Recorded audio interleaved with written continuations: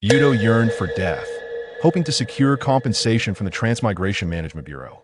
Yet he found himself perplexed despite his persistent attempts to meet his demise. Not only did his strength continue to grow, but he also attracted an increasing number of female companions, ultimately becoming a hero in the ninja world. Chapter 1. The Difficulty of Yearning for Death. In the 47th year of Konoha, a month had passed since the death of the third Kazekage. By the riverside, torrential rain poured from the heavens, accompanied by the rumblings of thunder. Underneath a large metallic-handled umbrella sat a young man, adorned with the forehead protector of Kanahagakure, who was leisurely fishing. "Yuto, the meeting is about to start. You can't spend every day lost in fishing," exclaimed a figure clad in a raincoat, annoyance evident in their voice. "Are you not afraid of being struck by lightning in this weather?" With that, the individual vanished in an instant. Yuto sighed and muttered under his breath, "If it weren't for the risk of being struck by lightning, who in their right mind would fish in such weather?" He packed up his fishing rod, donned his raincoat, and ambled back towards the clan's grounds. After walking approximately 10 meters, a bolt of lightning crashed down, striking the umbrella. In an instant, the umbrella turned pitch black, its canopy reduced to ashes, leaving only the skeletal frame. "Oh no, I acted too soon." Uchiha Yuto, a member of the Transgressor Legion, was somewhat different from his fellow transmigrators. To put it simply, he was not meant to die. His transmigration was a mere error on the part of the Transmigration Management Bureau. In light of this, the Bureau had granted him a special benefit. Should he meet an untimely demise post-transmigration, he would receive compensation equivalent to at least one small goal, along with a set of superpowers to return to his original world. Moreover, the compensation amount was directly linked to the manner of his death. More spectacular deaths would yield higher rewards. For instance, if his passing evoked intense emotional turmoil in 10 individuals, he would be entitled to 1 billion. If 100 were affected, that would amount to 10 billion. Conversely, a quiet death would result in a mere 100 million. Moreover, suicide was not an option. Should he take his own life, he would receive no compensation and no chance of rebirth. Thus, only deaths caused by irresistible external factors such as natural disasters or being slain by an insurmountable foe would qualify for compensation. Deliberately allowing oneself to be defeated in battle also counted as suicide. Yuto had initially aspired to pursue greater compensation, but after a year of transmigration, he had only accumulated injuries and had yet to encounter any life-threatening situations. Instead, he had inadvertently motivated his teammates. They trained relentlessly after missions, rapidly enhancing their abilities. No longer mere genin, they had ceased undertaking missions with him and instead mentored the new students at the Ninja Academy. Consequently, Yuto found himself in an awkward position. With no one to form a team with, he, as a lowly genin, could only undertake low-risk tasks, thus avoiding any danger altogether. Now, the prospect of a dramatic death seemed utterly unattainable. He could only endeavor to place himself in situations that might lead to unforeseen calamities, such as fishing during a thunderstorm. This fishing expedition had been his closest encounter with success thus far, yet he still managed to elude the clutches of death. Of course, employees of the Transmigration Management Bureau had mentioned that he could indeed enjoy life in the world of Naruto. However, he had transmigrated as an Uchiha, a member of the Uchiha clan who had never appeared in the original narrative. Enjoy life? Nonsense. Rather than face an inexplicable death amidst missions, wars, the Nine Tails incident, or the night of the Uchiha massacre, he would rather hasten his demise and return to his original world to relish life. Shaking his head, Yuto turned away from the riverside. Upon arriving at the clan grounds, a colleague from the security department informed him that the meeting was taking place at the security office. Reluctantly, he made his way there, his mind preoccupied with thoughts of death, leaving little room for other matters. Typically, an individual like Yuto, deemed a novice, would not qualify to serve as a security officer. However, his tenacity during missions had caught the attention of Fugaku, who had specially recruited him into the security department. Deep down, Fugaku remained loyal to the village. Yuto's actions of shielding his teammates in moments of peril aligned perfectly with the will of fire promoted by the third Hokage. Yuto was growing weary. Daily patrols were filled with trivial issues that severely hindered his quest for death. As he approached the entrance of the security department meeting room, he could hear the sounds of heated arguments emanating from within. To his surprise, The disputants were familiar figures: Fugaku, the Uchiha clan leader and head of the security department, and the Uchiha elder, a non-member of the department. Puzzled, Yuto wondered why the elder would attend a security meeting, given his long-standing disdain for the department, which he regarded as a prison erected by the village to confine the Uchiha. With this curiosity in mind, Yuto quietly pushed open the meeting room door and stealthily took refuge in a corner to eavesdrop. The elder's aged voice resonated first. Fugaku, the current situation in the ninja world is precarious. War is on the horizon. At such a critical juncture, the village insists on bolstering security patrols, clearly intending to confine the Uchiha and prevent us from making a mark on the battlefield. Fugaku's response bore a hint of fatigue. He had heard similar sentiments countless times in recent days and was weary of further explanation. Elder, the village is considering the situation from a broader perspective. The security department's function includes countering espionage, and it is precisely during this volatile period that we must intensify patrols to prevent spies from infiltrating Konoha and stealing intelligence. Are we Uchiha not even allowed to perform our fundamental duties? Preposterous. The elder's voice rose dramatically, infused with fury. For years, the task of countering espionage has not fallen under the purview of the security department. All related responsibilities were usurped by that scoundrel Senju Tobarama, who stole the Uchiha's Hokage's seat. His disciple, Sarutobi Hiruzen, is even more insidious. He has taken interrogation duties from the security department and relegated them to a newly established interrogation unit. I believe Konoha can no longer accommodate our Uchiha clan. It would be prudent to instigate a coup and reclaim the Hokage's seat. Within the security department, numerous hawkish Uchiha members responded fervently to the elder's words. As soon as he finished speaking, voices of agreement echoed. Indeed, the elder is right. A coup is necessary. I have long endured the village's exclusion rebellion is the only solution. Witnessing the fervent reactions of the crowd, Yuto felt invigorated. A coup would certainly result in casualties. Given the current disparity in strength between the village and the Uchiha, should a coup be initiated, the Uchiha would undoubtedly be crushed. After all, only one member of the Uchiha possessed the Manjiki Sharingan, Fugaku himself. The original story did not specify whether he even had it. If he could charge to the front lines during the coup, he would be the first to perish. As a member of the Uchiha, his participation in the coup would not be deemed suicide. His untimely demise, coupled with a touch of theatricality, tears, and all would undoubtedly yield a substantial compensation. Yuto calculated that, based on the emotional tendencies of the Uchiha, the compensation would easily amount to 10 billion. Even without the use of superpowers, he could lead a life of excess and indulgence. With this thought, Yuto leapt from the crowd, proclaiming loudly, "A coup is imperative." Feeling the collective gaze of the assembly upon him, Yuto climbed onto a table. "Fellow clansmen, do you realize how much more a kilogram of rice costs our Uchiha clan compared to others? 3 times. A full 3 times? Over the course of a year, the Uchiha clan has spent so much that it could scarcely fit into a single cart. Therefore, my dear compatriots, the coup must commence immediately. I believe tonight's weather is quite favorable. Let us prepare our weapons forthwith." As Yuto concluded his impassioned speech, a profound silence enveloped the surroundings.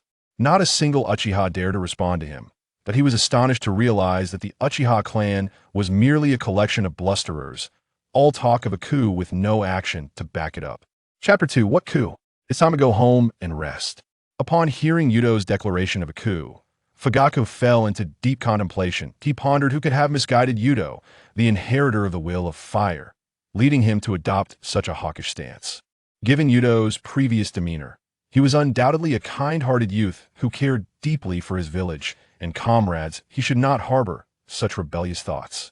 Moreover, members of the hawkish faction were often impulsive, their Sharingan activated swiftly, endowing them with considerable strength. Logically, Yuto, being at the bottom of the Uchiha hierarchy, should have had some interaction with the Hawks. Could it be that? Fugaku suddenly grasped the situation. He regarded Yuto with a newfound admiration. This young man truly possessed a nimble mind.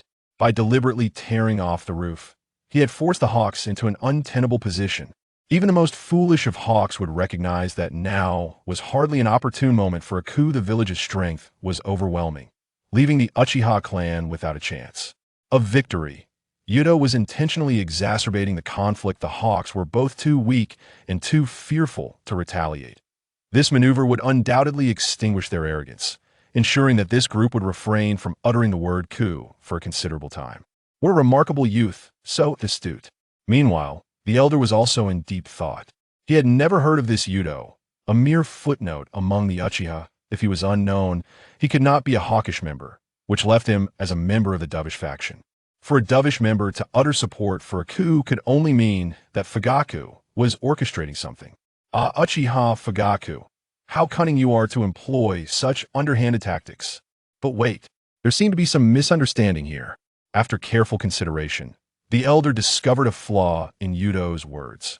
Why would a dovish member retain such a vivid recollection of the village's oppression of their clan? The only explanation is that Uchiha Yuto is a hawkish member concealed within the dovish faction. Only someone who has been deeply affected by the village's oppression would remember it so clearly. Realizing this, the elder felt a twinge of regret. His hawkish Uchiha had been too proud, focusing solely on the powerful, and for years had overlooked countless potential hawks like Yuto. The elder's gaze softened considerably as he looked at Yuto, akin to the way one would regard their own grandchild. The meeting ended on an unsatisfactory note. The elder huffed and departed the conference room, accompanied by the hawkish Uchiha. With the hawk's departure, the meeting lost all significance. Fugaku held sufficient control over the dovish members, rendering the assembly unnecessary.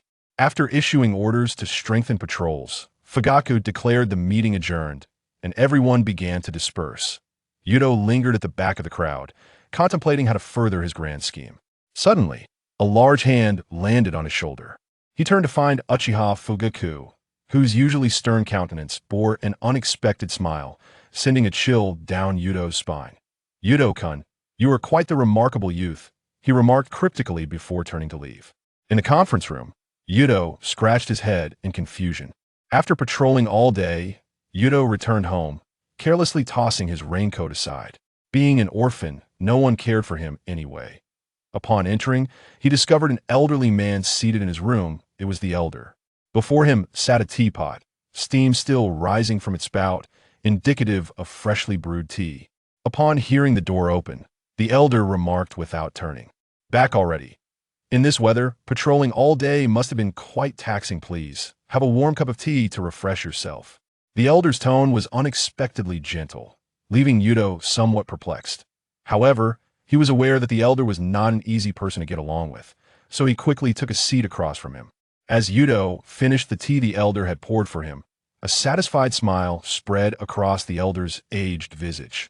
"Yuto-kun, I can imagine that facing the village's oppression has been quite burdensome for you. If there is anything you wish to express, do not hesitate to confide in me." Upon hearing the elder's words, Yuto's eyes lit up. The notion of a coup seemed to hold potential. Yet, the examples discussed in the conference room were merely offhand comment from Yuto. He had no knowledge of the rice prices. The elder should be well aware of the village's other exclusions of the Uchiha, from which aspect should he continue to stoke the flames. After some contemplation, he indeed identified a point that the elder surely had not experienced. He adjusted his demeanor, gritting his teeth as he declared, "Elder, there are some matters I had intended to keep hidden for a lifetime, but since you have inquired, I must speak. Out. The ninja school is poisoning our Uchiha." Upon hearing Yuto's words, the elder immediately furrowed his brow. He had not been following developments related to the ninja school. "Our Uchiha clan has always been distinguished by its talents. Yet the village assigns a multitude of young girls to incessantly harass Uchiha youths with their so-called love, ensnaring many of our children. Do you think that if the children are preoccupied with early romance, they can still devote energy to enhancing their strength? Over time, the Uchiha clan's overall prowess will undoubtedly decline year after year, inevitably relegating us to a second-rate family. When I was in the ninja school, I too had to exert every effort to resist such temptations. Even so, it significantly hampered my training progress, and I am but a lowly genin now. Such a thing exists. Curse that Saratobi Hiruzen." The elder slammed his hand on the table, exclaiming a string of curses. After venting for quite some time, he finally settled back into his seat. Yuto wiped the spittle from his face and leaned closer to the elder, whispering, "Elder, when shall we commence that coup? I shall be at the forefront." The mere mention of a coup extinguished the elder's anger in an instant. This matter required further deliberation. He cleared his throat twice and swiftly shifted the topic. Ahem. Speaking of which, Yuto-kun, you mentioned resisting temptation at the ninja school. You don't have a girlfriend, do you? I have a granddaughter around your age. I can introduce you to her. Tomorrow, I shall have her come to meet you. With that, the elder rose to leave, but not before placing a scroll on the table. This is a treasured ninjutsu scroll of mine. You must practice diligently to make up for your deficiencies in strength. Having said this, he vanished in an instant. Yuto scoffed, disdainfully remarking, "Coward, afraid to initiate a coup." He picked up the scroll, barely glancing at it before tossing it into a corner. He had no interest in enhancing his strength. Why make it easy to meet his demise? Meanwhile, in the clan leader's opulent residence, a young Uchiha knelt before Fugaku. It was Uchiha Shursui. Due to mission obligations, he had been absent from the day's meeting. Fugaku slowly recounted Yuto's performance and his own speculations to Shursui, who, after listening, cautiously suggested, "Lord Fugaku, are you perhaps overthinking this? Is it possible that Yuto is actually a hidden hawk?" "Impossible, absolutely impossible." Fugaku waved his hand, adding, "During missions, Yuto has always charged into the fray, doing everything in his power to protect his teammates. Every mission inevitably leaves one with numerous scars. Such a remarkable youth, who cherishes his comrades, could never be a hawk." Upon hearing this, Shursui nodded in agreement, feeling a sense of shame for his previous thoughts. "I understand, Lord Fugaku. However, what does it have to do with you that Yuto-kun and I summoned you here tonight?" Fugaku replied with a grave expression. "Yuto's abilities are woefully inadequate. I hope you can assist him in enhancing his strength, while also guiding him to avoid straying onto the wrong path. I do not wish to see an exceptional Uchiha youth fall from grace." Shursui responded earnestly, his voice resolute. "Yes, Lord Fugaku." Chapter 3. Another day of survival. Good morning, Yuto. As Yuto gazed upon Uchiha Shursui, a sense of bewilderment washed over him. Having traversed into this realm, he found himself with no prior connection to the individual before him, save for their shared surname. They were entirely beings from disparate worlds. How curious it was that, upon stepping outside today, he would encounter Uchiha Shursui, who greeted him so warmly, as if he had been waiting specifically for Yuto's arrival. Suddenly, Yuto recalled the words of Uchiha Fugaku from the previous day in the conference room, where he had patted Yuto on the shoulder. Certainly, Fugaku, a proponent of the hawkish faction, must have been incensed by Yuto's declaration of a coup. Yet, he had praised Yuto with a beaming smile, which in itself raised significant concerns. One must recognize the phrase "anger leads to laughter." Fugaku's fury had surely reached its zenith, hence his seemingly cheerful commendation. It was evident that Uchiha Shursui had been dispatched by Fugaku. As for the intent behind this, Yuto suspected it was not to guide him, but rather to eliminate him. From his fragmented knowledge of the Naruto narrative in his past life, he understood that Uchiha Fugaku was a man of extreme coldness, willing to permit the slaughter of his own kin for the sake of the village. Thus, the notion of sending Shursui to assassinate him began to make sense. The prospect of an assassination attempt thrilled Yuto immensely. The thought of returning to his original world with a small goal to fulfill ignited a surge of joy within him, prompting a smile to grace his lips, and his tone toward Shursui softened considerably. "Ah, Shursui, what brings you to me today?" Seeing Yuto's smile dispelled Shursui's tension. He was not adept at social interactions, and it was only upon witnessing Yuto emerge from his home and greet him that he realized he had been quite rude. Arriving empty-handed to pay a visit was decidedly impolite. Had he been confronted by a hawkish Uchiha, he would have likely received nothing more than a disdainful huff before being disregarded. Yet, Yuto, as Fugaku had described, embodied the spirit of the will of fire. He seemed not to mind Shursui's rudeness at all, responding instead with such warmth. Suppressing his excitement, Shursui addressed Yuto, "Yuto-kun, Lord Fugaku has assigned us to patrol the northwestern sector of the village." The mention of the northwestern sector sent a jolt through Yuto. This area was densely wooded and once housed a training ground, now abandoned. It was a desolate place devoid of any buildings, rendering it a perfect location for an assassination. It became clear, Shursui had indeed come to eliminate him. Impressed by Shursui's ability to identify such an ideal spot for a covert operation, Yuto nodded enthusiastically. "What are we waiting for? Let us proceed." Yuto's eager response touched Shursui's heart. Indeed, Yuto was a true heir to the will of fire. deeply concerned for the village's safety. The northwestern forest was vulnerable, making it an ideal entry point for spies. Despite the lurking dangers, Yuto showed no fear, instead urging Shursui onward to patrol. As they ventured deeper into the forest, the surroundings grew increasingly dark and silent, the dense foliage obscuring the sunlight, casting an eerie twilight around them. At some point, Yuto realized they had encountered no other villagers along the way. They had delved deep into the northwest forest.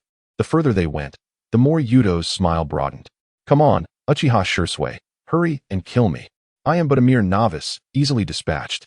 Just as Yuto's thoughts raced, Shursui suddenly halted, the sound of metal scraping against metal breaking the stillness. Shursui drew his weapon. Yuto paused, preparing himself for Shursui's assault. He could not simply await his demise, but needed to fully engage in Shursui's attack. A whoosh, a sound of a thrown kunai, sliced through the air. To the right, Yuto spun around, striking the kunai with his weapon. Clang! The kunai was deflected, but before Yuto could celebrate, it emitted a soft thud, seemingly embedding itself in someone hidden among the underbrush. In that moment of distraction, Shursui's voice rang out urgently, "Yuto, retreat." Instinctively, Yuto dodged to the side. A wind blade sliced through the space he had just vacated, revealing a ninja clad in the garb of a commoner from the land of fire, who leaped from the thicket, clutching his chest in agony, a kunai protruding from his torso. This individual was undoubtedly a spy. Yuto quickly grasped the situation. Shursui had not aimed to attack him, but rather the hidden spy in the brush. Blaming his own impatience, Yuto realized that had he not dodged, the wind blade would have surely claimed his life. Seething with anger, he charged toward the spy, brandishing his weapon fiercely. "You wretched spy, can't you aim properly?" The spy, taken aback by Yuto's advance and preoccupied with Shursui, struggled to muster his strength. Even Yuto, a mere genin, found himself able to exchange blows with the spy. However, the disparity in skill soon became apparent, as Yuto gradually found himself at a disadvantage. With each strike, his excitement grew, a bloodthirsty grin spreading across his face. "Come on, attack me fiercely, you vile spy." Shursui was taken aback, unable to fathom Yuto's intense animosity toward the foreign spy. No wonder he had deflected the kunai Shursui had thrown. Yuto was intent on personally slaying the intruder. Yuto was truly passionate about protecting his village. Yet, the tide of battle seemed to favor the spy. Shursui could not bear to watch someone so devoted to the village perish at the hands of a spy. He swiftly employed the body flicker technique to intervene and assist Yuto, who, sensing Shursui's approach, felt a surge of urgency. "Don't steal my enemy," Yuto thought desperately. "I am so close to defeat." If he could only be vanquished by the spy, a path back to his original world would open. In a frantic attempt to outpace Shursui, Yuto threw caution to the wind, relentlessly attacking the enemy despite the wounds inflicted upon him. "Come on, Mr. Spy. Don't you wish to escape? Then hurry and kill me." Yuto's fervor intensified, his movements becoming a blur as he wielded his weapon with ferocity. The spy, caught off guard by Yuto's relentless assault, faltered and was ultimately struck across the throat by Yuto's blade, blood gushing forth as he collapsed lifelessly to the ground. Staring at the fallen spy, Yuto was momentarily stunned. Had he just forfeited his chance at a safety net? Chapter 4. Where is the assassination? "Yuto, are you all right?" Yuto stood before the deceased spy, his gaze vacant, as a wave of shock surged within Shursui. What fervent devotion must Yuto possess to exert himself so fully, risking his life to eliminate a spy lurking in their midst? The very act of slaying the intruder had left Yuto utterly drained. Jisue could not help but feel a pang of shame, as he once brazenly believed himself to be the most devoted to the village among the Uchiha clan. Yet now, in comparison to Yuto, his own affection for the village seemed almost laughable. Yuto, having emerged from the disappointment of losing his compensation, forced a smile and reassured him. "I'm fine." Upon hearing this, Jisue felt a sense of relief wash over him. "By the way, Jisue, do you not have any other missions?" Yuto recalled his earlier speculations about Jisue's actions. Surely he still had an assassination task assigned to him. Having just concluded a battle, Yuto was at his most vulnerable, a prime opportunity for assassination.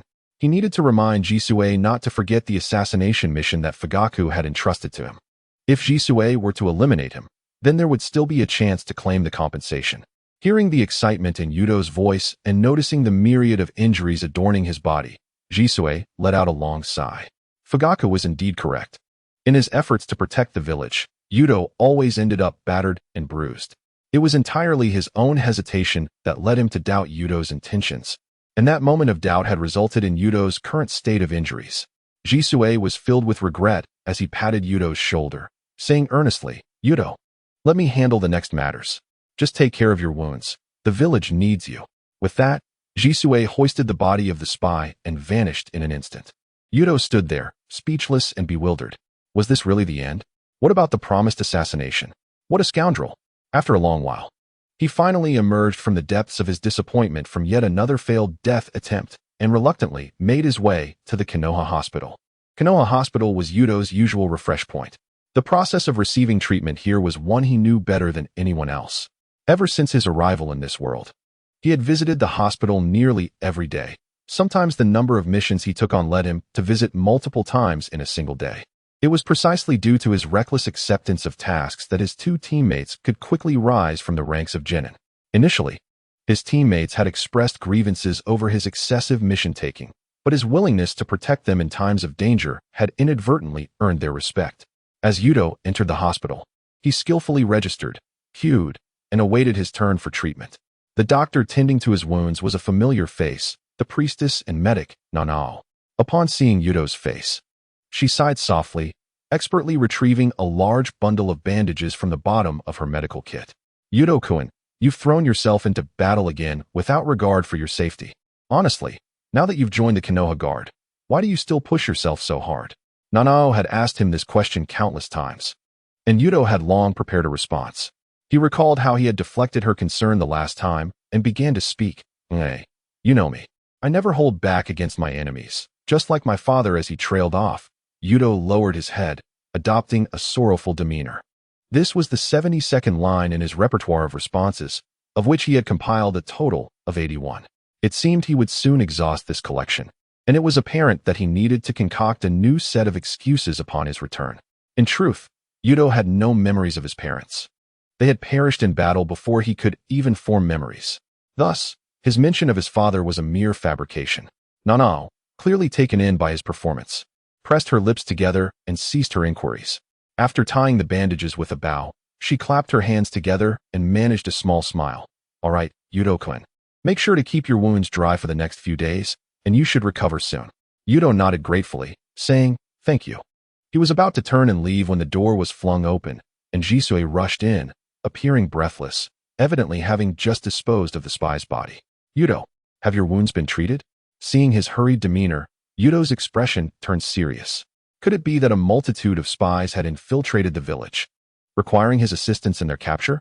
This was splendid news. With battle came the chance of death, and Yuto relished the prospect of being struck down. He immediately donned an excited grin and asked, "Where are the enemies? Let us go right now."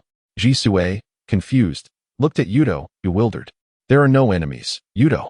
Have you received a distress signal from another patrol team?" Yuto's excitement faltered as he realized he had been mistaken. There were no foes at all. He sighed in exasperation and replied, "Then why the urgency?" Scratching his head, Jisue responded, "I was worried about you, so after handling the spy's body, I rushed to the hospital to check on you." Nanao regarded Jisue with curiosity.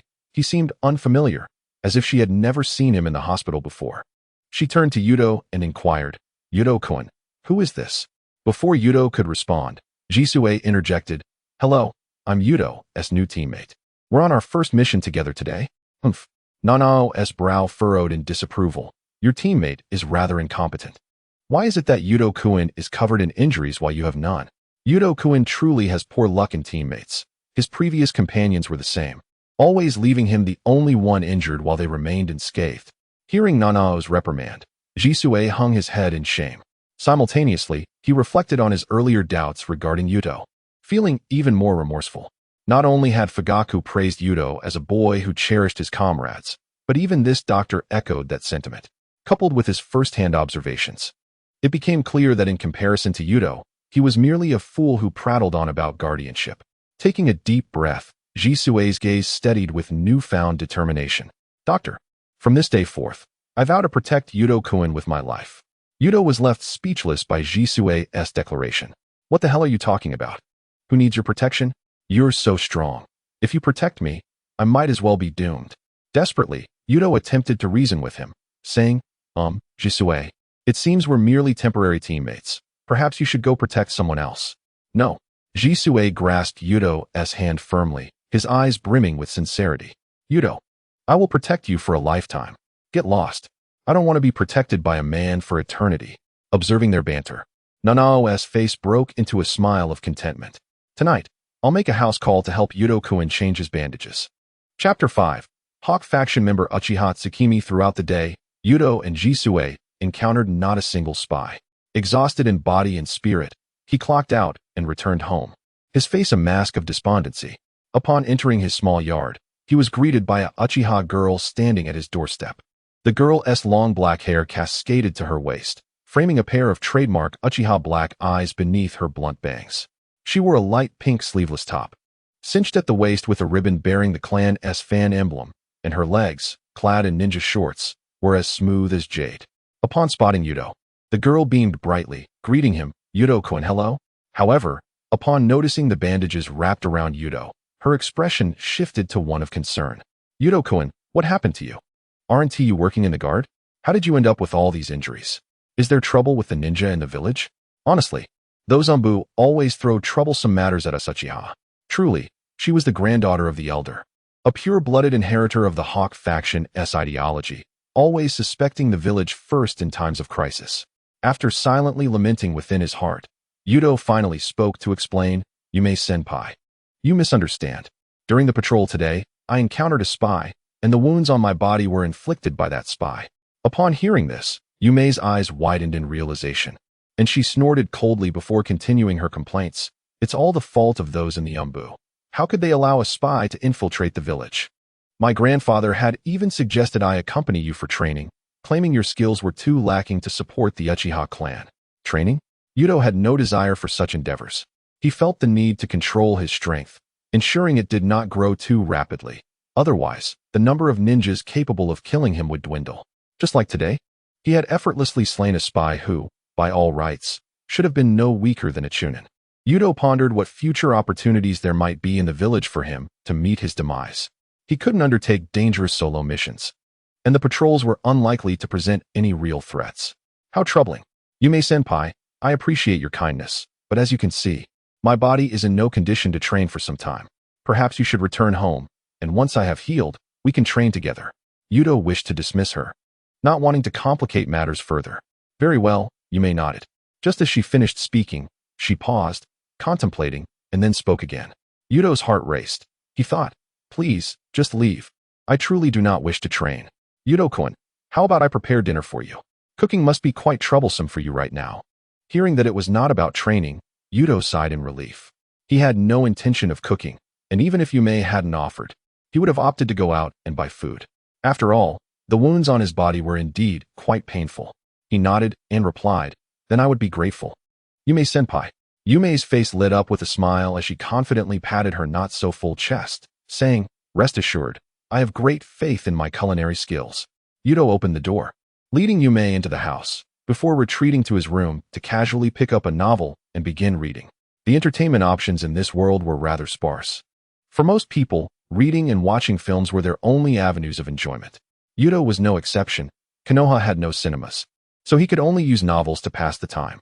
Even the novels tended to lean towards the serious. Jiraiya's renowned work Ika Ika Paradise had yet to be written. Speaking of Ika Ika Paradise, Yuto suddenly had a brilliant idea.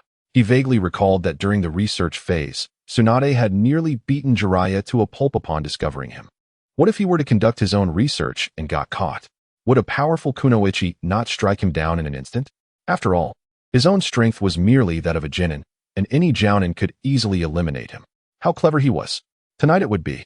Just then, Yume called from the kitchen, Yuto-kun, dinner is ready. Come out and eat. Upon hearing this, Yuto immediately tossed aside the novel, left his room, and sat down at the dining table. The meal was not extravagant, but it was quite delicious. Yume did not exaggerate. Her culinary skills were indeed impressive. Watching Yuto enjoy his meal heartily brought a satisfied smile to Yume's face. After cleaning up the dishes, Yuto was about to escort Yume home when the front door was suddenly pushed open and a gentle female voice called out, Yuto-kun, are you there? I came to change your bandages. It was Nayumi, the medic nin. Yuto hurried outside to greet her. Nayumi-ne-san, What brings you here? Naomi shot him a playful glare. Isn't it obvious? You've gotten yourself injured again. I feared you might undertake dangerous missions before recovering, so I came to change your bandages. Upon entering, Naomi spotted Yume in the room and immediately covered her mouth with a chuckle. Looks like I came at a bad time. I must be interrupting some private time with your girlfriend. Yume's face flushed crimson, and she stammered, No, that's not it. I was just making dinner for Yuto-kun. I'm not his girlfriend. Naomi's gaze drifted to the few plates on the dining table that had yet to be cleared, and she teased, Oh really? It seems you two have a rather close relationship, almost like you're living together. Yume was rendered speechless by embarrassment. Yuto, however, did not wish to dwell on the topic of girlfriends. He had no intentions of pursuing romantic relationships in the world of Naruto. He was acutely aware that at any moment, his plans for self-destruction could come to fruition, and having a girlfriend would only hinder others. He replied calmly, Naomi-san. Yume-senpai is merely an acquaintance of mine. We have no special relationship, so please do not think too much of it. Yuto's words sounded somewhat detached, leaving Yume feeling a bit strange. What did he mean by no special relationship? It sounded as if he were referring to her as an outsider. Upset, Yume put on her shoes and left without a word. Watching her storm off, Yuto felt perplexed, but perhaps it was for the best. If Yume were angry, she might refrain from bringing up training again. Seeing Yuto's indifferent demeanor, Naomi shook her head in resignation, realizing just how oblivious he was. Could he not have elaborated further? Yet, she understood that girls nowadays were more sensitive. Being referred to merely as an acquaintance in front of another female would certainly not sit well. However, Naomi did not come over to mediate emotional matters. She needed to change Yuto's bandages promptly, as she had to return to the orphanage soon. Naomi retrieved her medical kit and said to Yuto, Come now, Yuto-kun. Yuto obediently complied, removing his shirt to reveal the new and old bandages covering his torso. Beneath the bandages lay a crisscross of scars, some deep, some shallow, remnants of his numerous attempts at self-destruction. Each time she saw the scars on Yuto's body, Naomi felt a surge of fear. Yuto-kun, please make sure to take care of yourself. Yuto pondered for a moment and then tossed out his go-to line for evading Naomi. A man's journey through life cannot be without storms. Naomi chuckled softly, playfully flicking his forehead. What man? You're just a child. Chapter 6. The ambition of wealth. Yuto was profoundly disappointed. The requirements for receiving compensation necessitated his utmost effort, so during his research last night, he had to conceal himself to the best of his ability. Initially, he had grumbled to himself, thinking he was merely a genin, and the kunoichis would surely notice his clumsy hiding skills. However, to his surprise, he managed to gather a wealth of material without detection, even past midnight when the bathhouse had closed. Now, lying on his small bed with a head full of white memories, Yuto felt utterly exasperated. Another day had passed without him meeting his end. He mumbled to himself, reflecting on the recent near-death incidents he had survived. Struck by lightning, but narrowly escaped. A coup d'etat where the hawks had quivered like quail, an assassination attempt that was merely a figment of his imagination, a spy who was pathetically weak, and his research where the kunoichis had let their guard down. Yuto felt a glimmer of hopelessness in his life, within the span of just 2 days. He had attempted to claim compensation 5 times, yet had failed each time. The closest he had come to success was during the most improbable of accidents. If only a great ninja war would erupt now, surely, on the battlefield, he would find a way to meet his demise. At the Konoha Security Department, Fugaka sat at his desk, furrowing his brows as he mindlessly tapped his fingers against the surface. The report before him detailed the number of spies discovered by the patrol teams in recent days, a figure that had surged exponentially compared to normal times. This is not to mention the spies from neighboring villages who have successfully concealed themselves. In truth, the spies that are discovered are mere pawns, typically of Ch9 caliber, lacking mastery in their skills and consequently posing little threat to the village. The real concern lies with those spies who remain hidden. Their abilities vary, yet they excel in subterfuge and intelligence gathering. Should they establish a foothold in Konoha, it would undoubtedly lead to significant complications. The members of the security department have all been dispatched for patrols, leaving the manpower stretched thin. There is hardly anyone available to apprehend the spies, and Fugaku finds himself in a state of considerable distress as he reviews the reports. Whom should he assign to capture the spies? Fugaku retrieves the roster of the Uchiha clan and ponders deeply before flipping to the page featuring Yuto. Alas, Yuto, it appears I must trouble you once more. However, Y2's abilities are somewhat lacking. He must be paired with two dependable teammates. Shui certainly qualifies. This young man is exceedingly reliable and would be a suitable companion for Y2. Yet, who should the other member be? At that moment, a knock resounds at the office door, and a long-haired Uchiha girl enters upon receiving Fugaku's permission. She stands respectfully before the desk and states, "Clan head, my grandfather has sent me to assist the security department." Upon hearing her mention of her grandfather, Fugaku looks up, shifting his gaze from the roster to the young woman. As he recognizes her identity, a sense of doubt creeps into his mind. Uchiha Tsukiyame, is she not the granddaughter of the elder? What brings her to the security department? Allowing a portion of hawkish members into the department was already the old man's limit. Why would he now throw his granddaughter into the fray? Tsukiyame herself is not particularly keen on joining the security department. With her abilities, she could earn far greater rewards undertaking missions outside the village. Yet, her grandfather has recently developed a sudden inclination for her to join the security department, even spending the previous night persuading her. Unable to oppose her grandfather, she reluctantly agreed. One thing weighs heavily on her mind. Her grandfather mentioned that she should grow closer to Y2. At present, however, she has no desire to cultivate any closeness with him. After all, she had kindly prepared a dinner for him once, only for him to express no gratitude and label their relationship as merely acquaintances. How heartless can he be? One would expect some appreciation for her goodwill. Even considering her a friend would suffice. Yet, merely recognizing each other? What nonsense. Foolish Y2. As Fugaku gazes at Uchiha Tsukiyame before him, a bold idea springs to mind. Could it be possible to sway the granddaughter of this hawkish leader towards a more dovish perspective? With only Shui and Y2 in the team, adding a female member would perfectly complete their trio. Fugaku believes that with Shui's capabilities, he could effortlessly lead two companions. Moreover, both Shui and Y2 are deeply loyal to the village, and after spending time together, he is confident that Tsukiyame will eventually alter her views. With this thought, Fugaku's serious demeanor softens into a gentle smile. "Tsukiyame, do you have any particular preferences regarding your duties?" Tsukiyame contemplates for a moment. The danger level of the security department's tasks likely does not surpass those she could undertake outside the village, so she figures she could handle any assignment. "Clan head, I am amenable to anything." "Very well," Fugaku replies, a calculating smile curving his lips. Tsukiyame takes the appointment letter he hands over, glancing at it briefly, her expression shifting to one of embarrassment. She had not anticipated being assigned to the same team as Y2, especially after having recently shown him disdain. How would they interact going forward? Surely, the team atmosphere would be quite strained.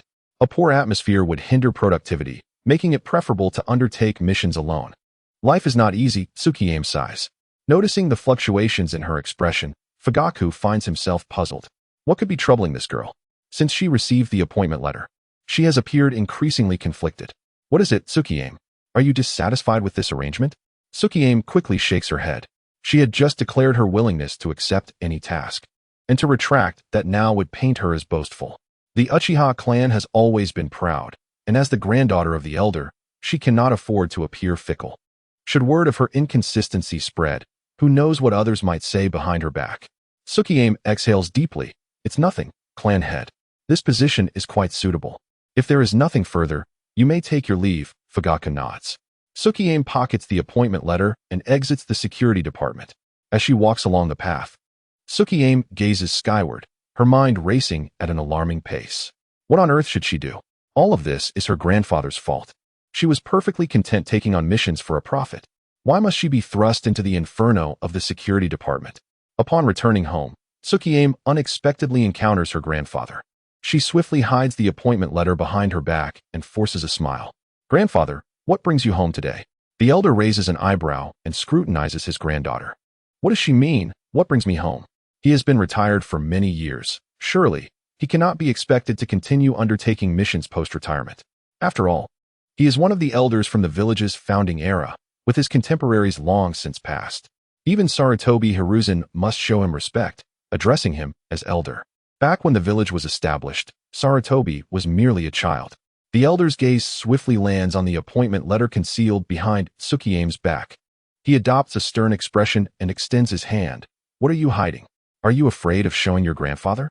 Tsukiyame chuckles awkwardly, reluctantly handing over the letter. "Not at all, grandfather." The elder scans the contents of the letter, his face breaking into a wide grin. His original plan was to have his granddaughter infiltrate the security department, gradually finding opportunities to approach Y2. He had not anticipated that Fugaku would foolishly assign his granddaughter to the same team as Y2. Not only that, but the team also includes the Uchiha prodigy Shursui. The mere thought of Shursui ignites the elder's ire. Shursui's grandfather, Uchiha Kagami, had once been a member of the Uchiha clan, yet became a subordinate of Senju Tobarama. Senju Tobarama, the thief who usurped the title of second Hokage. The Uchiha clan, one of the founding families, has seen 3 generations of Hokage without a single Uchiha among them.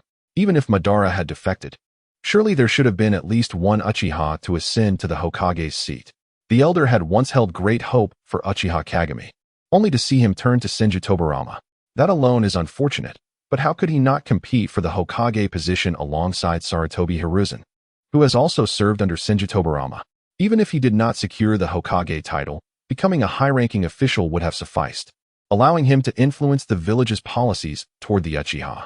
Alas, he inexplicably met his demise. Due to his disdain for Uchiha Kagami, the elder holds a certain animosity towards Shursui as well. Nevertheless, animosity aside, Shursui's strength is undeniable. If his granddaughter can successfully influence Shursui's perspective after infiltrating their ranks, turning him from a dovish stance to a hawkish one, it would be most fortuitous. With Y2, the hidden hawk, in the team as well, the elder believes the plan is feasible. Tsukiyame, you must make every effort to get along with your teammates, he urges. The responsibility of the clan's revival rests upon your shoulders. Upon hearing her grandfather's words, Tsukiyame feels on the verge of tears. Getting along with her teammates is already a considerable challenge. Now, she has been inexplicably burdened with the task of reviving the clan. How infuriating! Uchiha Tsukiyame is merely a chunin with a double tomo, yet she is burdened with such a significant task. That night, she tossed and turned in bed, unable to sleep, and even when she did drift off, nightmares plagued her mind, filled with visions of her teammates abandoning her to pursue their own agendas. The next day, Tsukiyame, sporting a pair of panda eyes, gazed at her reflection in the mirror and gritted her teeth, declaring, "No. For the sake of my future normalcy, I must clarify things with that fool Yuto." Hastily washing her face, she ran out of the house without even eating breakfast. Simultaneously, Yuto sat at his desk, fervently scribbling away. Due to his recent injuries, he had refrained from patrolling, and since he had the time to spare, he opted to write a novel. With the prospect of not meeting his demise anytime soon, he thought it prudent to earn some money to enhance his living conditions. Of course, the content of his writing was far from respectable, transforming the material he gathered at night into stories unsuitable for children. By that morning, he had already penned tens of thousands of words. It was perplexing. Before his reincarnation, writing even an 800-word essay had been a daunting task, yet now, his creativity flowed freely as he crafted tales filled with drunken husbands and his son's entrance examinations, all without a hint of writer's block. Upon hearing a knock at the door, Yuto quickly set down his pen, hastily stashing the completed draft into a drawer. He absolutely could not let anyone discover his literary pursuits. Social death would yield no compensation. After ensuring no trace of his activity remained, he stood up to open the door.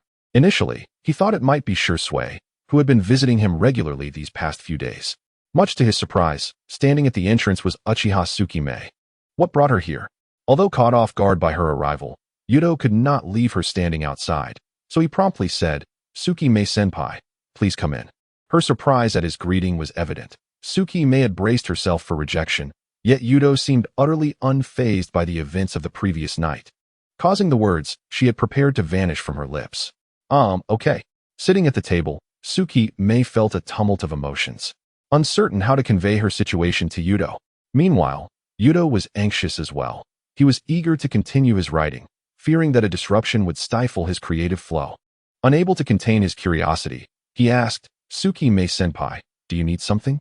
Tsukiyame shook her head in a frantic manner, replying, "It's nothing. It's just that yesterday, the clan leader assigned you and me to the same team, so today." Yuto had already anticipated this news. He was informed of the team arrangement the previous evening when Shursui had come to visit. He was not surprised, considering he had spent most of his time in a 3-man squad since graduating from the Ninja Academy, with fewer experiences in 2-man squads or solo missions. "Tsukiyame-senpai, I was already aware of this. You need not have come all this way to tell me. If there's nothing else, then..." Yuto's gaze drifted towards his room, hoping she would take her leave.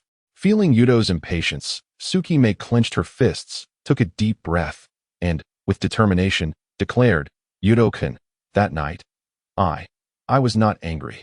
Yuto blinked in confusion at her words, recalling the night she had helped him with dinner. Had she truly been angry? It did seem she had been upset. Yet he had brushed it aside, secretly relishing the fact that her departure meant he could forego training, thus stalling his own progress. So, he shrugged and replied, "Tsukime-senpai. There's no need to apologize. I had forgotten about it until you mentioned it." Tsukime was taken aback. Had she been the only one invested in the entire ordeal? How infuriating, that fool Yuto. Chapter 8. The Spy Tracking Squad. Good day, Shursui-senpai. The following day, Yuto, Shursui, and Tsukime gathered, marking their first mission as a newly formed team. Tsukime had exchanged her regular attire for full-fledged ninja gear, her forehead protector properly affixed, and her deep blue combat uniform accentuating her graceful silhouette. Her ninja pouch, brimming with kunai and shuriken, hung neatly at her waist, while she donned a vest reserved for chunin and above. Notably, Shursui wore a matching green ninja vest, now a jonin, naturally entitled to such attire. Among the trio, only Yuto remained a genin, still clad in his own clothes.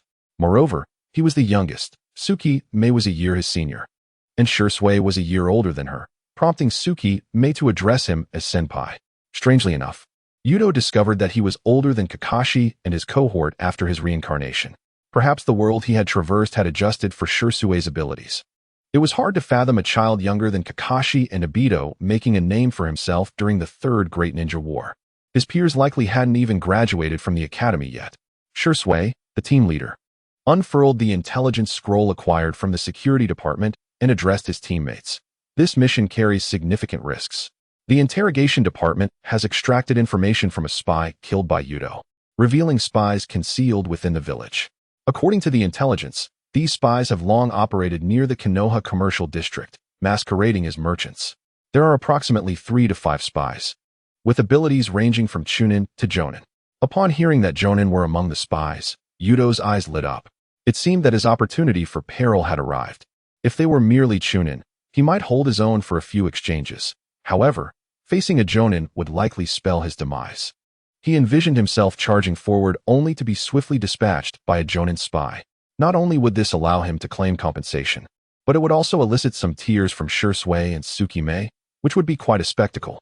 Before Shursui could continue imparting the details, he added, "These spies will convene in a valley outside the village today to exchange information. We must set off immediately and ambush them, catching them off guard." Yuto's spirits soared at the notion of the mission taking place outside the village. In the village, he would have worried about the Umbu's interference. However, outside the village, he surmised that the Umbu would be unable to arrive in time for at least the first 10 minutes of combat. He could already envision himself returning to his original world the next day, laden with 200 million in cash and an arsenal of extraordinary abilities, ready to indulge in a life of excess. After confirming that his teammates understood the mission details, Shursui swiftly led them toward the valley. On the way, he slowed his pace to fall back half a step behind Tsukime, approaching Yuto. "Yuto, please ensure your safety this time, and do not act recklessly as you did last time." Yuto replied earnestly, "Rest assured, I will be cautious." Of course, this was merely a verbal assurance. In the heat of battle, he would undoubtedly throw himself into the fray. However, today marked his last day with Shursui, and he had no qualms about responding seriously. Moreover, if Shursui discerned his insincerity, he would undoubtedly keep a closer watch over him during the fight, jeopardizing his plans for self-sacrifice. Before long, they arrived at the designated valley for their mission. Located at a distance from Konoha, the area was surrounded by trees, rarely trodden by human feet, with only a few small animals visible amidst the solitude. Yuto could not help but smirk. What a remarkable location for a potential demise. Although his skills were somewhat lacking, his ninja qualities were still commendable, having undertaken numerous missions. He swiftly identified an ideal hiding spot, situated closest to the valley, ensuring he would be the first to act should a spy reveal themselves. After all, he had no way of knowing which of the spies was an elite ninja. It would be unwise to be surrounded and brutally dispatched without a fight. He could hardly claim it was a ploy for insurance money. Meanwhile, Suki observed the concealed positions of her comrades, her brow furrowing in concern. How reckless of Yuto to position himself so close to the valley. Should he be discovered, danger would surely follow. Just as she contemplated urging him to relocate, the sound of footsteps echoed ominously from outside the valley. The spies had arrived. Suki was compelled to conceal herself once more, silently praying that Yuto would be the target of their discovery. As the footsteps drew nearer, a burly man with dark skin emerged before the trio. Yuto's lips twitched slightly. This individual did not appear to be a typical inhabitant of the Land of Fire. Unmistakably hailing from the hidden cloud village, it was puzzling how he had managed to infiltrate Konoha undetected. Could it be that he had maintained a transformation technique all day? Yuto chose not to dwell on such thoughts. In a short while, he would meet his end, and the origins of his adversaries mattered little. With the first spy's appearance, a series of footsteps followed in quick succession around the valley's perimeter. Each spy was clad in dark attire. The leader exuded an intimidating presence, suggesting formidable strength. Perhaps he was the commander of this group of spies. His vigilance silenced his comrades, and he began to meticulously scout the entire valley. One spy could not contain himself, exclaiming, "Lord Oroi, there are no Konoha ninjas here. We have crossed paths countless times in this very spot." Oroi's countenance was grim. He was a seasoned spy with extensive experience. He had stolen intelligence from various villages innumerable times and had lost countless comrades, including those who, like this one, exhibited a lack of caution. "Silence, Kakui. Exercise caution, and you may avoid grave errors. I am the last of my cohort to survive. Do you know why? It is due to vigilance, and I would prefer not to see you lose your lives through negligence." Chastised by Oroi, Kakui discarded his earlier nonchalance and dutifully accompanied Oroi in surveying the valley. As an experienced spy, Oroi possessed exceptional counter-surveillance skills and quickly sensed an unusual atmosphere within the valley. Something was amiss. He keenly observed that the entire area, encircled by trees, was devoid of the usual birdsong. Ordinarily, a forest would be teeming with avian life. His fellow spies had approached the valley with utmost caution. Yet there had been no warning calls from the birds along the way. What had transpired? The answer was clear. Someone had arrived before them and frightened the birds away, leaving an unsettling silence in their wake. An ambush. "Retreat," Oroi shouted, and the spies from the hidden cloud village swiftly fled towards the valley's exit. Seeing the spies escape sent Yuto's heart racing. These individuals represented a fortune, and he could not allow them to flee unchallenged. Yuto leaped from his hiding spot, swiftly forming hand seals. A massive fireball erupted from his mouth, a technique known as the Great Fireball Jutsu, the only advanced ninjutsu he had mastered. Aside from this, he had also learned the body flicker technique and the three-body technique, totaling a mere 5 techniques. The reason for his limited repertoire was simple. Yuto feared that acquiring greater power might render him invulnerable to others. Chapter 9. The Battle in the Valley. Unlike other ninjutsu, fire release techniques, while potent, were relatively slow to deploy, making them easy to evade. This contributed to the common notion that fire techniques were not lethal. However, according to the established lore, fire and wind release were among the most deadly of the 5 elemental techniques. Among the spies, the least skilled was still a nin. Thus, Yuto's Great Fireball did not yield any success, as the spies effortlessly dodged the attack. Nevertheless, Yuto's intention in using the Great Fireball was not to inflict damage but to obstruct the retreat of the Cloud Village spies. The fireball collided with the valley's exit, igniting the surrounding trees and shrubs, creating a wall of flames that effectively hindered the escape of the Cloud spies. Simultaneously, Shirzue and Suki emerged from their hiding place, launching their signature techniques against the Cloud spies. Oroi observed the trio with a calm demeanor. From their attacking movements, he surmised that Shirzue was the most formidable, likely an elite ninja. As for Suki, her Sharingan suggested she was a nin, while Yuto remained an enigma to him. The clan emblem on Yuto's attire resembled a fan, yet he could not comprehend why Yuto had not activated his Sharingan. The answer was quite simple. Yuto had not awakened his eyes.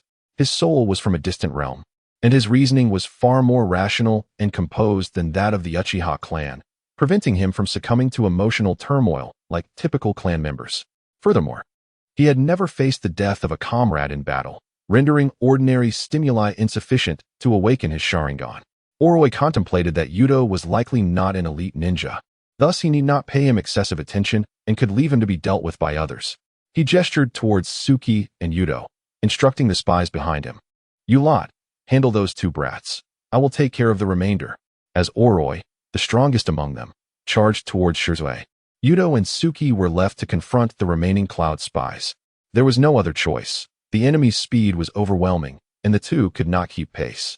Kakui, observing Yuto before him, wore a cold smirk, incredulous that this Uchiha boy, who had yet to activate his Sharingan, dared to stand in their path. Kakui was an elite nin from the hidden Cloud village, adept in swordsmanship and lightning release techniques, and even against an average elite ninja, he would not find himself at a disadvantage. How absurd. A mere child dares to obstruct me. Kakui's face twisted into a vicious grin as he unleashed a lightning-infused blade strike. Yuto's gaze sharpened. He lowered himself and utilized the body flicker technique to appear at Kakui's side, delivering a swift kick aimed at his midsection. Bang! Kakui hastily blocked the attack, but was still pushed back 2 steps, a flicker of surprise crossing his eyes. This brat possesses remarkable taijutsu. Kakui's assessment was correct. Although Yuto had shunned learning ninjutsu, his combat prowess had significantly improved through countless life and death struggles, allowing him to surpass typical nin. It was precisely because the village had not promoted him to nin that Yuto was under the impression that he was merely a genin. Unrelenting, Yuto pressed his assault, his punches and kicks raining down like a tempest, each strike aimed with precision at joints and vital points. Kakui was forced to shift from offense to defense, momentarily suppressing the blade's sharpness. A glimmer of irritation flashed in Kakui's eyes as he relinquished his earlier disdain, suddenly forming seals and shouting, "Lightning release! Earth walk!" Instantly, blinding lightning erupted from his palm, racing along the ground like a serpent, directly targeting Yuto's feet. Yuto's pupils constricted as he leaped backward, but the lightning exploded, sending a jolt through his right leg. Seizing the opportunity, Kakui lunged forward with his blade, the lightning released chakra crackling ominously around the edge. Yuto gritted his teeth, evading the lethal strike by supporting himself with his hands and spinning away, aiming an elbow strike at Kakui's throat, only to be thwarted by a blocking arm. No matter how swift his taijutsu was, could it outpace lightning? Kakui grinned menacingly, forming seals once more, as lightning coalesced into a sphere in his palm, preparing to unleash the lightning release. Lightning strike. Lightning release. Thunder strike is a technique that gathers lightning in the palms to unleash a torrent of electrical energy upon adversaries. In the original work, it is wielded by Omoi, though its application is broader in the context of this narrative. When released into the air, it consumes less chakra while exhibiting greater potency. Yuto's right leg is rendered immobile by the paralysis of the lightning release, causing his movements to falter, while Kakui's palm crackles with the impending thunder strike. He barely manages to roll aside as the lightning sphere grazes his shoulder, the explosive shockwave toppling him to the ground. Seizing the moment, Kakui lunges forward, his ninja blade aimed directly at Yuto's chest. Nearby, Tsukimi's double Tomo Sharingan detects Yuto's peril, prompting a startled exclamation. "Yuto!" She attempts to rush to his aid, only to be repelled by the combined lightning techniques of 2 Cloud Village spies, their kunai and shuriken weaving a net that ensnares her. Damn it! Tsukimi grits her teeth, her Sharingan spinning furiously. Yet she finds it challenging to break free from the blockade. In the split second before Kakui's blade descends, Yuto suddenly lifts his gaze, a manic grin stretching across his face. With astonishing speed, he forms hand seals, and as Kakui stares in disbelief, he gathers chakra at his throat. The distance between them now less than half a meter. Fire release, great fireball technique. The tiger seal in hand, a massive orange fireball erupts from Yuto's mouth, colliding point-blank with Kakui's chest. The explosive force sends both combatants flying, Kakui's blade clattering to the ground as he crashes through 3 trees before coming to a halt, his expression one of utter disbelief. Has he lost his mind with such a suicidal attack? Were it not for the compensation clause preventing Yuto from self-harm, he might have simply awaited death rather than unleashing the great fireball at such close range. However, the requirement to give it his all compelled him.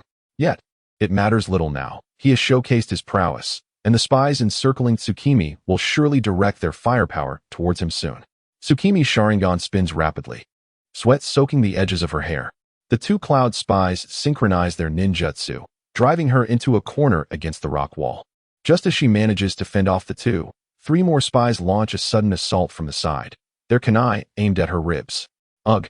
Tsukimi gasps. Narrowly dodging a fatal blow, but her left arm is still grazed, blood trickling down.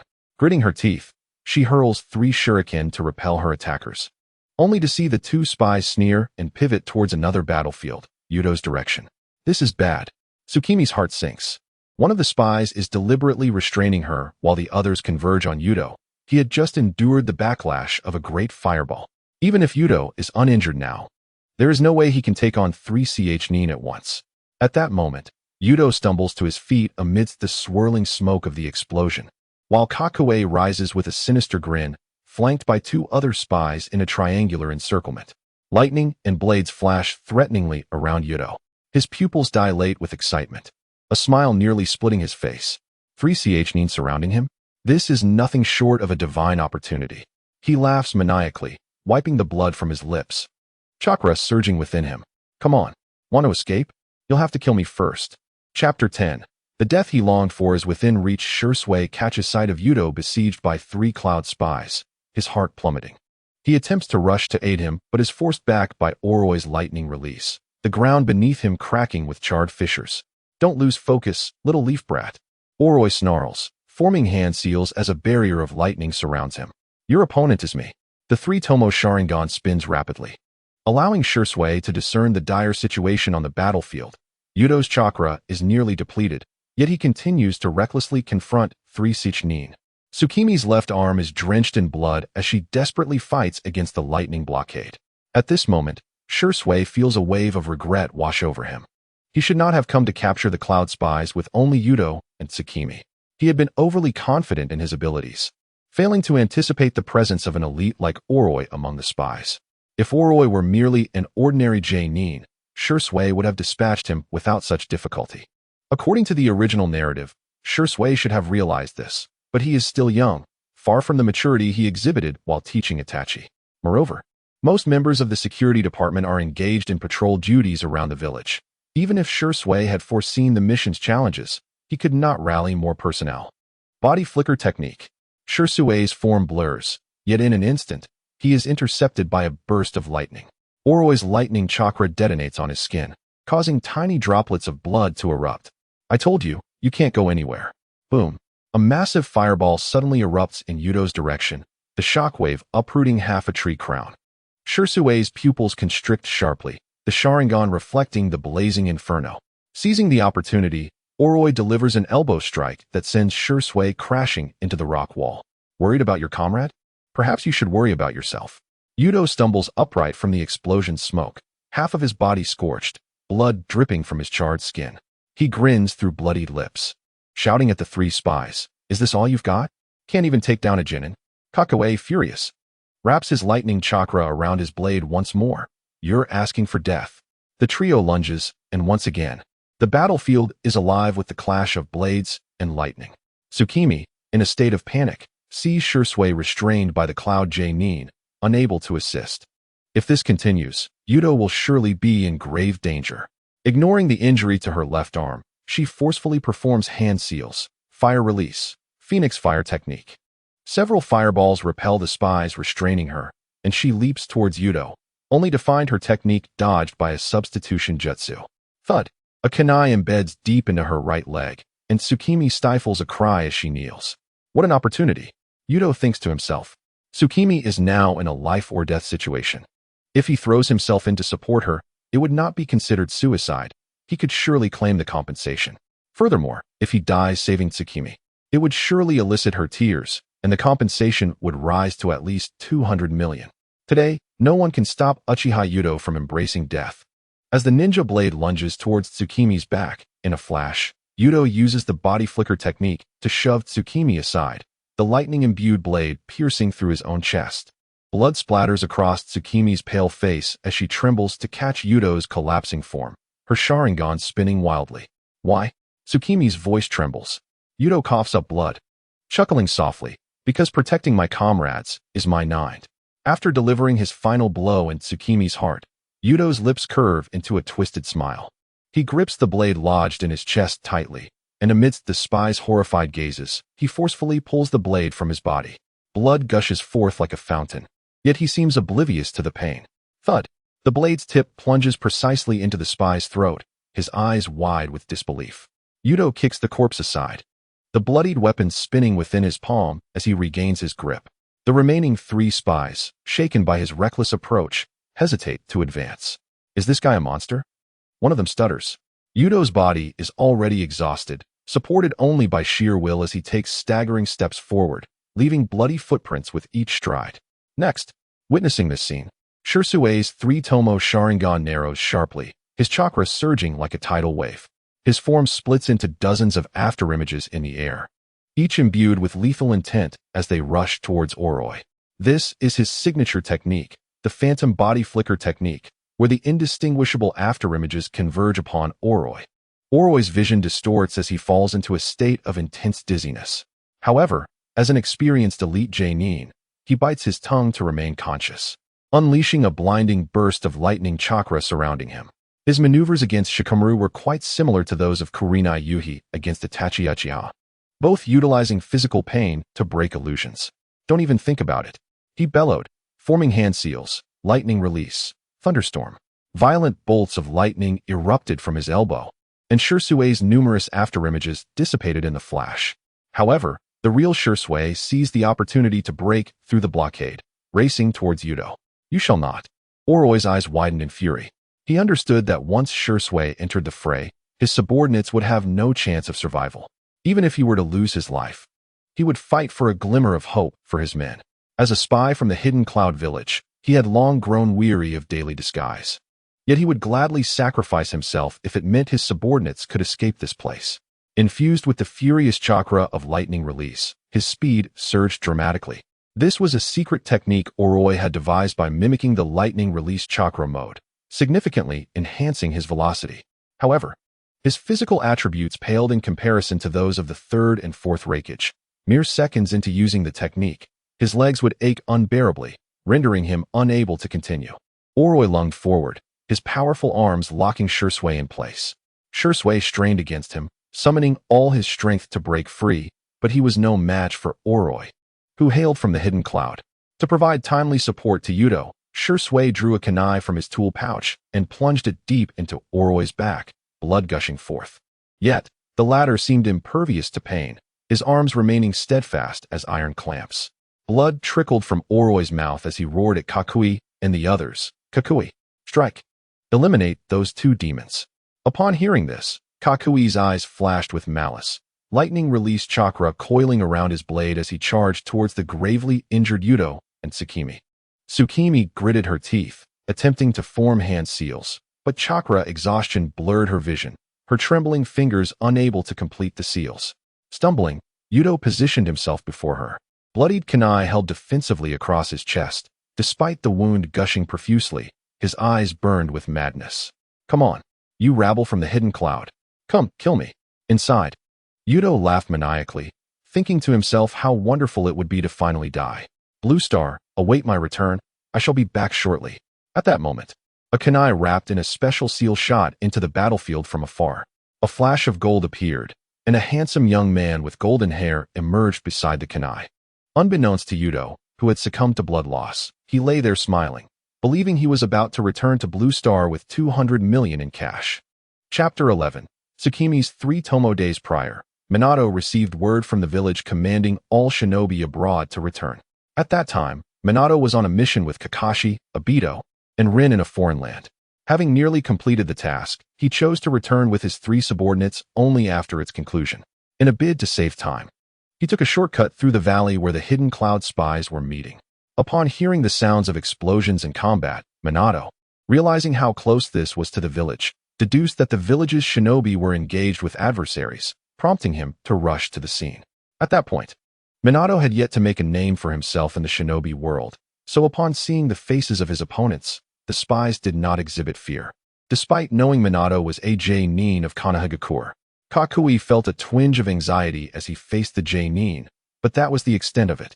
If they could kill a madman like Yuto, surely they could hold their own against a J-nin from Konoha. Only one person remained who could not be underestimated, Namikaze Minato. Lightning surged into his kunai. Kakui's blade, enveloped in blinding electricity, swung down, but as it reached Minato's hair, it found nothing. What? Kakui's pupils constricted, a powerful surge of chakra suddenly rippling through the back of his neck. Stiffening, he turned his head only to find Minato had appeared behind him, his palm glowing with a brilliant blue chakra as he slammed the Rasengan into Kakui's back. The sound of shattering bones and the explosive release of chakra coincided, sending Kakui flying like a ragdoll 10 meters before crashing heavily into the rock wall. The remaining 2 spies hurled their kunai at Minato, but in an instant, his figure blurred. Golden light flickered, and Minato reappeared behind one of them, the Rasengan once more piercing through his chest. The last remaining spy felt a chill in his throat as a bloodied kunai stabbed back into his own throat. As the dust settled, Minato shook off the droplets of blood from the kunai, and 3 lifeless bodies thudded to the ground. Tsukimi trembled as she cradled Yuto's blood-soaked body, tears streaming down like pearls from a broken string, soaking his stained garment. Her 2 Tomo Sharingan spun frantically, the crimson hue intensifying, and a 3rd Tomo formed amidst the excruciating pain. "No, don't die, you fool." In the distance, Oroi was taken aback to see his 3 subordinates so effortlessly dispatched by Minato. In shock, he loosened his grip, and Shursui seized the moment, glaring fiercely with his 3 Tomo Sharingan. Jinjutsu, Sharingan. Oroi's arms slackened instantly, and Shursui leaped from beneath him, spinning around to launch a kunai that pierced through Oroi's heart. Coughing up blood, Oroi fell, his dying gaze fixed intently on Minato. He could not fathom how that golden-haired youth could obliterate his subordinates in an instant. When war arrived, this individual would undeniably be a grave threat to the village. Alas, he would never have the chance to relay this intelligence back to the village. After eliminating Oroi, Shursui hastened to Yuto's side, bending down to assess his injuries. As his fingertips felt Yuto's weak pulse, his tense expression softened slightly. There was still hope. Before he could finish speaking, 3 figures suddenly appeared in the valley: Kakashi, Obito, and Rin. Upon seeing the figure lying on the ground, Obito could not help but exclaim, "It's Yuto-senpai. How is he so gravely injured?" During their time at the Ninja Academy, Yuto had been a year ahead of Kakashi, Obito, and Rin, making him their senior. However, Rin and Kakashi did not know Yuto, as he had been relatively weak among the Uchiha and had a tendency towards social anxiety, thus failing to make a name for himself at the academy. Obito, on the other hand, recognized Yuto as they were both at the bottom of their class and had exchanged greetings a few times. Rin had already knelt beside Yuto, her hands glowing with a soft green light. "It's a penetrating injury with internal bleeding. We must stop the bleeding first." Tsukimi, realizing Rin was a medical ninja, grabbed Rin's arm, pleading, "Please save Yuto-kun. He became like this to protect me." Rin nodded, reassuring her, "I will do my best to stop the bleeding. But my medical abilities are limited. Such severe injuries must be taken to Konoha Hospital as soon as possible." With that, Rin turned her gaze towards Minato. As a fellow J-nin of Konoha, Shursui knew Minato could utilize the Flying Thunder God technique to return to the village in an instant. He immediately addressed Minato, saying, "J-nin Minato, please help take Yuto to Konoha Hospital." Shursui's voice was hoarse. He felt immense regret, having just vowed before Hinata to protect Yuto, only for him to be on the brink of death. Minato flashed a gentle smile, reassuring Shursui, "Rin, stabilize his condition. In 5 minutes, I will use the Flying Thunder God to bring him back to Konoha Hospital." Obito, still untainted by darkness, squatted beside Yuto, suddenly pointing at the twisted smile on Yuto's lips, exclaiming, "Hey, this guy is smiling. He's about to die and still smiling." No sooner had he finished speaking than Tsukimi shot him a fierce glare with her 3 Tomo Sharingan. Even in such dire circumstances, Obito's flippant remarks grated on her nerves. Were the situation not so dire, she would have relished the chance to land a couple of punches on his face. Even Kakashi, who had remained silent, was utterly speechless. He helplessly rubbed his forehead, realizing that Obito, the perennial underachiever, was nothing short of a fool. Rin's chakra surged into the wound, yet her brow furrowed deeper. Something was amiss. His muscles were relaxed, as if he were anticipating something. Minutes later, under Rin's care, the bleeding from Yuto's wounds had markedly diminished. However, the moment she slightly ceased her chakra output, blood would immediately gush forth. She shook her head at Minato, her expression pained, saying, "Minato-sensei, it's no use. The bleeding won't stop." Without hesitation, Minato placed both hands on Rin and Yuto simultaneously, reassuring them, "Don't worry. I'm here." Before he could finish his sentence, a flash of golden light enveloped them, and the 3 vanished. teleported by the Flying Thunder God technique to the village of Konoha. In the valley, Obito remained curious about the severity of Yuto's injuries. Yet he dared not provoke Tsukimi's ire. The oppressive atmosphere surrounding Tsukimi made Obito uncomfortable. He leaned closer to Shirzue and whispered, "Shirzue, what happened to Yuto-senpai?" Shirzue sighed and remained silent. Tsukimi, having overheard Obito's question, spoke with teary eyes, "Yuto-kun protected me. It should have been me who fell." Obito was taken aback. Although he had heard tales of Yuto often defending his comrades during missions, he never expected him to go this far, risking his very life. Yuto's actions reminded Obito of someone, Kakashi's father, the White Fang of Konoha. The White Fang had once abandoned a mission to protect his comrades, ultimately succumbing to the village's slander and taking his own life. Obito turned to Kakashi, who appeared visibly uncomfortable upon hearing the reason for Yuto's injuries. Kakashi's fists clenched unconsciously, his lips pressed into a thin line beneath his mask. Chapter 12. The girl's tears and Yuto's double tomo in a flash of golden light. Minato, Yuto, and Rin, who was sustaining her medical ninjutsu, arrived at the entrance of the Konoha hospital. Not long ago, Minato had specifically inscribed the Flying Thunder God technique as formula at the hospital, likely due to the traumatic experience with Kushina, who had once left a considerable wound on him, one far worse than Yuto's current state. Minato had nearly met his demise at the hands of his own girlfriend, prompting him to ensure the technique was available at the hospital. Rushing Yuto through the doors, Rin's face was flushed, struggling to maintain her medical ninjutsu. She was on the verge of collapse. She called out to the staff inside, "Quick, someone! The patient is fading. I can't hold on any longer." To raise funds for the orphanage. Now I'd been coming to the Konoha hospital almost daily. As Rin and Minato brought Yuto inside, she happened to be busy in the lobby. Upon recognizing Yuto as the patient, her pupils dilated in shock. This guy had gotten injured again, and so severely. All her previous advice had been in vain. Yuto was always so reckless. She hurried to his side, and, as Rin was about to falter, she promptly resumed the medical ninjutsu. "Minato-senpai, help me. Carry Yuto to the operating room." Minato nodded immediately, cradling Yuto and rushing into the surgery room. In the hospital lobby, Rin finally sighed in relief. Her depleted chakra nearly caused her to collapse. "I hope Mr. Yuto is all right." When Yuto regained consciousness, he painfully shut his eyes. Above him was a familiar ceiling he had seen many times before, each instance following an injury. This meant someone had saved him. Damn it, who was the meddler? Despite his efforts, he still hadn't successfully secured any compensation. Coupled with the excruciating pain from his injuries, Yuto felt utterly defeated. It hurt too much. How could he return to his home? Unbeknownst to him, a peculiar chakra began to flow from his eyes, coursing through the optic nerves into his pupils.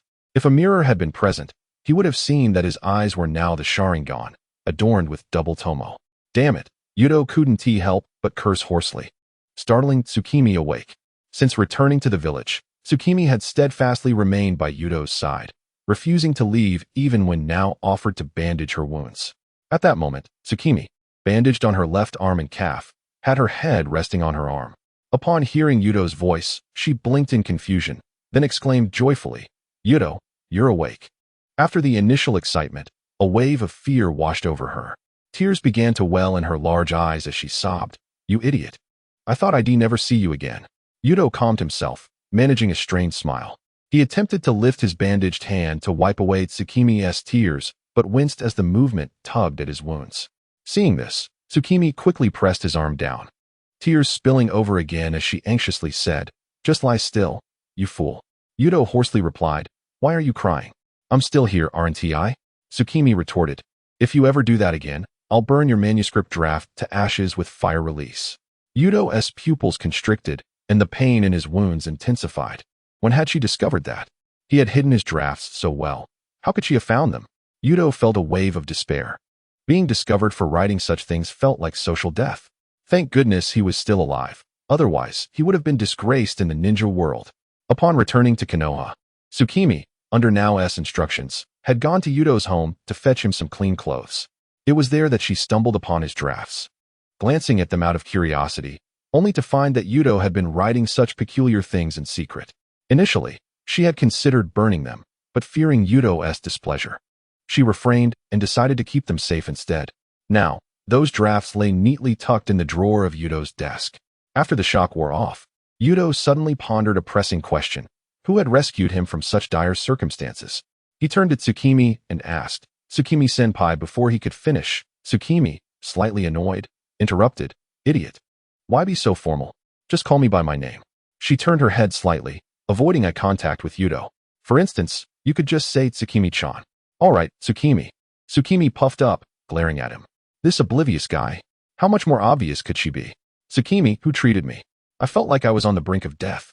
Just as Tsukimi was about to respond, the door to the room swung open, revealing a familiar figure. Yuto-kun, seeing you awake puts my mind at ease. It was now, holding a thermos filled with food, having come to feed Tsukimi, who was now her patient.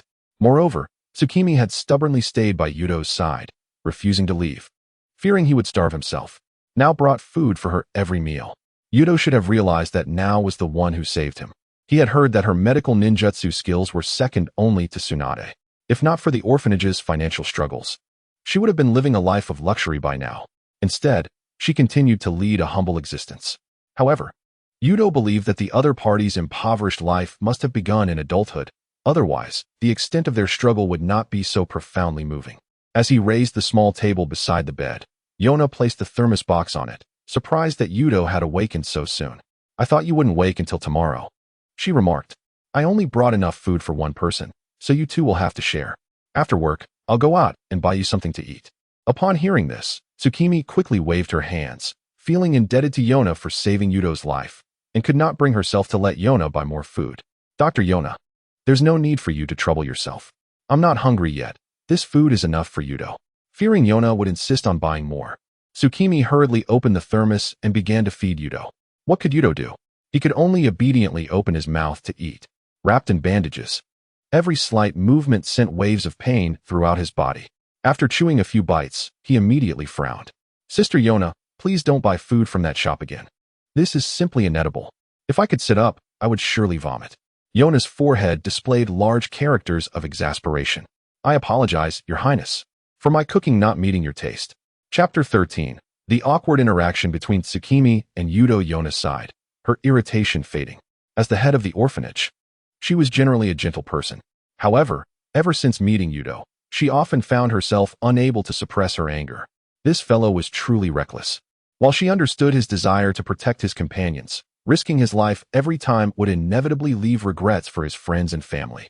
Many of the children at the orphanage had parents who were ninjas. These children should not have had to live as orphans. They deserved to grow up happily. Tragically, because their parents had died in battle, they were forced into this existence. No matter how hard she tried, or how much the children regarded her as family, she could not provide them with true familial love. Yuto, please don't do this again. You need to protect yourself too. The children miss you dearly. Just yesterday, they asked me why their big brother Yuto hasn't come to see them.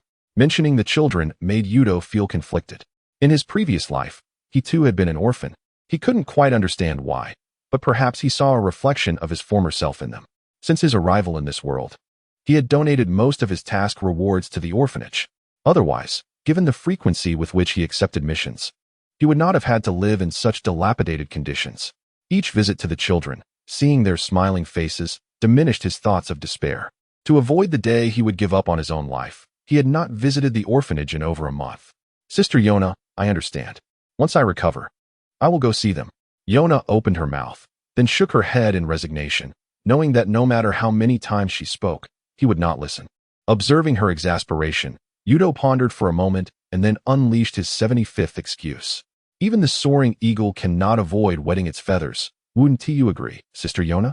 Your reasoning is absurd, Yona retorted, rolling her eyes. I have other patients to attend to. You should rest. I must take my leave.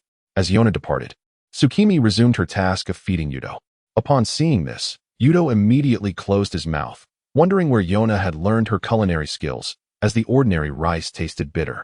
To protect his taste buds, he refused to eat anymore. He had narrowly escaped death and suffered excruciating pain. He did not wish to subject his mouth to further torment. Tsukimi, you haven't eaten, right? I'm not hungry. Why don't you eat? The hopeful look in Yuto's eyes was evident. After saving her life on the battlefield, it was now her turn to assist him. You wouldn't refuse, would you? Tsukimi glanced at the thermos, then back at Yuto's expectant gaze, ultimately conceding. All right, fine. The thermos in her hand now loomed like a monstrous threat. Even having experienced Yona's cooking on more than one occasion, Tsukimi still dreaded it. With a courageous resolve, she picked up her chopsticks, grabbed a portion of food, closed her eyes, and stuffed it into her mouth. The bizarrely seasoned food clashed wildly in her mouth, making her gasp for breath. After consuming a whole portion, Tsukimi felt utterly exhausted. Watching her sweat profusely, Yuto averted his gaze, feeling as though he had coerced her into doing something strange. Done. Tsukimi immediately grabbed a glass of water and downed it, relieved to wash away the peculiar seasoning. Yuto-kun, I should go buy you something to eat. You've been unconscious for so long. Are you really not hungry? Of course, I'm not hungry. That's just an excuse, Yuto thought, unwilling to eat Yona's cooking again. Thank you, Tsukimi. Annoyed, Tsukimi recognized that he was deliberately making her embarrassed. After she left the hospital room and the door closed, Yuto struggled to sit up. He was unsure how long he had been unconscious. His bladder felt as if it might burst. Moving painstakingly, he felt sharp pains with every step. Thankfully, the hospital in Konoha was quite modern, complete with a private restroom. Otherwise, he feared he wouldn't be able to make it that far. Just as he allowed himself a breath of fresh air, the bathroom door suddenly swung open, nearly causing him an accident. Yuto-kun, what do you want to eat? Why are you out of bed? Hurry. As she spoke, Tsukimi abruptly shut her mouth. I'm sorry. I didn't mean to peek. Yuto had thought no one would come, so he and closed the restroom door, only to be caught off guard by Tsukimi's sudden return. It dawned on Tsukimi that she hadn't asked Yuto what he wanted to eat, prompting her to rush back. Inside the room, an awkward silence enveloped them. Yuto sensed that Tsukimi had not left. With someone watching, he felt as embarrassed as Uchiha Madara, hesitant to proceed. After waiting for a long time without Yuto emerging from the restroom, Tsukimi grew anxious. Was Yuto unable to come out due to his injuries? Remembering how he had shielded her from danger in the valley, Tsukimi suddenly felt a sense of determination. Yuto-kun, I'll help you. Yuto's eyes widened. Wait. What do you mean you'll help me? What do you intend to do? I appreciate the thought, but please leave. Before he could refuse, Tsukimi entered the restroom. Yuto-kun, don't be shy. You're the patient. I've seen neighbors' aunties care for their children before. Before she could finish her thought, she suddenly halted, realizing the reality was quite different from her past experiences. Yuto was mortified, his toes nearly digging through the floor. Don't just stare at me, you pervert. Is it supposed to be like this, Yuto-kun? Hurry up and start. Looking at Tsukimi's flushed cheeks, Yuto sighed. Ah, the trials of youth. Days passed swiftly, and the ninja world seemed increasingly restless. Finally, the day of Yuto's discharge arrived, but during this time, Tsukimi had been attending to him closely, causing him to lose sleep at night. After completing the discharge formalities, Yuto once again faced a lecture from Nanoyu before being granted permission to leave the hospital. Sister Nanoyu, will you be returning to the orphanage later? Nanoyu, without lifting her head, continued to write something, likely a record of patient conditions, while gripping a pen tightly. Yes, what's the matter? Yuto nodded. It had been a while since he last visited the children, and he intended to see them soon. Chapter 14. The Dissolution of the Spy Tracking Squad. Lord Clan Leader, please permit me to disband the squad. Since the battle in the valley, Shursui had been plagued by a sense of unease. As the Uchiha clan's acknowledged foremost genius, he had displayed extraordinary talent from a young age and ascended to the rank of Jonin at an early age. This honor had once led him to believe he was the strongest among his peers. However, the battle in the valley shattered his arrogance. Only then did he realize that the ninja world housed many formidable figures far beyond his capabilities. Even an obscure cloud ninja spy surpassed him in strength. What shocked him further was witnessing Minato Namikaze effortlessly eliminate 3 spies in an instant. Shursui had prided himself on his unique body flicker technique, believing it to be the pinnacle of speed. Yet, after witnessing Minato's prowess, he understood what true body flicker technique entailed. The terrifying ability to dispatch 3 Chunin in the blink of an eye was far beyond his current reach. Consequently, he resolved to resign from his position in the security department and seek experience on the battlefield. During Yuto's hospitalization, the Cloud Village had already engaged in minor skirmishes with Konoha at the border. Fugaku had reviewed the report of the valley battle and concluded that while Shursui was not entirely at fault, the clan's limited manpower contributed to Yuto's injuries. He empathized with Shursui's sentiments. The devastating defeat in the valley had been a significant blow to him. Had it not been for Minato's timely arrival, all 3 might have perished. After a moment of contemplation, Fugaku nodded. Very well, I understand. You may proceed to the battlefield. Perhaps in time. The Uchiha clan will also find itself on the battlefield, and our clan's ninjas may require your leadership. After bidding farewell to Fugaku, Shursui promptly left the security department and headed for Konoha Hospital. As Fugaku watched Shursui's departing figure through the window, he felt a twinge of worry. How should he handle Yuto? It seemed Shursui could not guide him effectively. Should he seek out a mentor for him? After all, despite Yuto's lackluster abilities, his reckless nature in battle was concerning. Which Uchiha would use the great fireball technique so close to an enemy's face? At the same time, in the home of the elder, Tsukimi returned home after her shift, only to be summoned by her grandfather. Upon hearing Tsukimi recount the details of the battle in the valley, the elder immediately furrowed his brow. He was grateful that Yuto had saved his granddaughter and aided her in awakening her Sharingan, but Yuto's recklessness was alarming. He seemed less like a native of Konoha and more akin to a warrior from the Warring States period. In fact, he appeared even more reckless than those ninjas. Typically, a ninja would not engage in battle like Yuto unless they had faced countless life-and-death situations. Is he a fool? The elder muttered. Tsukimi nodded in agreement. Indeed. I also think he is a fool. However, their shared sentiment regarding foolishness clearly referred to different matters. After much contemplation, the elder concluded that he could not abandon Yuto. A hawk hidden among the doves was exceedingly rare. From Tsukimi's account of the battle, he could discern that Yuto's potential was commendable, despite being besieged by 4 spies. He managed to kill one of them. His taijutsu was undoubtedly impressive, but his ninjutsu skills were lacking, as he only utilized the great fireball technique.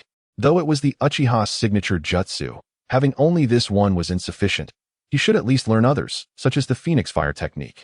The elder distinctly remembered giving Yuto the scroll for the great fire extinguishing technique. Had Yuto failed to study it? As for Yuto's strength, that was something he would address himself. Although he was somewhat older, the elder was nonetheless a seasoned Uchiha ninja who had fought since the Warring States period. And his extensive combat experience was unmatched by contemporary ninjas. The elder resolved to step back into action and take Yuto as his disciple. Upon arriving at the hospital, Shursui learned that Yuto had already been discharged and turned back towards the clan grounds.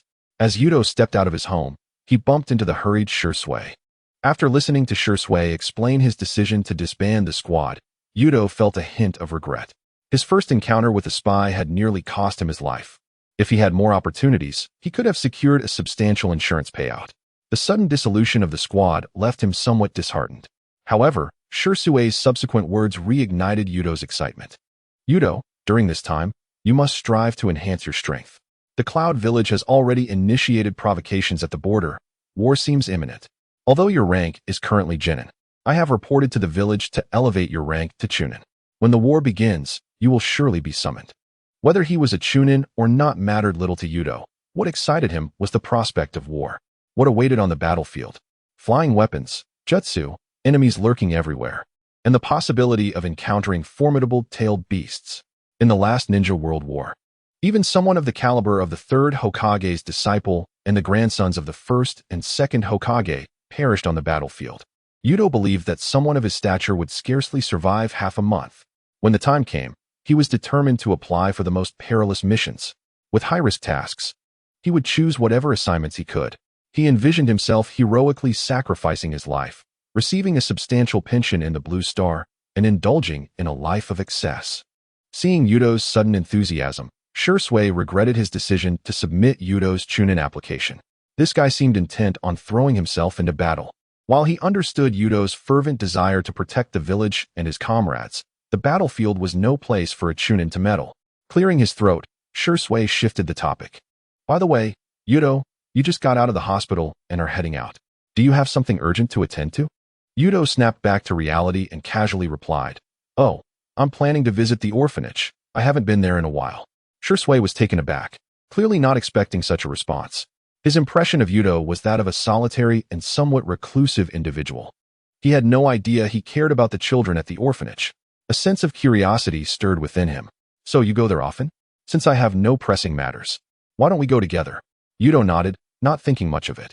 The two of them made their way to the orphanage, with Shursui quietly observing Yuto, suddenly realizing that he had never truly understood this person who tirelessly protected others. Chapter 15. Spreading rumors about Danzo, Yuto did not head directly to the orphanage. Instead, he visited the clan's general store.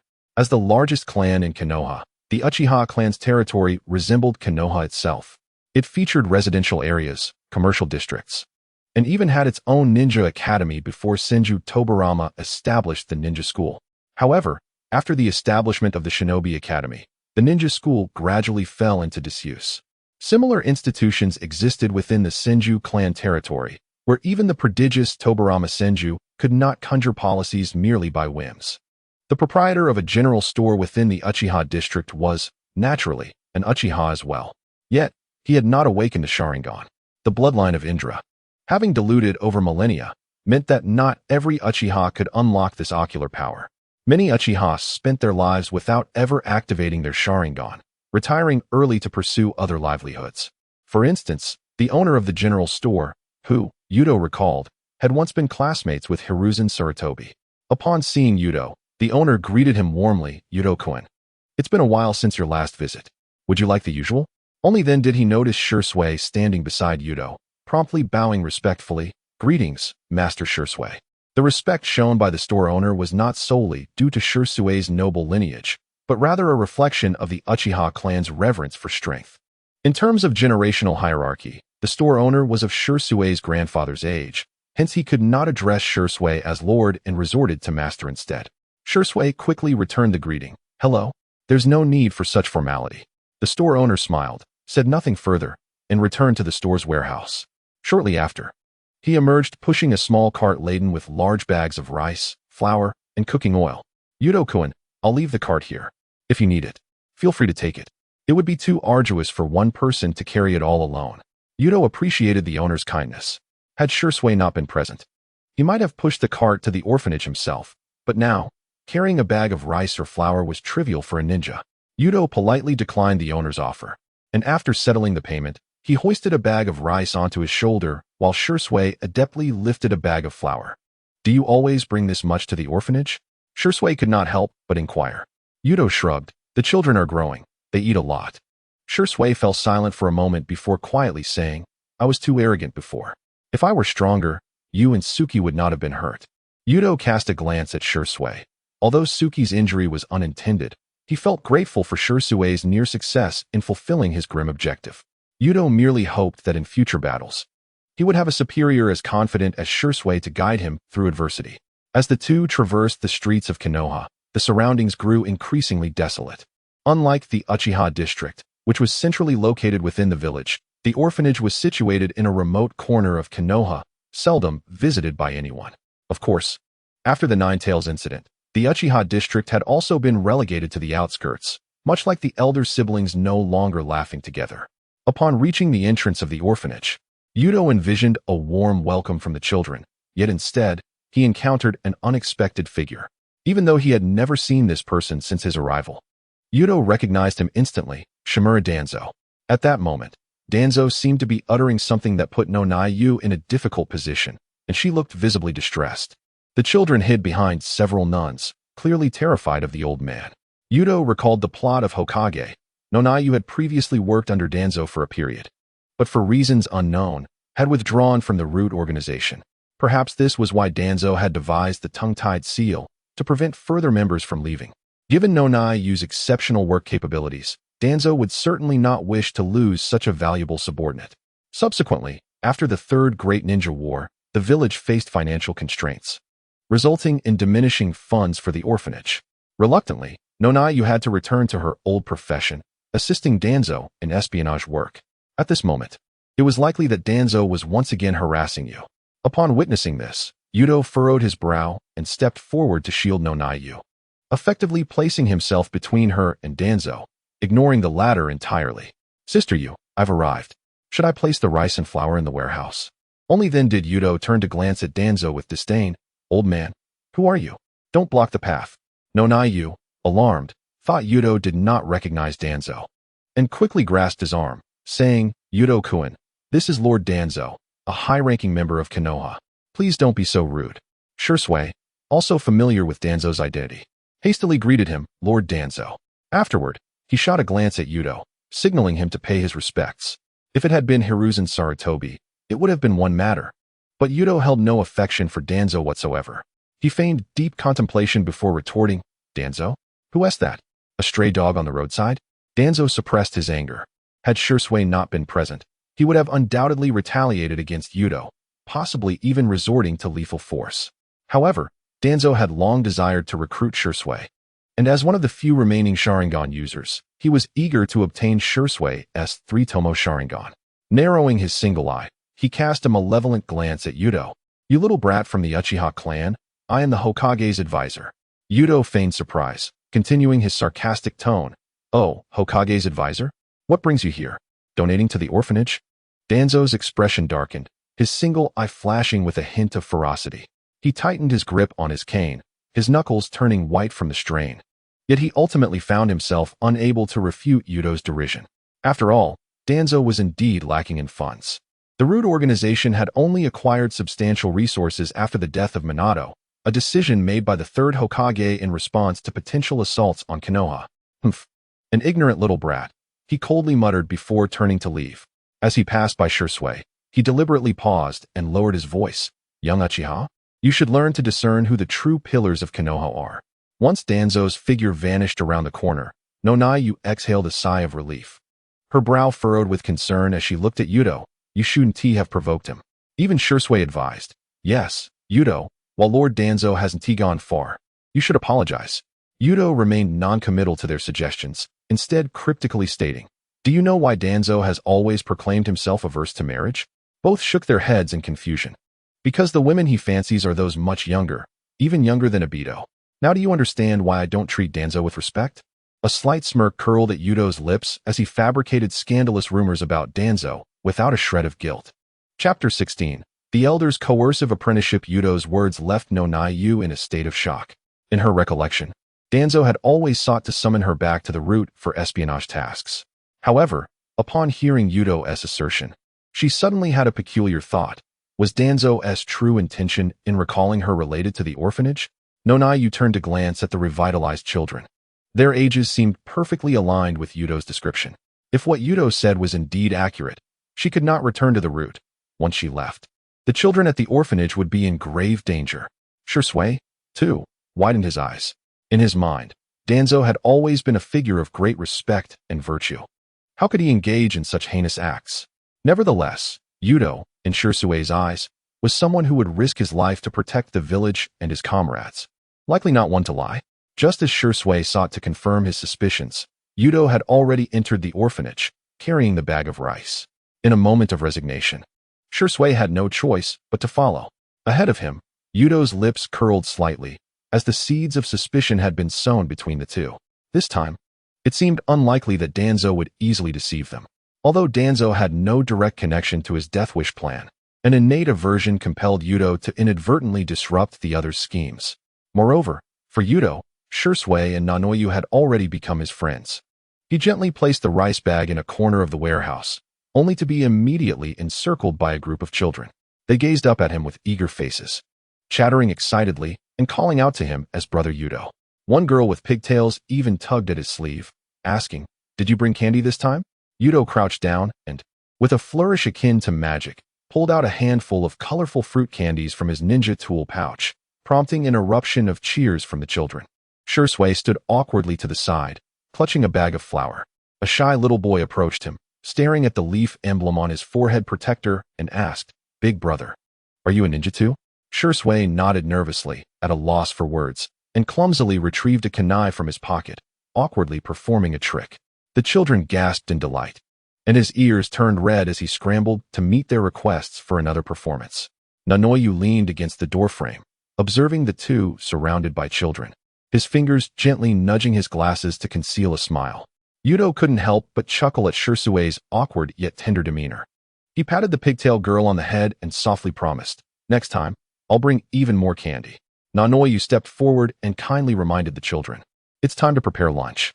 Reluctantly, the children dispersed, glancing back over their shoulders. Yuto clapped Shisui on the shoulder and whispered, "It seems you are quite popular." Shisui scratched his head, revealing a bashful smile. He watched the children scampering away, a ripple of emotion stirring within him. He recalled Yuto's unwavering figure in the face of crisis, contrasting it with his own indecision between his clan and the village, and unconsciously tightened his grip on the kunai. It seemed that he was far less at ease than Yuto. At the entrance of the Uchiha clan's territory, Yuto bid farewell to Shursui. Their homes were not located in the same area. While both resided in residential districts, Yuto, being a relatively obscure ninja, could hardly afford a large house. Thus, his home was part of the Commoner S district. In contrast, Shursui was different. His grandfather, Uchiha Kagami, had once been an elder of Konoha, now on par with the current elder in Fugaku. The Uchiha clan was distinct from the Hyuga clan, which was divided into main and branch families. The Uchiha clan was categorized into 6 major lineages. The elder was the leader of the first lineage, while Fugaku led the third lineage. Even if Fugaku had not become the clan leader, he could still be appointed as the third elder. In the Uchiha clan, the selection of the clan leader resembled the electors of the Holy Roman Empire. When one lineage grew powerful, the clan leader might be from the same lineage for several consecutive terms, as seen when Uchiha Taijima passed the leadership to Uchiha Madara. In this regard, the Uchiha clan certainly had an advantage over the Hyuga clan. After all, in the Hyuga clan, once one entered the branch family, all descendants were also considered branch members, leaving them devoid of opportunities for resurgence. Yuto pushed open the door, and as on that fateful night, the elder sat at the table in the living room with a cup of brewed tea beside him. The elder raised the teacup to his lips and took a sip, his gaze landing on Yuto's bandaged arm. "How is your injury healing? I heard you nearly had your lung pierced by a lightning technique from a cloud ninja." His tone was calm, yet it carried a hint of concern that was not easily discernible. Yuto initially assumed the elder was here to express gratitude for saving his granddaughter, Suki, and did not think much of it. Thus, he shrugged nonchalantly. "It's just a minor injury. That guy's lightning technique was pretty impressive though." "Nonsense." The elder suddenly slammed the teacup down on the table. "Do you think the ninjas of the Warring States period acted so recklessly? Just like you." He stood up, declaring, "From tomorrow on, I shall personally train you." Yuto's eyes widened in disbelief. This elder was the grand elder of the Uchiha clan. Why would he suddenly offer to train him? Training was his greatest fear. He had already acquired the ability to kill a Chunin.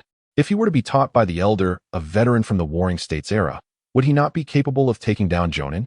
How many individuals in the ninja world could kill him then? Yuto could not possibly provoke all those Kaga-level powers around the world. A forced smile crept onto Yuto's face. "Elder, surely you jest. I can manage my own training without troubling you." The elder snorted coldly, a sharp glint flashing in his eyes. "Do you think I am seeking your opinion?" He rose, his cane striking the floor with a heavy thud. "Look at you. You don't even know a proper ninjutsu, and only rely on your life in combat. You've brought disgrace to the Uchiha clan." Yuto shrank back, ready to protest further, when the elder suddenly formed hand seals. The 3 Tomo Sharingan in his aged eyes began to spin slowly. 30 years ago, I watched 7 brothers perish with these eyes. Do you think fighting desperately is honorable? He grasped Yuto by the collar, his voice raspy like sandpaper. A worthless survivor is 1,000 times more useful than a dead hero. Releasing his grip, the elder commanded, "At 5 in the morning, at the Nana Shrine. If you are even 1 minute late, I will show you what true training from the Warring States era entails." With that, the elder turned and left. Yuto watched the elder's departing figure, his heart wailing in turmoil. If he were truly trained into an elite ninja, how could he rationally seek death in the future? How could he continue to deceive for insurance? Was he to take on tailed beasts alone to meet his demise? Faced with the prospect of being forced to kill on the battlefield, Yuto felt darkness descend before his eyes. It was over. He was drifting further away from a life of luxury filled with wine and feasts, and the astronomical compensation of 100 million. Chapter 17. Ninjas of the Warring States. Morning dawned at the Nana Shrine. Yuto yawned as he appeared at the shrine's entrance, marking one of the earliest awakenings since his arrival in this world. The elder seemed to have been waiting for quite some time, clad not in his usual robes, but in a fitted black combat uniform. Yuto had never seen anyone in the village dressed in such attire. It resembled the battle garb of Sarutobi Hiruzen, likely a relic of the older generation of ninjas. "You are late," the elder remarked without turning, his voice deep and authoritative. "Ninjas of the Warring States do not yawn during missions." Yuto pouted, grumbling internally. This old man is really strict. Yet before he could finish his complaint, the elder suddenly turned, and the 3 Tomo Sharingan flared wide open. "Now, we begin the special training." The elder's figure shot forward like lightning, his bony fist, accompanied by a fierce gust, aimed directly at Yuto's face. Yuto hurriedly raised his arm to block, but was jolted back by the sheer force. the leaves beneath him exploding in a whirlwind. An opening. The elder barked, spinning around to deliver a sweeping kick to Yuto's midsection. Yuto instinctively leaned back, narrowly escaping as a few strands of his hair were severed by the wind. Before he could catch his breath, the elder lunged low, his elbow crashing into Yuto's chest like a battering ram. Yuto barely crossed his arms in defense, pain shooting through his shoulder. This was not practice. It was a battlefield onslaught. Within 3 moves, he found himself cornered at the edge of the shrine's stone steps. The elder's Sharingan glowed a vivid crimson in the morning light. You don't even know the substitution technique. The next strike will break your ribs. Forced into this role of an apprentice by the elder, Yuto was already simmering with resentment, and now, compounded by the early wake-up call, his anger flared. Fine then. If it's a life-and-death struggle you want, I shall oblige. Clenching his teeth, Yuto braced himself and withstood the elder's elbow strike, blood trickling from the corner of his mouth. He abruptly retreated with a burst of momentum, swiftly forming hand seals with both hands. A flicker of surprise crossed the elder's eyes. He had not anticipated Yuto's ability to perform seals while under attack, yet he quickly sneered, dismissing it as mere child's play. Just as the elder advanced once more, Yuto unexpectedly changed tactics, lunging forward and bracing himself to absorb the elder's strike with his shoulder. Pain radiated through his ribs, but he endured the agony, closing the distance to within half a meter of the elder. At this range, even the Sharingan would struggle to evade fully. Fire style, great fireball technique. Yuto gathered his chakra, unleashing a torrent of searing flames from his mouth. However, to his astonishment, the elder smiled faintly and delivered a punch to Yuto's chin, abruptly interrupting his powerful jutsu. Yuto was taken aback. He had never envisioned that his prideful, self-destructive attack could be countered in such a manner. After all, it had once sent Kakui, an elite chunin, flying in the valley. Indeed, the elder was seasoned and formidable. The ninjas of the Warring States era were, without doubt, superior in combat awareness. The blow to his chin left Yuto's head ringing. He suspected he might have sustained a concussion, momentarily losing control of his body. The elder chose not to exploit this opportunity. Instead, he withdrew his Sharingan and stood with his hands clasped behind him, waiting for Yuto to recover from his daze.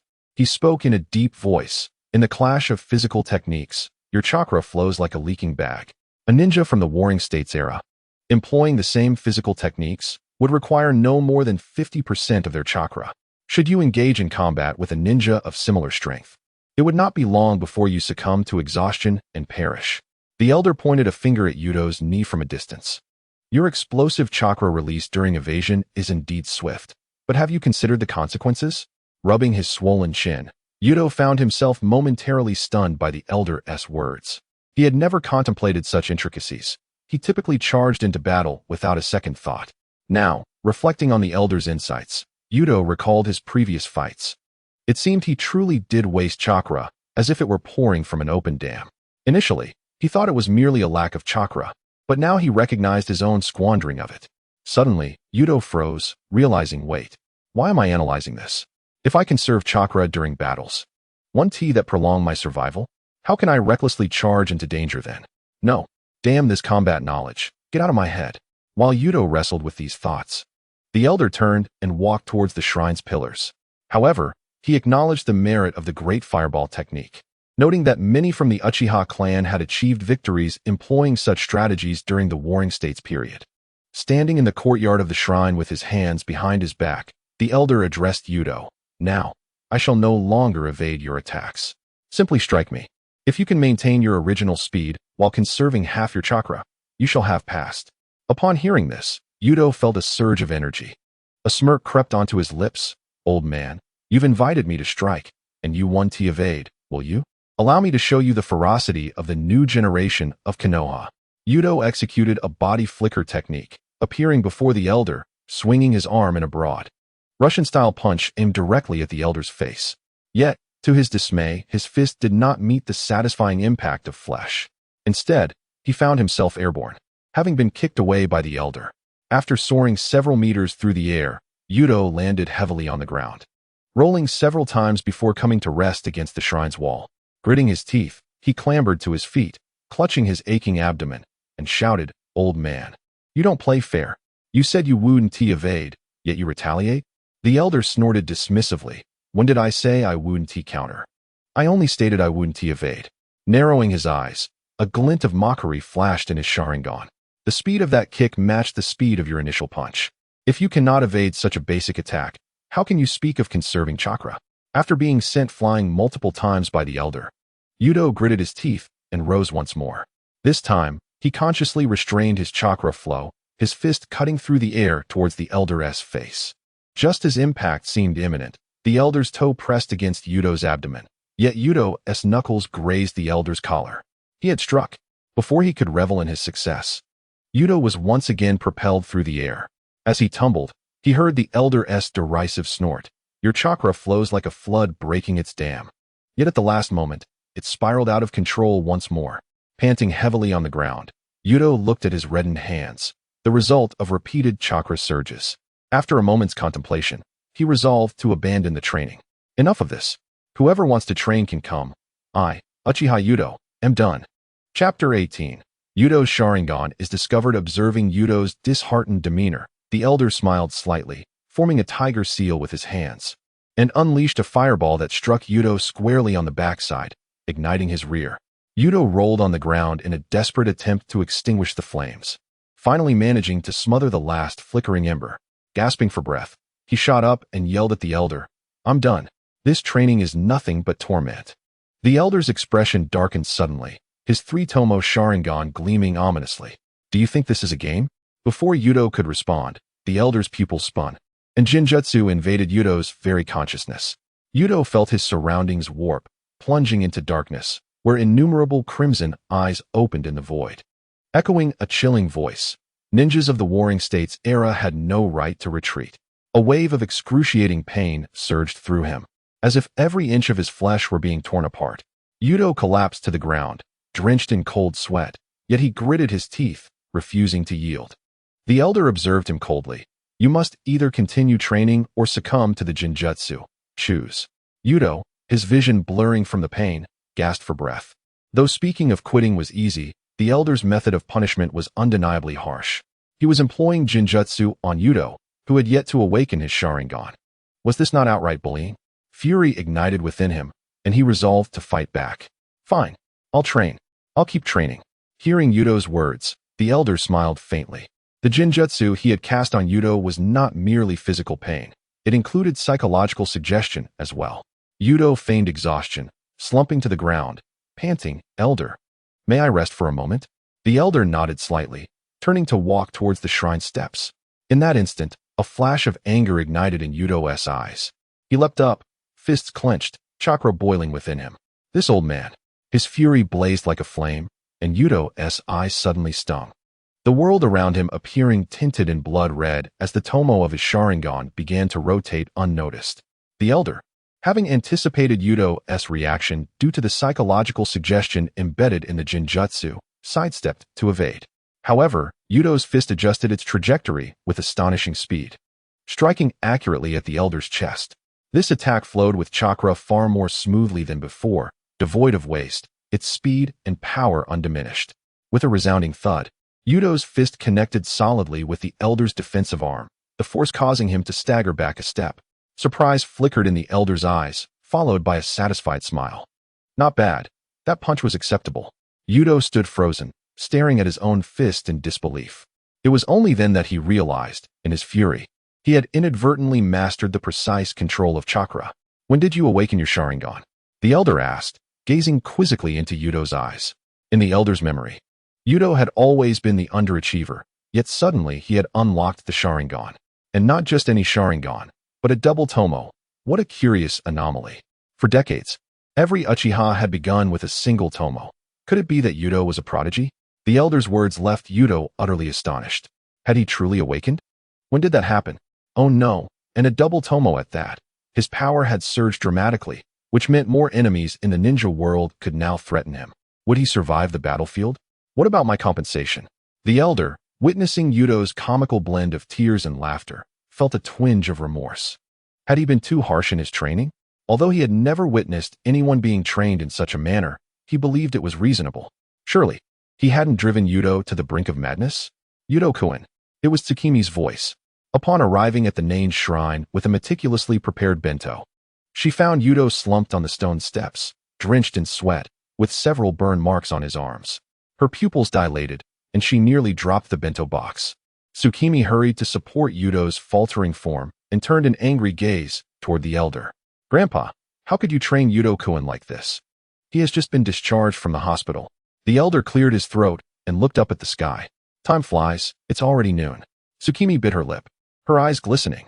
She cautiously wiped the sweat from Yuto's forehead, her voice trembling. "Look at him. He can barely stand." Feeling somewhat embarrassed by his granddaughter's words, the elder sheepishly explained, "The path of a ninja is inherently arduous, but you can't push him to the brink of exhaustion." Tsukimi interjected, her Sharingan inadvertently manifesting. "Yuto-kun is not your enemy." Yuto weakly tugged at Tsukimi's sleeve, trying to dissuade her from confronting the elder, but she firmly held him in place. "Stay still. You need to eat something to regain your strength." She opened the bento box, and a delightful aroma wafted through the air. Yuto, unable to resist the enticing scent, swallowed hard. Tsukimi's bento was far superior to the dark concoctions made by Haneu. After a morning of grueling training, Yuto's stomach was practically glued to his back. Tsukimi delicately picked up a piece of tamagoyaki and brought it to Yuto's lips, her voice soft. "Open your mouth." Her ears flushed crimson, and she couldn't bear to meet Yuto's gaze. The three tomo had faded, leaving only the shyness of a young girl. Yuto instinctively reached for the chopsticks, but Tsukimi dodged. Injured people should accept care. She feigned anger, though her hands trembled, almost causing the tamagoyaki to fall onto Yuto's clothing. "I can manage myself," Yuto started. But Tsukimi suddenly stuffed food into his mouth, her fingertips inadvertently brushing against his lips. Her face turned a deep shade of red, even her neck blushing. "You fool. Don't you dare spit it out." In her flustered state, she grabbed a piece of octopus sausage, but her shaky hands caused it to plop onto Yuto's trousers. Yuto looked at the grease stain on his pants and then at the nearly tearful Tsukimi, sighing in resignation. "Tsukimi-chan, you're even scarier than the elder." The elder crossed his arms, his mouth twitching at the sight of Tsukimi feeding Yuto in such a clumsy yet sweet manner, reminding him of his late wife's youthful days. He shook his head helplessly. This girl had long since given her heart to this boy. It wasn't until Yuto had finished the entire bento under Tsukimi's attentive care that the elder spoke up. "The rest period is over, young man. It's time to resume training." Yuto was taken aback. The training was supposed to last all day. Chapter 19. The Flaws of Ninja in the Warring States period. Upon hearing this, Tsukimi immediately stood up, her three tomo reappearing, her voice laced with anger. "Grandpa, didn't you see that Yuto-kun has reached his limit?" The elder snorted, his gaze sharp as a blade. "Limit? Do you think the enemy will grant him respite on the battlefield? I have heard that the hidden cloud is stirring up trouble at the borders. If you truly care for this boy, you should not hinder me. Or do you wish to see him perish on the battlefield?" The elder's words left Tsukimi speechless. Observing the tension between the two, Yuto struggled to rise on his knees, offering a wry smile as he interjected, "Let us not argue. I'll train." He rubbed his sore arms and turned to the elder. "But we need to change the training method. If I get kicked again, I fear I won't be able to get up tomorrow." The elder nodded slightly. He had not intended to continue Yuto's physical training. After all, the Uchiha clan excelled in the use of the Sharingan. Now that Yuto had awakened it, supported by the enhanced dynamic vision of the Sharingan, his physical abilities would not falter significantly. Moreover, Yuto had already learned to utilize less chakra for a more potent attack, a skill that would serve him well on the battlefield. If Yuto possessed a data panel with a golden finger, he would undoubtedly find a capability labeled Advanced Chakra Throttling. Presently, Yuto's control over chakra could rival that of medical ninjas. In truth, the elder had not anticipated Yuto's swift mastery of such chakra control techniques. In the chaos of the Warring States, only 1% of the Uchiha clan had ever managed to learn this skill. Yet Yuto had accomplished it in merely one morning. Could it be that he was indeed a genius? The elder was baffled and said, "I have heard that you only know the great fireball technique, correct?" He waved Tsukimi away. Reluctantly, she turned back, glancing over her shoulder as she left the shrine, still watching the two from a distance. "Listen closely to my sequence of hand seals, young man. Rat, tiger, dog, boar, tiger. Fire release, phoenix fire technique." With the tiger seal formed at his mouth, the elder expelled a fireball, rapidly tossing several shuriken into the flames. The fiery projectiles, engulfing the shuriken, hurtled toward Yuto. His double tomo Sharingan narrowed. and the trajectory of the flames became vividly clear. He awkwardly rolled to the side as the fireball grazed his hair, while the shuriken embedded themselves into a tree behind him, charred leaves falling like autumn rain. "You old man, are you attacking me from the shadows?" Yuto shouted in indignation, patting the sparks that had landed on his clothing. The elder, stroking his beard, laughed heartily at Yuto's predicament. In the warring states, no one warns of an impending attack. Besides, weren't you the one who ambushed me just moments ago? The elder's laughter subsided as he continued. "Now, Yuto, follow my sequence of hand seals and use the Phoenix Fire technique," aiming at me. Yuto took a deep breath and swiftly formed the seals with his hands. Rat, tiger. Dog, boar, tiger. Chakra flowed through his body with precision, and he unleashed a barrage of searing fireballs toward the elder. The flames spread through the air, blocking the elder's escape route, each one brimming with formidable power, rivaling the standard Phoenix Fire technique. The elder's pupils contracted, a storm of emotions surging within him. This boy had perfectly replicated the hand seal sequence after only one observation, and even the distribution of chakra was impeccable. Moreover, Yuto had not utilized his Sharingan while forming the seals, indicating that he had learned purely from memory. How infuriating! The Uchiha clan had nearly overlooked such a talent. Just a short time ago, Yuto had been a mere genin. After returning, it seems I must also conduct similar intensive training for the lower-ranked shinobi. Although surprised, I found that Yuto's technique of the Phoenix Fire was rather immature, and the elder easily evaded most of the fireballs. As for the most perilous fireball, the elder merely used his kunai to slice it apart. Nothing impressive. The elder stood with his hands behind his back, suppressing his astonishment, and coolly remarked that the trajectory of the fireballs was too predictable. Even a dog on the battlefield would evade them. Yuto inwardly scoffed, thinking the old man must have been dazed by the Senju clan during the Warring States period, setting expectations absurdly high. I managed to achieve this effect on my first attempt with Phoenix Fire. It could even serve as a teaching material in the Shinobi Academy. If it's so easy to evade, why not bring a dog here to test it? After his complaints, Yuto pondered how he had so effortlessly mastered the Phoenix Fire technique, compounded by the awakening of his double Tomo Sharingan, which left him even more disheartened. Great, my strength has increased again. It will be even harder to die reasonably on the battlefield.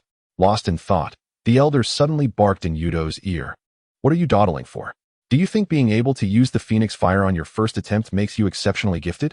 Let me tell you, during the Warring States period, more than half of the clan members could achieve that." After speaking, the elder tossed several shurikens into Yuto's arms. The next phase was practical training. Integrate the shurikens with the Phoenix Fire and use the Phoenix Flower Jutsu in conjunction with physical techniques to attack me. As long as you can consecutively hit me, you will be deemed qualified. Yuto took a deep breath, swiftly formed hand seals, and felt chakra coursing through his body. He suddenly exhaled several fireballs while simultaneously throwing the shurikens. However, the trajectories of the fireballs and shurikens completely missed each other, allowing the elder to easily sidestep with a slight lean. "Too slow," the elder chided. On the second attempt, Yuto deliberately slowed down the fireballs to wait for the shurikens. The elder, however, simply maneuvered through the gaps between the fireballs, delivering a swift chop to the back of Yuto's neck. "Do you think your enemies will wait for you to adjust your rhythm on the battlefield?" On the third attempt, an idea struck Yuto. He used his Sharingan to lock onto the elder's evasive path. The fireballs and shurikens finally synchronized, but just as they were about to hit, the elder used a body flicker technique to dodge at the last moment, leaving the flaming shuriken buzzing in the air. Flashy and impractical. The elder's kunai pressed against Yuto's throat. The true killing move was to be concealed until the last moment. As the sun dipped below the horizon, the light within the shrine dimmed. Yuto's arms trembled from chakra depletion, and his vision blurred from exhaustion. Yet, he intently focused on the elder's movements and suddenly noticed that each time the elder sidestepped, his right shoulder instinctively dropped. Was there something on his right side? Yuto's mind raced. There was a ninja blade hanging there. This was a habitual flaw formed from years of holding a blade during the Warring States period. For the final strike, Yuto gritted his teeth and poured all his remaining chakra into his hand. At the moment he completed the hand seals, he deliberately stumbled. Just as the elder predictably sidestepped to the right, Yuto swiftly flung the last shuriken hidden in his sleeve while simultaneously exhaling a weak Phoenix Fire. The instant the flames enveloped the shuriken, the elder's pupils dilated. He could not completely evade from this angle. The flame-wrapped shuriken grazed the elder's sleeve, leaving a charred mark on the fabric. Yuto smiled victoriously, but his vision went dark as he collapsed forward. In the fleeting moment before losing consciousness, he thought he heard Suki's gasp. The elder gazed at Yuto, cradled in Suki's arms, and sighed softly. This boy had managed to discern the elder's decades-long combat habits. Chapter 20. War approaches under the nightfall. On the path through the Uchiha clan territory, the elder was leading Yuto, slowly making their way towards Yuto's home. Yuto's slumbering form appeared particularly frail under the moonlight. Suki followed closely behind, puffing her cheeks, continuously grumbling to herself about her grandfather. She glared at her grandfather's back, feeling indignant. How stubborn could he be?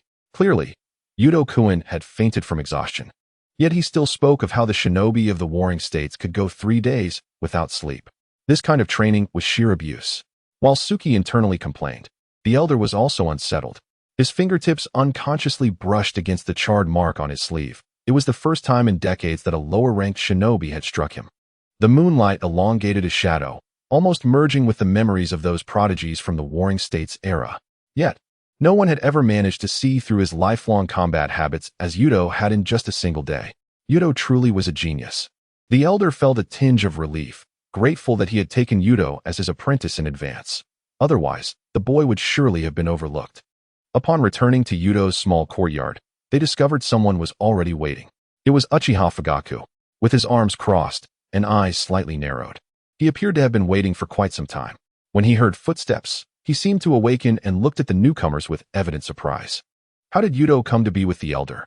Moreover, why was the elder treating Yuto so familiarly, even carrying him? "Elder, what brings you here?" Fugaku asked, maintaining a respectful demeanor towards the elder, despite the elder's disdain for the Hawk faction, which he believed would lead to the Uchiha clan's betrayal. The elder, after all, was Fugaku's elder, and he felt compelled to show respect. Fugaku's gaze drifted towards Yuto on the elder's back. Curiosity piqued, but he hesitated to inquire. The elder, sensing Fugaku's gaze, snorted, "Yuto is now my disciple. Do you have any objections?" Fugaku was momentarily taken aback. Then his expression shifted to one of regret. He had come to Yuto's home today to find him a suitable teacher, only to find that the elder had beaten him to it. But why would Yuto agree to the elder's mentorship? Suddenly, Fugaku understood. Yuto was far too clever. Becoming the elder's disciple would naturally elevate his status within the Hawk faction above most others. In that case, altering the opinions of the Hawks would be significantly easier than before. Impressive, Yuto-kun. You truly have a knack for clever strategies. Fugaku suppressed his joy and nodded nonchalantly. Since Yuto has already become your disciple, I shall not intrude further. He slightly bowed, and, as he turned to leave, a smile crept onto his face. This boy was indeed worth his trust. The elder gently laid Yuto on the tatami mat, and upon turning around, he caught sight of Suki tiptoeing into the room. He immediately grasped the back of her collar, exclaiming, "Stop! What kind of behavior is it for a young lady to linger in a man's house at this hour?" Suki's ears turned red, and clutching her clothing, she murmured softly, "I just wanted to take care of Yuto." Without allowing her to argue, the elder dragged her outside, proclaiming, "Even in the Warring States period, I have never seen such a bold girl." Suki struggled, but ultimately, the elder pulled her away. In the Hokage's office, despite the late hour, the place remained brightly lit. Umbu members continued to enter and exit, delivering various intelligence reports to Sarutobi Hiruzen. He took a deep puff from his pipe, releasing a thick cloud of smoke, his brow furrowed. From the intelligence reports, it was evident that war was imminent. The Cloud Village had mobilized a substantial force, gathering at the borders of the Land of Rice. Perhaps within days, they would march southward, invading the Land of Fire. On the other side, the borders with the Land of Rain and the Land of Grass were also restless. Although Hanzo seemed to have no immediate plans to attack Konoha, it appeared that the Rock Village was unable to suppress its urge for aggression. The old man Noki is indeed a warmonger. Even while engaged in battle with Sunagakure, he still covets the land of Konohagakure. Sarutobi Hiruzen gazed intently at the strategic map laid out on the table and commanded his umbu beside him in a low voice. Immediately send a message for Namikaze Minato to lead an elite team to the border of the Land of Rice to establish a defense line. He then pointed towards the direction of the Land of Rain. Deploy Orochimaru's forces to the border with the Land of Grass to prevent any surprise attacks from Iwagakure. After a brief pause, he added, Inform the clan leaders of all ninja clans to summon all yearned for combat readiness within the day. As Hiruzen rubbed his throbbing temples, he noticed an application peeking out from under a stack of documents. Upon extracting it, he discovered it was Uchiha Y2's yearned promotion application, the conspicuous signature of Shursui at the bottom catching his eye. After a moment of recollection, Hiruzen summoned an Umbu and inquired about the recent activities of this young Uchiha. The Umbu knelt on one knee and reported solemnly that, according to intelligence, he had sustained serious injuries while saving his comrades in a skirmish with a Kumo spy and had assisted Lord Minato in eliminating 3 enemy yearned. Hiruzen tapped his pipe against the edge of the table twice, the grayish smoke swirling around him as his gaze fell upon Shursue's additional remark on the application, noting the young man's extraordinary protective spirit. Although Hiruzen did not know Wida personally, he held great respect for Shursui. In his memory, Shursui was a unique Uchiha. Much like his grandfather Kagami, who transcended the Uchiha clan to genuinely care for the village. To receive such a high commendation from him meant that this Uchiha Wida must be an exceptional ninja. He approved the promotion, stamping the application, and further instructed that Wida be assigned to Minato's Special Operations Team to depart immediately for the front lines of Kumo. The next day, while Wida was still locked in a fierce duel with the daughter of the King of Dreams, a sudden knocking echoed from the front door of his home. Rubbing his eyes, Wida thought to himself, "Which fool dares to disturb my peaceful slumber?" Upon opening the door, he was surprised to find Namikaze Minato standing there. Glancing at the sun directly overhead, Wida realized it was already midday. He rubbed his still sore arms and immediately flashed a grateful smile. "Thank you, Minato-senpai, for saving us in the canyon." Minato waved his hand gently. "It was nothing. By the way, I'm here to inform you that the Hokage has approved your promotion to yearned and assigned you to my Special Operations Team. We leave for the Kumo front lines immediately." Upon hearing this, Y2's eyes sparkled with excitement, and he could not suppress the upward curve of his lips. "Really? That's fantastic." He envisioned a heroic sacrifice followed by a substantial compensation back on Blue Star. Minato was momentarily taken aback by Y2's exuberance, questioning, "Are you really so happy to go to war?" Suddenly, recalling the events in the valley, he recognized that Y2's willingness to risk his life for his comrades also indicated a fervent desire to protect the village. A flicker of admiration crossed Minato's eyes. "You possess a strong resolve to protect the village?" Wida eagerly nodded. Yes. I want to do my part for Konoha." Inside, he was overjoyed. Finally, he could die for a righteous cause. This time, he was determined to charge into the most perilous situations. Chapter 21. The elder joins the battlefield. An aged voice suddenly called from the alleyway, causing Y2's eyelids to twitch. "Hold on." Turning around, he was dismayed to see the elder. "This old man is ruining my good fortune. How easy it would be to achieve a heroic sacrifice alongside Minato. Why must he meddle? Does he wish for me to perish under his watchful gaze?" Minato turned, respectfully Greetings, elder." Straightening up, he spoke earnestly. Y2 possesses a strong protective spirit for his village and comrades. This matter concerning the Uchiha is not for outsiders to interfere." The elder interrupted sharply, fixing his gaze on Minato, his mind racing with calculations. This young man was the third Hokage's confidant, and if Wida were to accompany him, he might be drawn into the Hokage's faction. But if he were to refuse outright, it would appear that the Uchiha disregarded the greater good. With this thought, the elder suddenly relaxed his grip on his cane, his tone softening. "However, since he is going to battle, I shall personally lead the elite members of our clan alongside Y2, fulfilling the Hokage's request while ensuring the youth does not sacrifice himself needlessly due to inexperience." Minato was momentarily stunned. Although the elder's presence would certainly bolster their strength, the Uchiha had always been somewhat uncooperative with the command center. Casting a glance at Y2's expectant gaze, he recalled the boy's selfless act in the valley. Perhaps this was an opportunity to mend relations between the Uchiha and the village? "I understand," Minato finally replied, a warm smile gracing his face. "Then I entrust this to you, elder. 5 days from now at dawn, please gather the Uchiha members to meet with my team." He winked at Y2, eager for the chance to fight alongside him. As soon as Minato departed, Y2's shoulders sagged, his heart sinking. "I'm doomed. Not only can I not die heroically, but I also have to endure this old man's relentless training." A forced smile crept onto Y2's face as he sidled up to the elder, saying, "Elder, The elder squinted, his voice rising sharply. "What should you call me, Y2?" Wada pondered for a moment and quickly realized, responding with utmost respect, "Master." He rubbed his hands together, his tone laced with a hint of pleading. "Master, I trained really hard yesterday. How about letting me rest well before heading to the front lines?" "Nonsense." The elder's voice boomed, making Y2's ears ring. "Do you think the battlefield is a child's game? The blades of those brutes from Kumo will show you no mercy." Seeing Wada shrink back in silence, the elder's tone softened. "The combat skills I needed to teach you have been imparted. Much of what remains is for you to comprehend on your own." Turning his back awkwardly, he added, "I'm not worried about you, Brad.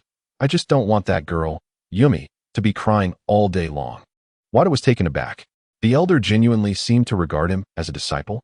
His nose tinged with a hint of emotion as memories of life back on Blue Star flooded back to him, particularly of his grandfather, who had been equally stern yet soft-hearted before he became an orphan. This elder, perhaps, was not so bad after all. Suddenly, he felt a pang of reluctance to die. However, the elder abruptly turned back. "Since you represent the Uchiha in battle, you must slay at least 100 enemies. For everyone you fail to kill, I will personally train you for an additional year after the war." Y2's mind raced with exasperation. 100? Did this old man truly think he was Namikaze Minato? As a mere nin, even with the Sharingan, he was only marginally stronger than the average nin. Killing 100 enemies was beyond his capabilities. Y2's desire to return to Blue Star intensified. "I'll do my best," Wada replied, shoulders slumped, already plotting how to meet his end on the battlefield. The elder scoffed, "Not do your best. It is a must." With that, he turned and left. As the elder strolled along the cobblestone path of the Uchiha compound, his brow furrowed unconsciously. Initially, he had only intended to utilize this boy. He recalled that his closest approach to Y2 was merely to win over this hawk hidden within the Dove faction, adding leverage to the hawk's cause. But at some point, he found himself genuinely concerned for the boy's safety. Was it because Wada had saved Yumi? The elder paused for a moment, then snorted softly, as if to convince himself, nodding vigorously. "Indeed, I am merely repaying a debt of gratitude." Yet, upon recalling Y2's determined expression during training, his defiant eyes, and his undeterred spirit even after being knocked down, an unusual emotion stirred within him. If this boy were to perish on the battlefield, Yumi would undoubtedly weep inconsolably. He shook his head vigorously, casting aside those superfluous thoughts from his mind. He cast a glance at the sun hanging in the sky. It was already noon. Standing at the threshold of his home and gazing at the empty street, he felt a momentary sense of bewilderment. With the training suspended and preparations for the battlefield yet to commence, he found himself with a rare span of free time. As he had nothing else to occupy his mind, he scratched his head and muttered to himself, "Perhaps I should go and see those kids again." With this thought in mind, he set off towards the grocery store in the Uchiha district, intending to purchase more rice, flour, and sweets. After all, once he entered the battlefield, he might never return to Konoha again. Upon pushing open the door of the grocery store, the proprietor greeted him warmly. "Yuto-kun. Back for more supplies?" "Yes, this time I need to buy a bit more," he replied, nodding with a light-hearted tone that belied a hint of unnoticeable melancholy. The owner, perceptive of his underlying mood, refrained from probing further and turned to fetch a larger cart from the warehouse, filling it with provisions and daily necessities.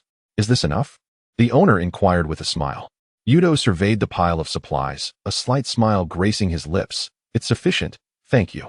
After completing his payment, he pushed the cart, silently reflecting.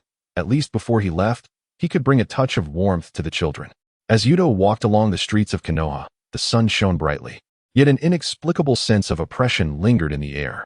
In front of the usually bustling shops, the proprietors gathered in small groups, whispering about news from the borders. The ninjas hurried past, their brows furrowed beneath their headbands, and an invisible tension seemed to permeate the atmosphere. When he arrived at the orphanage, he found Naneu squatting in the small vegetable garden, her fingertips smeared with soil as she stared vacantly at the sparse seedlings.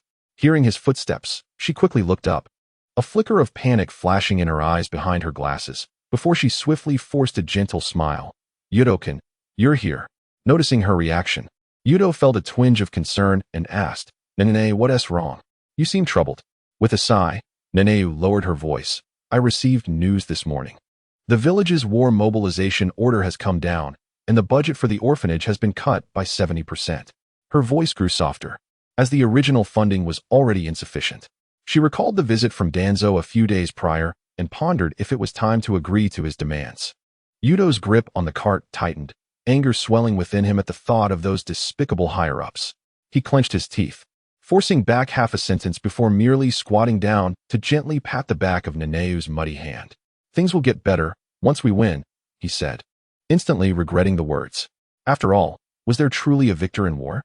The death notices and compensation could never fill the stomachs of the orphans. In fact, they would only create more orphans. He abruptly stood up, declaring, "I'll move these supplies to the warehouse first." Yuto mechanically and heavily transported the bags of rice and flour into the warehouse. The sounds of children playing reached his ears, and he took a deep breath, striving to suppress the gloom within, turning with a smile already plastered on his face. "Yuto and Aiken." Several children bounded towards him, tugging at his clothing. "Come play hide and seek with us." Yuto knelt down, ruffling the hair of a little boy. "All right, who will be it this time?" The children cheered with delight, blissfully unaware of the looming shadows of war over the village. Yuto was swept up in their joy, running about the yard, their laughter dispelling the tension in the air. He deliberately slowed down, allowing a little girl to catch hold of his sleeve, her triumphant giggles piercing through the clouds of despair in his heart. After the game ended, the children were called by a nun for their afternoon nap. Yuto stood at the entrance of the warehouse, gazing at the empty yard, and sighed. Turning to leave, he spotted Neneu bent over by the well, drawing water. The sunlight cast a golden outline around her, her slender waist and ample curves becoming momentarily visible in her movements. Suddenly, Yuto felt a dryness in his throat, and the phrase "intimate paradise" flashed through his mind. Perhaps he could earn a considerable sum from his novel? He could donate the proceeds to the orphanage, alleviating his worries upon returning to the Blue Planet. Compelled by an impulse, he asked, "Nene, what do you think about writing a book about, well, intimate stories between men and women? How much could one earn from that?" Neneu's water bucket plummeted into the well with a splash, her cheeks instantly flushed. What are you talking about?"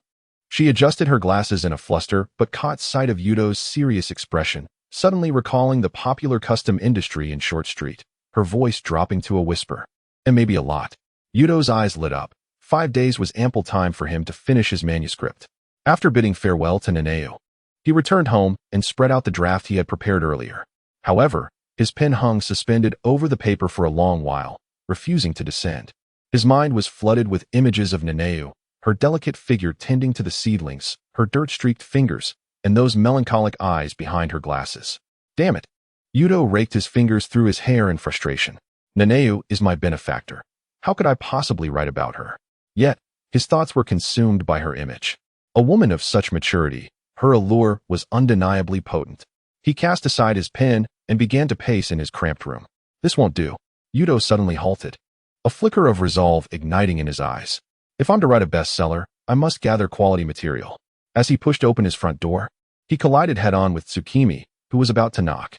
The girl had her hair tied up in a rare high ponytail today, and she held a bulging bento box. The moment their eyes met, Tsukimi's ears turned a shade of pink. "I was just passing by." "Tsukimi?"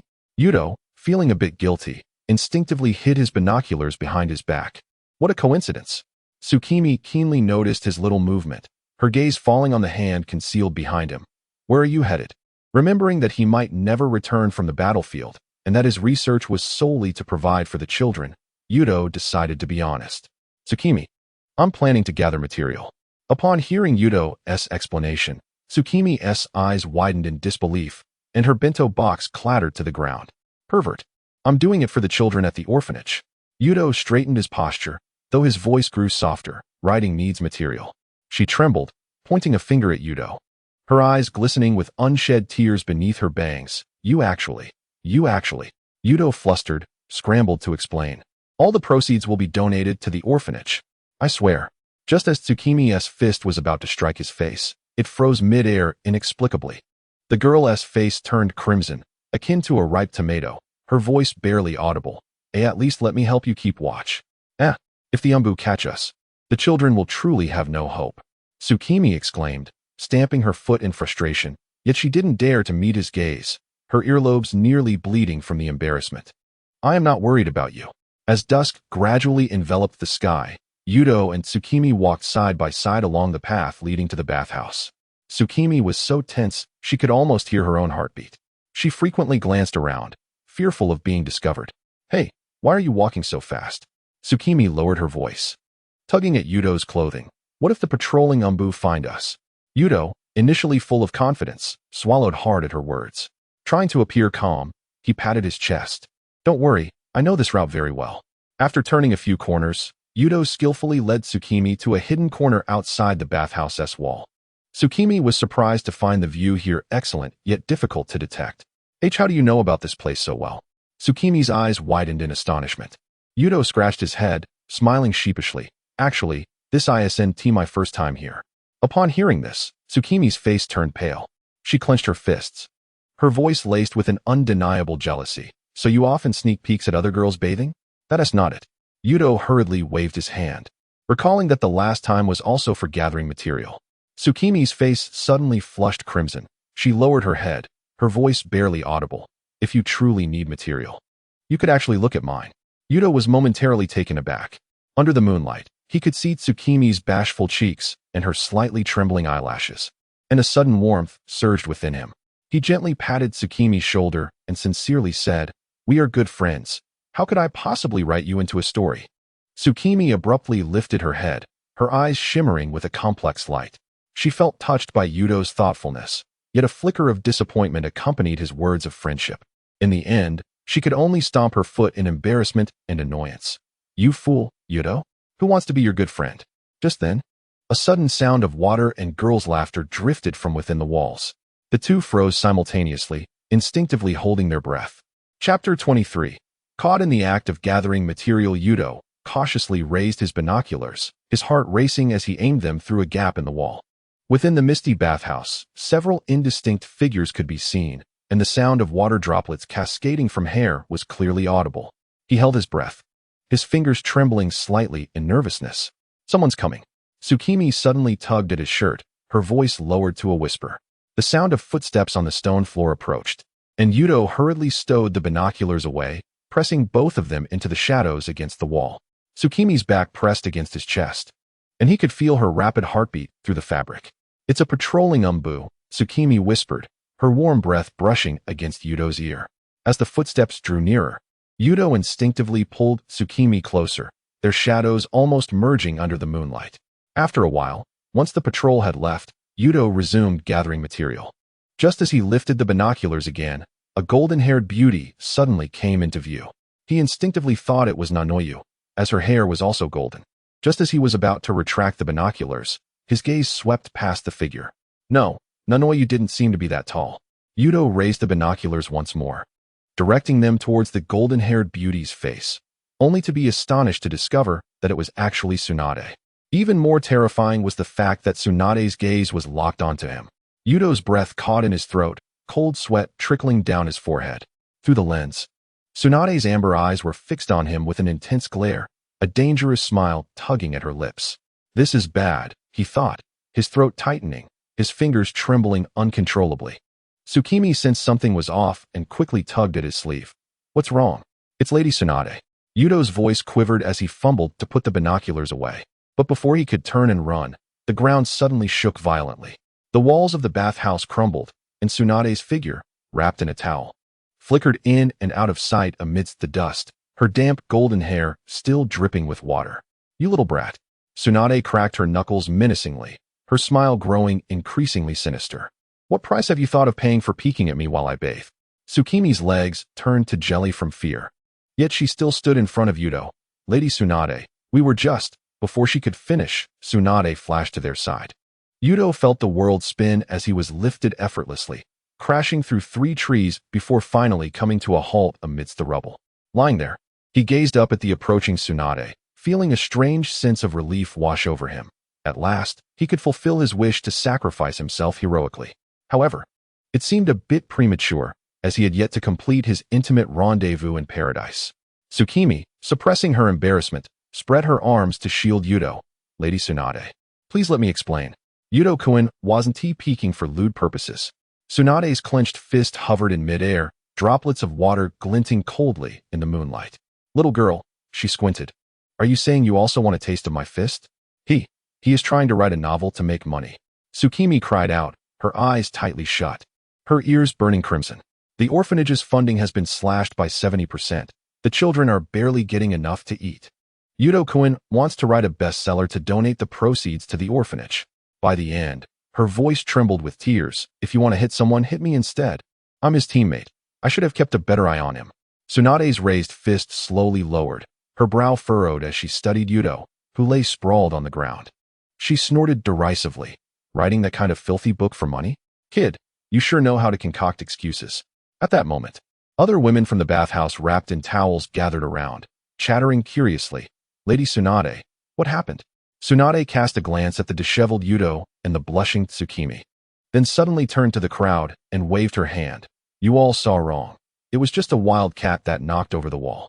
Once the women dispersed, still somewhat skeptical, Tsunade seized Yuto by his collar. If I catch you lying to me, I will bury you in the South-He River as fertilizer. She turned to signal to the shadows, and an umbu immediately appeared. Go fetch Nanoyu from the orphanage. Tsunade released Yuto, her fist still tightly clenched beneath the towel. If I find out you're using the orphanage as an excuse. Tsukimi quickly bowed. Lady Tsunade, everything we said is true. After hearing Tsukimi's explanation, Tsunade remained noncommittal. It wasn't until Nanoyu arrived, hurrying towards them, that Tsunade turned to her. Has the orphanage's funding really been cut by 70%? Nanoyu adjusted her glasses, her expression serious as she nodded. Yes, Lady Tsunade. We just received the notice this morning, after the war mobilization order was issued. The village's finances are prioritized for the front lines, and the funding for the orphanage has been drastically reduced. Her voice carried a hint of fatigue, indicating she had been worried about this for quite some time. Tsunade snorted. The old man of the third Hokage is getting more muddled with age. He.s. even cutting the children's rations. She glanced at Yuto, still thinking that his method of making money through such writing was absurd. Yet at least his motives seemed justifiable. Humph, I'll let you off this time. Tsunade relaxed her fist and, before turning to leave, added, If I catch you lurking near the bathhouse again, it won't be resolved with just one punch. Once Tsunade's figure vanished, Nanoyu finally breathed a sigh of relief. Then looked at Yuto with a mix of exasperation and gratitude, her eyes slightly reddening. You really went ahead and wrote that kind of book? Her tone was both helpless and touched. I just wanted to help the children, Yuto said, scratching his head, feeling somewhat embarrassed. Nanoyu suddenly stepped forward and gently embraced him. Thank you, Yuto-kun. Tsukimi watched the two embrace, a pang of bitterness stirring within her, but she quickly masked her emotions, forcing a light-hearted smile. All right, this guy is now an injured party. We need to get him home to rest. Nanoyu finally released Yuto, and together, they supported him as they headed home. Though Yuto was in pain all over, he felt a strange sense of satisfaction. The door to the Hokage's office had been violently kicked open, and in stormed the furious Tsunade. She had changed her clothes, but rushed over so hastily that her hair was still damp. Sarutobi Hiruzen, seeing the office door damaged yet again, shook his head in resignation and set down his pipe. Tsunade, can't you all knock properly for once? Tsunade ignored him entirely. She had come to demand answers. Old man, did you cut the funding for the orphanage? Equipping each team with medical ninjas is one thing, but how much could a bunch of kids possibly cost? If it weren't for that Uchiha brat telling me about this, I wouldn't have known you were so stingy. As Tsunade confronted him, Sarutobi Hiruzen found himself at a loss. Chapter 24. Manuscript completion. Hiruzen furrowed his brow at Tsunade's accusations. He had not made any decision to cut the funding. Just yesterday, he had handed over the management of the orphanage to Danzo. The authority to manage the orphanage was recently requested by Danzo. Due to the war, he lacked the energy to oversee numerous matters, thus delegating the management of the orphanage to Danzo. If the funding for the orphanage has indeed been reduced today, it must certainly be Danzo's decision. Sarutobi Hiruzen sighed and explained, Tsunade, during wartime, the village's resources are strained, but I have never ordered a reduction in the orphanage's funding. These affairs have already been entrusted to Danzo. Tsunade huffed, that insidious fellow Danzo again. Although displeased, she understood that the third Hokage might be kept in the dark. After all, she knew Danzo was a cunning individual who would never handle personnel matters. The meager funding for the orphanage barely sufficed for basic needs. It must be restored and even increased by 20%. Tsunade's stance was resolute. Sarutobi Hiruzen pondered for a moment and nodded in agreement. I will personally look into this matter and ensure the funding is secured. At the very least, for the sake of the office's door, he had to appease his volatile disciple. Otherwise, the next time, the office door might not merely be kicked open, but rather sent flying.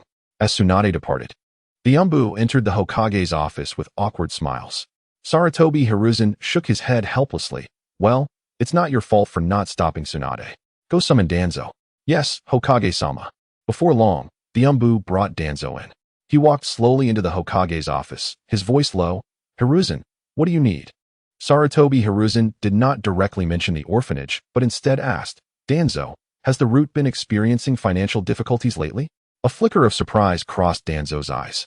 Hiruzen had always been stingy with resources for the root. Why was he inquiring about funding today? He replied smoothly, indeed, there is a shortfall. The root requires more funding to train the Umbu in preparation for war. Sarutobi Hiruzen's expression darkened as he finally coldly questioned. Then why did you unilaterally cut the orphanage's funding by 70%? The children's basic sustenance is at stake. Danzo remained unperturbed. The orphanage's expenses are excessive. Those children hold no value for Konoha.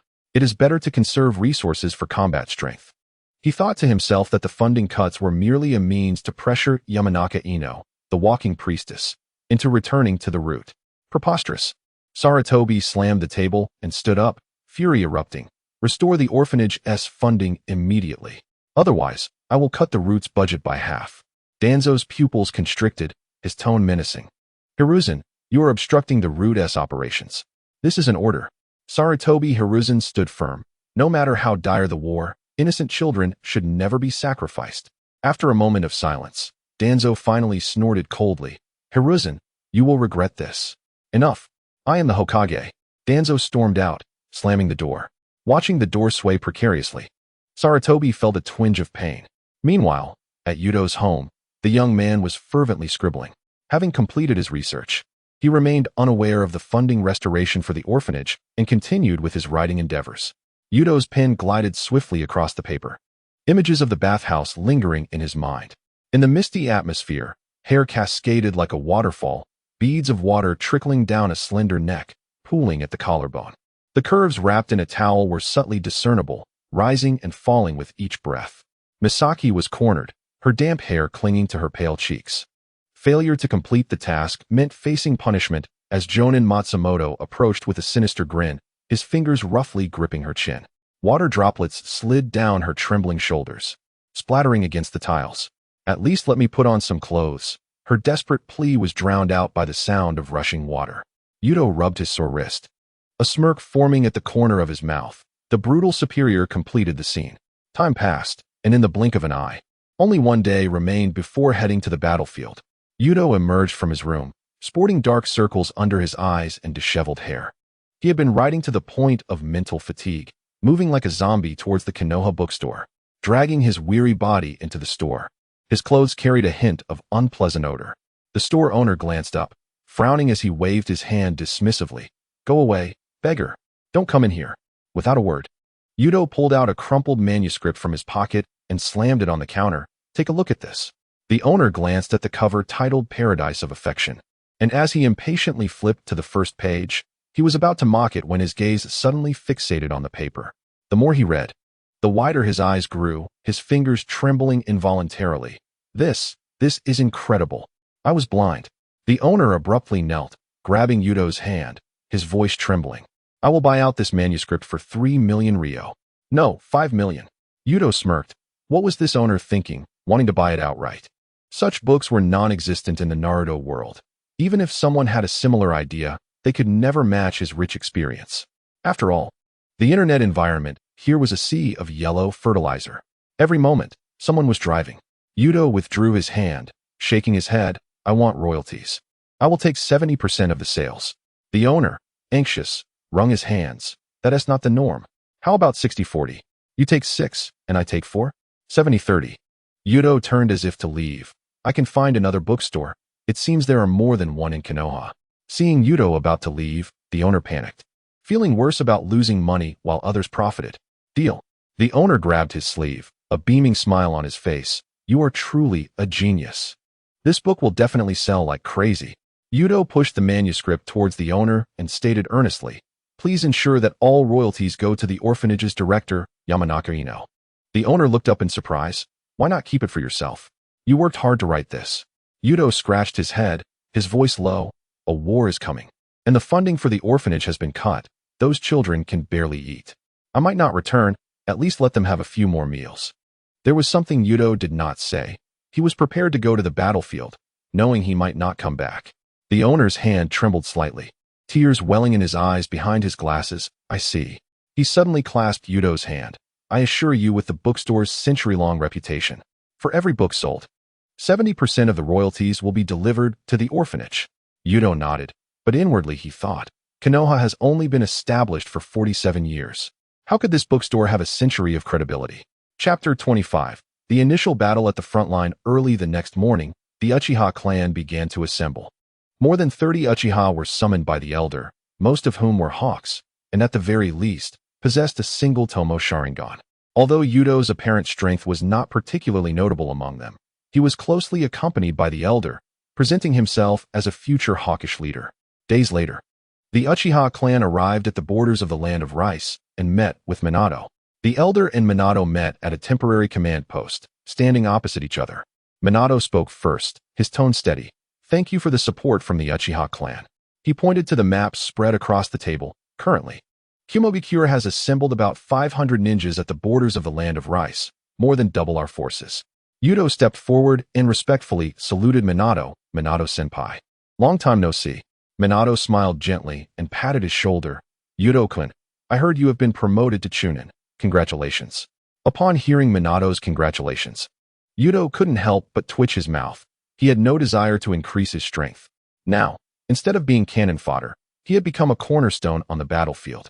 Minato's finger traced the red lines marked on the map, noting that the most formidable opponent was the Reikage, who personally commanded the troops, possessing top-tier lava release and tactical skills. The elder snorted, a glimmer of battle intent flashing in his Sharingan. What of the disparity in forces? The flames of the Uchiha are enough to incinerate them. Watergate nodded and added, the main force of the Cloud Hidden is concentrated in the canyon area, but recently there have been frequent small units attempting to circumvent us. Before he could finish, a sudden explosion echoed from a distance, shaking the fabric of the tent with the force of the shockwave. A leaf ninja appeared in an instant, kneeling on one knee to report, Lord Watergate. We have spotted a Cloud-Hidden squad 2 kilometers to the northeast, consisting of 6 members, suspected to be a reconnaissance team. Just as Watergate was about to issue a counterattack, the elder raised his hand to stop him, saying, Let my disciple handle this. He cast a sidelong glance at Yuto, eager to test the results of his training. Yuto, filled with excitement, gripped his kunai tightly. The opportunity had arrived. 6 against 1. Surely, he could achieve a glorious death. Watergate furrowed his brow slightly. The enemy had the advantage in numbers, and it would be better to have Kakashi's team assist. Just as Yuto stepped out of the tent, he collided with the 3 members of Kakashi's team. Obito waved his hand enthusiastically, calling out, Senior Yuto. Rin bowed gently, asking, Have your injuries fully healed? He solemnly performed a deep bow, thanks to Rin's medical ninjutsu. As he rose, he caught a glimpse of Kakashi, who was coldly polishing his short blade. Yuto glanced at the trio before him. This lineup was simply perfect. According to the original story, Obito's clumsiness, Rin's support, and Kakashi's lone wolf style would undoubtedly result in a disastrous combination. The 6 members of the Cloud Hidden would certainly catch him off guard and lead to an unexpected demise. Hey. Obito suddenly leaned in, his eyes twinkling. Senior, you're not scared, are you? Yuto quickly pressed down on Obito's shoulder, his acting skills shining through. That's precisely why we need to finish this swiftly. He added to himself in his heart, I'll charge in first. Kakashi's short blade suddenly positioned itself between the two. Enough chatter. The blade pointed towards the northeastern woods. At 3 o'clock, kunai clashing. Yuto's entire being was filled with exhilaration. Here it comes. My billion-yen compensation. Soon, the 4 reached the battlefield. Yuto's double Tomo Sharingan swiftly scanned the distant Cloud-Hidden forces, only to be met with disappointment as he realized they were all nin. Such adversaries were far too weak to ensure his heroic sacrifice. Cloud-Hidden scum. He suddenly roared, chakra exploding beneath his feet, propelling him forward like an arrow released from its bow. You shall not step 1 foot into the land of fire. His facial muscles tightened in a feigned rage. Yet inside, he was elated. If he acted arrogantly enough, he would surely draw their fire. There was still a chance for him to die gloriously. Obito, stirred by this roar, felt his blood boil. As expected of Senior Yuto, he grabbed his kunai and charged forward, determined not to lag behind. Kakashi's eye twitched, and he drew his short blade, muttering sotto voce. Are all Uchiha so foolish? Rin stomped her foot in frustration. They're being too reckless. The six-cloud hidden Nin, upon seeing Yuto and his three companions charging, paused momentarily before bursting into laughter. Is there no one left in the leaf? Sending a bunch of kids to their deaths? The leader of the cloud hidden ninjas scoffed, casually tossing a few shuriken. Yuto's double Tomo Sharingan whirred into action, his heart secretly rejoicing. As long as the cloud hidden concentrated their fire, he would have the chance to meet his end. However, the regulations of the Transmigration Management Bureau forced him to evade with all his might. He sidestepped, rolled, and leapt back, seamlessly avoiding all attacks with ease. Disappointed while dodging, Yuto noted that these cloud-hidden ninjas seemed rather pathetic. Why can't they even hit a fellow Nin like me? Obito's great fireball roared forth, but was easily dodged by the cloud-hidden ninjas. Is that all the little brats can do? They sneered. As two of them quickly flanked Obito, kunai aimed at his throat. Here is my chance. Yuto's Sharingan spun with excitement as he turned to charge towards Obito. I won't let you harm my comrade. If he could take Obito's place and die, then the compensation would surely be his. Earth release, Earth-style wall. Just as Yuto was dreaming of his sacrifice, Kakashi's cold voice erupted, and an earthen wall shot up to block the cloud-hidden's assault. The silver-haired youth appeared beside Obito, his short blade gleaming as he repelled the enemies. What are you dawdling for? Yuto scolded himself inwardly, watching his plan for a glorious death crumble. At this moment, the cloud-hidden began to realize that something was amiss. These kids seemed quite strong. They quickly began forming seals. Lightning release. Lightning strike. Blinding bolts of lightning surged across the ground, causing Obito to scream in terror. Yuto lunged forward, hoping this time he could finally achieve a glorious demise. However, Kakashi's scabbard suddenly intervened, expertly pushing back the cloud-hidden ninjas. The silver-haired youth yanked both of them back, narrowly avoiding the blast that left a charred crater where they had just stood. Yuto watched as the three emerged unscathed, internally lamenting. Why is this white-haired nuisance always in the way? His Sharingan whirled frantically, chakra surging within him. He shouted, disregarding everything else, and charged towards the cloud-hidden squad, unleashing a fireball from the Phoenix Flower Jutsu alongside his shuriken. Die! His body lay exposed before the cloud-hidden, anticipating their lethal strike. Yet the cloud-hidden, taken aback by his reckless assault, stumbled back in disarray. Yuto struck true with every attack. He sought a valiant death rather than victory. However, despite his efforts, the cloud-hidden could not defeat him. Damn it! Can't these fools even kill me? Yuto's frustration boiled over. As the cloud-hidden began to falter, he abandoned his desire for a glorious demise and gritted his teeth, turning to Kakashi. Let us finish this quickly. Kakashi instantly understood, his short blade darting forth like lightning. The duo's cooperation was seamless. Yuto's Phoenix Flower Jutsu secured their movements while Kakashi's blade harvested lives. Chapter 26. The Cloud-Hidden Strategy after the battle concluded. Rin glared at Yuto and Obito, fuming. You two were too reckless. What if you had gotten hurt? Obito scratched his head, looking guilty. I'm sorry, Rin. I'll definitely follow orders next time. Yuto suppressed his disappointment, forcing a smile as he bowed to Rin. I apologize for worrying you. Yet internally, he lamented. I had planned to die, but ended up surviving again. Once Rin finished her scolding, she donned a smile again, placing her hands on her hips. But thanks to your teamwork, the mission was successfully completed. Obito perked up instantly, scratching his head and grinning. Hee, it's all because you were here, Rin, that I was able to perform so well. Hearing Obito's words, Kakashi immediately retorted, you didn't defeat a single enemy, you know. Damn you, Kakashi. Rin sighed, watching the two bicker as they always did over trivial matters. Yuto observed them, his expression unchanged, but in his heart, he was plotting. Next time, I must find an opportunity to act alone. Otherwise, these teammates are far too obstructive. For several consecutive days, Yuto encountered no substantial battles. The cloud-hidden forces seemed wary of the Uchiha's reputation, only sending minor squads to harass them, with not a single capable Nin appearing. Yuto was thoroughly disheartened and decided to embrace a lackadaisical attitude. During patrols, he would hide in the shade of trees to nap, tossing a couple of shuriken at any enemies he encountered, and even feigning yawns loudly on the battlefield. Obito, unable to bear it any longer, approached to remind him, "Senior, slacking off like this will get you scolded by the elder." Yuto lazily rolled over. "Ah, right, right, you're absolutely correct." At the Cloud Hidden camp, T-Dai stared intently at the battlefield situation marked on the sand table, his countenance grim. Inside the tent, several Cloud Hidden J-nin stood with bowed heads. The atmosphere heavy. In just 3 short days, the Uchiha clan had decimated 7 of their reconnaissance squads. T-Dai's fingers drummed heavily against the edge of the sand table. Frowning at the pressing issue of Watergate, his Flying Thunder God technique was elusive, rendering their defenses meaningless before him. One-eyed J-nin gritted his teeth. "We must prioritize eliminating one side. Otherwise, we stand no chance in this battle." The Tsuchikage fell into deep contemplation upon hearing the words of the Jonin. Minato was renowned for his unparalleled speed, and at present, there was no one in the hidden cloud village capable of matching it. To defeat Minato, it was imperative to find a ninja whose velocity could rival his.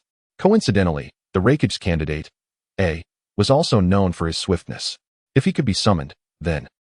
The Tsuchikage narrowed his eyes and issued a command for A and Killer B to come to their aid. He forcefully shattered a corner of the sand table, instructing them to hold Minato at bay. Once Minato was diverted, the others' expressions grew serious, and the Tsuchikage coldly declared, "Advance with the entire army and encircle the Uchiha." Days later, A and Killer B arrived at the hidden cloud encampment, weary from their journey. A, tossing aside his cloak, confronted the Tsuchikage. "You'd better explain why I was pulled from the Iwagakure front." The Tsuchikage slammed a battle report onto the table, stating, "Take a look for yourself. Minato Namikaze has annihilated 12 of our strongholds in 3 days, nearly tearing our defenses apart single-handedly." A's pupils dilated as he perused the report, noting a page detailing how the Golden Flash had instantaneously dispatched 8 Jonin. "Brother, this fellow is quite formidable," Killer B remarked rhythmically, though the seriousness in his eyes belied his tone. The Tsuchikage illustrated a canyon terrain on the sand table. "Minato must be restrained by you too. Once he is lured to the Takeburi Gorge." A's lightning chakra surged in his fists as he declared, "Use the body flicker technique to send me over. I will eliminate him within 3 minutes." The Tsuchikage shook his head, emphasizing, "The key lies in splitting the battlefield. Once Minato is trapped, we can focus all our efforts on annihilating the Uchiha." A scoffed, "Then we ought to settle this swiftly."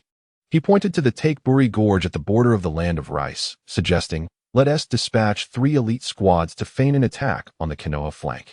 Minato will surely rush to assist." The Tsuchikage countered, "That would be too obvious. The Konoha forces include members of the Hyuga clan. They can scout from a distance." This scheme would not deceive him. He gestured toward the cliffs flanking the canyon, recalling how their forces had previously been ambushed there. A furrowed his brow and proposed, "Then let us use lightning release to create false signals, disguising ourselves as shadows." The Tsuchikage interrupted, "That's not feasible. The Raikage's power is well known throughout the ninja world. If Minato discovers it, they will only retreat to their camp." He tapped the edge of the sand table, adding, "Moreover, such high-level genjutsu is too taxing." At that moment, Killer B's glasses gleamed with insight. "How about we have the logistics team pretend to deliver sealing scrolls, exposing our weaknesses at the Takeburi Gorge?" The Tsuchikage's eyes brightened. "A brilliant plan. Once Minato discovers the logistics team carrying the container for sealing the 8 tails, he will undoubtedly intercept them personally." He immediately summoned his advisors to prepare false intelligence and lure troops, ensuring it appeared as though they were genuinely transporting forbidden scrolls. After deliberating how to divert Minato, the Tsuchikage gazed at the Uchiha markers on the sand table. Now, only the Uchiha remained. A broke the silence. "Once we eliminate Minato, I will lead the troops in a frontal assault. You will handle the encirclement." The Tsuchikage firmly interrupted, "No.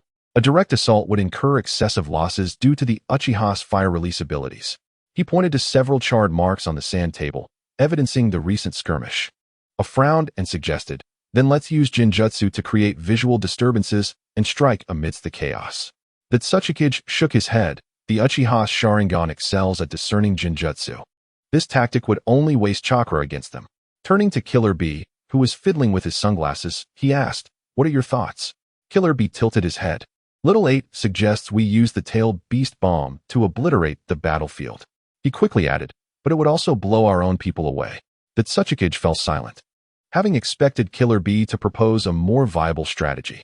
Just then, Jonin Hiroi stepped forward, I have a plan. He drew 3 arrows on the map. We can feign defeat and retreat, scattering our forces. The Tsuchikage squinted, elaborate. Hiroi explained, the Uchiha are notoriously arrogant. Upon witnessing our retreat, they will undoubtedly split their forces to pursue us. He clenched his fist at that moment. We can concentrate our elite forces and ambush one of their divisions in the Thunder Valley. A, hearing this plan, immediately voiced his displeasure. This strategy is far too conservative. We should annihilate them. However, the Tsuchikage decisively approved Hiroi's proposal, saying, let us proceed with Hiroi's plan. He looked toward the northeast, stating, once the Golden Flash is lured to the Takeburi Gorge, we will execute a strategy of feigned defeat against the Uchiha. Hiroi knelt. I will prepare the baiting forces immediately. The Tsuchikage cast one last glance at the Uchiha markers on the sand table. Even if a single victory would not entirely cripple Konoha, severely wounding the Uchiha would grant them the upper hand. This time, their objective was not total victory. Chapter 27. Death Warriors and Intelligence Killer B cut a small segment from the tale of the 8 tails and handed it to the ceiling team, grinning. Hey, big brother. This makes it more convincing. He understood Minato's meticulous nature. Without genuine tailed beast chakra fluctuations, the bait would fail to deceive the enemy's perception. The Tsuchikage, noting this, displayed rare approval. B, your mind is quite sharp. As night fell, the Tsuchikage sifted through potential death warriors within the camp. A special jonin from the hidden clouds stepped forward, kneeling. I volunteer for this mission. The Tsuchikage scrutinized him for a moment before nodding slightly. Iwagage, you have been infiltrating the Land of Fire for many years and are familiar with Konoha's operations. Remember, if you encounter combat, you may abandon the intelligence to ensure your survival. Iwagage replied solemnly, understood. He accepted the forged intelligence scroll, crafted by the sealing team. The contents being as authentic as possible. Before concluding, the Tsuchikage cautioned, tomorrow at dawn, you must ensure that the Hyuga's Byakugan accidentally spots you. The following morning, a Hyuga reconnaissance ninja hurriedly reported, Lord Minato, 2 kilometers northwest of the camp, we have spotted a hidden cloud ninja suspected of carrying vital intelligence. Minato frowned slightly. Noting that Kakashi's team had yet to return, the only available option was. He turned to the yawning Yuto. Yuto-kun, could you please investigate? Upon hearing he would act solo, Yuto instantly perked up, standing tall and proclaiming, leave it to me. Minato gently added, if the enemy's strength exceeds expectations, retreat immediately. Do not force yourself. Understood. Yuto replied eagerly, though inwardly he reveled at the prospect of a chance to face death alone. If the opponent were strong enough, he would undoubtedly die heroically. After leaving the camp, Yuto quickly locked onto his target. The hidden cloud ninja was stealthily moving through the trees, alarmingly close to the Konoha encampment, less than 3 kilometers away. Yuto felt suspicious, carrying intelligence and getting so close. It seemed highly irregular. Just then, the enemy suddenly turned, their sharp gaze locking onto Yuto. The hidden cloud death warrior sized him up and scoffed. Is Konoha so desperate as to send a little brat to his doom? Yuto's heart leaped with excitement. The opportunity had arisen. He provocatively retorted, you hidden cloud scum dare to run amok in Konoha? The death warrior sneered and swiftly formed hand seals. Lightning release. Lightning snake. A blinding bolt of lightning surged toward Yuto. Seeing Yuto easily evade the lightning snake, the death warrior's eyes widened in surprise. Kid, you have some skill. He no longer underestimated him, quickly forming more seals and gathering lightning in his hands. Lightning release. Lightning tiger. Several bolts of lightning coalesced into the form of a ferocious beast, roaring as it charged at Yuto. Yuto's double Tomo Sharingan spun rapidly as he evaded like a bolt of lightning, simultaneously tossing 3 shuriken to precisely interrupt the death warrior's subsequent hand seals. The death warrior was forced to halt his ninjutsu and charged forward with a fierce whip kick aimed at Yuto. Yuto sidestepped and used the momentum to leap back, swiftly forming hand seals. Fire release. Great fireball technique. A searing fireball shot forth, forcing the death warrior to roll away, though the edges of his clothing were singed by the flames. Regaining his footing, the death warrior's killing intent intensified. The Uchiha's Sharingan brat cannot be allowed to grow. He suddenly unleashed his chakra, enveloping his body in a layer of lightning release chakra, his speed increasing dramatically as he closed in on Yuto in an instant. A powerful punch imbued with the force of lightning aimed directly at his face. In a hurried response, Yuto raised his arms to block, only to be pushed back several steps. his arms tingling from the impact. Noticing the fierce glint in his opponent's eyes, Yuto felt a surge of delight. Finally, he was taking this seriously. No longer holding back, he activated his double Tomo Sharingan, its rapid spinning signifying his readiness to advance. The warrior formed hand seals, and a burst of lightning erupted from his palms. Lightning release. Lightning serpent. Several bolts of lightning snaked toward him. Yuto leapt into the air. Fire release chakra gathering in his throat. Fire release. Phoenix fire technique. A torrent of blazing fireballs, accompanied by shuriken, cascaded downward, consuming the lightning serpents entirely. The warrior hastily attempted to evade, yet still bore the brunt of several fireballs. Is this all you've got? Yuto taunted, twirling his kunai between his fingers. Are all the ninjas from the Cloud Village this pathetic? The warrior's forehead bulged with veins as he covered himself with lightning release chakra, charging forward with renewed speed. Yuto's Sharingan accurately predicted the attack. He sidestepped the punch and delivered a powerful elbow strike to his opponent's ribs. The sound of shattered bones was unmistakable, and the warrior staggered back, blood seeping from the corner of his mouth. Reaching for the false intelligence scroll hidden in his robes, he recalled Tsuchikige's warning to prioritize survival. Yet his grip tightened around the scroll. If he fled easily, Konoha would surely grow suspicious. Lightning release. Lightning tiger. The warrior drained his remaining chakra, transforming his lightning into a ferocious beast that lunged at Yuto. Thrilled, Yuto advanced to meet it, his heart racing. Yes, let us fight with the resolve to die. He deliberately left an opening, allowing the lightning to graze his arm, blood immediately soaking his sleeve. Ha! Yuto laughed maniacally. Your desperate struggle is far more entertaining than before. The warrior's eyes bulged with rage, completely disregarding his injuries as he charged once more. This was the brutal battle Yuto had been longing for. The warrior, panting and half-kneeling on the ground, had exhausted his chakra, his arms trembling from overuse of jutsu. He glared intently at Yuto, who appeared relaxed, astounded by the boy's terrifying stamina. The trash from the Cloud Village, is this all you can do? Yuto mockingly taunted, his Sharingan spinning disdainfully. You can't even let me warm up. In an instant, he flashed to the warrior's left side, delivering a sweeping kick. The warrior gritted his teeth, rolling to evade but still felt the residual force graze his shoulder, pain radiating through him. Gritting his teeth against the pain, he suddenly surged forward, his right fist aimed at Yuto's face. Yuto effortlessly leaned back to avoid it, simultaneously raising his knee to strike the warrior's abdomen. The warrior let out a muffled grunt, staggering back several steps, blood trickling from his lips.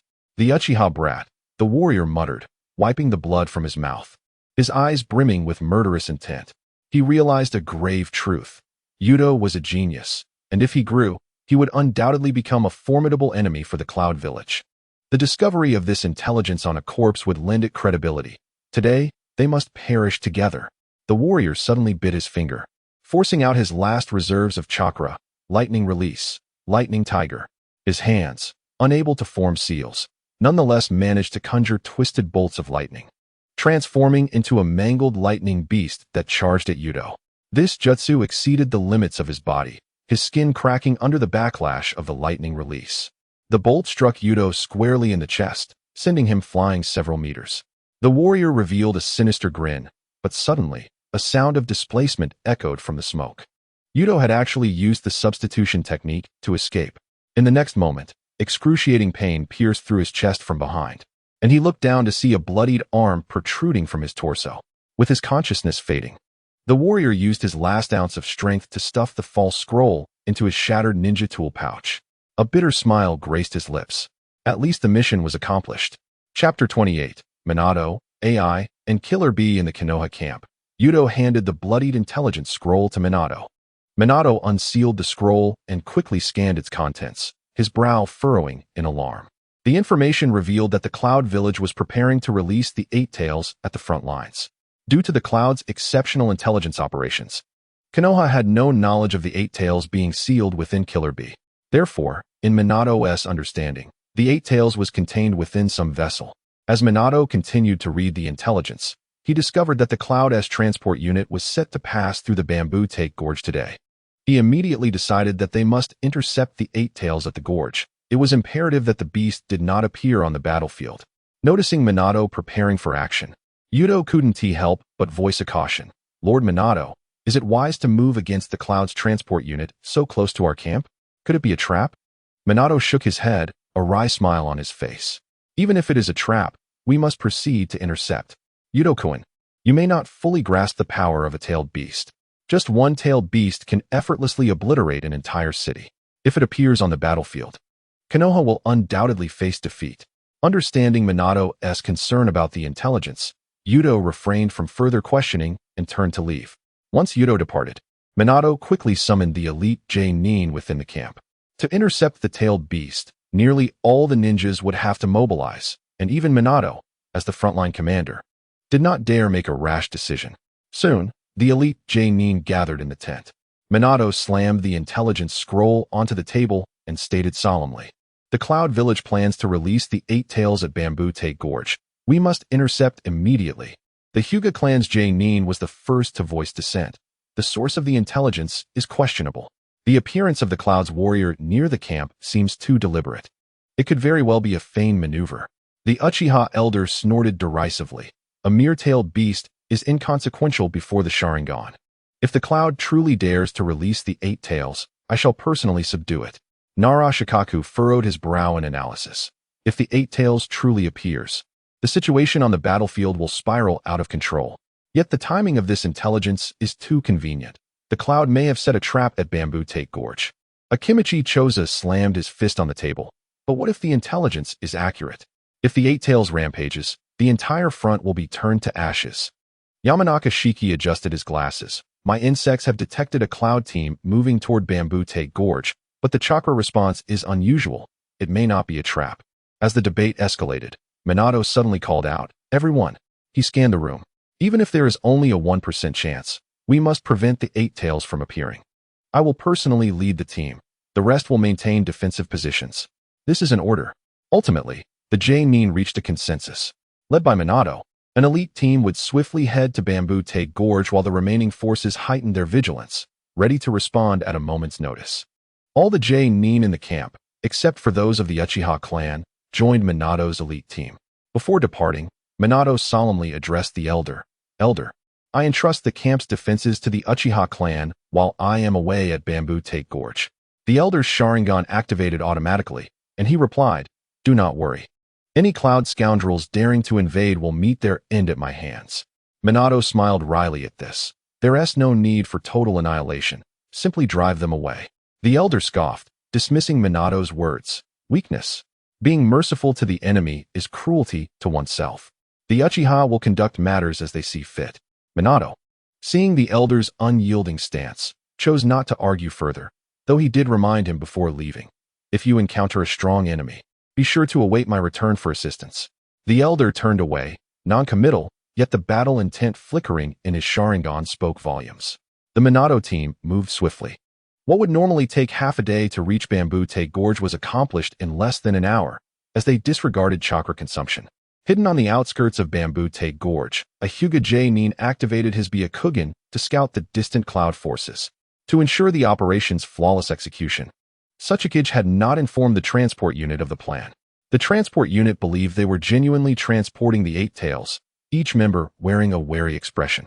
The Hyuga yearned focused his Byakugan on the center of the unit, where he detected a powerful and ominous chakra. It was unmistakable, the tailed beast. Hearing this, Minato felt a wave of relief wash over him. Intelligence is only valuable if it is true. As long as we capture the 8 tails, the scales of war will undoubtedly tilt entirely in favor of Konoha. Minato immediately issued a command for a swift resolution.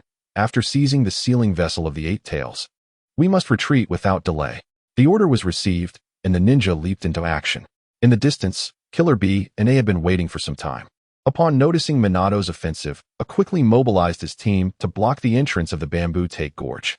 Minato sensed the ambush and felt a sinking feeling in his heart.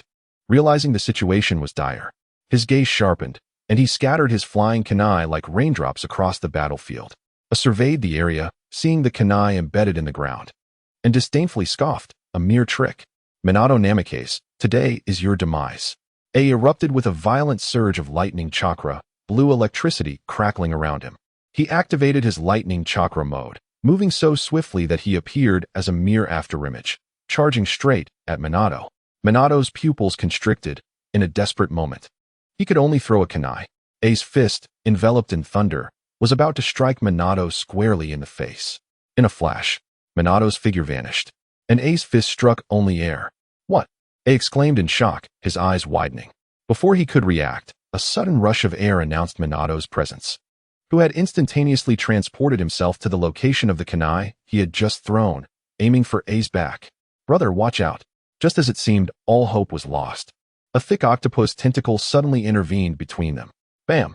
Minato's kunai embedded deeply into the eight-tail's tail, but failed to harm A in the slightest.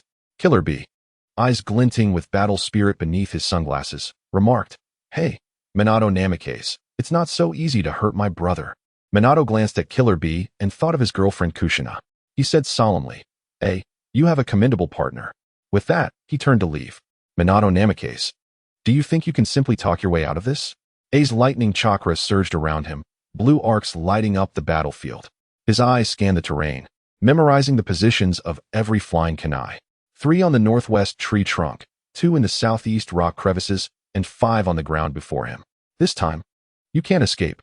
A bellowed, transforming into a streak of lightning as he charged at Minato. His fist, laden with ferocious lightning chakra, was poised to strike Minato's back. Just at that critical moment, Minato's figure vanished once more. A smirked coldly. He had already anticipated Minato's escape route, undoubtedly aiming for the nearest kunai on the ground.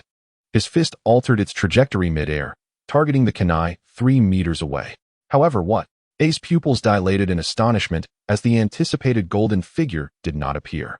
"Behind you," a cloud ninja suddenly shouted. A was stunned to find Minato had inexplicably materialized behind Killer B.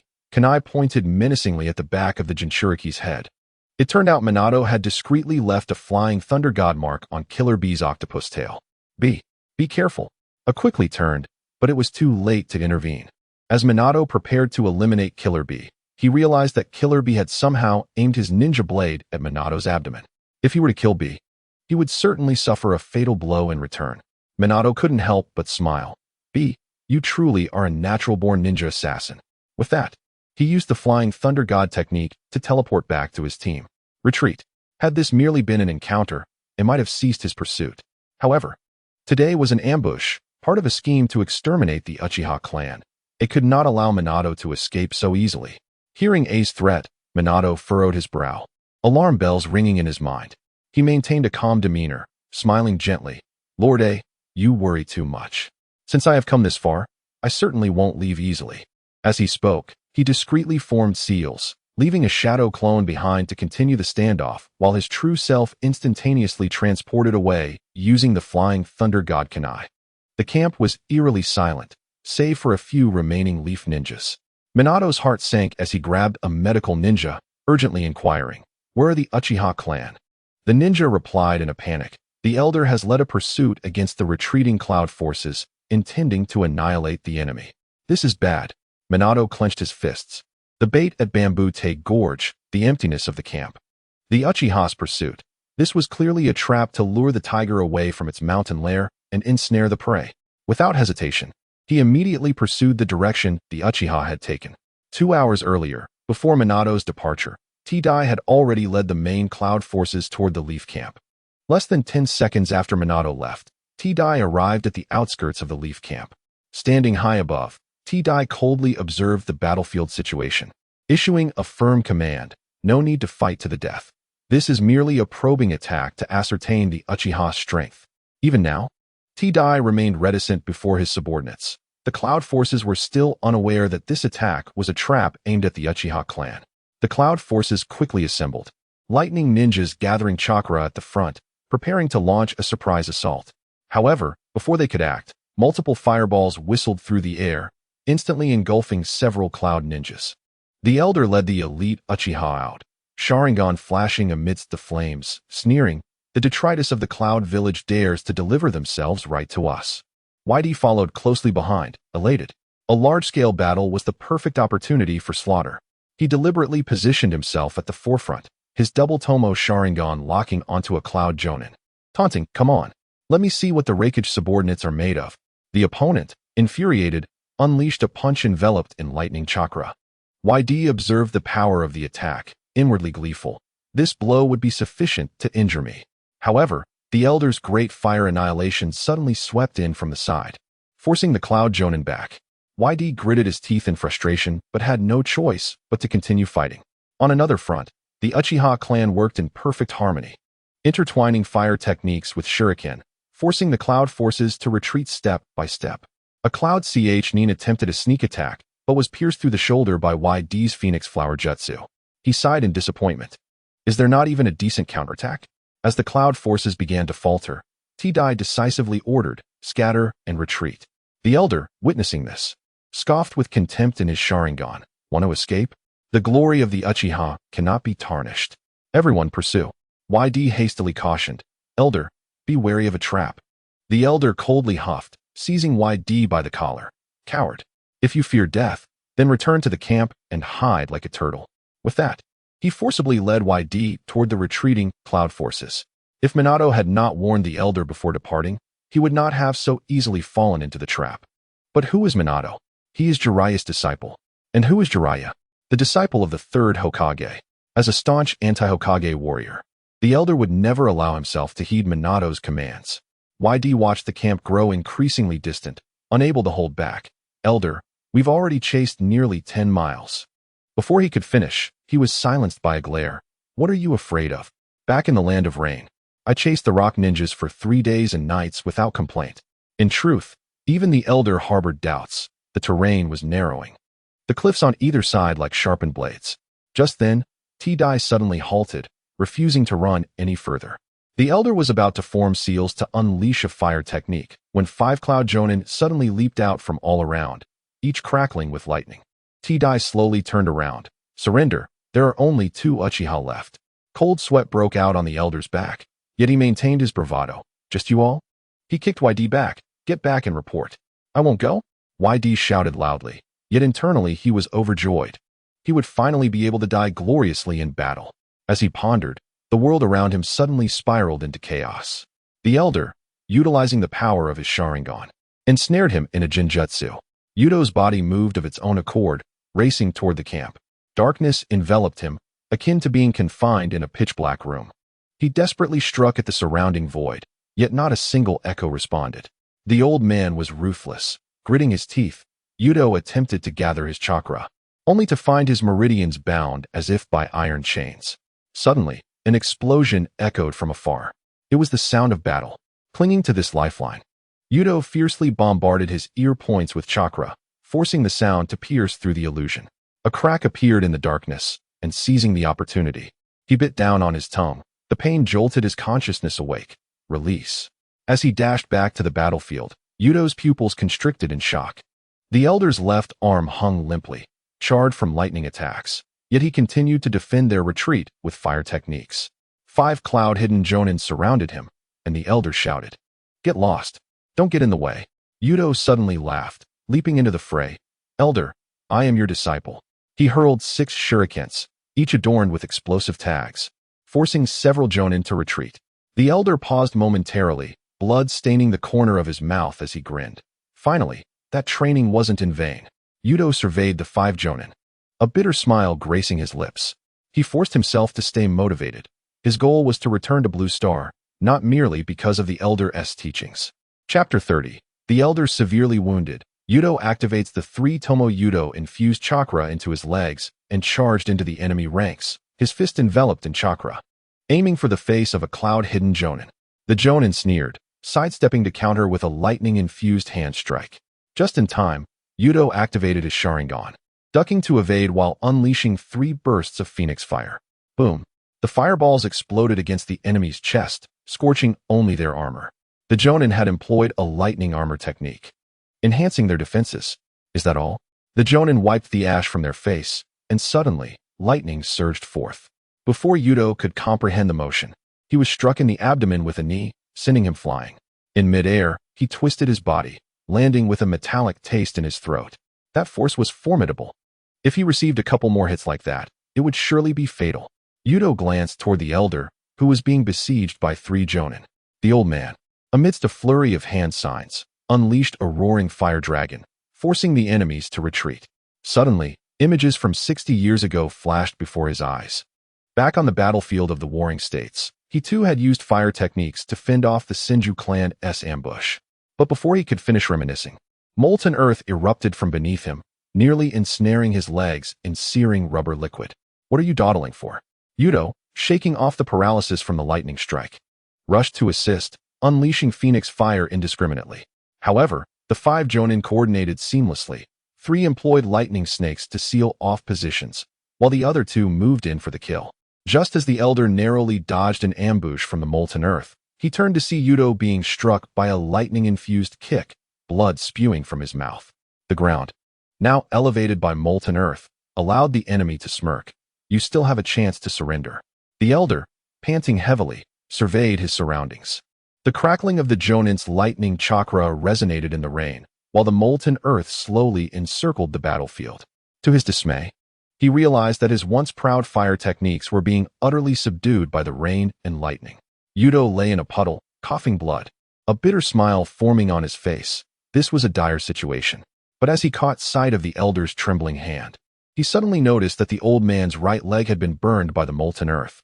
The cloud-hidden Jonin approached with mocking grins, their lightning flickering ominously on their kunai. It seemed that both master and disciple were on the brink of demise.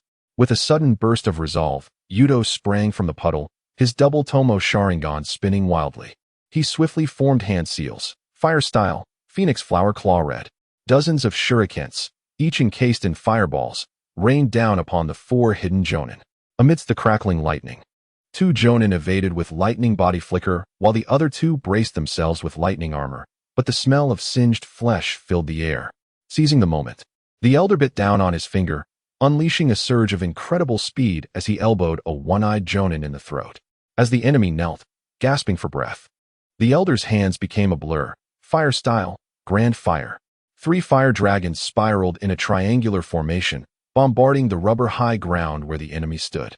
The molten earth wall hissed under the heat, filling the air with a noxious odor.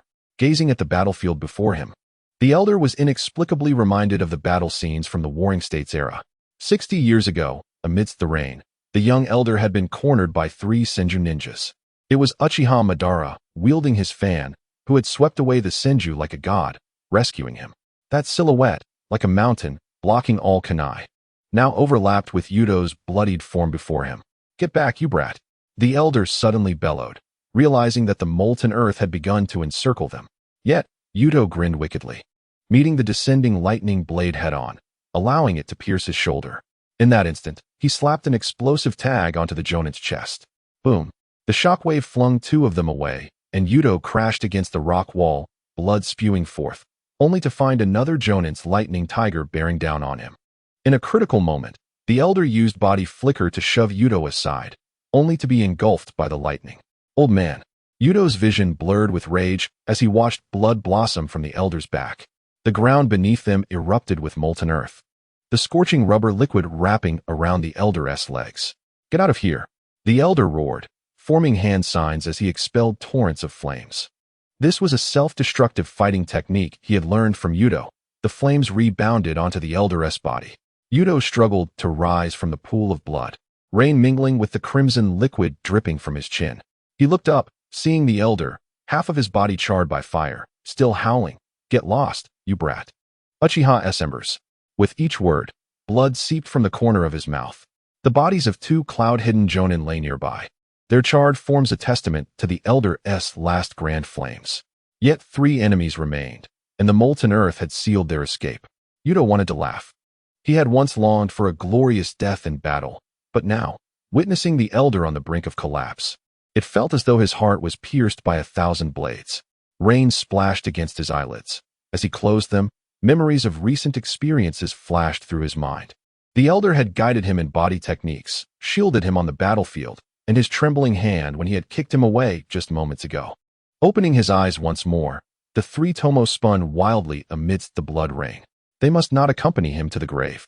Chakra surged through his meridians, and for the first time, Yuto charged toward death, not to return home, but to avenge this obstinate old man.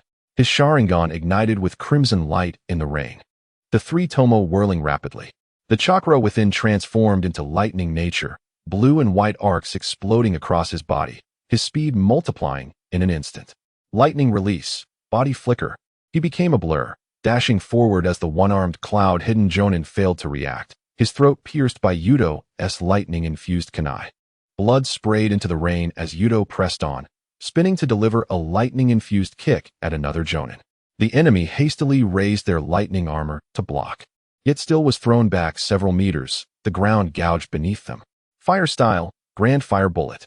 Yuto's roar echoed from behind, a technique he had witnessed before.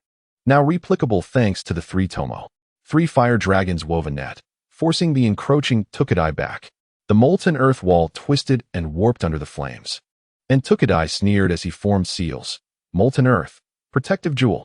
A scalding rubber ball shot toward Yuto like a cannonball. He evaded with body flicker. The ground where he once stood now a charred pit. As he dodged, he seized the chance to launch an assault on the last Jonin, unleashing the explosive power of his lightning chakra with a devastating punch. The opponent grinned menacingly, gripping his wrist with a swift motion. Kid, you haven't mastered this technique yet.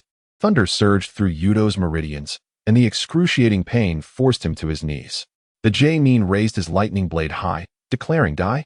In that critical moment, Yuto activated his Sharingan, replicating his adversary's lightning manipulation technique and redirecting the electricity into the ground. Simultaneously, he planted his left hand on the earth, sweeping his right leg like a battle axe towards the J-Nin's knee. A sickening crack echoed as the J-Nin lost his balance with a scream. Yuto seized the opportunity, delivering an elbow strike that shattered the J-Nin's throat, blood splattering onto his face. As Yuto gasped for breath, he turned to see a massive wave of lava-style ninjutsu from the earth platform descending upon him. Although the last J-Nin was gravely injured, he coordinated with the earth platform to flank Yuto. Rubber and lightning intertwined to form a deadly cage. Standing before the elder, Yuto slowly closed his eyes. Old man, I may not be able to avenge you.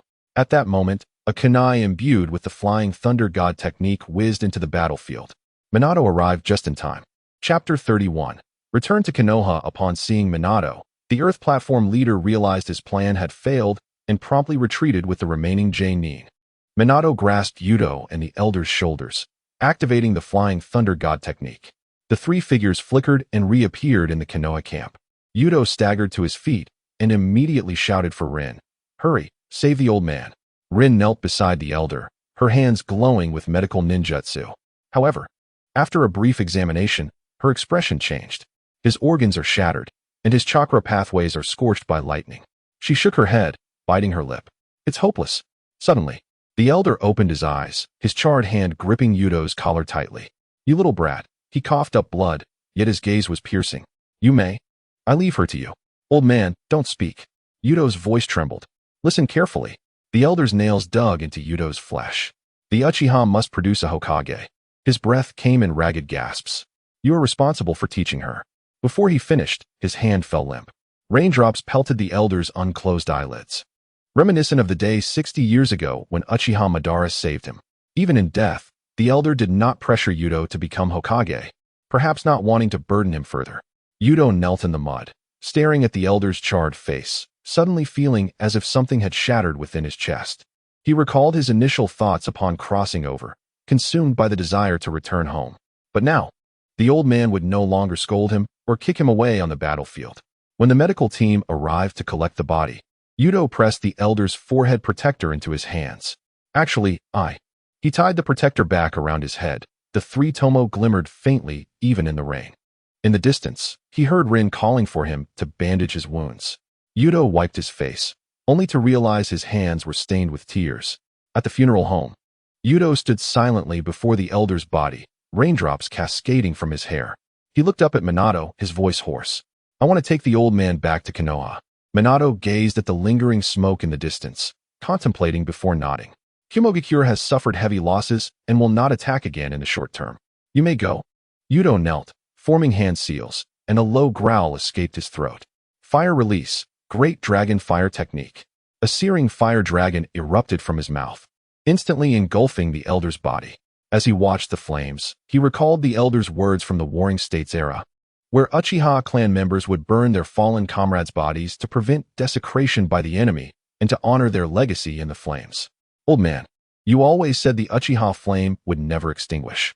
Yuto clenched his fists, the fire's heat scorching his face, but it paled in comparison to the anguish surging within him.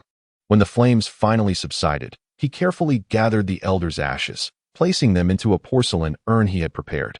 As his fingertips brushed against the charred remains, he vaguely heard the elder's voice scolding him.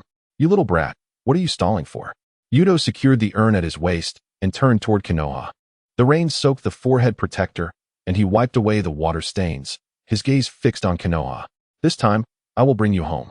2 days later, Yuto's heavy footsteps echoed along the stone path at the entrance of Konoha. After 2 nights of travel, he was covered in dust. At the clan's entrance, a familiar figure anxiously scanned the surroundings. "Yume." "Yuto." She waved from afar, running towards him with a bright smile. But as she neared and saw Yuto's scarlet Sharingan, her smile froze. "What happened to your eyes?" Yume reached out, gently touching the corner of his eyes, concern etched on her face. "It must have been tough on the battlefield." Yuto remained silent, merely gazing at her, his throat constricted. As Yume noticed his silence, her brow furrowed, her tone tinged with reproach. "Grandpa promised to take care of you. Yet." Her voice trailed off, unease creeping in as she looked at Yuto. "Yuto?" She tentatively called, her heart racing. "Where's Grandpa? Why didn't he come back with you?" Yuto took a deep breath and finally spoke, his voice hoarse. "I'm sorry." Yume's pupils dilated, her fingers instinctively gripping his sleeve. "What do you mean?" "The elder sacrificed himself to save me," Yuto replied. The air seemed to freeze for a moment. Yume's expression shifted from confusion to shock, then to devastation, tears flooding her eyes. "Impossible. Grandpa is so strong. How could he?" Yuto could only pull her into his embrace as she pounded her fists against his chest, crying out that he was lying, but eventually, she succumbed to grief, weeping on his shoulder. After an unknown amount of time, Yume's sobs gradually subsided. She looked up, her eyes red but stubbornly biting her lip. "Was Grandpa brave when he left?" Yuto nodded, his voice deep yet resolute. "He single-handedly killed 2 Nin from Kumogakure." A faint smile appeared on Yume's lips. And despite her tears, a glimmer of pride shone in her eyes. "That's good. Grandpa's sacrifice was not in vain." Yuto was taken aback. He had expected Yume to break down, to harbor resentment, even to question why it wasn't him who died. But instead, she smiled. In that moment, the fury within him blazed like wildfire. Kumogakure must pay a price. Yume stood beside him, noticing the change in Yuto's expression, her eyes filled with worry. "I will definitely kill the Earth Platform leader." Yume grasped his arm, her fingers trembling. "Yuto, Grandpa is gone. I just hope you can live well." Yuto remained silent for a moment before finally nodding. "Yes, I will." Though Yuto verbally promised Yume, he had never relinquished his thoughts of vengeance. Within the Uchiha Security Department, Fugaku was handling paperwork when he looked up to see Yuto enter, his brow furrowing slightly. "Yuto? Why are you back?" "The elder has fallen in battle," Yuto interjected, his voice chillingly calm. Fugaku's pen halted, his pupils dilating in shock. "What?" Yuto met his gaze, recounting the battle's events, the ambush by the Earth Platform leader, the elder's desperate resistance, and the final, hopeless struggle. After listening, Fugaku remained silent for a long time before slowly closing his eyes. The elder truly honored the Uchiha legacy. He was a true Uchiha. "I will personally head to the battlefield," Fugaku declared, opening his eyes, the 3 tomo in his crimson pupils spinning slowly. "What about you? What do you plan to do?" "Revenge." Yuto's response was decisive and unyielding. Fugaku scrutinized him, his tone serious. "The Earth Platform leader is the commander of Kumogakure and will undoubtedly have elite guards around him, possibly setting new traps." Yuto did not answer immediately. His gaze fell upon the Uchiha clan emblem on the wall of the security department, lost in thought. Chapter 32. Yuto's Plan 8 Tails. Since the Tsuchikage uses the 8 tails as bait, we can also utilize the 8 tails to eliminate the Tsuchikage. A glint of cold light flickered in Yuto's eyes as he spoke solemnly. "We can release false intelligence, claiming that Konoha intends to capture the 8 tails." Fayek frowned slightly. "The 8 tails is crucial to Kumogakure. The Tsuchikage will undoubtedly send people to relocate or reclaim it." "Indeed," Yuto nodded. "But the Tsuchikage is inherently cautious and would not act recklessly. He would allocate a portion of his main forces to escort the 8 tails to guard against an ambush from Konoha." Fayek pondered for a moment, still harboring doubts. "Even so, the Tsuchikage will have elite guards from Kumogakure surrounding him. We may not succeed." Yuto smirked. "Hence, it is necessary for you, Lord Fayek, to participate in the operation to capture the 8 tails midway." Fayek was taken aback. What do you mean? If the Tsuchikage discovers that the Uchiha clan is mobilizing, he will assume that Konoha is determined to succeed and will dispatch all his main forces to intercept. Yuto's voice was calm and resolute. At that moment, only a few guards would remain by his side. Fayek's gaze sharpened.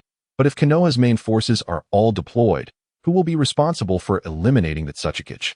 I will. Yuto stared directly at Fayek, a fierce killing intent evident in his eyes. Fayek shook his head. The Tsuchikage is an elite jonin, formidable in strength and proficient in lava release. Can you really kill him alone? Before the words left his lips, Yuto's three-tomo Sharingan suddenly activated, the crimson eyes swirling in the dim room. He spoke slowly. I am not weak now. Fayek's pupils constricted. Amidst his shock, he finally understood Yuto's obsession with the Elder. If Yuto's feelings for the Elder were not profound enough, he would not have awakened the three-tomo. After a long silence, he took a deep breath and solemnly said, Very well, I agree to your plan. As Yuto stepped out of the gate of the security department, he took a deep breath. In truth, he had no confidence in killing the Tsuchikage. The opponent was a battle-hardened elite jonin, while he was merely a novice who had just awakened his three-tomo. However, the charred corpse of the Elder lingered in his mind, and he gritted his teeth. Heading toward the general store in the clan's vicinity, the shopkeeper greeted Yuto warmly, and he managed a strained smile. Yuto-kun, it's been a while, same as usual? Yuto nodded. Before long, he was pushing a cart laden with supplies toward the orphanage. This time, Yuto felt that he might truly die. So he thought to take one last look at the children in the orphanage. He also wanted to check if the manuscript fees were properly credited to the orphanage's account. Upon pushing open the weathered wooden door of the orphanage, he saw Yoshino hanging clothes in the yard. Upon seeing him with a cart full of rice and flour, she immediately smiled and rushed over, drying her hands. Yuto-kun, when did you return? Yuto quietly replied, I just got back today. By the way, did you receive the manuscript fees? We received them last week. The children can finally eat fresh fruits. She suddenly paused, her keen eyes behind her glasses catching the pallor of Yuto's face. You look unwell. The Elder has fallen in battle. Yuto refrained from expressing his desire for revenge, knowing that Yoshino would surely try to deter him if he did. However, Yoshino was perceptive and immediately sensed that he was concealing something. She grasped Yuto's wrist. It's not just that, is it? Yuto sighed, resigned to the truth. The Elder died due to the Tsuchikage's conspiracy. I must kill the Tsuchikage. You are clearly walking into death. The Tsuchikage is a renowned jonin from Kumogakure. How can you hope to defeat him? Seeing Yuto remain silent, Yoshino clenched her teeth. She suddenly tugged at Yuto's sleeve, leading him toward the backyard, where several children were crouched by the vegetable patch, catching earthworms. Yuto and Aiken, a little girl with pigtails, rushed over, her muddy hands holding out a half-eaten carrot. I saved this for you. Yuto crouched down and gently patted her head. Yoshino said softly, These children have all lost their loved ones, but those who live must. I must go. Yuto interrupted her, returning the carrot to the girl's pocket. Some things are more important than life. Yoshino sighed, adjusting her glasses. Since you are determined to go, at least let me help you find an ally. Yuto frowned, thinking she intended to join personally. It's too dangerous for a medical ninja to go to the battlefield. Not me. Yoshino's glasses glinted with determination. I have some connections with Lady Tsunade. When they arrived at the Senju clan's compound, Tsunade was sitting in the yard with her legs crossed, drinking. Upon seeing Yoshino, she raised an eyebrow. Oh, Yoshino, what brings you here? Tsunade's gaze shifted to Yuto, her brow furrowing as if she recognized him from somewhere. Yoshino politely bowed. Lady Tsunade, I would like to request your protection for this child on the battlefield. Not interested. Tsunade gulped her drink. I don't want to go to the battlefield right now. Yoshino suddenly lowered her voice and leaned in closer to Tsunade's ear. Lady Tsunade, I have records of all the times you've skipped work to gamble. You. Tsunade slammed her hand down, her face turning red. Yoshino revealed a sly smile. From now on, I will handle your attendance records. Tsunade glared at the two, finally huffing. Just this once. If this kid seeks death, don't blame me. Yoshino quickly bowed. Thank you, Lady Tsunade. Tsunade looked back at Yuto, wanting to scrutinize who this child was to elicit such a request from Yoshino. The more she looked, the more familiar he appeared, until she suddenly realized. Wasn't he this the kid who had peeked at the women's bathhouse? He had shamelessly claimed it was for research for the orphanage due to insufficient funds. Tsunade crossed her arms, her gaze sharp as she turned to Yoshino. Is the orphanage's funding still sufficient? Yoshino was momentarily taken aback, confused. Why does Lady Tsunade ask? Although she had her doubts, she still answered Tsunade's question. The previously cut funding has been restored. Not only that, but Yuto-kun's manuscript fees have also been delivered on time. The children are now well fed and even able to buy new clothes. Tsunade raised an eyebrow, her gaze shifting back to Yuto. This boy is quite interesting. She strode over to Yuto, scrutinizing him from above, and suddenly grinned. Kid, since you have some conscience, she reached out and roughly ruffled his hair on the battlefield. I'll cover you. Yuto's hair became disheveled, yet he surprisingly did not evade her, merely murmuring a soft thank you. Tsunade huffed, turning to leave with a swagger. Yoshino watched her back, then glanced at Yuto, a slight smile forming. It seems that Lady Tsunade appreciates you. Chapter 33. Persuading Minato before departure. Yuto noticed a small figure following Fayake, a 6-year-old Itachi. This action by Fayake would eventually ignite the fuse for the Uchiha clan's demise. Lord Fayake. Yuto contemplated for a moment and approached Fayake, pointing at Itachi. The battlefield is no place for a child. Fayake's expression remained calm as he placed a hand on Itachi's shoulder. The children of Uchiha must face war. It is a baptism of honor. Honor? Yuto was speechless. Truly a case of filial piety. Itachi was still a child, and he was already being led astray from the very beginning, making future improvement unlikely. Once everyone had gathered, Fayake led 60 elite Uchiha warriors to the front lines. Upon arriving at the camp, Yuto immediately sought out Minato to explain the plan to lure the enemy in detail. The first half is feasible, but it is too risky for you to attempt to assassinate the Tsuchikage alone. Minato's brow furrowed. The Tsuchikage's lava release is potent enough to turn the tables on you in an instant. Yet this is the only opportunity. Before he could finish, the tent flap was suddenly thrown open. Tsukimi strode in. I will act alongside Yuto. Nonsense. Yuto looked at Tsukimi, remembering the old man's dying wish for him to protect her.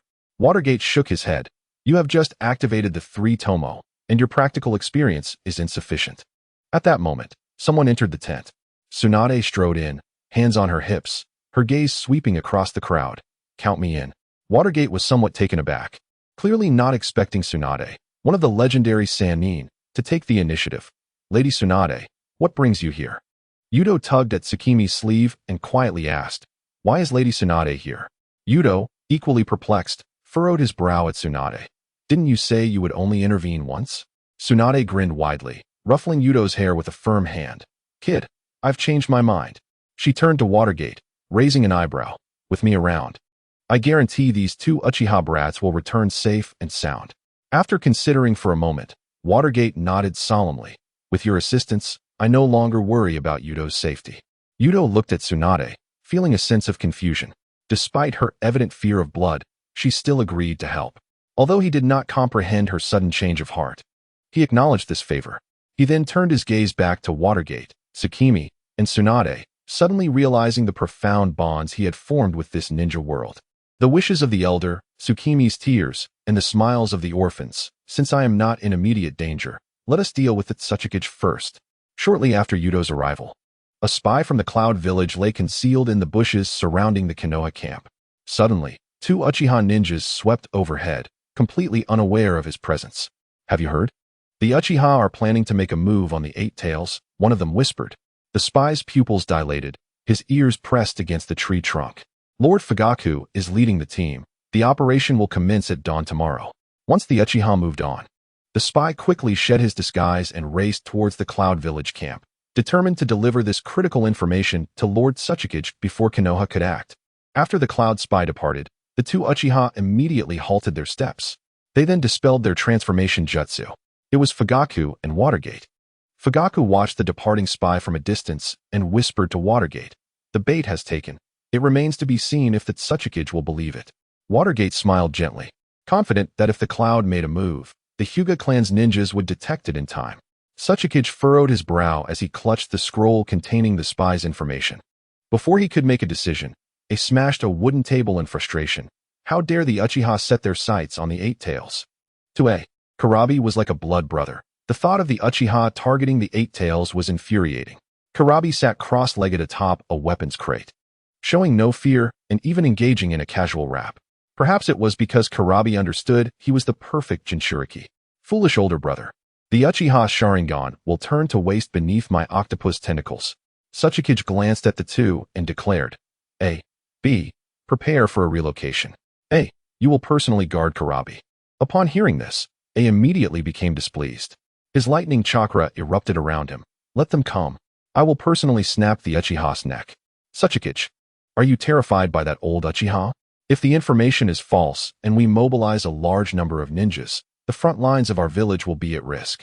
Sachikage slammed the table, understanding A's concerns. Even if the information might be flawed, he would still decide to relocate Kurabi. The value of one elite shinobi far outweighed that of many, while the tailed beast could annihilate countless elite shinobi. Ignoring A and Kurabi's protests, Sachikage asserted, This is an order. I am the commander of this camp.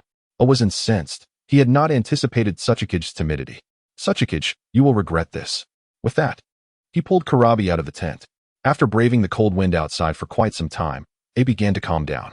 Though fleeing was appealing, as an older brother, he had to protect his sibling. A stood up and patted his rear, turning to Kurabi. B, it's time to go. Kurabi understood that his brother had come to a realization. Whether to retreat or not mattered little to him. He would unconditionally follow A's orders. Even if A insisted on holding the camp, Kurabi would do so without hesitation. Inside the tent, Sachikage was tracing routes on a map, searching for the best escape path. After contemplating for a long while, he finally circled the Takeburi Gorge. The location was perfectly situated, far from Konoha but near the Cloud Village. Crossing the Takeburi Gorge would lead directly into the Land of Lightning. The gorge served as a passageway between the Land of Lightning and the Land of Rice. However, after marking the circle, Sachikage felt an inexplicable chill. It seemed he had made a momentous decision. Shaking his head, Sachikage regained his composure and asked the young Hiroi beside him, Are A and Kurabi ready? After Hiroi had provided strategies for Sachikage in the past, Sachikage had taken notice of him, placing him by his side to cultivate his command abilities. If another ninja world war were to occur, Hiroi would likely occupy Sachikage's current position, responsible for commanding the front lines against a particular ninja village. Hiroi lowered his head. Lord A seems to have come to a decision and is prepared to depart. Sachikage sighed with relief. That is good. In the distance from the Cloud Camp, a Byakugan ninja closely monitored the camp's movements. Upon seeing the immense chakra unique to the Eight Tails, he immediately whispered, Hurry back and report. The Eight Tails is on the move. Chapter 34. The plan commences within the Konoha camp. Nearly all the upper ninjas in command positions were gathered, forming a circle around the map and Yuto. Yuto pointed at the Takeburi Gorge on the map and spoke solemnly. Sachikage is inherently suspicious. Thus, he is likely to choose this seemingly perilous route. An upper ninja furrowed his brow in skepticism. If the cloud were to retreat directly into the Land of Lightning, wouldn't that be more prudent? Time is of the essence. Yuto shook his head. The transfer of the Eight Tails must be executed without delay. The Takeburi Gorge represents the shortest path. Sachikage will gamble that we will not dare to set an ambush near the cloud's main camp.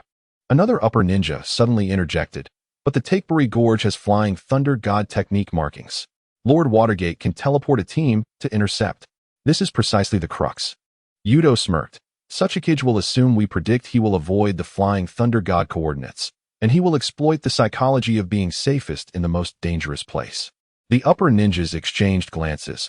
Although they acknowledged Yuto's reasoning, his youth made it difficult to fully trust him. Just then, the tent flap was thrust open, and Tsunade entered with her hands on her hips. Because that old fox Sachikage played psychological warfare like this back in the day, she continued, strategists love to counterpredict. Yuto's reasoning is sound. Though Yuto now had Tsunade's support, the final decision rested with the frontline commander, Watergate. After much contemplation, Watergate finally nodded. I also support Yuto's proposal. The trap set against the Uchiha has already demonstrated that Sachikage is a ninja who enjoys conspiracies. To deal with someone like him, we must anticipate his thoughts. Seeing Watergate, the commander, agree to Yuto's plan, the other upper ninjas felt unable to object. Especially with Tsunade, the most formidable medical ninja, also in agreement. Under Watergate's command, the ninjas of Konoha swiftly assembled, excluding those from the Uchiha clan. The Uchiha were left as a backup by Yuto, intended to compel Sachikage to act according to Yuto's plan. Watergate nodded at Fugaku. Clan head Fugaku, please lead the Uchiha ahead. Fugaku's gaze was calm and composed, a flicker of understanding passing through his Sharingan. I have discerned Yuto's strategy. The Uchiha's actions will ensure that the Foundation has no avenue of retreat.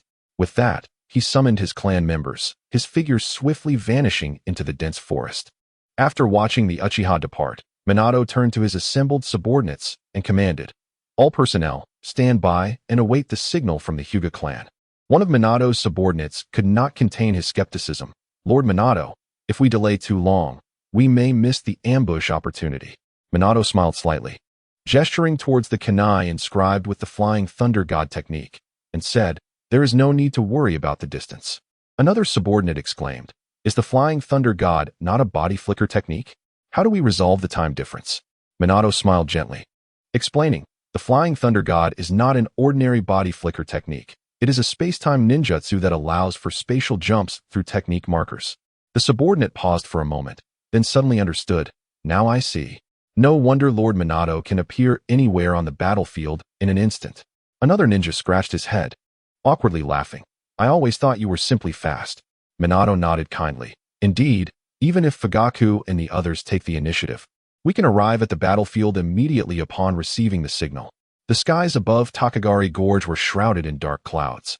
As the escorting troops of the Cloud Village quietly appeared on the narrow paths of the gorge, O was positioned at the center of the formation, scanning the surroundings with vigilance. But as Yuto had anticipated, he did not take excessive precautions against this seemingly perilous area. He glanced towards a particular spot within the gorge, where he had fought Minato days prior. Though it was called a confrontation, he had never actually made contact with Minato. Hidden within the crevices of the open ground lay a kunai inscribed with the Flying Thunder God technique, which they had failed to notice. A day earlier, Cloud ninjas had gone to Takagari Gorge to clear away the kunai left by Minato. This particular kunai had been deliberately placed by Minato after the cleanup. Several kilometers away, a Byakugan-wielding ninja from the Hyuga clan narrowed his pupils and whispered, "Target confirmed. Chakra of the Eight Tails detected." The nearby shinobi from the mountain village immediately formed hand seals, utilizing their clan's secret technique to relay the information back to the Leaf Camp. Within the camp, Minato suddenly looked up, a glimmer of insight flashing in his eyes. "The signal has arrived." He swiftly rose and commanded, "All personnel, prepare." Just as the ninjas were about to depart, Minato abruptly raised his hand to halt them. "Wait, everyone, hold hands." Although puzzled, they complied quickly. Minato placed his hand on one ninja's shoulder and said in a deep voice, "Flying Thunder God technique." In an instant, the space warped and the entire unit's figures vanished. The next moment, dozens of Konoha ninjas appeared out of thin air on the rock walls of Takagari Gorge, completely sealing off the Cloud Village's escape route. A's pupils dilated in shock, finally realizing he had fallen into a meticulously designed trap.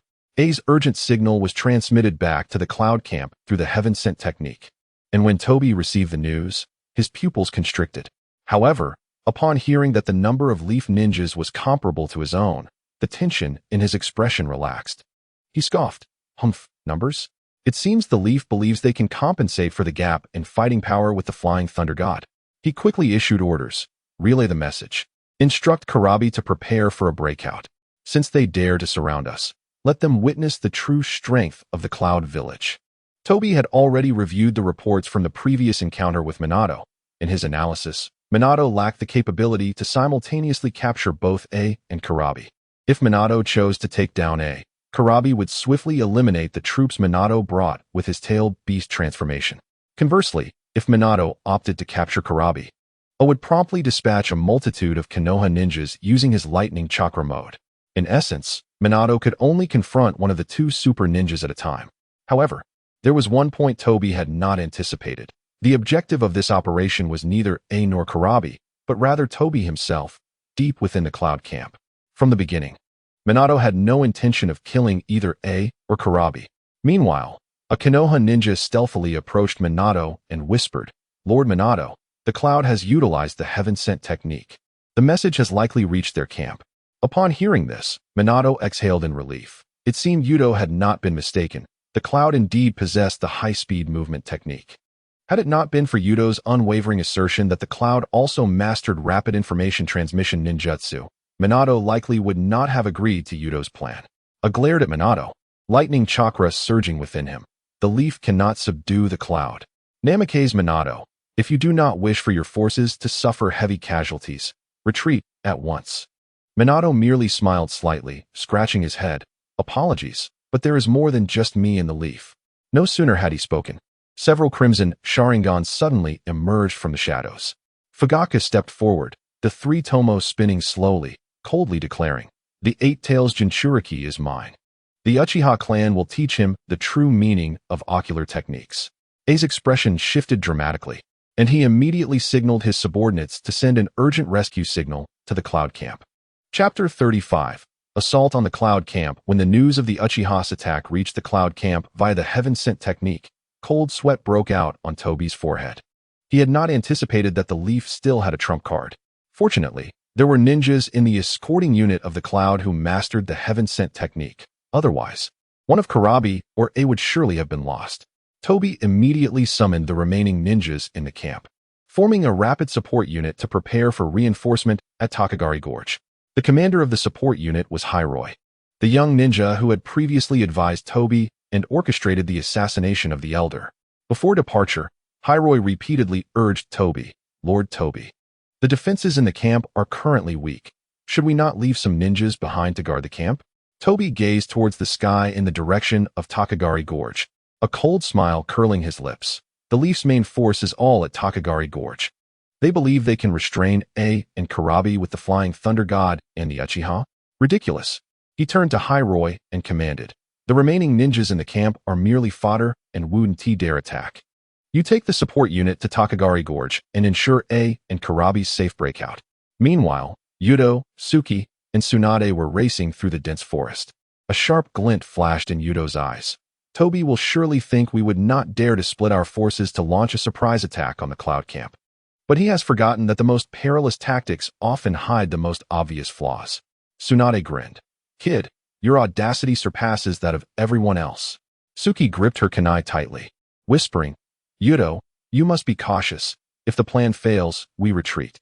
The trio concealed themselves in the forest near the camp, and when Yuto saw the Cloud support unit set out, he silently began a countdown in his mind.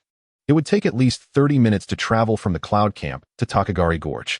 Yuto's task was to wait in the forest for 30 minutes, until the only unit capable of providing salvation had moved away from Toby.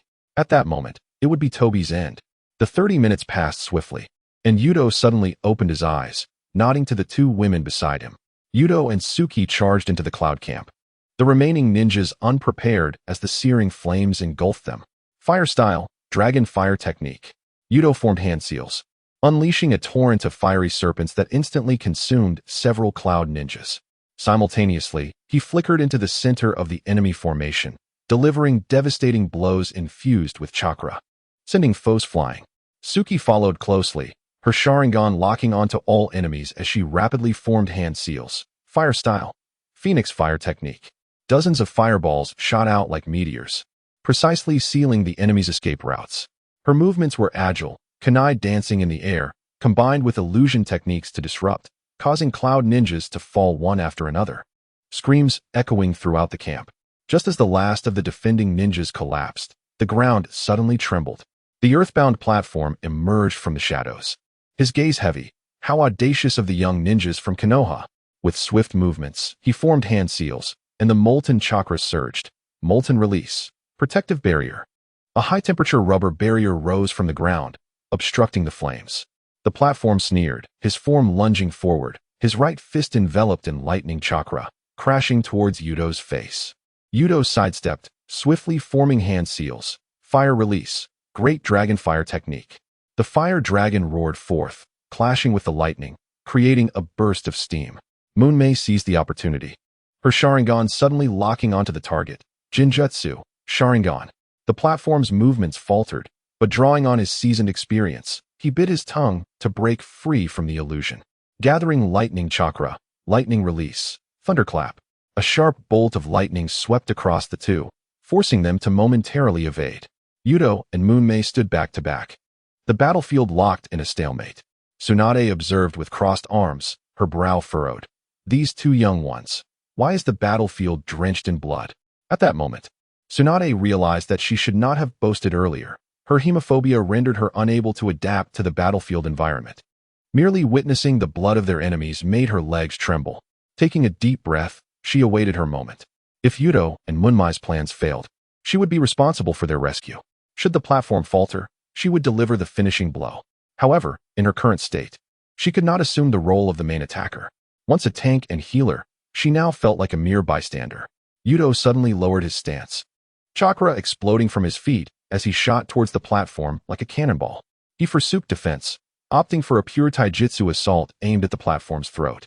The force of his punch tearing through the air, compelling the platform to retreat a half step. Lightning release, lightning fist. The platform's right fist crackled with lightning as it met Yuto's ferocity, the clash of their powers fracturing the ground beneath them. Simultaneously, Moonmei rapidly formed seals, fire release, great fireball technique. The searing fireball surged towards the platform from the side, cutting off his escape route.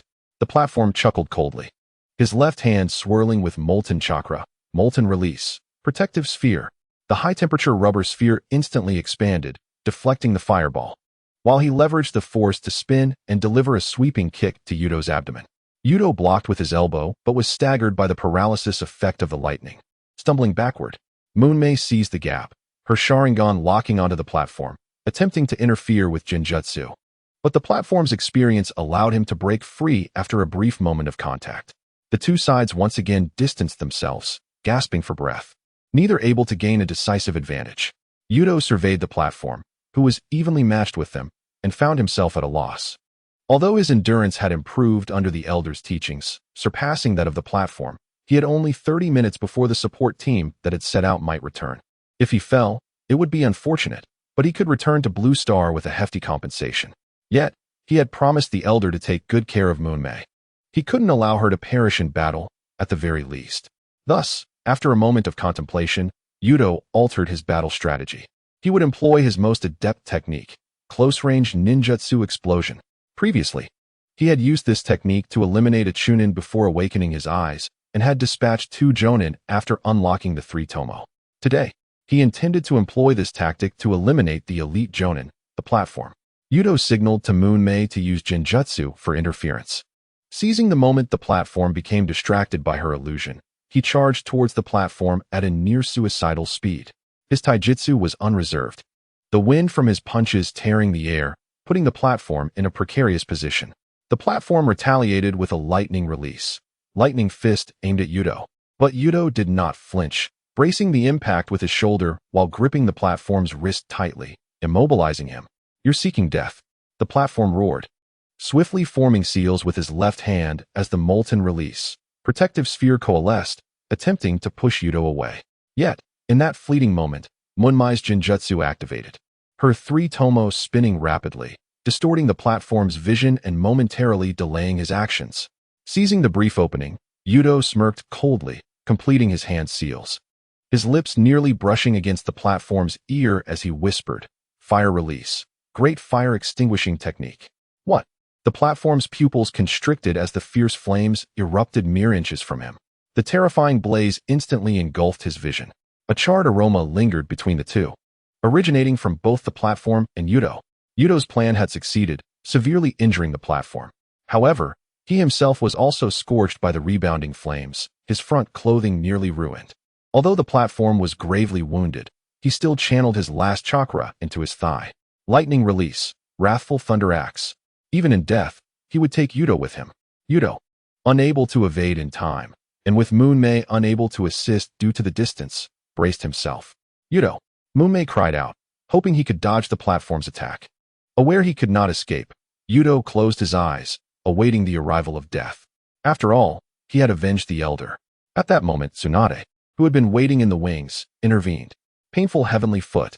The platform's attack was instantaneously intercepted, and he spat blood, realizing he was on the brink of death. Yuto had once again escaped the clutches of death. Chapter 36. Hemophobia on the way. Hiroi felt increasingly uneasy. Something was amiss. Why did the 4th Hokage and the Uchiha appear in waves? If they had launched a simultaneous assault on the escort unit, the chances of capturing the 8 Tails would have significantly increased. The current situation made it less likely to secure the 8 Tails. Logically, Konoha, as the strongest village in the ninja world, would not make such a foolish decision. Thus, there was only one explanation. Konoha's objective was never the Eight Tails. After pondering for a moment, Hiroi quickly grasped Konoha's plan. Their strategy mirrored that of Lord Tuchai's attack on the Uchiha, designed to lure the main forces away. The target was now glaringly clear, the Cloud Village's headquarters. The objective was Tuchai. Having unraveled this, Hiroi promptly led his team back. Upon reaching the Cloud Village encampment, he was met with devastation, Tuchai's charred body lying in a massive pit. Hiroi rushed forward, lifting Tuchai's body, loudly calling out to the surroundings. Medical team! Medical team! Tuchai extended his hand, gripping Hiroi's shoulder, spitting blood, and speaking with great difficulty. Hiroi, you must kill the Uchiha brat. With those words, Tuchai's head drooped, and he succumbed to death. Meanwhile, Yuto and the others were fleeing back to Konoha. Yuto felt a twinge of disappointment. He had hoped that upon opening his eyes again, he would return to Blue Star. Instead, he found himself staring at Tsunade's pale face. After confirming that Tuchai was beyond saving, he immediately urged the others to flee. In the woods, Yuto looked at the weakened Tsunade and felt a profound sense of helplessness. Sister, you said your hemophobia was so severe. Why did you insist on coming along? Moonmei, seeing the frail Tsunade, said with a tinge of sorrow, Yuto, let me carry Lady Tsunade. Just as Yuto was about to hand Tsunade over to Moonmei, he suddenly recalled his death wish plan. Now that he had avenged the elder, the allure of Blue Star resurfaced in his mind. He calmly said to Moonmei, it's all right, I'll carry Lady Tsunade. Moonmei, not questioning further, allowed Yuto to hoist Tsunade onto his back, and the three continued their journey. Yuto subtly lagged behind Tsunade by half a step and spoke to her on the ground. Lady Tsunade, it's soft and pleasant.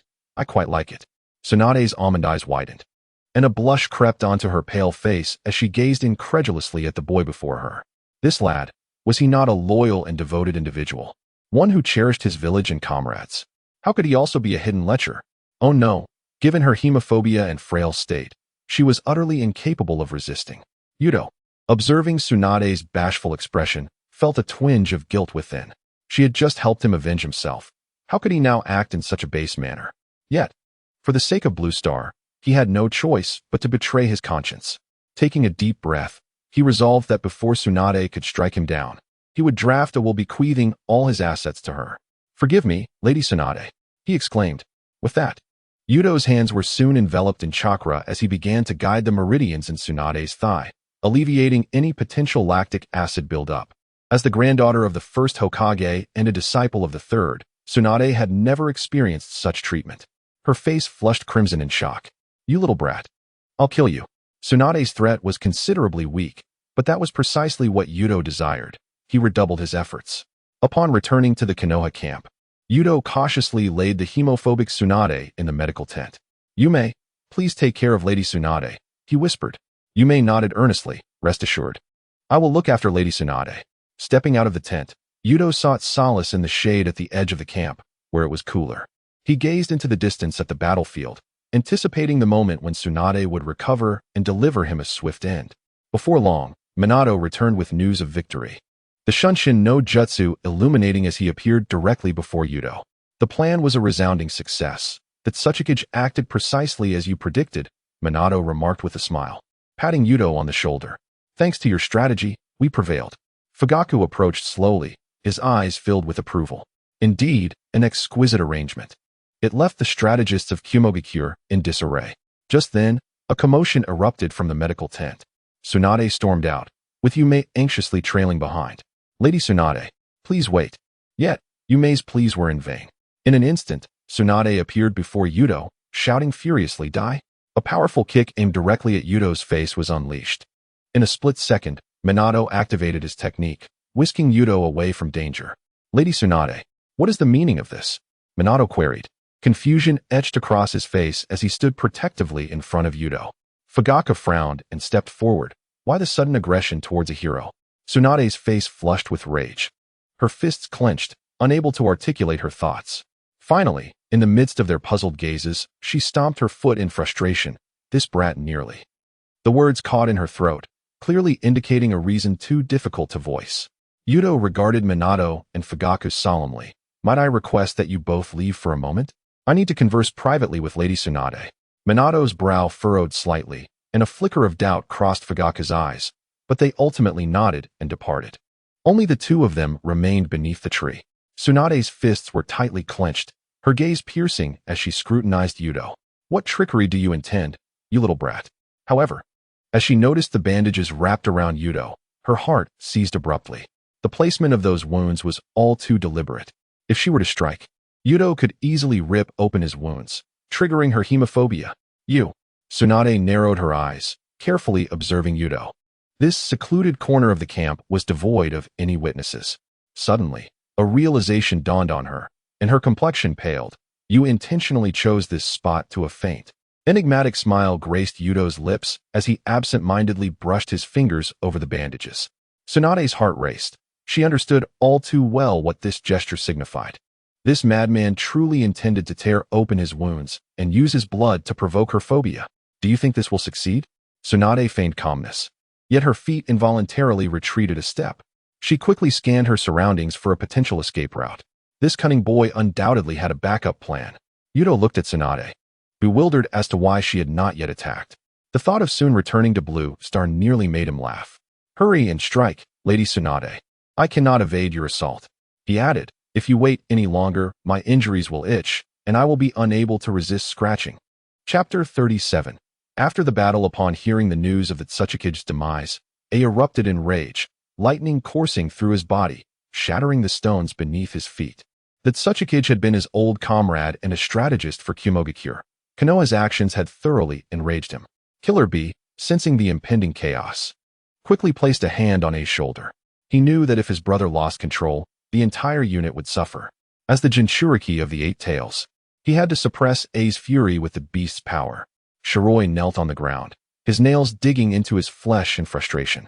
He deeply regretted not realizing that Konoha was employing a diversion tactic. The appearances of Minato and the Uchiha in waves were intended to draw their support away. Had they held their ground at the camp, perhaps the Tsuchikage would not have perished. Although A regained a modicum of composure, his murderous intent remained undiminished. He issued a direct command. "Forget the original battle plan. The entire army will prioritize the pursuit of the Uchiha and Tsunade. The Tsuchikige's vengeance must be exacted through the heads of these Konoha elites." Killer Bee was the first to speak, his tone unusually serious. "Brother, the more angered you become, the easier it is to fall into a trap. Konoha is deliberately trying to provoke us. Charging in recklessly will surely lead to disaster." As the one who could fully control the Eight Tails, he understood the catastrophic consequences of losing control, having nearly destroyed half of Kumogakure when the beast rampaged in the past. Shiroi quickly chimed in that Tsuchikage valued strategy above all. "If we expend our main forces for revenge, it would contradict his most cherished principle." He deliberately invoked the Tsuchikige's approach, knowing that A held this strategist's words in high regard. Shiroi himself had fallen victim to Konoha's diversionary tactics, understanding better than anyone the cunning nature of their adversary. The lightning enveloping A gradually diminished, yet his fists remained clenched in fury. The two, witnessing his state, promptly proposed a compromise. Killer Bee would lead a contingent to track the enemy, while Shiroi would take a team to disrupt Konoha's logistics. In this way, they could achieve vengeance without recklessly risking their forces, and A begrudgingly acquiesced. In stark contrast to Kumogakure's camp, Konoha's encampment thrummed with a jubilant atmosphere of victory. Fugaka stood by the bonfire, a rare smile of approval gracing his features. The cunning Tsuchikage had previously been a thorn in Konoha's side, yet Yuto's clever maneuvers had led to his downfall, showcasing the prowess of the Uchiha's Sharingan techniques. He patted the shoulder of a clansman beside him, quietly remarking, "This operation has indeed brought honor to the Uchiha clan." Minato was engaged in a debriefing with several jonin, his eyes shimmering with pride. As the architect of the strategy, he understood the risks involved better than anyone. Had it not been for Yuto's meticulous calculations of the Tsuchikage's every move, the entire plan would have faltered. "That boy has a remarkable ability to find breakthroughs even in dire situations," Minato mused to his colleagues. "With both courage and intellect, he is destined for greatness." Yume sat quietly at the edge of the tent, lost in thought as her fingers absent-mindedly traced the edge of a kunai.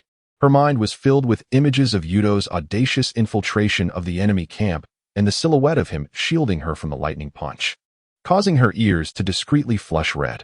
Nearby, a fellow kunoichi teased her for her infatuation, to which she retorted with a smile, "He looks incredibly dependable in battle." Tsunade leaned against a pillar of the medical tent, her gaze fixed intently on Yuto's retreating figure in the distance. She can still vividly recall the sensation of her thigh meridians being guided by chakra, an unprecedented healing method that is almost unheard of. When the medical team inquired about her flushed face, she gritted her teeth and replied, "That little brat is no hero. He's merely a brazen scoundrel." Meanwhile, at the other end of the camp, Yuto suddenly sneezed, dazedly rubbing his nose. The news of Yuto's victory over Tsuchikage reached Konoha, where the third Hokage stood by his office window, taking a deep puff from his pipe, the wrinkles on his forehead finally easing a bit. Tsuchikage, as the strategist of the Cloud Village, had long been a thorn in Konoha's side. Now that he was eliminated, the pressure on the front lines significantly diminished. He turned to the Umbu beside him and instructed, "Notify the front lines to maintain steady progress. Do not act recklessly." Within the Uchiha clan, the members could hardly contain their excitement. Tsuchikage had devised strategies against the Uchiha, and his demise at the hands of Yuto undoubtedly elevated the clan's reputation. Young clan members gathered together, brimming with pride. "Truly, he is our genius. The fame of the Sharingan should be forged in such a manner." Even the usually stern Uchiha elders nodded slightly in approval. This operation had indeed showcased the clan's value to the village. Ordinary villagers of Konoha, upon hearing the news of victory, wore proud smiles. In taverns, merchants raised their cups in celebration, exclaiming, "With such formidable ninjas, our village can lead a secure life."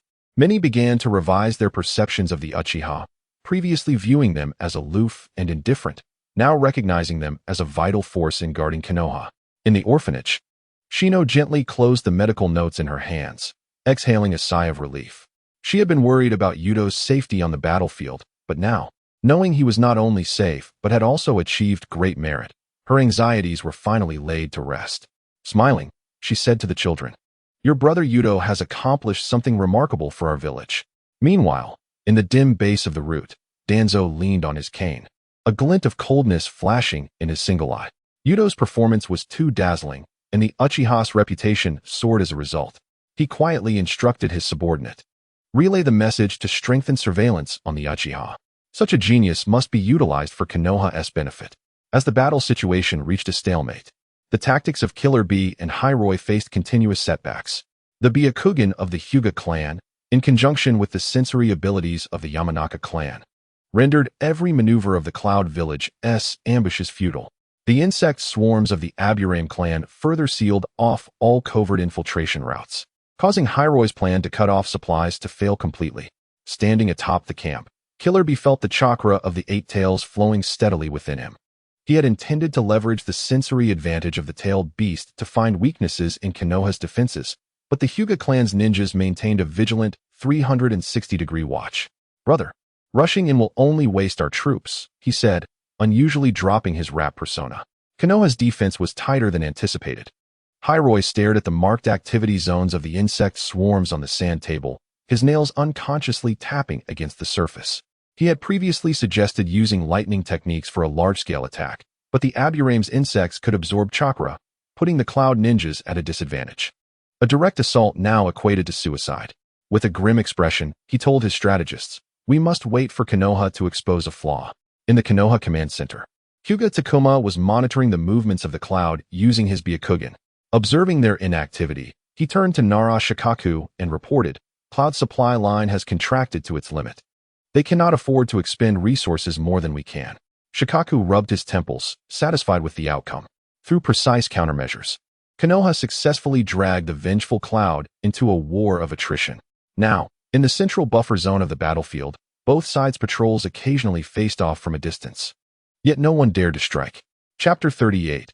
The Plan of Tsukimi. Due to Yuto's conquest of the Cloud Camp and his elimination of the elite Jonin Tsuchikage, Sarutobi Hiruzen issued a promotion order for Jonin from the village. This meant that Yuto had now attained the rank of Jonin. Observing the Jonin appointment letter before him, Yuto felt a sense of disbelief. Since avenging his past, he felt his strength had significantly increased. He had not anticipated reaching the level of Jonin so soon. He realized that every time he faced an opponent of comparable strength, if he emerged victorious, his own power would ascend rapidly.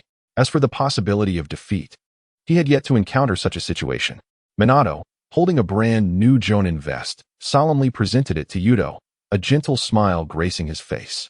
Fugaku, a serious ninja, also displayed rare excitement as he patted Yuto's shoulder. A 14-year-old jonin. The Uchiha Haven Tea produced such a talent in many years. The surrounding clan members cast admiring glances, and several young ninjas clenched their fists in enthusiasm. Yuto had now become a role model for the Uchiha clan, akin to the exemplary child spoken of by parents. Try it on, Fugaku urged. Yuto glanced helplessly at the green jonin vest in his hands. Unlike the Chunin vest, each jonin vest was specially tailored. Even though Yuto was still young and his body had not fully developed, the vest fit him remarkably well. Tsukimi stood at the front of the crowd, more excited than anyone else. Her cheeks flushed with emotion as her heart soared at the thought of him becoming a jonin. As night deepened, the celebratory crowd gradually dispersed, and the campfire outside Konoha flickered out, leaving only scattered glimmers of light swaying in the wind. Tsukimi stood outside the medical tent, her gaze inadvertently drifting towards the shaded edge of the camp. There sat Yuto, lost in thought as he stared into the distance at the battlefield. Biting her lip and hesitating for a moment, she finally steeled herself to approach him. "Yuto," Tsukimi softly called, her voice gentle yet tinged with nervousness. Yuto snapped back to reality, looking up at her. "Tsukimi? What is the matter?" Tsukimi lowered her head slightly, her fingers nervously entwined. "Tonight, our team is responsible for patrolling the camp's perimeter, but Captain Fugaku has reassigned others for reconnaissance, and now we are short-handed." She paused, furtively glancing at Yuto's expression. Seeing him calm, she continued, "So, I wanted to ask if you could accompany me on patrol?" Yuto paused for a moment, contemplating. He had nothing pressing to do, and it wouldn't hurt to take a stroll. He nodded in agreement. "Sure." Tsukimi's eyes sparkled instantly, and she couldn't help but smile, though she quickly composed herself and said, "Thank you. Shall we meet at the East Watchtower in half an hour?" "All right," Yuto responded succinctly. Tsukimi nodded and turned to leave, her steps noticeably lighter than when she arrived. In truth, the patrol team had not lost any members. She merely sought an excuse to spend some time alone with Yuto. Ever since he had killed Tsuchikage and become a hero, he was constantly surrounded by people, and her opportunities to speak with him had dwindled. She touched the item hidden in her gear bag, her cheeks slightly warming. It was a special food pill she had prepared, sweetened with honey and red beans, meant to be more delightful than the ordinary ones. Yuto would surely enjoy it, wouldn't he? Under the moonlit watchtower on the east side of Konoha's camp, Tsukimi nervously adjusted the straps of her ninja tool pouch, her fingers recoiling as they brushed against the special food pill, feeling as if they had been burned. Footsteps approached from a distance, and she hastily positioned her kunai, pretending to check her equipment. "What is our patrol route?" Yuto's figure emerged from the shadows, his new jonin vest glinting coldly in the moonlight. He looked around, puzzled. "Where are the other team members?" Tsukimi's ears flushed. They might have gone down another route." She quickly pointed towards the edge of the forest. "Let us patrol along the barrier's edge first. I heard that Cloud's sensory ninjas have been quite active lately." Two figures strolled side by side along a moonlit forest path, the sounds of insects rising and falling around them. Yume cast a discreet glance at the boy beside her, who was intently studying the warning talismans etched into the tree trunks, his profile sharply defined against the night. "Would you like to try this?" Yume finally summoned the courage to pull out a food pill. "I've improved the formula." Yuto accepted the warm, oiled package, casually popped it into his mouth, and remarked, "Not bad, sweeter than rations." However, as he chewed, he suddenly frowned. "Wait, there's no chakra response from Yun hidden nearby?" Yume's voice was barely a whisper.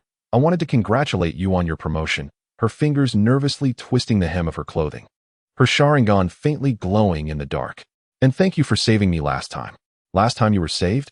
Yuto pondered, recalling when he had rescued Yume, finally remembering it was during their last encounter in the valley. "Oh, that." He brushed the crumbs from his mouth. Anyone would have done the same. Suddenly, he halted, his three-tomo Sharingan flaring to life. There's movement at 3 o'clock. Yume was yanked behind a tree, her back pressed against his chest. Upon hearing Yuto's light chuckle, "Turns out it's just an owl," she realized how close they were, able to count each other's eyelashes. "Let us continue patrolling." Yuto released her, unaware of the flush on her cheeks.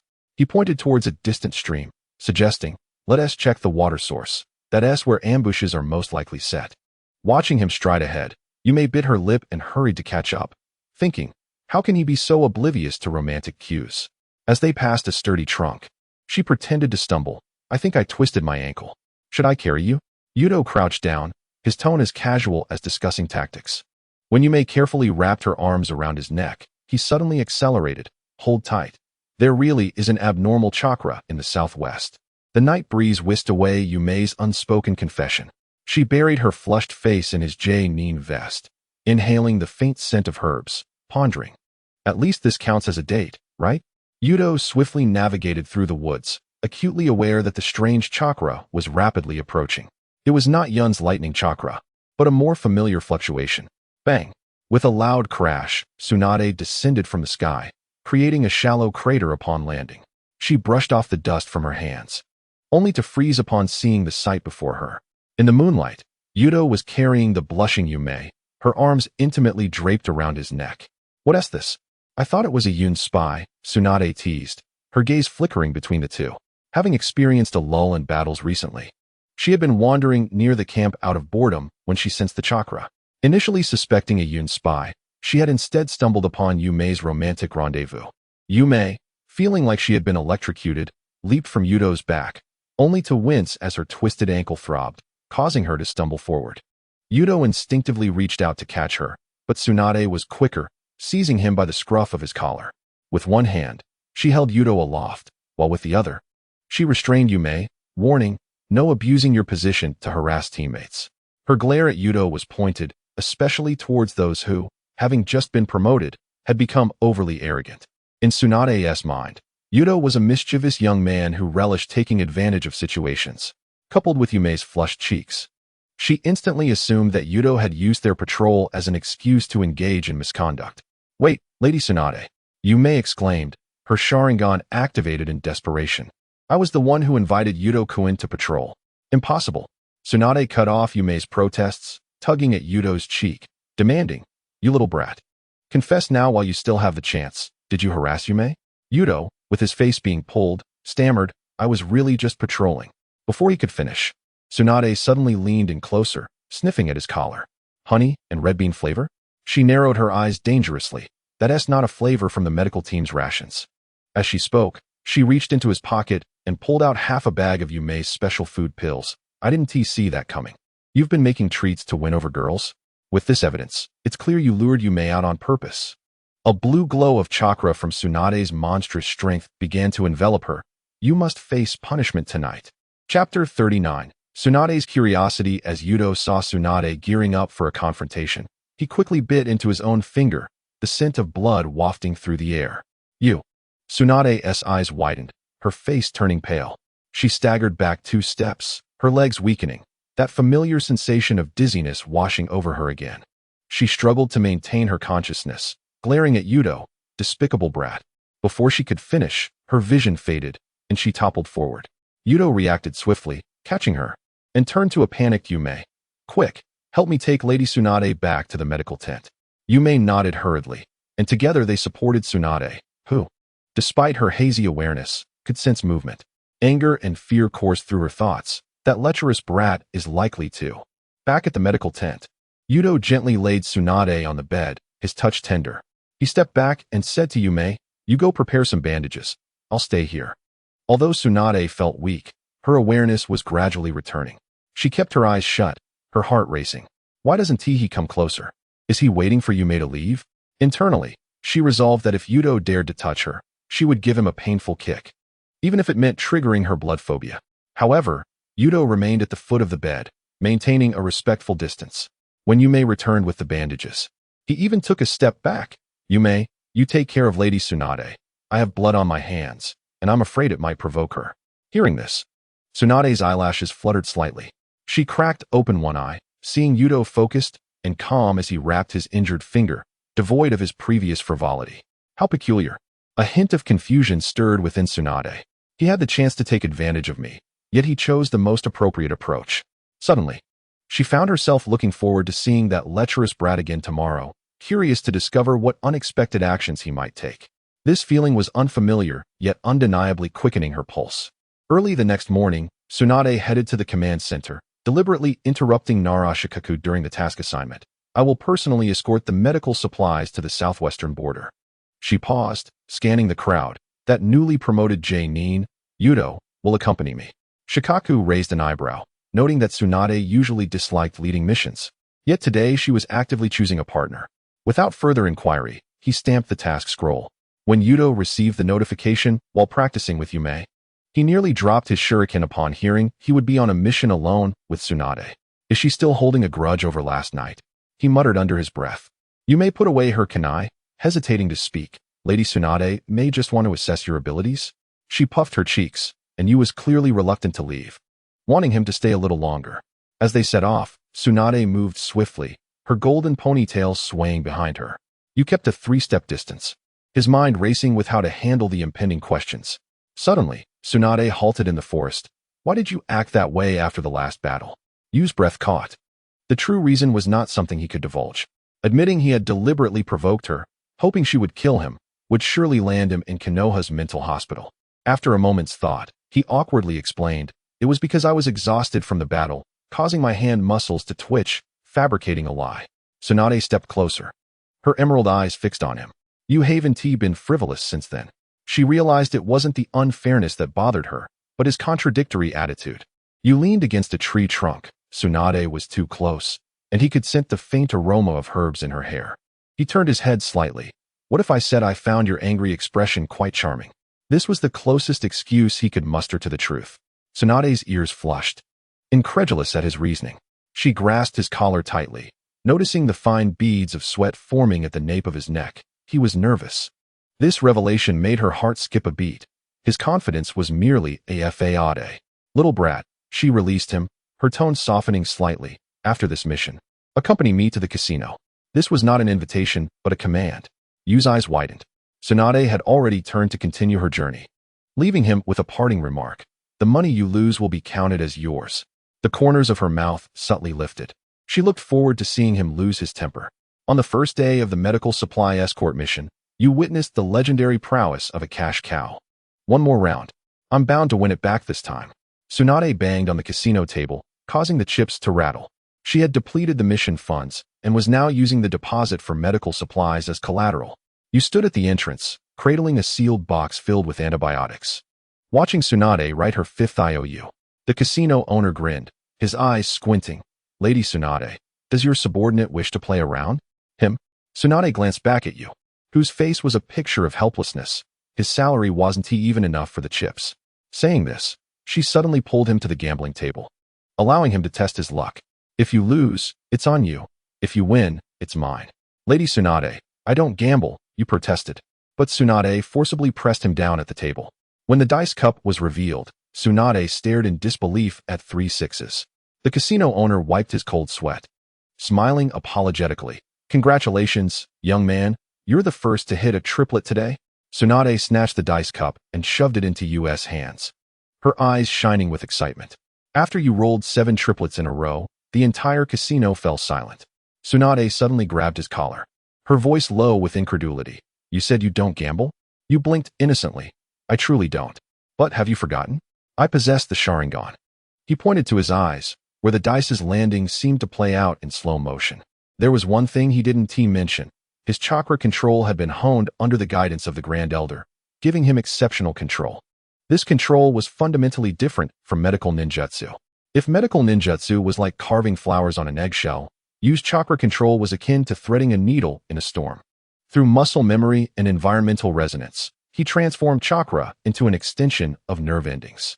His method of control resembled a precision instrument's closed-loop feedback system, where every chakra output was accompanied by real-time feedback from skin sensitivity, airflow changes, and even the enemy's body temperature.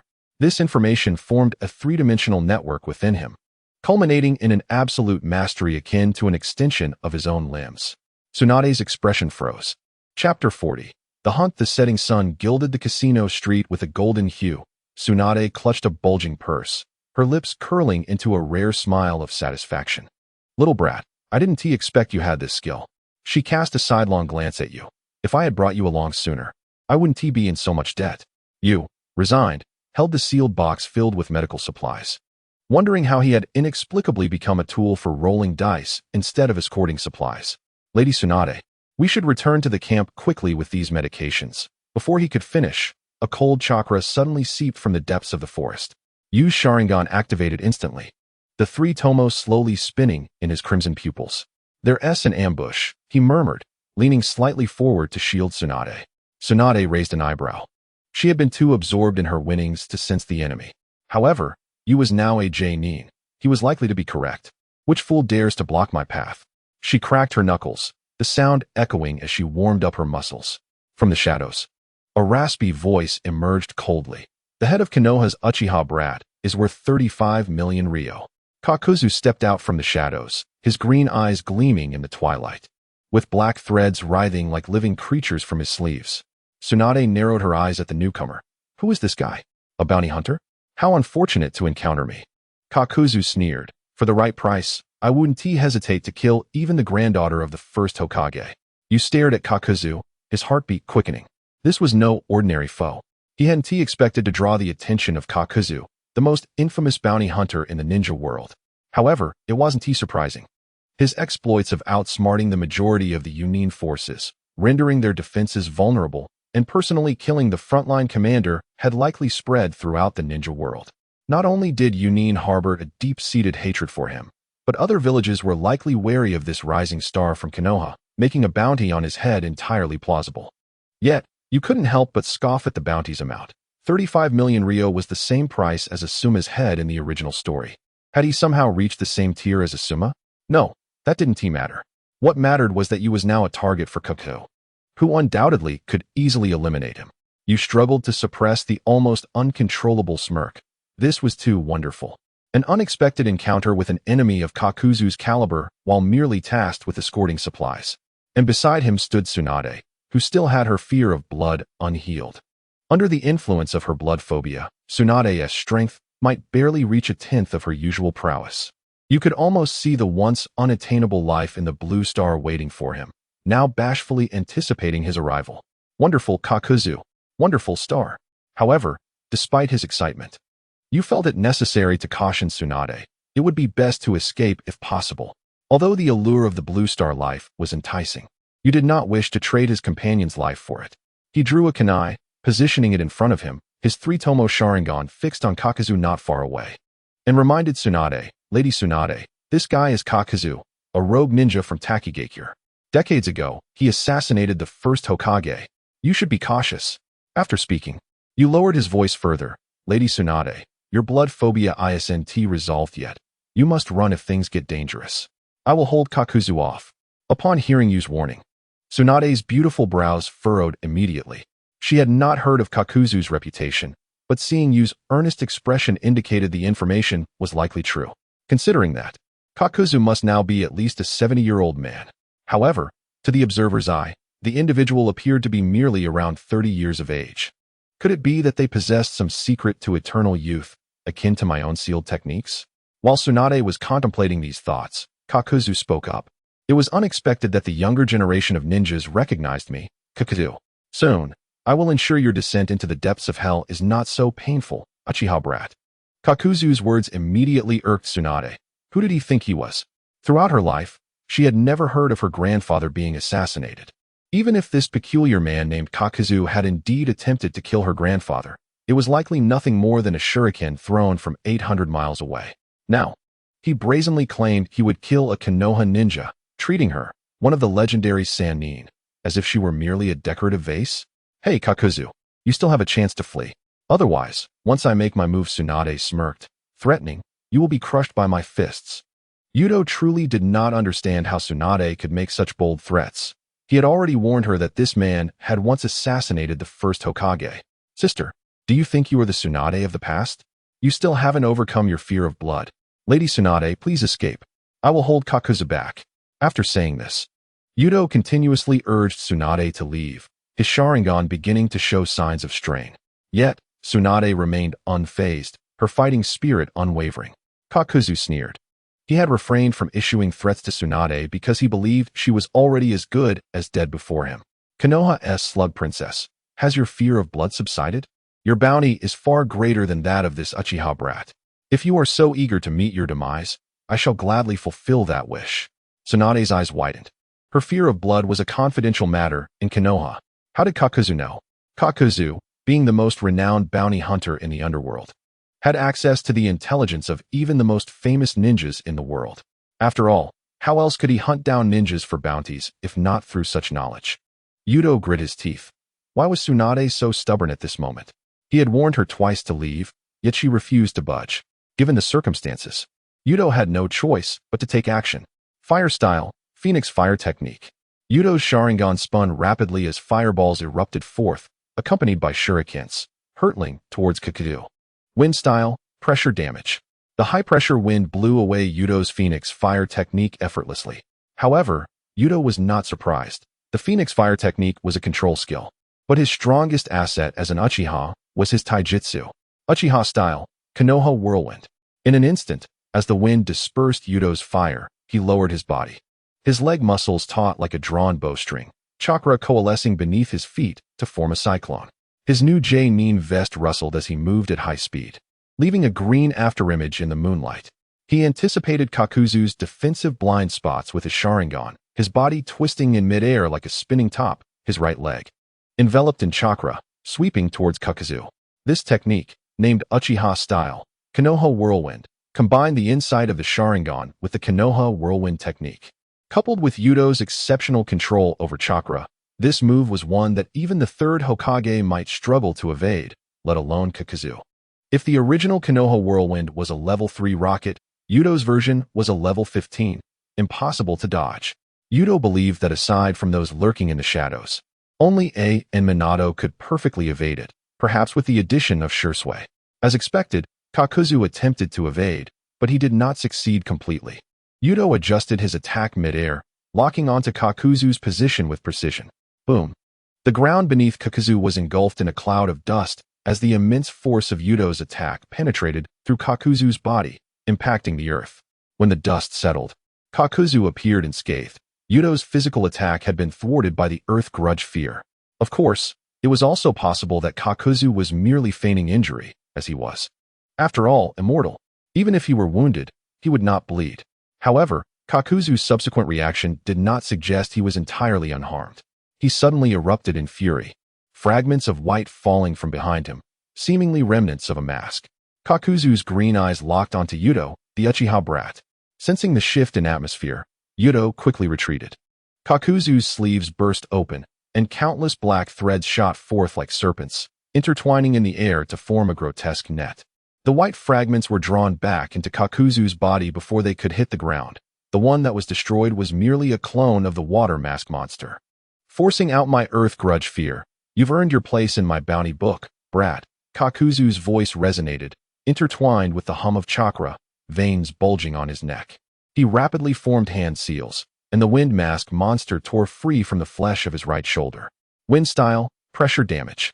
As the high-pressure wind ball tore through the air, Yuto's Sharingan detected the flow of chakra. He leaped back, the three tomos spinning wildly in his blood-red eyes.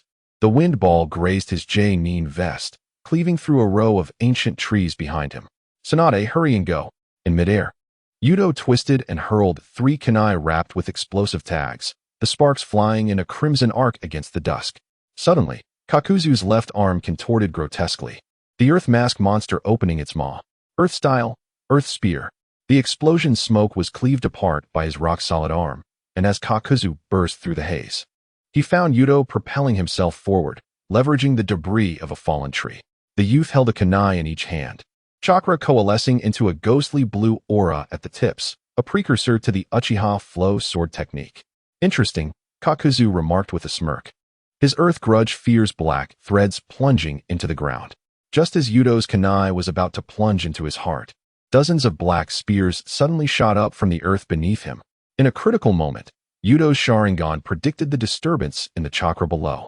He forcefully twisted his body, transforming his thrust into a flick, utilizing the recoil from the black spears to flip backward.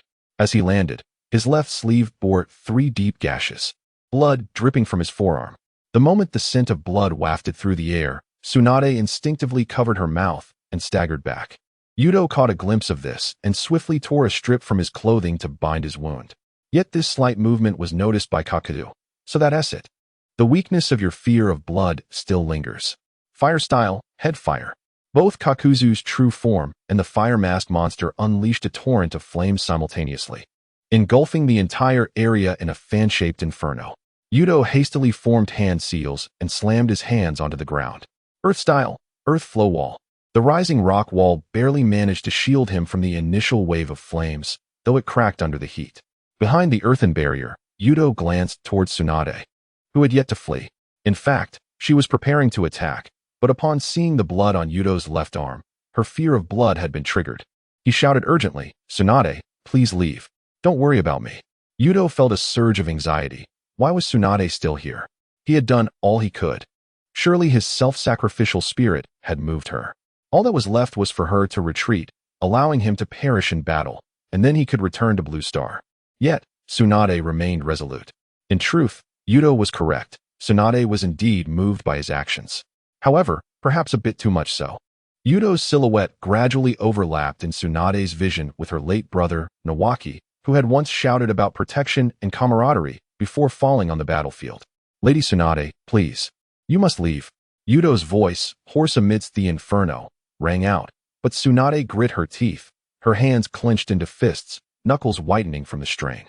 She gazed at Yuto, who was being suppressed by Kakuzu's wind and fire techniques, watching as his left arm continued to bleed. The image of Shinshu's smile before his death flashed through her mind. The younger brother, who always charged ahead, had ultimately left her with nothing but a cold corpse. What a cruel joke. How could I possibly watch my comrades perish before my eyes? Tsunade abruptly lifted her head, her golden hair dancing wildly in the heat wave. With a powerful stomp, she shattered the ground beneath her, unleashing her immense strength as she propelled herself towards Kakuzu like a cannonball. "Humph, seeking death," Kakuzu sneered, his black threads of the earth grudge fear suddenly retracting. The wind and fire that had once suppressed Yuto instantly shifted direction, intertwining into a net that surged towards Tsunade.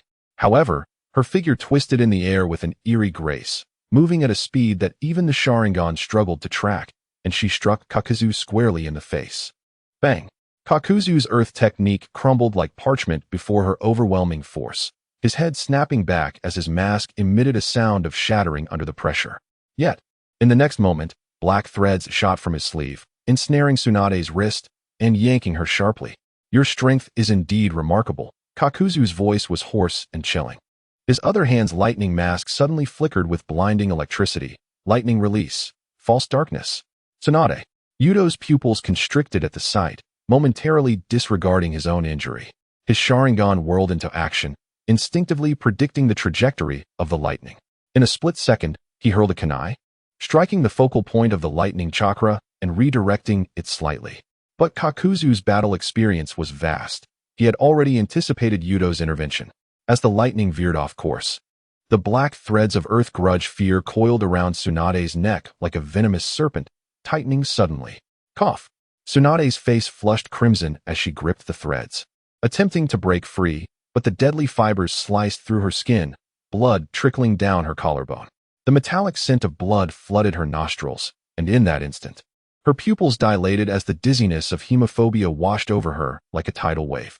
Her strength dissipated instantly, her legs buckled, and she nearly fell to the ground. "It is over," Kakuzu declared coldly, the lightning mask flaring to life once more, this time aiming directly at Tsunade's heart. "You shall not succeed." A bloodied figure suddenly collided from the side, Yuto crashing into Kakuzu with his shoulder, but he was grazed by the lightning, the smell of charred flesh filling the air. Staggering to shield Tsunade, his voice was resolute. "I will not allow my comrades to die before me." Kakuzu narrowed his eyes, observing the battered yet unyielding youth before him, finally displaying a hint of impatience, foolish persistence. He raised his hand to form seals, summoning wind, fire, and lightning masks simultaneously, gathering destructive chakra. "Then let us vanish together." Yuto gasped for breath, but suddenly laughed. Chapter 42. Healing Hemophobia. Do not worry about me. Just go. You should leave, Lady Tsunade. Behind Yuto, Tsunade knelt on the ground, paralyzed by her fear of blood, her legs unable to support her body. Despite Yuto's countless urgings to flee, she remained resolute, terrified that if she left, she would receive news of Yuto's demise. This fool, why does he not value his own life? Are the lives of his comrades truly more precious than his own? Although she had known of Yuto's dedication to his comrades, it was only through this experience that Tsunade truly understood the essence of this young man. At the same time, Yuto was reaching his limits. Tsunade offered nothing but a distraction, and he did not require anyone to share the burden of combat. What he desired most in that moment was for Tsunade to escape, allowing Kakuzu to eliminate him. From the earlier battle, Yuto could tell that this opponent was immensely powerful, undoubtedly a master at the level of a Kage. Crushing him was a certainty. Initially, he had managed to inflict some damage due to his intelligence advantage, but he had no confidence moving forward. Suddenly, a warm hand covered Yuto's back. Tsunade struggled to support her body, using her healing techniques to mend Yuto's wounds. Medical chakra surged through his body, staunching the bleeding as her voice trembled. Do not think that the legendary 3 ninjas of Konoha would flee. What a touching argument. Kakuzu observed the two with a sneer, the wind mask writhing on his shoulder. Why not let us send you on your way together? Wind release, pressure damage. A high-pressure wind sphere erupted from the mask, sweeping countless fallen leaves towards the pair. Yuto glanced back at Tsunade. He could evade, but she would be in danger. He had no choice but to form seals again, raising an earth wall. The high-pressure wind sphere collided with the wall, which held for a few seconds before being obliterated. Fortunately, as the wall crumbled, it diverted the wind sphere, leaving only the residual force to tousle their hair, both emerging unscathed. Tsunade smiled in relief, unable to restrain herself from saying, "That's great. You're all right." Before she could finish her sentence, a sharp spike, twisted from earth grudge fear fibers, pierced through Yuto's body, appearing mere centimeters from Tsunade's eyes. The tip of the earth grudge fear spike, soaked in Yuto's blood, dripped onto the ground before Tsunade. Yuto felt his body weaken as Kakuzu's attack pierced his heart. He could not help but smile. So this is it. I must be dying now. If I survive this, the heavens must be playing a cruel joke on me. Who survives after having their heart pierced? Am I destined to be the protagonist? In truth, even as Yuto and Tsunade found themselves at a disadvantage, Kakuzu remained vigilant. His words about sending them together were merely a fade to conceal his true intentions. With Tsunade out of combat, Kakuzu aimed to eliminate Yuto first. The question then became how to ensure a precise hit on Yuto. Kakuzu's mind raced, quickly devising a perfect and simple tactic. A diversion. He first used wind release, pressure damage to force Yuto to erect an earth wall to block the wind sphere's assault.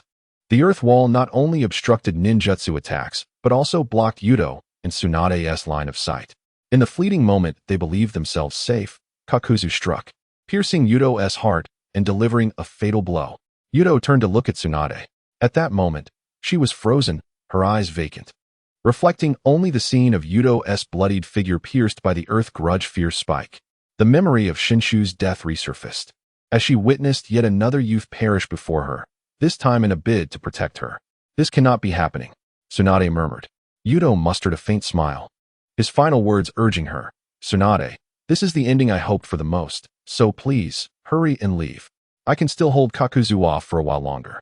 As he approached the brink of returning to his home world, Yuto ceased his pretense. He revealed his true desire, to die. Blood trickled from the corner of his mouth.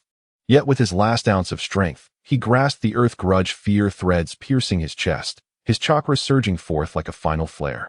Do not even think about it. He coughed up blood, his hands entwined with lightning chakra pressing down fiercely. The threads embedded in him were driven forcefully into the ground, momentarily halting Kakuzu's actions. Tsunade's pupils dilated sharply, as the image of the blood-soaked youth before her overlapped with the memory of Shinshu.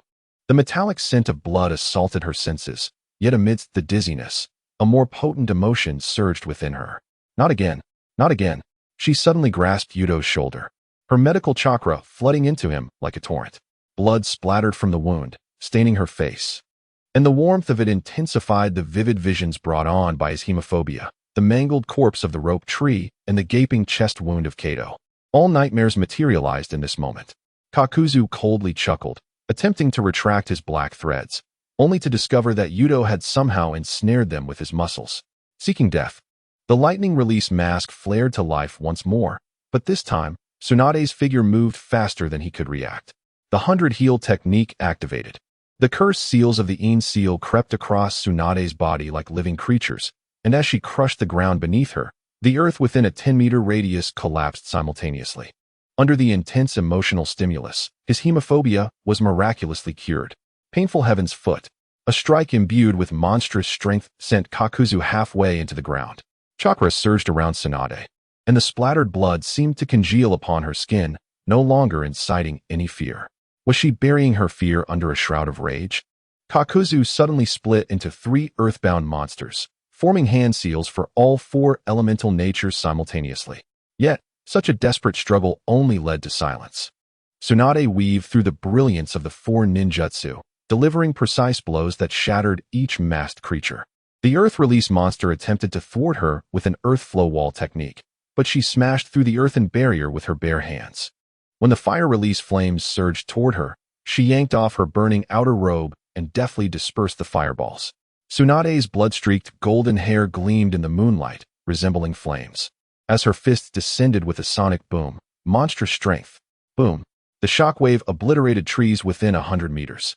As the dust settled, all 3 of Kakuzu's split forms crumbled to dust, leaving only his original body in a frenzied retreat. Tsunade chose not to pursue. Her priority was to save Yuto. As she turned to rush towards him, the markings of the yearned seal gradually faded, revealing the horrifying gash in the boy's chest. Foolish Tsunade trembled as she pressed down on the wound, the light of her healing technique brighter than ever. Did she believe she would allow the same tragedy to occur a 3rd time? Chapter 43. Tsunade's kiss. Yuto opened his eyes, greeted by a sky partially obscured and a moon as white as snow. Had he returned? He thought he had come back to Blue Star, but soon caught a whiff of a familiar fragrance, mingled with a faint metallic scent of blood. Damn, he was still alive. Surely, the Traveler Management Bureau had intervened. He had been pierced through the heart. Could it be that Tsunade had healed him? She had hemophobia, after all. Just as Yuto attempted to rise, someone pressed him back down. Above the obscured half of the sky appeared Tsunade's delicate face, slightly stained with soot. Don't move, Yuto, you've just sustained serious injuries. Yuto shivered, not from the cold, but from the change in Tsunade's voice. It was almost a lilt, more delicate than the voice of a girl from southern Fujian. At that moment, he realized he was lying on Tsunade's lap, enjoying the comfort of her embrace. The sky was obscured by Tsunade, who towered over the entire ninja world, revealing only half of it. Yuto managed a bitter smile and remarked, Lady Tsunade, you've blocked the sky. Tsunade's expression, a mix of tenderness and shyness, instantly froze. Was he implying that her head was obstructing the heavens? You little rascal, your true nature has finally shown through. Though her words were fierce, Tsunade did not inflict any harm upon Yuto. Rather, she felt a surge of happiness. If Yuto still had the energy to banter, then surely his injuries were not as severe as they seemed. Yuto reflected on the entirety of the battle. Shortly after being impaled by Kakuzu, he had lost consciousness. In the last moments of his memory, he recalled urging Tsunade to flee quickly. However, judging by the current circumstances, it appeared that she had not escaped. Instead, Kakuzu had either fled or met his end. Could it be that someone from Konoha happened by? Or was it Tsunade's hemophobia? As this thought crossed his mind, he immediately dismissed it. How could that be? Tsunade had suffered from hemophobia for nearly a decade. It could not have vanished so easily. In the original story, it was Naruto Uzumaki who, risking his life to block Kabuto's attack, inspired Tsunade to overcome her fear. Although he had done something similar, he was not the protagonist. How could he achieve what only the main character could? Perhaps someone had lent a hand. Minato or Fugaku, perhaps. Beyond those two, Yuto could think of no other Konoha ninja capable of defeating Kakuzu. Kakashi and Obito might have been able to, but that was a matter for the future. As Yuto sat up, his forehead collided with the majestic mountain range, an unfathomable force pushing him back down. Glancing at Tsunade's inexplicably rosy cheeks, he asked, Lady Tsunade, who saved us both? Was it Minato or clan leader Fugaku? Tsunade was momentarily taken aback by the question. She could not comprehend why Yuto would ask such a thing. Did Minato and Fugaku say something to him before their departure? Did Yuto know they would come to their aid, hence fighting so desperately? Tsunade felt a surge of irritation. Those two were utterly unreliable. Yuto had nearly perished, yet they had not appeared. In the Konoha camp, Minato and Fugaku both shivered, sensing they were being scrutinized by some terrifying force. How could those two possibly have come to our rescue? It was I, Tsunade of Konoha, who defeated that peculiar bounty hunter. Yuto's eyes widened in disbelief. Tsunade had defeated Kakuzu. In that moment, he found himself at a loss for words. There were only two possibilities for Tsunade to have triumphed over Kakuzu. One was that her strength had reached the pinnacle of the ninja world.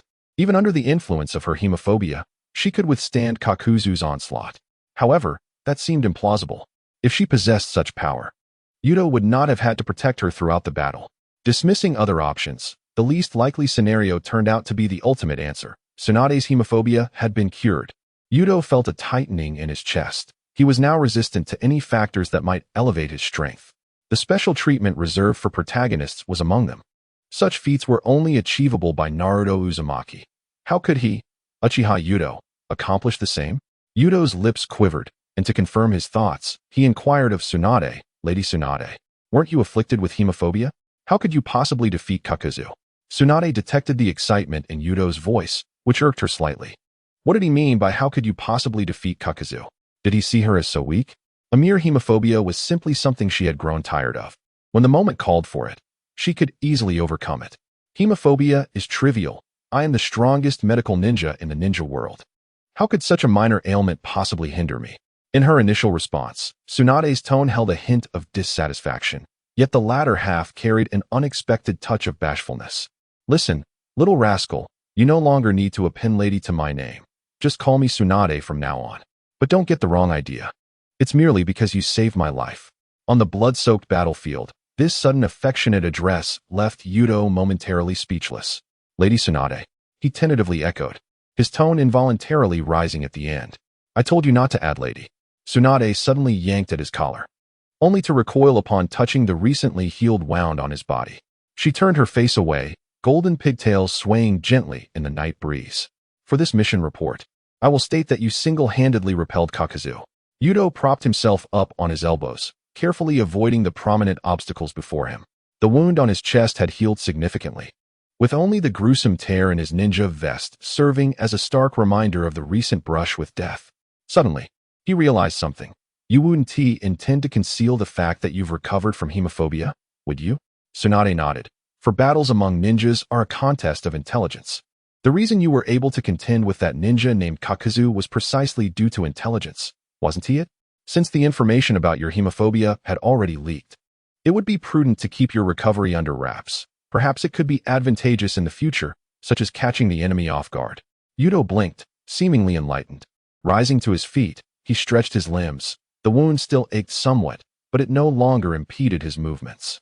Approaching the medical supply box, he noted its pristine condition. Perhaps a sign of luck, for it had remained undamaged amidst that fierce battle. He picked up the box and turned to Tsunade, saying, Lady Tsunade, let us depart. In that brief statement, Yuto paused twice. First, to add the honorific, and second, as Tsunade's moist lips brushed against his forehead. Chapter 44. If I had known boys would also see. Yuto stood frozen, and Tsunade felt a surge of joy within her. It seemed her allure had not diminished in the slightest. She possessed an irresistible charm for a youth like Yuto in the throes of adolescence. Yuto, completely taken aback, nearly dropped the medical box on his foot. He opened his mouth, but could only utter a dry, monosyllabic, Tsunade. Tsunade quickly straightened, casually brushing her lips with her fingertip, feigning composure as she cleared her throat. It's merely a blessing ritual for medical ninjas. Do not overthink it. She turned her back to Yuto, mentioning that all injured survivors on the battlefield received such treatment, though he had never noticed before. Yuto touched the lingering warmth on his forehead, feeling something was amiss. It seemed he had never encountered such a gesture in the original story. Could it be that the narrative, being a spirited manga, expressed such subtleties in an obscure manner? Tsunade had already stepped onto the forest path, her voice cutting through Yuto's thoughts. If we linger, it will be dawn soon. Huh. Oh. Yuto jogged to catch up, catching a glimpse of Tsunade's top profile. Swallowing his questions. Perhaps medical ninjas truly had peculiar professional habits? As they traversed the forest path, Tsunade's pace quickened, as if she wished to shake off something. Yet, regardless of how fast she walked, an unusual fluttering sensation lingered in her heart, refusing to dissipate. What on earth am I doing, kissing that brat willingly? Tsunade's fingertips unconsciously brushed her lips, the softness of that moment still fresh in her memory. She had never anticipated acting so impulsively. The notion of a medical ninja's blessing ritual was merely a hastily concocted excuse. What kind of ritual exists on the battlefield? At most, it involves artificial respiration. Tsunade recalled the moment Yuto was pierced through the chest by Kakuzu. Her blood had nearly frozen in that instant. The dizziness from her blood phobia surged like a tide. Yet the boy's hoarse cry to escape pierced her nerves like a dagger. Then, something within her shattered. He was merely a clever Uchiha brat. Tsunade clenched her fists. She should have been wary of this flirtatious boy, yet Yuto's desperate attempts to protect her resonated deeply with memories of a similar figure from her past. More absurdly, when he lay across her lap, she found him endearing. It must be because he saved my life. Yes, it's merely a debt of gratitude. A strange heaviness settled in her chest, prompting Tsunade to halt abruptly. Ahead, a pair of nightingales were entwined in a tender embrace. She abruptly turned her face away, colliding with Yuto's puzzled gaze behind her. Tsunade? Yuto tilted his head, holding the medical box. Your face is quite red. You're not coming down with a fever. Are you? Stop the chatter. Tsunade strode deeper into the woods, leaving the bewildered Yuto trailing far behind. Once dawn breaks, everything will return to normal, she thought to herself, entirely oblivious to the flush on her cheeks. As night deepened, the two finally arrived at a small town. The streetlights flickered sporadically. Most shops had closed for the night, except for a modest inn that still displayed an open sign. Is there only one room left? Tsunade frowned, her tone tinged with impatience.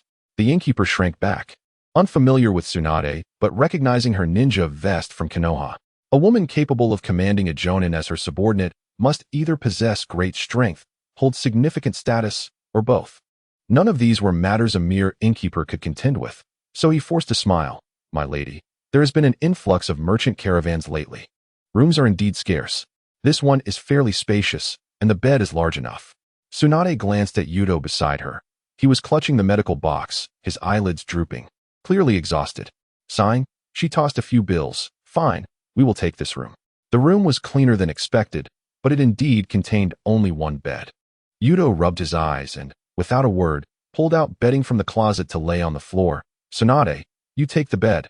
I'll sleep on the ground. Tsunade crossed her arms, looking down at him from her height. A brat is still a brat. The ground is cold. What if your wound reopens? Yuto yawned, muttering. It's fine. I have a good constitution. Before he could finish, Tsunade seized the back of his collar and tossed him onto the bed as if he were a small cat. Stop talking nonsense. Lie down.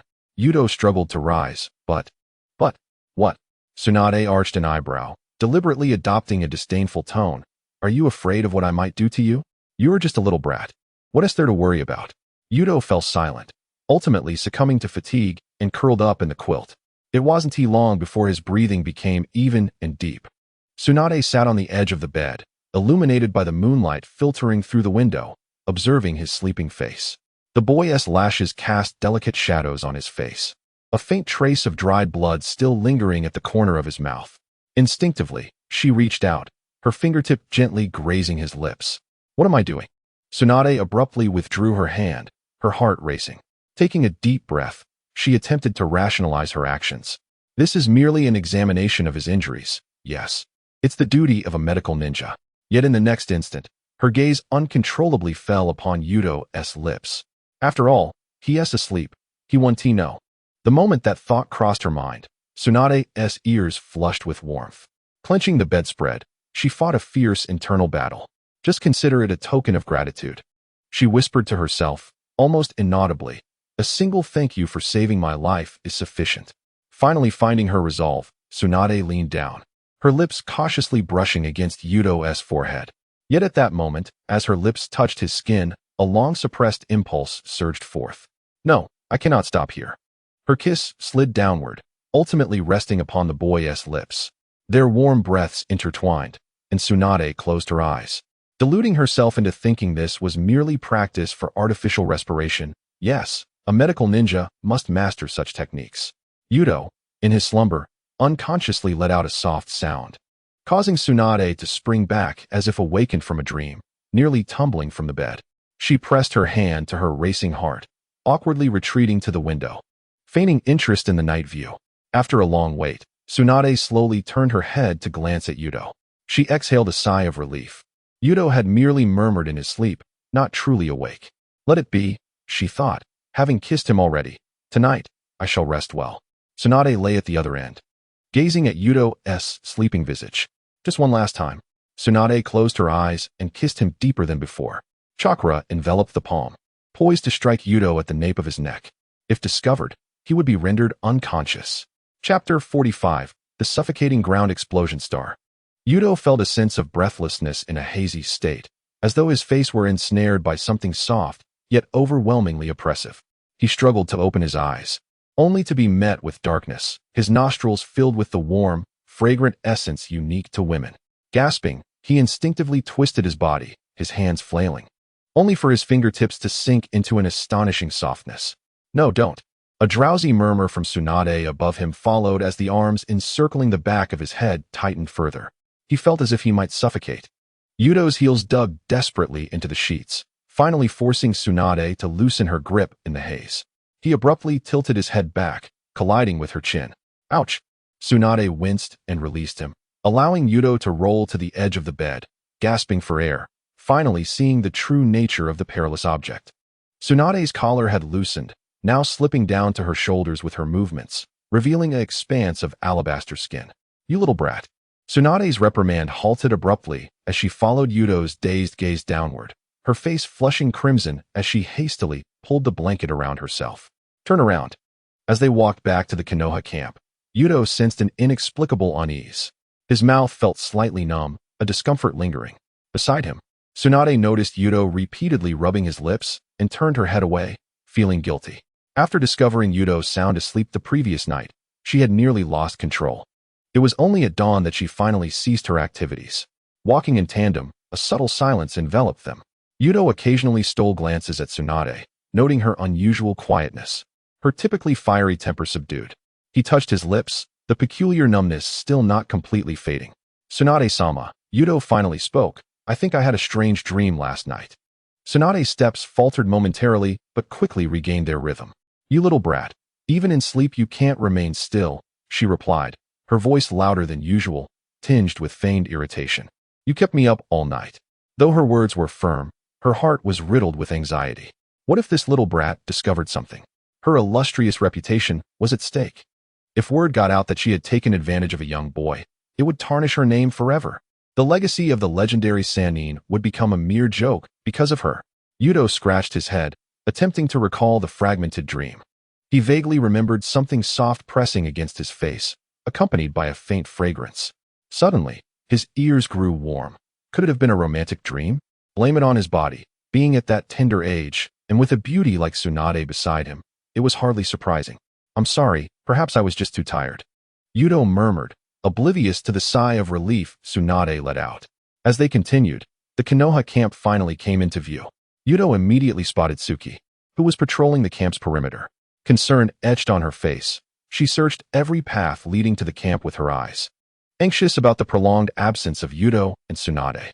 By distance, they should have returned 2 days prior, yet their absence persisted. Fearing for Yuto's safety, she had remained vigilant outside the camp. Thankfully, today she spotted them. Abandoning her patrol duties, Suki dashed towards Yuto, like a fledgling returning to its nest. "Yuto-kun, I've been so worried. Where have you been?" Yuto embraced Suki, exerting considerable effort to absorb her momentum.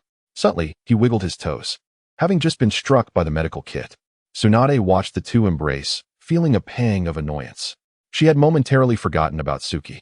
It was evident to anyone who spent even a brief time with these two Uchiha youths that Suki harbored feelings for Yuto. What a predicament! Was she truly going to compete for a young boy's affection? Upon returning to the camp, Yuto strolled around. The state of the camp appeared unchanged since his departure for the mission.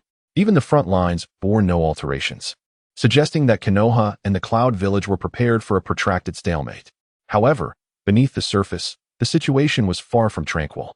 As a senior combatant and leader of the medical supplies escort mission, Tsunade's first order of business upon returning was to report on the mission. Upon entering the tent, she encountered 3 individuals, Nara Shikaku, Uchiha Fugaku, and Namikaze Minato. They were gathered around a table, frowning at a map of the borders. Shikaku pointed at the Cloud Village's deployment markers on the map, speaking in a low tone. The movement patterns of the Cloud Village are quite unusual. While their main forces have retreated, they have increased the number of flanking reconnaissance teams. This configuration does not appear to indicate an impending ambush. The map showed that the Cloud Village's camp, originally established at the border of the Land of Rice, had moved back at least 20 miles. Correspondingly, their main forces were also in retreat, suggesting a desire to avoid conflict.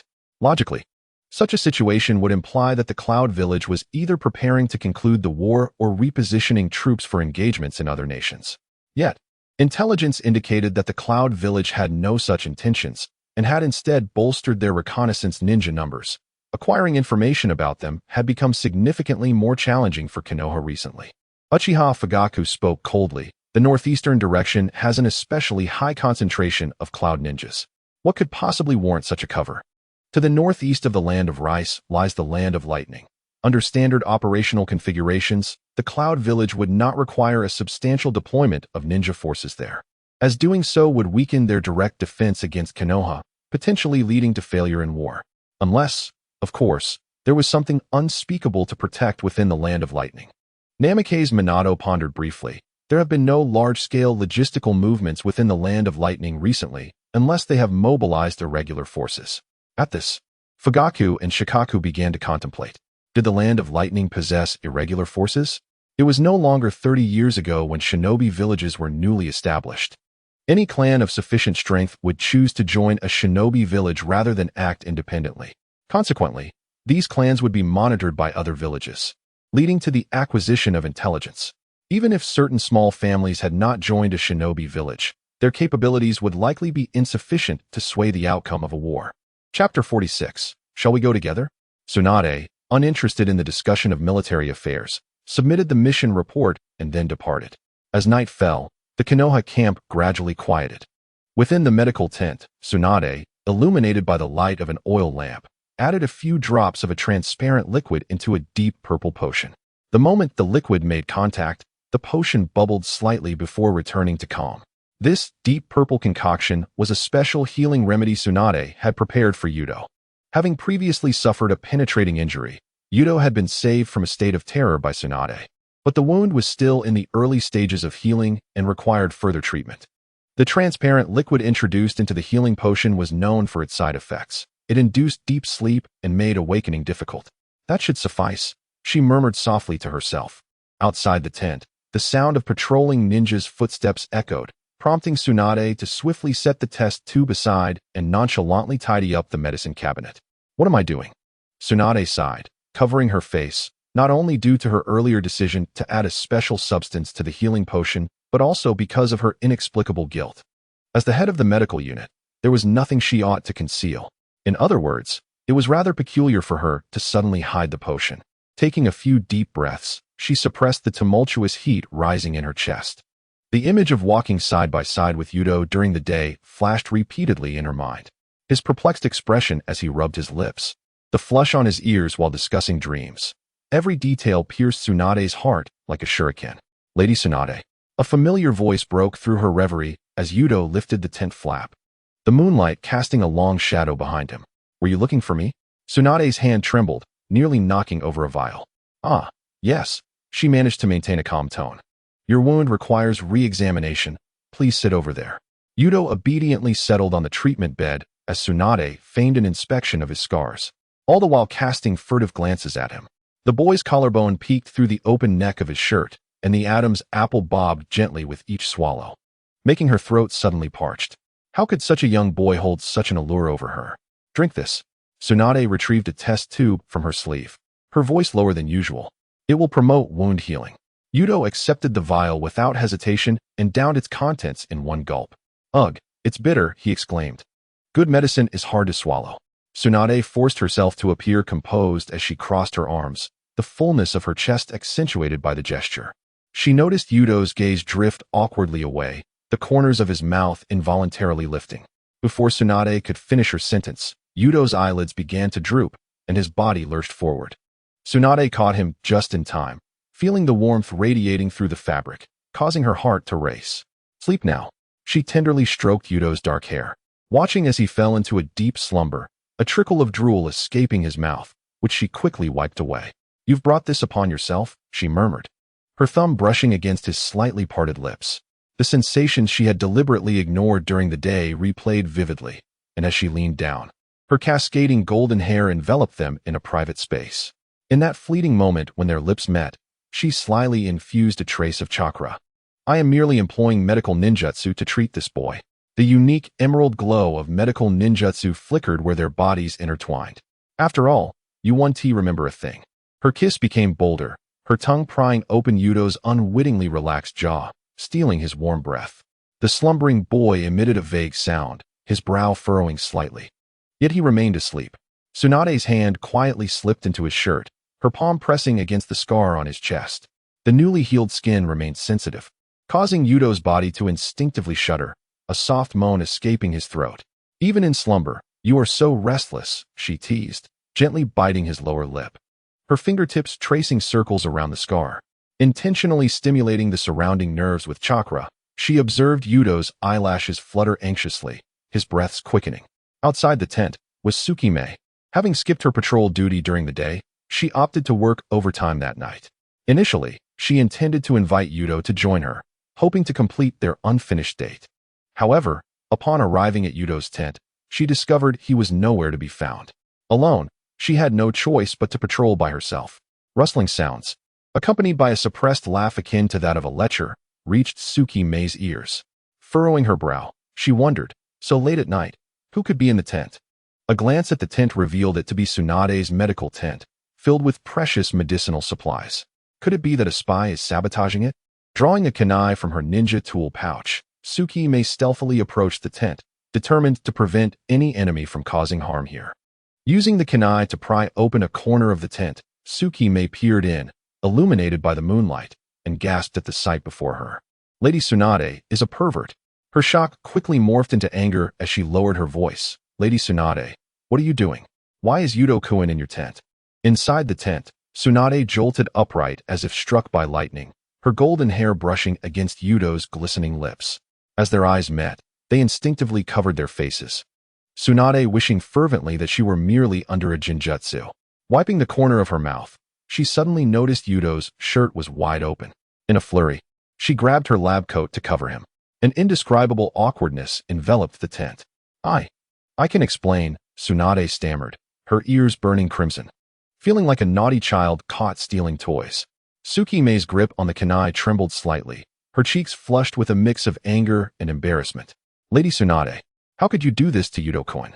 Tsunade hurriedly adjusted her disheveled collar, attempting to conceal her unease with the authority of Konoha's chief medical ninja. Ahem. This is a special chakra treatment technique. It requires mucosal contact for conduction. Mid-sentence, she choked on her words. Though Tsukime was not a medical ninja, her excuse was equally weak. Glancing at Tsukime's flushed cheeks from anger, Tsunade took a deep breath and, on impulse, grasped Tsukime's wrist, lowering her voice conspiratorially. Why don't you join in? What? Tsukime's exclamation was swiftly muffled by Tsunade's hand. You mustn't let anyone hear.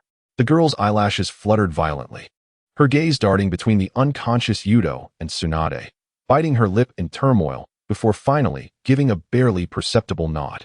Leaning closer to Yuto's sleeping face, Tsukime closed her eyes, her lashes trembling, her heart racing with unrest. Boom! A blinding flash erupted from the northwest of the camp, the shockwave violently shaking the medical tent. Tsukime fumed, uncertain if the explosion had interrupted her. But there was no time to dwell on that now. The enemy had arrived. Chapter 47, Explosive Ninja? Tsunade and Tsukime exchanged a glance, drawing their weapons as they dashed out of the tent toward the source of the explosion. Upon reaching the site, they found not just themselves, but numerous ninjas from the camp had gathered. Minato, Fugaku, and others were present. The explosion had left a large crater and spattered blood, with surrounding trees completely obliterated. Beside the deep pit lay a Hyuga ninja, gravely injured and on the brink of death. Tsunade rushed to his side, initiating treatment. After a few minutes, the Hyuga ninja slowly regained consciousness. Initially confused, a look of shock crossed his Byakugan eyes. The explosion, clearly shaken, the Hyuga ninja appeared disoriented, as if traumatized.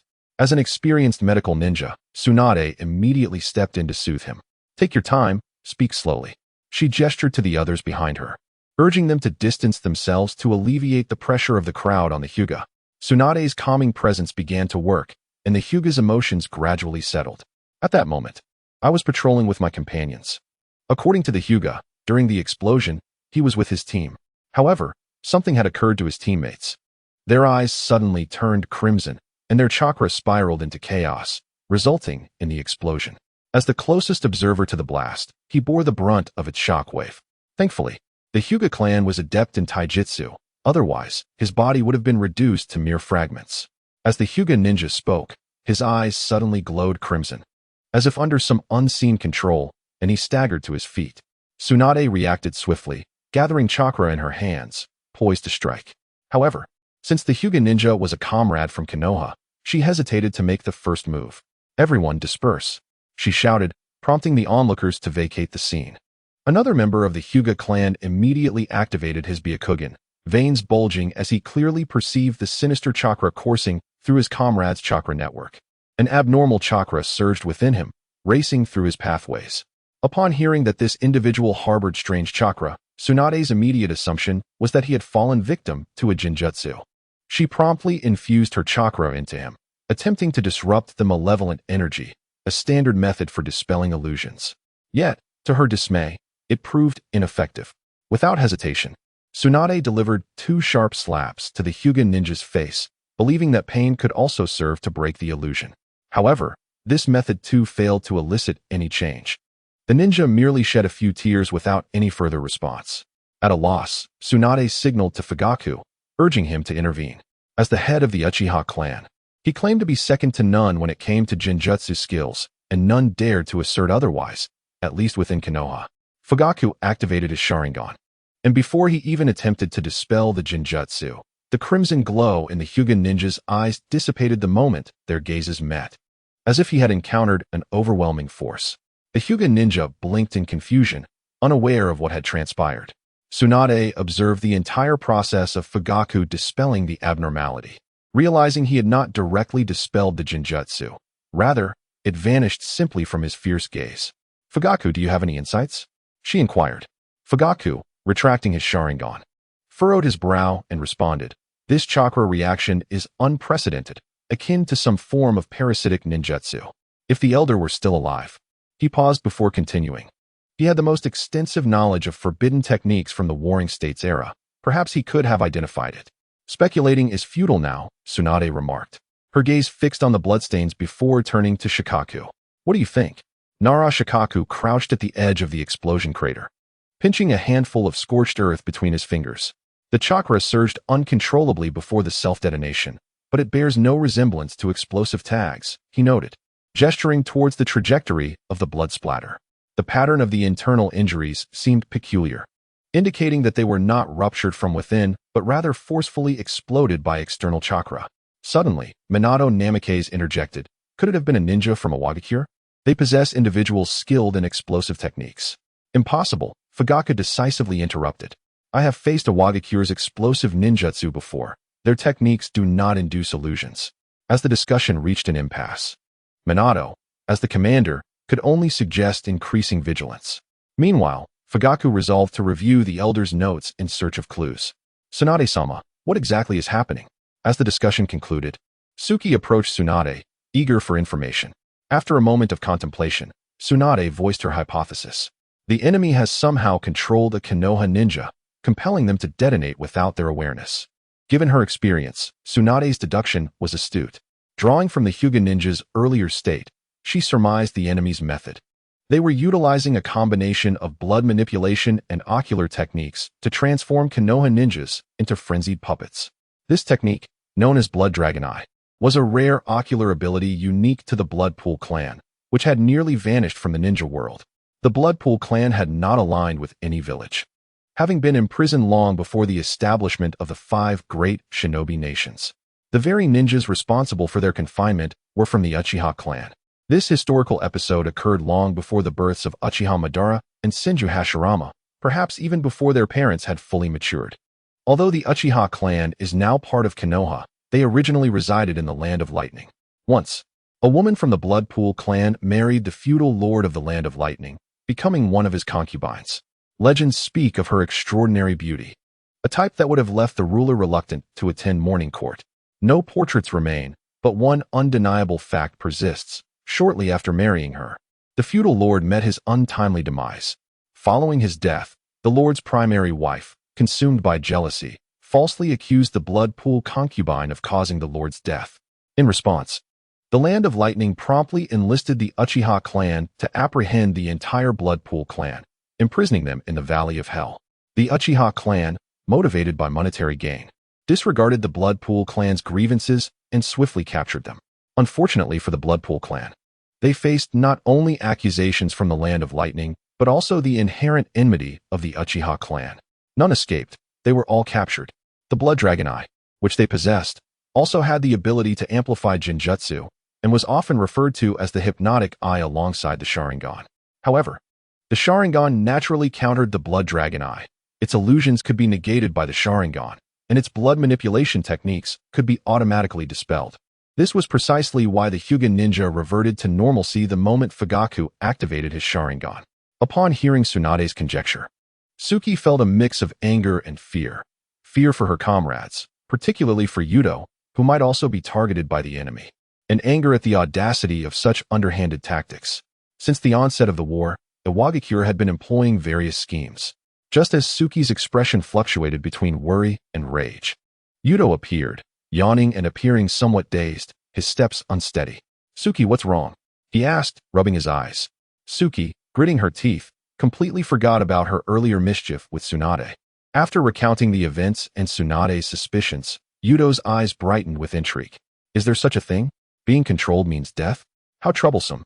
If a series of unexplained explosions had occurred days prior, Yuto would have eagerly volunteered to investigate.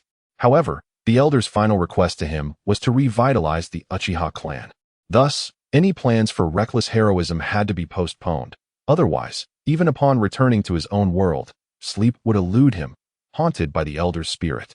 Damn it. This must be a plot by Iwagakure.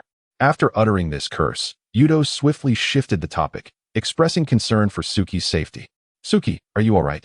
Did you sustain any injuries?" Upon hearing Yuto's concern, Suki felt a rush of sweetness envelop her heart. She lowered her head, her cheeks flushing a deep crimson. The corners of her mouth curled into a secret smile, which she quickly suppressed for fear of revealing her feelings. "I'm fine, really." She hastily waved her hands, her overzealous gesture almost knocking into a nearby tree trunk. Yuto frowned. Suki's face was unusually red, far from the demeanor of someone unscathed. "Suki, were you frightened by the explosion? Your face seems flushed." As Yuto scrutinized her reddened cheeks, Suki became increasingly flustered. "How could I be scared? It's just the weather is too hot," she stammered, fanning herself vigorously, utterly oblivious to the fact that it was the height of autumn. Stealing a glance at Yuto, she suddenly recalled the night when Tsunade had interrupted them. At that moment, she intended to go on a date with Yuto, but Tsunade had thwarted her plans. Perhaps tonight, under the guise of the explosion incident, she could seize another opportunity? She murmured softly, "Last time, our patrol was interrupted. Should we continue tonight?" Yuto pondered for a moment. His primary objective had shifted from self-sacrifice to the revival of the Uchiha clan. However, he was currently on the front lines, making it impossible to accomplish the revival. "All right then, I've been sleeping a bit too much these past few days." As soon as he finished speaking, Tsukimi sprang to life, akin to a pampered puppy. "It's settled. At the usual spot." She turned to dash off, but abruptly halted to add, "Don't bring anyone else." With that, she hurriedly ran away.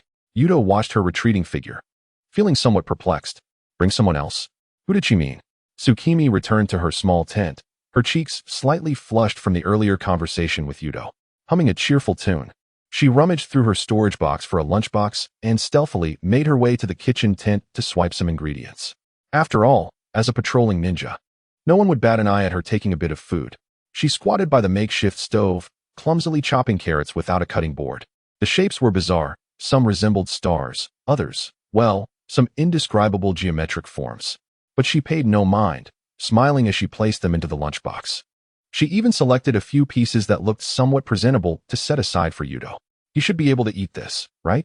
She poked at her slightly burnt tamagoyaki, nervously tasted a bite, and was pleasantly surprised by the flavor. As night fell, Yuto leaned against a tree trunk at the edge of the camp, idly counting the stars above. Suddenly, he heard hurried footsteps. Turning, he saw Tsukimi jogging towards him, cradling a bulging package in her arms. "Slow down, don't trip." Yuto chuckled. "What are you planning, a getaway? You've even packed your bags?" "Of course not." Tsukimi huffed, glaring at him. "That's a secret." She held the package tightly, her gaze evasive, unwilling to meet Yuto's eyes. "Fine, A secret it is, Yuto shrugged, not pressing further. Let's go. It's time for patrol. Tsukimi sighed in relief and quickly fell and stepped behind him. Deliberately, she led Yuto to the fringe of the camp, venturing farther away until they could hear the gentle babbling of a nearby stream.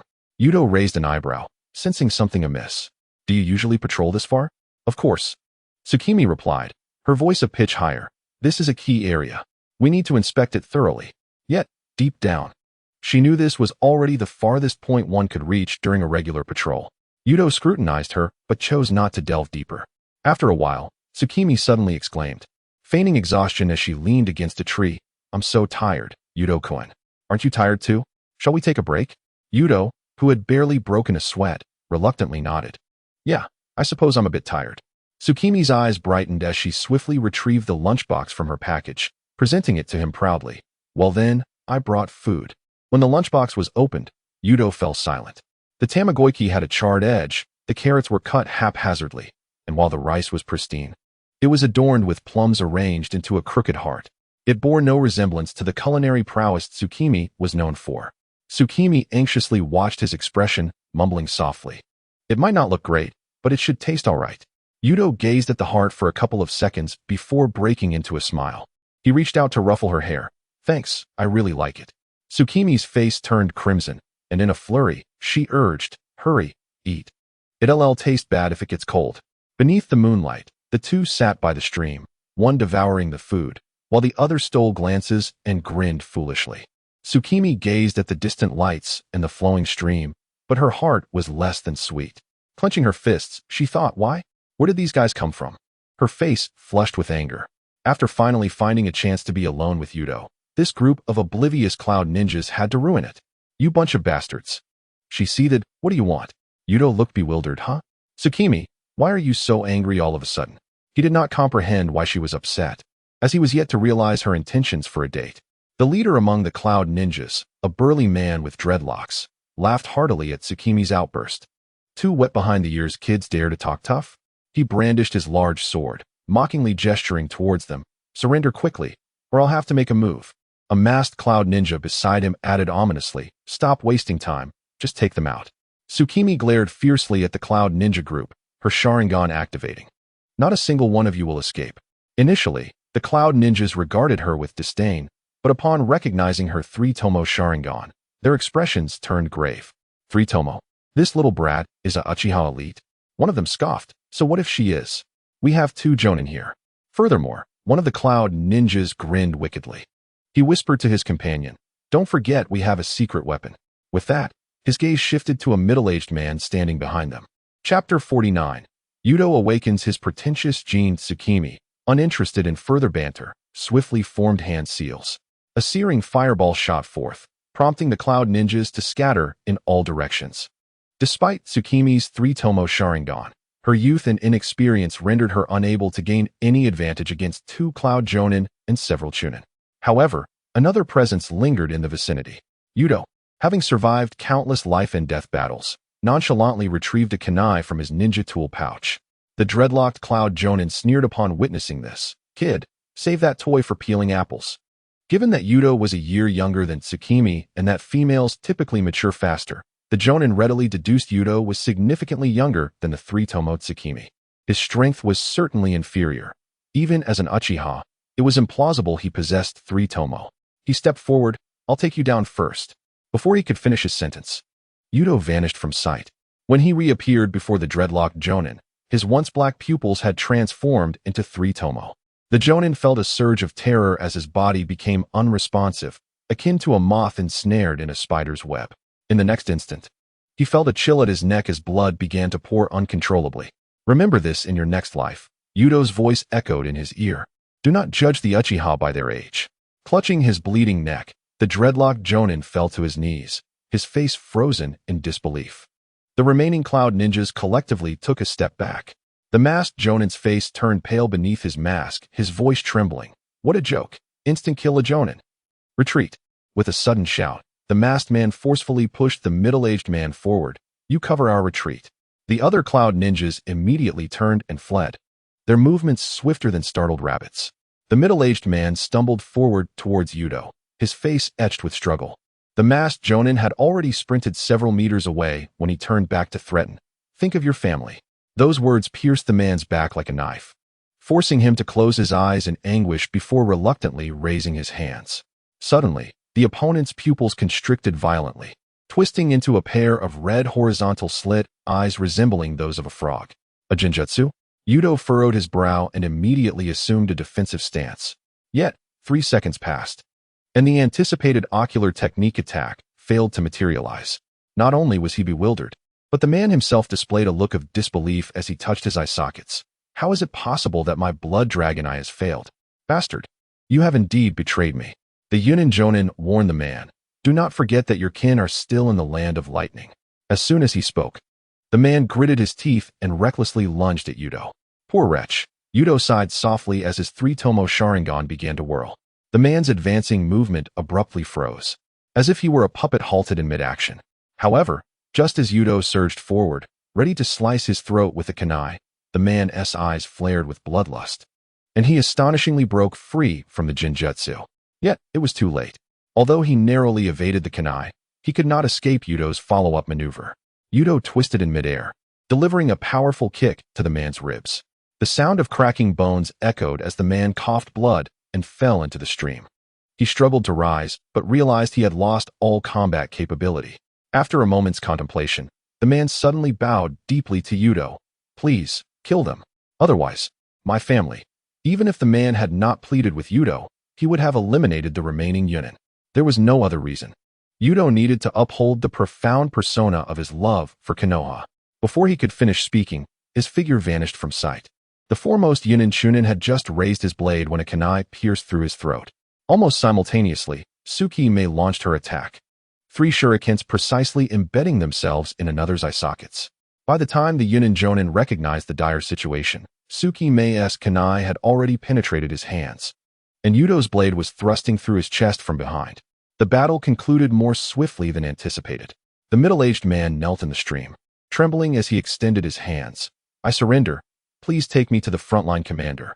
At least you are sensible, Tsukime remarked, flicking blood droplets from her ponytail and retrieving a length of rope to bind the man's hands. When Yuto and Tsukime returned to the camp with the middle-aged man, the ninjas within the encampment cast astonished glances. After all, it was rare for a patrol team to capture an enemy alive on the front line. They proceeded to the commander's tent, and upon lifting the tent flap, they found Minato, Jukyu, Fugaku, and Tsunade gathered around a map in earnest discussion. The ocular techniques of the Bloodpool clan are indeed troublesome, Fugaku was saying when he looked up, startled to see Yuto and Tsukime escorting an unfamiliar man. Report. Yuto stood tall. We encountered a Yunin team during our patrol and captured this individual. Minato's eyes lit up, and he clapped Fugaku on the shoulder with a smile. Fugaku, your Uchiha clan truly produces remarkable talents. Fugaku cleared his throat, feigning nonchalance. They're decent, I suppose. Everyone in the clan is somewhat similar. Hearing Fugaku's shameless remarks, Minato couldn't help but twitch his lips. Somewhat similar? Then Konoha should have long been surnamed Uchiha. Nonetheless, he maintained a gentle smile and addressed Fugaku. Since this is the case, why not ask clan leader Fugaku to assist in interrogating for intelligence? After all, your Sharingan possesses the strongest ocular power. The Sharingan indeed has the ability to extract information. This is evidenced by Sasuke interrogating a Yunin ninja to obtain information about Killer Bee in the original work. Fugaku nodded, preparing to step forward when Yuto suddenly interjected. Wait, this guy is a bit peculiar. He broke free from the genjutsu of the Sharingan. Oh, Fugaku frowned. With his strength, he should not have been able to resist the Sharingan. The man lowered his head, remaining silent for a few seconds. Then he slowly raised his gaze, his eyes scanning the crowd with a complex expression before he sighed. There's no need for interrogation. I am willing to divulge the information. Minato and Fugaku exchanged glances, both somewhat taken aback. This was the first time they had encountered such a cooperative captive. Oh, so cooperative? Minato squinted slightly. Then tell us. What was the objective of your operation this time? The man took a deep breath and slowly began. My name is Katanda, and I am a ninja from the Bloodpool clan. Bloodpool? The individuals present in the tent exchanged glances. It was indeed a coincidence, as they had just mentioned the Bloodpool. Katanda nodded, a flicker of pain crossing his eyes. Our clan is currently divided into 2 factions. One faction advocates cooperation with Yunin, seeking external assistance to break the confinement of Hell Valley. The other faction, like me, desires only to live in peace, but is coerced by Yunin to fight using our kin as hostages. Yuto listened attentively, his brow furrowing. This sounded eerily similar to the Uchiha clan. Chapter 50. This is bad. It's a 3-year start. Katanda knelt on the ground, pleading, "Please, save the Bloodpool clan. Yunin has imprisoned our entire clan in Hell Valley, using our kin as hostages to force us into servitude." Minato scratched his head, though he also felt pity for the Bloodpool clan. As the frontline commander, he could not afford to act on emotion. He wore a troubled expression. Well, the situation on the Konoha frontline is tense. Diverting personnel to rescue them might compromise our combat strength. Although Minato's words remained unfinished, the implication was clear. Konoha could not extend aid to the Bloodpool clan. Just as Katanda felt despair, Fugaka stepped forward. "Leave it to us, Uchiha." Seeing the astonishment on everyone's faces, he quickly explained. "It was our Uchiha clan that imprisoned them in Hell Valley for money. Now it is only right that we atone." Although Fugaku's words were pleasant to the ear, his thoughts were otherwise. The Uchiha clan, while powerful, had not established amicable relations with any other ninja clans in Konoha. The entire Uchiha clan was isolated and unsupported within Konoha. However, if they could rescue the Bloodpool clan from Hell Valley and arrange for them to settle in Konoha, then the Uchiha would have allies within the village. Moreover, the Uchiha had no fear of the Bloodpool's potential betrayal because their Sharingan could completely counter the Bloodpool's Blood Dragon Eye. After Fugaku finished speaking, he turned his gaze toward Yuto. At that moment, Yuto was also deep in thought, contemplating the Elder's directive to revitalize Konoha. Like Fugaku, Yuto was considering the feasibility of rescuing the Bloodpool clan to enhance the Uchiha strength. Noticing Fugaku looking at him, he promptly exclaimed, "Clan leader, let me go?" "Good." A smile of approval appeared on Fugaku's face. It was not in vain that he had always valued Yuto. He turned to Minato and said, "Rest assured. Just send him alone. It will not affect the frontline deployment." Minato shook his head helplessly, as he was somewhat aware of Yuto's capabilities. Allowing Yuto to undertake the rescue mission alone did seem plausible. "Very well, Yuto-kun, the mission is entrusted to you. However, be cautious on the way. The Land of Lightning has stationed a considerable number of ninjas along the border. Exercise caution when crossing the national boundary." Before Yuto could respond, Tsukime interjected, clearly displeased. "No, this is too dangerous. You are going alone for the rescue. What if you are ambushed?" Her voice carried a hint of anxiety. If something were to happen to Yuto, she could not fathom how she would continue living. Beside them, Tsunade pondered for a moment before remarking, "Tsukime has a point. Perhaps I should accompany Yuto on the rescue mission. My medical ninjutsu and combat experience can handle unexpected situations." Upon hearing this, Tsukime's expression instantly changed. Tsunade had already dared to covertly drug Yuto in the camp. If they were out on a mission, Yuto would likely be completely taken advantage of. She resolutely disagreed. Having not even had the chance to go on a date with Yuto due to the sudden Yunin attack, she remarked with a hint of bitterness, "Tsunade-sama accompanying him? That is even worse." Her cheeks slightly puffed up, her gaze darting back and forth between Tsunade and Yuto before finally glaring at Tsunade. Tsunade observed the resolute demeanor of Tsukime and, recalling her previous misdeed of administering the drug, cleared her throat and said, "Very well, since Tsukime is so concerned about Yuto, you two shall investigate together." Upon hearing this, Tsukime's eyes lit up and she eagerly nodded, exclaiming, "Absolutely. I will protect Yuto with all my might." She clenched her fists, exuding an air of determination. However, Yuto frowned, acutely aware that crossing national borders was inherently perilous. He had promised the elder to safeguard Tsukime, and should anything happen to her at the hands of the hidden cloud, he would find it difficult to face the deceased elder. After a moment of contemplation, Yuto shook his head and declared, "No, this mission is far too dangerous. I must go alone. It is the more prudent course of action." Tsukime, alarmed at his words, retorted, "What do you mean by that? Do you think I would be a hindrance?" Her eyes glistened with unshed tears, her voice tinged with indignation. In response to Tsukime's inquiry, Yuto began to explain, "This is not about being a hindrance. The border is fraught with danger, and I cannot bear to have you take such a risk." Tsukime tightened her fists, her voice rising, "You always do this, taking it upon yourself to shield your companions while facing peril alone. Do you see me as someone who can only hide behind others? Fugaku furrowed his brow and interjected. Enough. He glanced at Yuto before fixing his gaze on Tsukimi, who had activated her 3-tomo Sharingan. In terms of Jinjutsu resistance and combat capabilities, she surpassed most J-nin. His tone left no room for dissent. If one could not even protect oneself, the Uchiha name would be rendered meaningless. Yuto was taken aback, looking at Tsukimi, who held her head high, the 3-tomo swirling within her eyes. It dawned on him that the girl he once shielded had evolved into a capable ninja in her own right. All right. Yuto finally relented, rubbing his temples. But you must follow my lead. If anything seems amiss, we retreat immediately. Tsukimi's expression shifted from stormy to sunny in an instant, her fury dissipating like mist. A victorious smile graced her lips. That's more like it. Rest assured, my Sharingan will miss nothing. The front line was quite distant from the borders of the Land of Lightning, so there was no need to set out at night. After some deliberation, Minato made the final decision. Yuto, you and Tsukimi shall undertake the rescue mission, guided by Kitanda, and depart early tomorrow. Yuto nodded, rubbing his eyes. Since we are leaving tomorrow, I will return to rest. I must be in peak condition to face the enemy. He turned to Tsukimi. You should also rest early and avoid staying up late. Tsukimi pouted, muttering, I know. As they walked back to the tent, her gaze subtly flickered towards Tsunade. Once Yuto had departed, Tsukimi hurried to Tsunade's side and, lowering her voice, asked, Lady Tsunade, do you still have that potion? Her cheeks flushed slightly as her fingers fidgeted with the hem of her clothes. Tsunade raised an eyebrow, a teasing smile playing on her lips. Oh, weren't you just lecturing me on the matter before? What has changed? She elongated her tone, her eyes playfully scrutinizing Tsukimi. The young woman's ears turned crimson, and she stammered, I was merely concerned that Yuto might not sleep well. He has to be well rested for the dangerous task tomorrow. Her voice dwindled to a near whisper.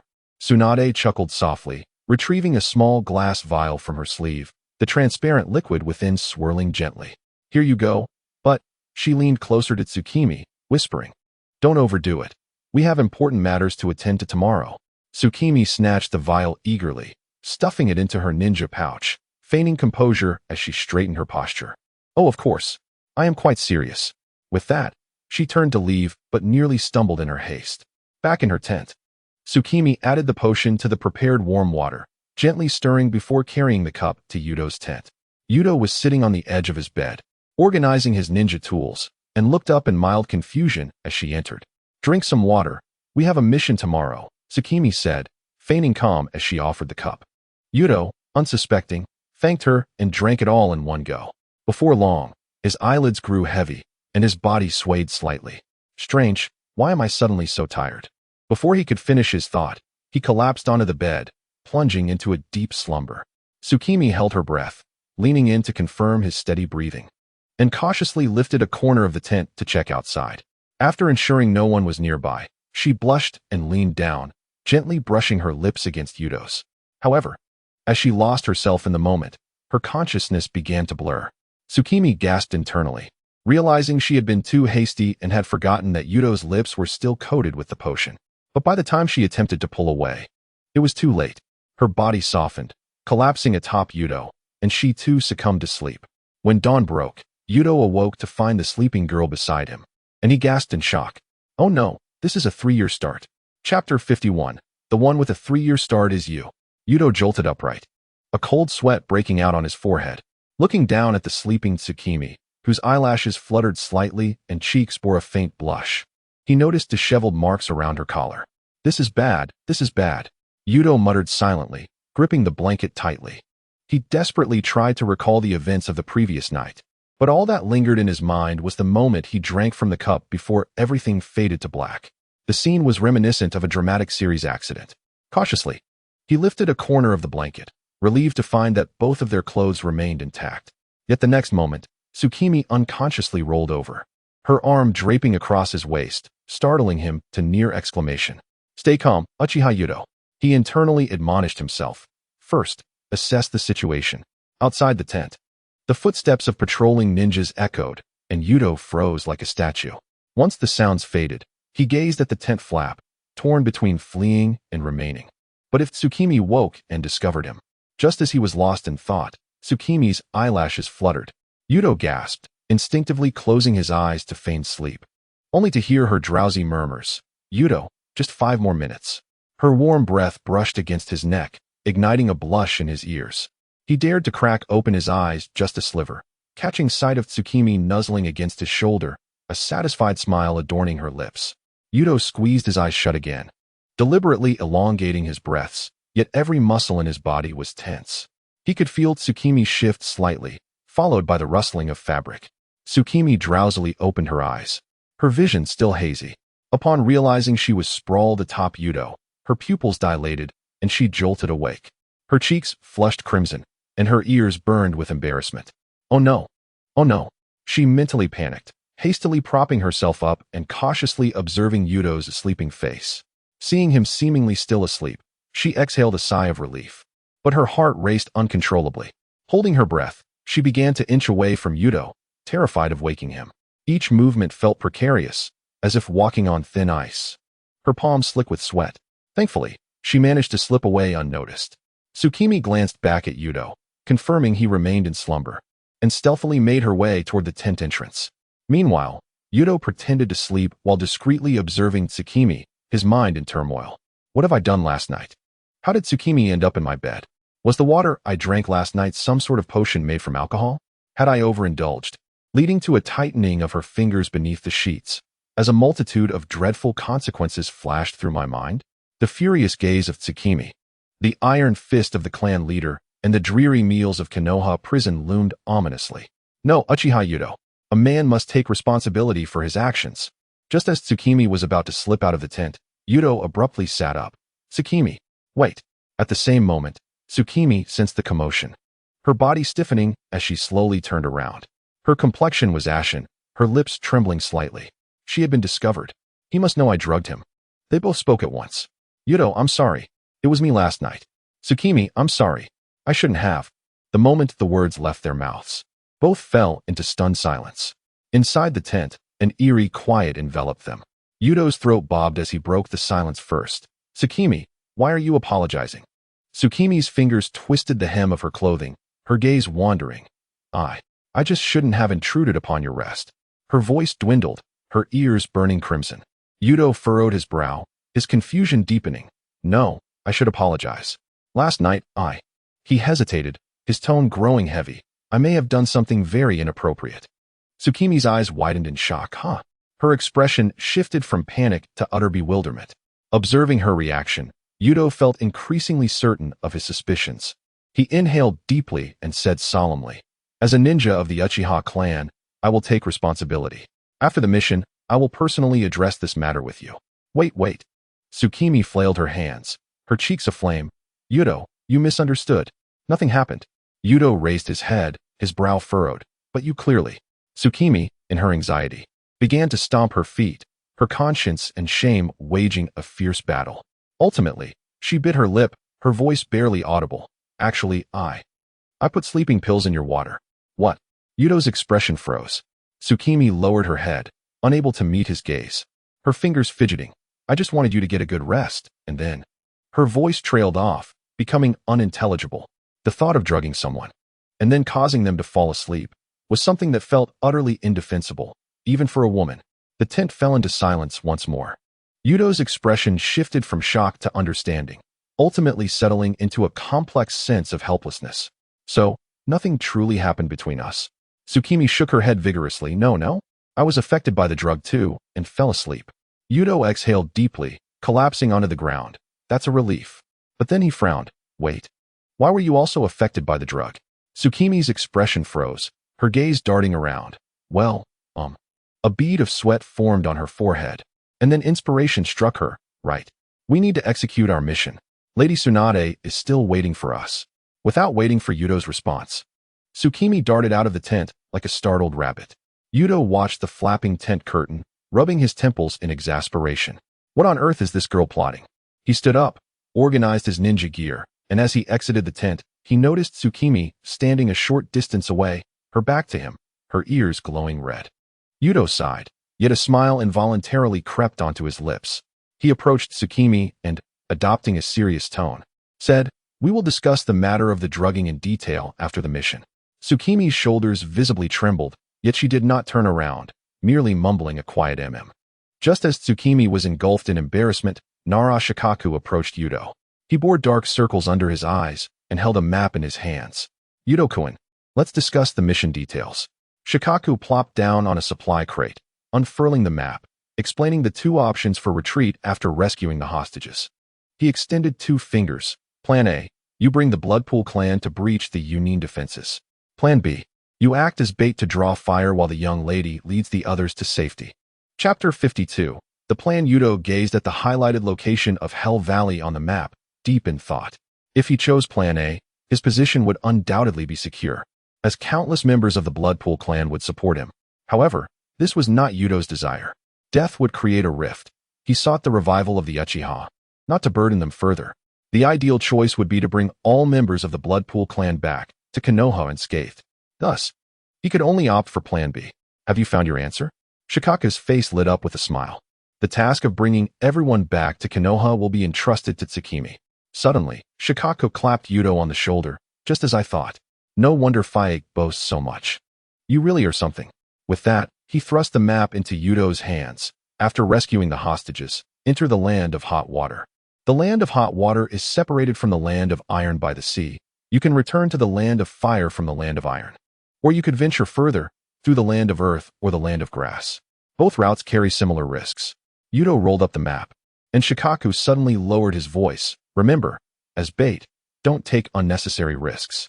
Please return alive and treat me to a drink. Got it. Days later. Land of Lightning.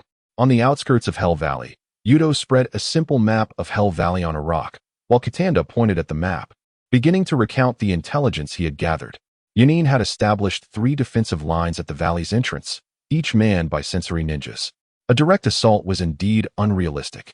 Yuto looked up at Katanda. We just need to secure enough time to evacuate the hostages. Are there other routes to enter Hell Valley? Katanda pondered for a moment. Tracing a finger across the map, there is a hidden river deep within Hell Valley, but Yunin has sealed the exit with Earth Release, so it's likely impassable. Yuto stared at the map, suddenly feeling that the situation was becoming troublesome. If it were merely a matter of charging into Hell Valley, he and Tsukimi could accomplish it with ease. Now, Yuto was confident that even against an enemy of shadow-level strength, he could hold his own for a few exchanges. However, victory was not guaranteed, and he might end up being killed outright. While it would be straightforward to invade Hell Valley, the real challenge lay in safely rescuing the hostages. Perhaps eliminating all enemies would be a good approach, yet he was uncertain of Yunin's deployment. Should Yuto inadvertently miss a Yunin ninja during the assault, the civilians of the Bloodpool clan would be in peril. Thus, infiltrating remained the only viable option. Tsukimi bit her lip, and after a moment's contemplation, suggested, what if we use transformation jutsu to disguise ourselves as Yunin patrols? We might be able to blend in. Yuto was about to retort, but the words caught in his throat. If their goal was to become spies for long-term infiltration, then transformation jutsu would indeed be ineffective. However, this was merely an infiltration mission. As long as they could deceive the patrols, it would suffice. After all, they would eventually be exposed when escaping from Hell Valley.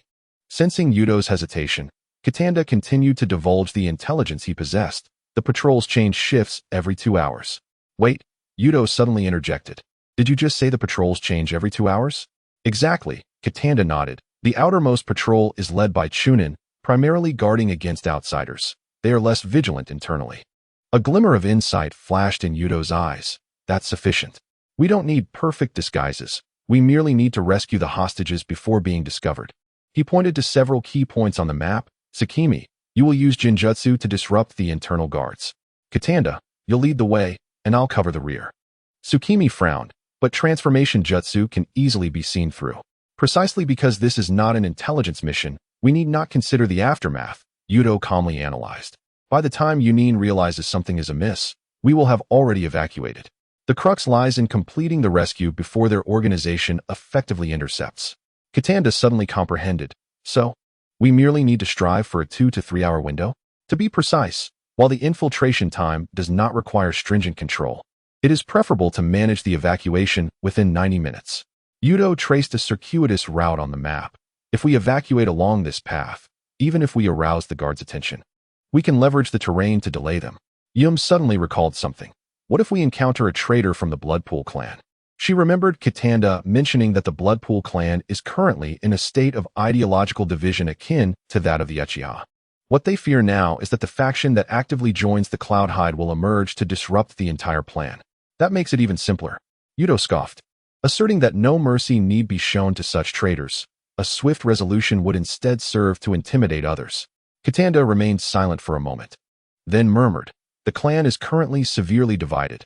Some members have been brainwashed by Cloudhide, but the majority are merely forced to comply. If we can rescue the elderly, weak, and women first, the remaining individuals may not continue to resist." Yuto confirmed one last time. "Remember, this is not a stealth mission. Speed is of the essence in all actions. If necessary, we can create chaos to facilitate our retreat." Chapter 53. Infiltration. As dusk deepened, a thin mist enveloped Hell Valley, adding a sinister air to the perilous canyon. Yuto crouched at the cliff's edge, his Sharingan piercing through the fog to lock onto the campfire at the valley's bottom. 12 Cloudhide ninjas were stationed in a fan formation at the valley entrance, each exuding a fierce chakra fluctuation. Further away, 2 patrol teams conducted cross-surveillance, cautiously scanning their surroundings. At least 30 individuals, all yearned or higher.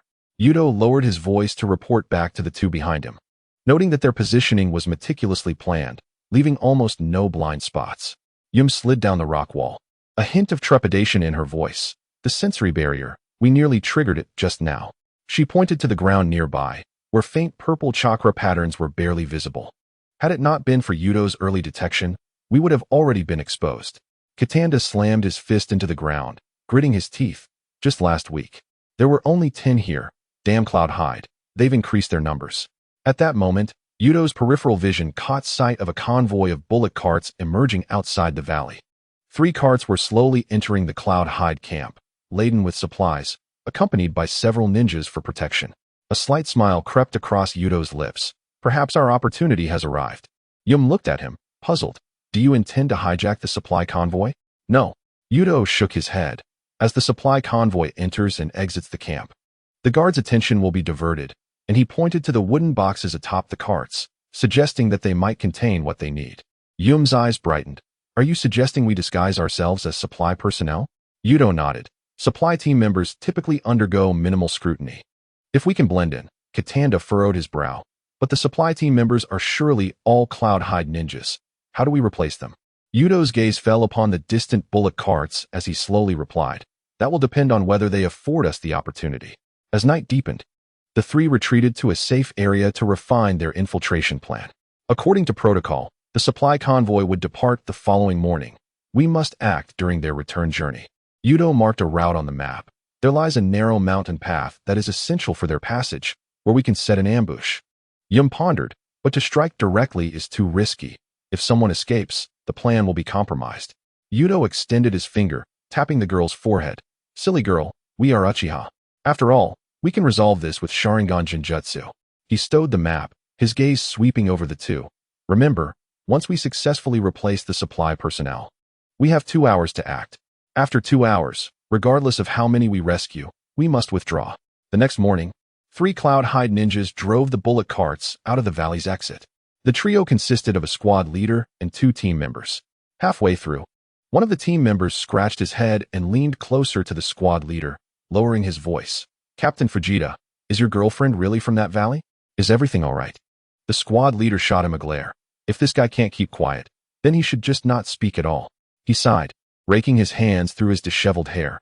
"I have no choice. If I continue dating her and end up marrying her, my life will be over. That girl is a total Yandere type, and I simply can't handle it." Before he could finish his sentence, a pair of 3 Tomo Sharingan met his gaze. Simultaneously, Yum and Katanda moved as well, employing Genjutsu to incapacitate the remaining 2 Cloudhide ninjas. Yuto glanced at Katanda's blood-red eyes, somewhat astonished. He had not expected the Blood Dragon eyes to possess such formidable Genjutsu capabilities. Although the animation team had not provided detailed specifications, the Blood Dragon eyes were undoubtedly related to the Sharingan. The similarities in Genjutsu amplification suggested a hierarchical relationship, making it hard not to speculate. After dealing with the 3 Cloudhide ninjas, Yuto addressed the 2. "I will disguise myself as the squad leader. You 2 take one of the others each." Yum swiftly formed hand seals, and as the transformation jutsu's white smoke dissipated, she transformed into a dark-skinned female, cloud-hide ninja. Katanda took on the appearance of the complaining team member, even mimicking the other's head-scratching motion. "Remember, from now on, I am Captain Fujita," Yuto whispered. "Katanda, you are responsible for handling potential inquiries. Keep an eye on the sensory barrier changes." Katanda had lived in the cloud-hide base for many days, making him the ideal candidate to manage any questioning. Moreover, judging by their earlier observations, the team member he was impersonating was evidently a chatterbox, making it quite normal to engage in conversation during inquiries. Yuto now worried somewhat about Yum. The characteristics of cloud-hide female ninjas were quite pronounced, with their striking presence.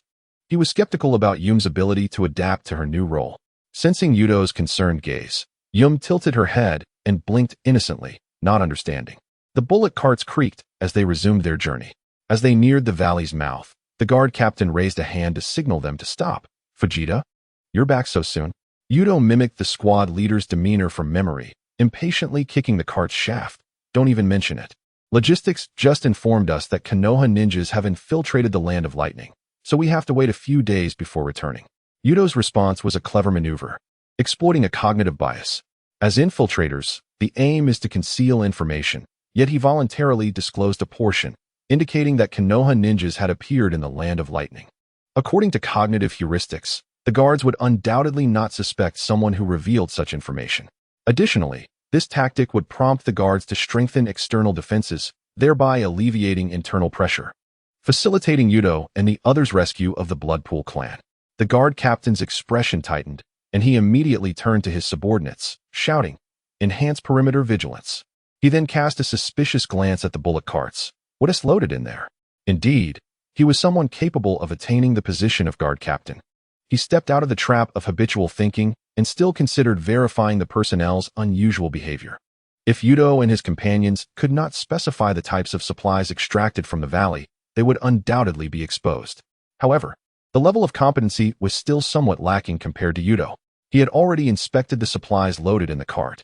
Katanda quickly leaned forward. Imitating the team member's flippant tone, "What else could it be? Just some moldy rations. If you ask me, those logistics idiots should just shut up." Yuto interrupted sharply, deliberately displaying a vexed expression. "Hurry up and check so we can get inside. This cursed weather is freezing us to death." As he spoke, he lifted a corner of the tarp, revealing half a box of damp military rations. The captain of the guard caught a glimpse of the moldy provisions, remnants of the damp supplies from the valley, and waved his hand in disgust, urging them to hurry inside. As the ox cart slowly entered the camp, Tsukimi lowered her voice, informing Yuto of 2 hidden sentries in the northeast corner. However, their attention was primarily focused on the valley's entrance. Yuto nodded.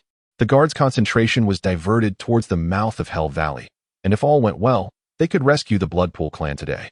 Just as he pondered this, a hefty mountain of a figure collided with his back. "Darling, I knew you couldn't bear to part with me." The impact nearly shattered his transformation state.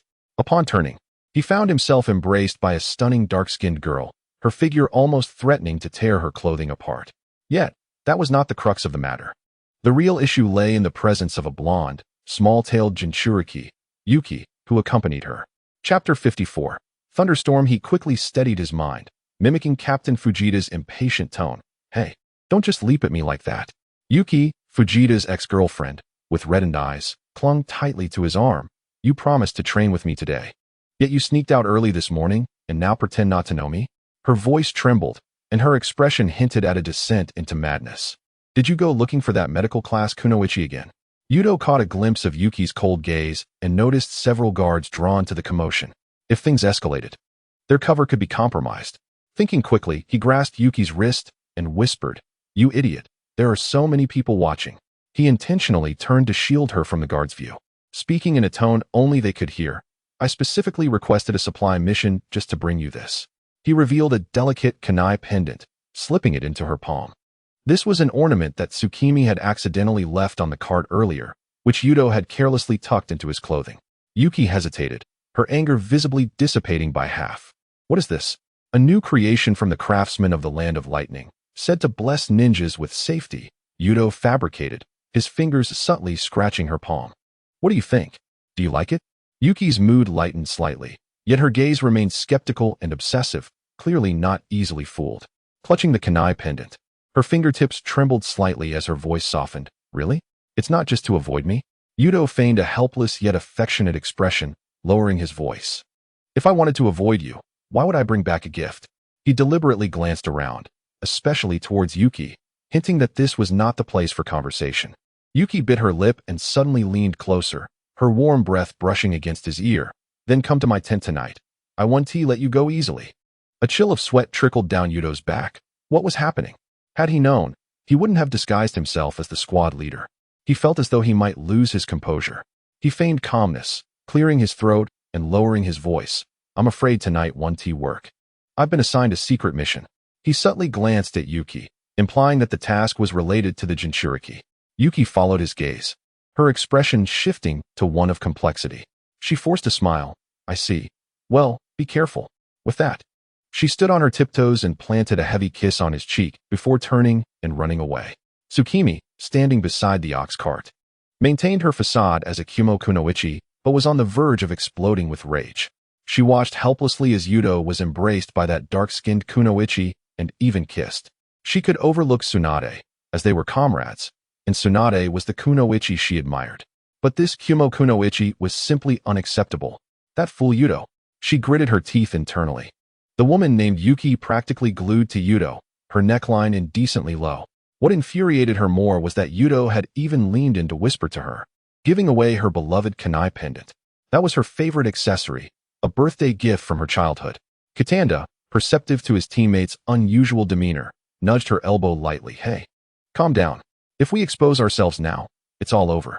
Tsukimi snapped back to reality, taking a deep breath to force her gaze away. Yuki's contemplative eyes swept between the three of them, and then suddenly spoke. Captain Fujita, let me see the supply list. Yuto's back stiffened. Where had they acquired a list? Just as he contemplated a strategy, Tsukimi took a step forward. Yuki, the list is here. She produced a roll of blank task scrolls, hastily explaining that it had gotten wet while crossing the river. Yuki narrowed his eyes and approached Tsukimi closely. Your chakra is strange. He leaned in, their noses almost touching, his eyes sparkling like gemstones. At that moment, a Kumo ninja approached, respectfully addressing Yuki. Lord Yuki, the captain wishes to discuss something with you. Yuki nodded and left the three of them. Once she vanished from sight, Tsukimi immediately stomped on Yuto's foot. Did you enjoy that? Gifts and whispers. Yuto gasped in pain but dared not pull away. It's a tactical necessity. Did you see Yuki's suspicious gaze? Tsukimi huffed, turning away and leaving him with only her slender silhouette. Yuto shook his head helplessly, lowering his voice. Let us focus on the task at hand. Katanda, lead us to the holding area. Though Tsukimi felt a twinge of jealousy, she recognized the urgency of the situation. Rescuing the clan was paramount. Her personal feelings could wait until after they freed them. The three of them, under the guise of transporting supplies, moved along the shadow of the rock face towards the valley's depths. Fortunately, some members of the Bloodpool clan had willingly allied with Kumo, and in return, Kumo had reciprocated. Consequently, there were no guards in the caves where the Bloodpool clan resided, allowing them to roam within the confines of Hell Valley. Katanda, intimately familiar with the terrain, guided them to avoid patrol routes, swiftly arriving at a concealed cave entrance. Here it is, he whispered. Most of the clan members are inside. Yuto activated his Sharingan, scanning the surroundings to ensure no ambush awaited them, before signaling Tsukimi to keep watch outside. Katanda approached and tapped thrice on the rock face, pausing, before tapping twice more. Moments later, the stone wall slowly opened a crack, revealing a pair of vigilant crimson eyes. Katanda, an elderly voice called out. What brings you back? I thought you had left with the Kumo. Grand Elder, I've brought allies from Konoha, Katanda replied swiftly. They can help us escape. The rock wall fully opened, unveiling a stooped old man. His gaze lingered momentarily on Yuto and Tsukimi, visibly startled upon seeing the Sharingan. Uchiha? The elder's bitter smile betrayed irony. How ironic. It was your clan that imprisoned us. This is not the time for reminiscing, Yuto interjected. Kumo may discover our presence at any moment. The elder glanced at the trio, rising to make way. Hurry, come inside. Chapter 55. Thunderstorm returns upon entering the cave. Yuto was met with a surprising sight. Contrary to his expectations of a cold, damp prison, the interior was well lit, the air warm and dry. The ceiling was adorned with numerous small holes, allowing light to filter down and illuminate the entire space. In truth, after being imprisoned in Hell Valley, the ancestors of the Bloodpool clan had begun excavating the cave to provide shelter for their people. It had evolved into a secluded little village, entirely cut off from the outside world. The scattered houses encircle a residential area, with an open square at the center where several children from the Bloodpool clan are joyfully chasing one another. Yuto scratches his head, pondering whether there is truly a need for rescue. With this uncertainty, he casts a glance towards the adults of the Bloodpool clan. Most were expressions of sorrow, with few appearing calm. It is evident that life in captivity is no easy feat. Just a short distance away, a middle-aged man from the Bloodpool clan approaches, his demeanor stern and seemingly formidable. "Be cautious," Miyuki suddenly whispers. Yuto discreetly reaches behind him, drawing a weapon from his ninja tool pouch, prepared to strike should the man show any sign of aggression. The man draws nearer, and Yuto exchanges a glance with Miyuki, who nods in agreement. Just as she is about to throw a kunai, the man speaks. "Katanda, you've returned." His tone is calm, yet carries a hint of familiarity. Katanda steps forward and nods. "Wanzu, I have returned." Yuto regards the two with suspicion. They seem to exhibit an unusual closeness, certainly not the blue-eyed ones he expected. He subtly shifts his position, distancing himself slightly. Katanda continues. "Wanzu, this time I wish to lead everyone out of Hell Valley." He gestures towards Yuto and Miyuki. "These two are messengers from Konoha. They have agreed to shelter our Bloodpool clan." Upon hearing this, Yuto steps forward. "Indeed, I am Uchiha Yuto, and I can vouch for his words." Miyuki quickly nods in affirmation. "Konoha?" Wanzu turns his gaze towards Yuto and Miyuki. "Are you certain they are not like the hidden mist, who will use us as mere pawns?" With a sigh, he adds, "It is my fault for leading us to ally with the hidden cloud, transforming the Bloodpool clan into fodder for their battlefield." Yuto begins to understand. This man, Wanu, likely represents the faction within the Bloodpool clan that opposes Katanda, the faction that favors alliance. Katanda's audacity is remarkable, bringing himself and Miyuki directly before Wanzu without concern for potential betrayal. It seems Katanda is not as naive as he appears. Wanzu's gaze flits between Yuto and Miyuki, finally resting on Yuto's Sharingan. A bitter smile tugs at his lips. "It was your clan that imprisoned us in Hell Valley." Katanda quickly interjects, "But now they wish to rescue us." The hidden cloud regards us merely as tools to create living bombs, while Konoha at least offers us a place to call home. Yuto notices Wanzu's tightly clenched fist trembling slightly. This seemingly tough man's eyes betray a profound weariness and regret. "Do you know how many of our kin perished on the battlefield last week?" Wanzu suddenly lowers his voice. "The hidden cloud promised to protect our clansmen." Yet Yuto learns that not every member of the Bloodpool clan is capable of utilizing blood techniques. Most of the ninjas taken by the hidden cloud could only wield the blood dragon eye, limited to illusionary powers. Those who were taken away have nearly all perished in battle, leaving only a few who could create human bombs, including Katanda. Miyuki cannot help but interject, "Which is all the more reason to join us. Konoha will not force anyone onto the battlefield. We have our own ninja academy and medical system." Although Miyuki, a member of the Uchiha Hawk faction, frequently complains about Konoha's higher-ups, the Hawks remain passionate about their village and will advocate for it. In Yuto's recollection, aside from the root, Konoha has indeed not coerced ninjas into combat. Perhaps this is the luxury of the strongest ninja village. Just as Miyuki finishes her statement, a sweet, sultry call echoes from outside the cave. "Darling, where are you?" Yuto's expression shifts. It is the voice of that brazen woman. He hurriedly employs a transformation technique, reverting to his previous guise of Captain Fujita, and swiftly exits the cave. Before stepping out, he instructs Miyuki, "I leave the rest to you. Try to persuade the remaining people before I return." Miyuki immediately nods. Though she detests that brazen woman, she understands the urgency of their mission and suppresses her disdain. Wiping the cold sweat from his brow, Yuto is unsure why Miyuki is so wary of that woman. It seems prudent to avoid their encounter altogether. Upon seeing Yuto, Yuki's eyes light up, and she leaps onto him, her form pressing against his arm, flushing his face. Yuki playfully brushes her silky hair against Yuto's chest, adopting a coy demeanor that starkly contrasts her previous self. Yuto grits his teeth, cursing inwardly. Why does that Fujita fellow have such an adorable girlfriend? Since his arrival in this world, no one has shown him affection. Miyuki is a decent girl, but Yuto feels their relationship is limited to mere friendship. Tsunade is also commendable, yet she likely regards him as a junior akin to Naruto. As for Naneu, in her eyes, he is merely a younger brother. Darling. Yuki's gentle voice pulls Yuto from his reverie. He snaps back to reality, quickly donning a warm smile. She lowers her gaze, her large eyes sparkling. A hint of shyness blooming beneath her dark skin. I've made up my mind. I will give myself to you tonight. Cough. Yuto nearly chokes on his own saliva. How could that Vegeta guy be so troublesome? That damned fellow, why is he playing both sides? Yuto desperately wants to return and give him a piece of his mind. He is torn between wanting to refuse and fearing exposure. What should he do? A sudden metallic scraping sound reaches Yuto's ears, prompting him to glance towards the source. Hiss. Yuto's pupils dilate, a chill running down his spine. This girl, Yuki, is a Yandere. She has a blade hidden behind her. Chapter 56. If you don't behave. Just wait. Yuto's mind races, his brain whirling with thoughts on how to escape this gentle trap. He glances upward at the sky.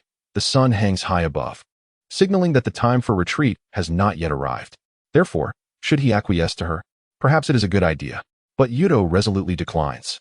A man who dances between life and death will not yield to a Yandere. A plan swiftly forms in his mind. Feign submission, then bide his time to subdue her. A playful smile graces Yuto's lips as he gently lifts Yuki's chin. Yuki, thank you. I will take responsibility for you. Darling clang. The short blade hidden behind Yuki clatters to the ground, tears welling in her eyes as she fiercely sniffs, her fists pounding against his chest. You scoundrel. Why must you utter such sweet nothings? In the next moment, Yuki hurls herself into his embrace, her arms wrapping around his waist like iron bands. I love you so much. I truly want. Yuto's face flushes deeply as he struggles to maintain his transformation, nearly gasping for breath. Truly, the strength of a village trained in physical ninjutsu is formidable. He barely manages to squeeze out an urgent voice. Why, Yuki, let us hurry. I can't wait any longer. Yuki shoots him an annoyed glance, yet her body obediently moves, pulling him swiftly toward the tent area of the hidden cloud ninjas. Yuki seems to hold a respectable position within the hidden cloud, possessing her own tent for accommodation. Yuto curses Vegeta once more. How could he let go of such a promising kunoichi? As they enter the tent, Yuto discreetly lags half a step behind.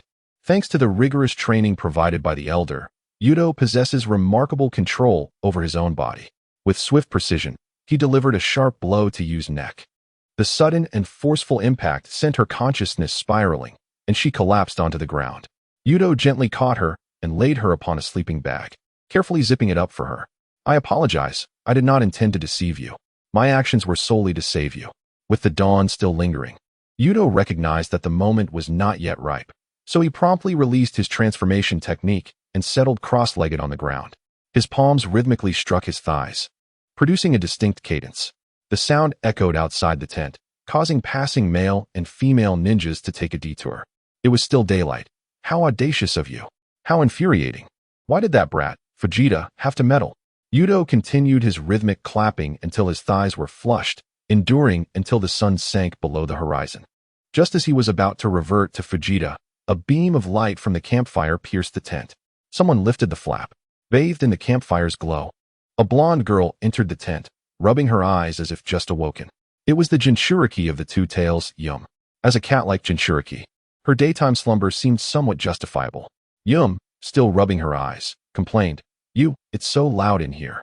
Before she could finish her sentence, she caught sight of Yuto sitting inside. Who are you? A kunai appeared in her hand almost instantaneously. Yuto inwardly cursed. He had no choice but to activate his Sharingan. Now, he could only take a gamble, wagering that this little brat was not a perfect Jinchuriki and could be controlled by his 3-tomo Sharingan. As it turned out, fortune favored him. The 3-tomo spun wildly, engaging in a mental tug-of-war that nearly drained his ocular power. After a prolonged struggle, he successfully subdued Yum. However, he too was not unscathed. For the first time, he had overexerted his Sharingan, and tears of blood streamed from the corners of his eyes. The pain akin to having his eyes crushed.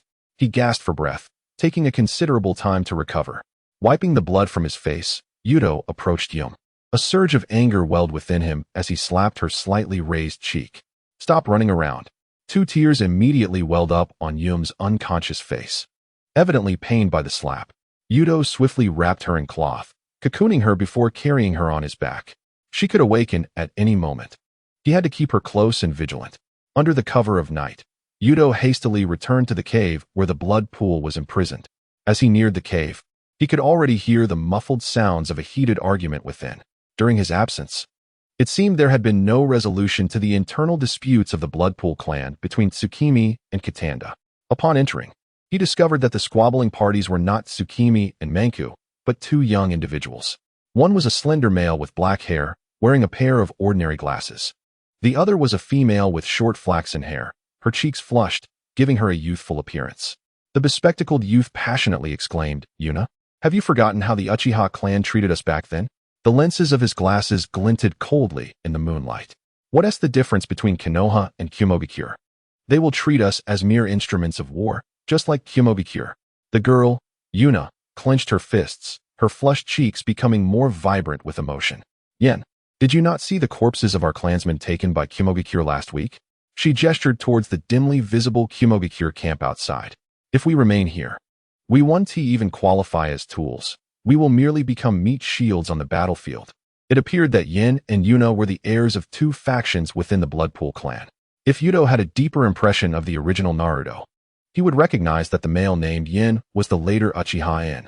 The female, named Yuna, bore a striking resemblance to En's daughter, Shinai. Manku stood behind Yen with crossed arms, frowning deeply. Taking advantage of Yuna's distraction, Katanda interjected, "Yen, at least Konoha promised us a proper place to live. Yuna awakened the blood dragon just last month. Do you want her to die at the borders of the Land of Thunder next year?" Meanwhile, Tsukimi stood helplessly between the arguing duo, appearing like a mere bystander desiring to mediate, but utterly powerless. Yuto observed the scene of discord before him. Unable to suppress a sigh, he had come to the Hell Valley to rescue someone, not to listen to the ideological disputes of two factions. The Jinchuriki was securely tied, the Thunder's girlfriend subdued, and the arrow was knocked and ready to fly. Yuto stepped before Yen, locking eyes with him. He unwrapped the cloth, revealing Yum's head. "Now, I, Uchiha Yuto, present you with two choices. 1. You obediently follow me. 2. I will leave the Two Tails Jinchuriki here and take my companions away. The Bloodpool clan will face annihilation for the abduction of Kumogakure's Jinchuriki. Do not assume I am jesting." Chakra surged to his eyes and behind his pupils. The three Tomo rotated slowly. "I possess the power to ensure my safe retreat." Chapter 57. Retreat and diverting firepower. After several seconds of intense eye contact with Yuto, Yen ultimately capitulated under the latter's imposing presence. He turned his head slightly, letting out a soft sigh. "I understand. I will lead everyone to follow you. However, you must comprehend that even if my legs tremble, I will still confront your Sharingan. If upon reaching Konoha, my Bloodpool clan is treated as mere tools, I will kill you at all costs." The cave fell silent. Even Yuna, who had been opposing Yen moments before, instinctively took a step back. Yuto, however, suddenly broke into a smile. "Rest assured, I, Uchiha Yuto, will never let my companions perish before me. Protecting my comrades with my life is my shinobi way." Yen's tense shoulders finally relaxed. He took a deep breath, stepped forward, and extended his right hand towards Yuto. "I trust you will keep your word, Uchiha Yuto. The future of the Bloodpool clan is entrusted to you." Yuto did not hesitate. He grasped Yen's hand firmly, their gazes meeting in midair, the scarlet of the Sharingan briefly intertwining with the blood dragon eye of Yen.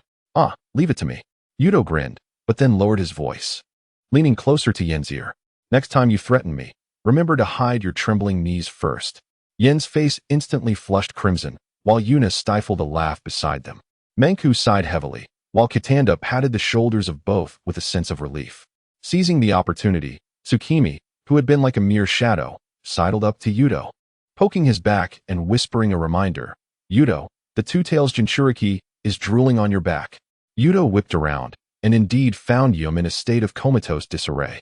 Her head lolling against his shoulder, a strand of glistening silver hair slowly seeping into his collar. This little brat.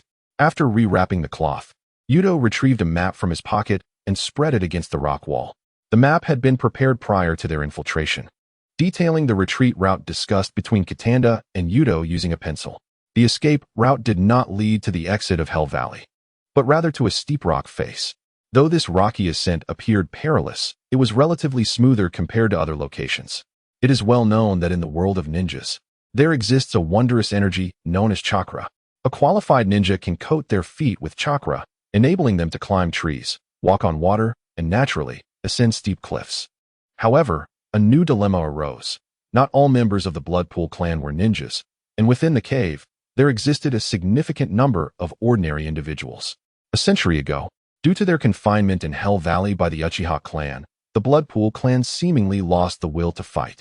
The number of ninjas among the remaining clan members had been dwindling year after year. In simpler terms, they had resigned themselves to their fate. After all, they could lead a decent life without becoming ninjas, and given the lack of opportunities for ninjas, living as ordinary people for a lifetime seemed quite satisfactory. Yuto's gaze swept across the Bloodpool clan before him, numbering around 100 or 200, yet only about 20 qualified ninjas remained. Only a tenth of them could scale the steep rock walls, and he could not help but furrow his brow. This was entirely different from what had been previously agreed upon. When he and Katanda discussed the retreat plan, they had calculated based on the assumption that virtually all ninjas of the Bloodpool clan would be present. According to the plan, everyone could evacuate completely within an hour. Even with a slight reduction in the number of ninjas, they could still complete the plan within the allotted 1.5 hours. Now, however, the number of ninjas had decreased far too much. Forget about 1.5 hours. They would need at least an hour. After a long contemplation, Yuto suddenly felt a sense of relief. He turned to the side and addressed Hien, speaking in a somewhat relaxed tone. Hien, are we companions now? Hien, taken aback by Yuto's question, quickly regained his composure and replied earnestly, "Of course, Mr. Yuto." "That's good," Yuto said, lowering his head to take a deep breath before raising it again to address the Bloodpool clan members. "In 3 minutes, we will begin the evacuation. Discard all unnecessary items. Konoha will provide you with supplies for living." As soon as Yuto's words fell, everyone began to act. When Tsukimi heard the conversation between Yuto and Hien, her heart inexplicably tightened. She instinctively pressed her hands to her chest, wanting to clarify what was happening with Yuto.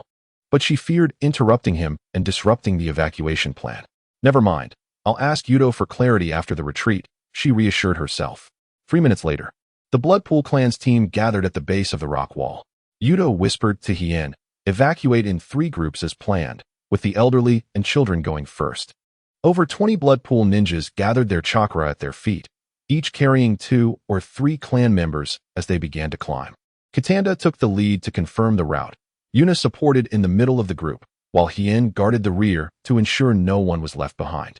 Something felt amiss. Tsukimi suddenly tugged at Yuto's sleeve, unable to restrain herself any longer. "Your expression when you asked Hien that question was troubling." Yuto chuckled softly and unexpectedly ruffled her hair. This sudden act of affection left Tsukimi frozen in place, and by the time she regained her senses, Yuto had already stepped 3 meters back. "Keep an eye on them." He pointed to the line of people moving upward like ants on the rock wall. "Ensure no one falls behind." "Where are you going?" Tsukimi's question was swept away by the night wind. In the shadows beneath the rock wall, Yuto's silhouette vanished into the darkness, leaving behind only a whispered, "I'm going to return the people." At the entrance of Hell Valley, the mountain walls on either side slanted toward the sky, enclosing the narrow mouth of the gorge. Yuto's figure crouched in a hollow of the wall, watching the evacuation of the Bloodpool clan. Time ticked away, and soon they reached the critical 1.5 hour mark. At the base of the wall, dozens of Bloodpool clan members remained, unable to evacuate in time. Meanwhile, the cloud-hidden ninjas within the valley seemed to have sensed something amiss. With several ninjas already preparing to investigate, he rubbed his temples. "Must I intervene?" He reached back and untied the cloth covering his face, revealing a delicate visage tinged with a hint of pink. The cloud-hidden patrol team was dozing around the campfire. The leading ninja suddenly awoke, realizing that a comrade who should have been at the watchtower was hanging upside down from a branch. "Enemy attack," he shouted, but before he could finish, a kunai pressed against his neck. "Good evening." Yuto stood beside him, with several cloud-hidden ninjas sprawled at his feet, ensnared by his jinjutsu. "The Uchiha brat," roared the arriving cloud-hidden J-nin, angrily forming hand seals. Yuto did not evade. Instead, he smiled at the lightning flashing toward him. "Allow me to introduce someone." He tilted his body to reveal a cocoon-like figure strapped to his back. "It's 2 individuals from the Wood clan." Chapter 58. I hope you find a good man in the future. This statement fell like a stone cast into calm waters. More cloud-hidden ninjas surged from their camp, and Yuto turned and dashed toward the gorge fissure opposite the evacuation route. He deliberately kicked over torches along the way, igniting brush with cloth strips, creating a conspicuous trail of flames in the night. Even the ninjas who had just noticed the anomaly were drawn to it, rushing toward the exit of Hell Valley. On the other side of Hell Valley, the last batch of Bloodpool clan members was safely escorted out. As Hien counted the numbers, Yuna suddenly pointed toward the valley entrance. Is that fire release? Everyone turned their gazes toward the exit of Hell Valley, where amidst the blazing inferno, blue lightning clashed with red fireballs.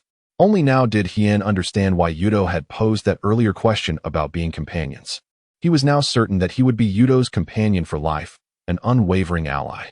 Just moments ago, Yuto had appeared indifferent, as if the lives and deaths of the Bloodpool clan bore no significance to him.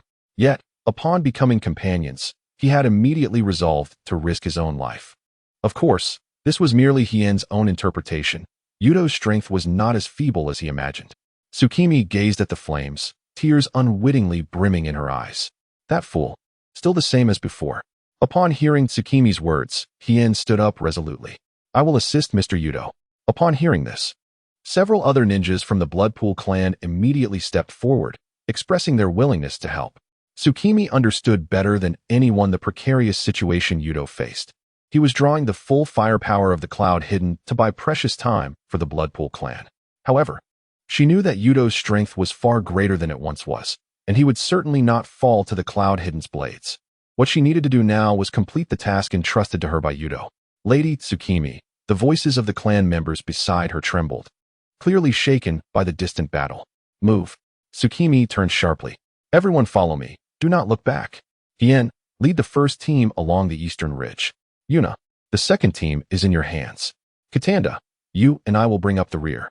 The team moved swiftly under the oppressive atmosphere, with the elderly and children carried by the ninjas, while the rest supported each other. Tsukimi cast one last glance toward the direction of Hell Valley, where the flames dyed half the sky red, and the rumble of lightning echoed faintly. Cough. Yuto staggered as he dodged an enemy's attack, a trickle of blood escaping the corner of his mouth.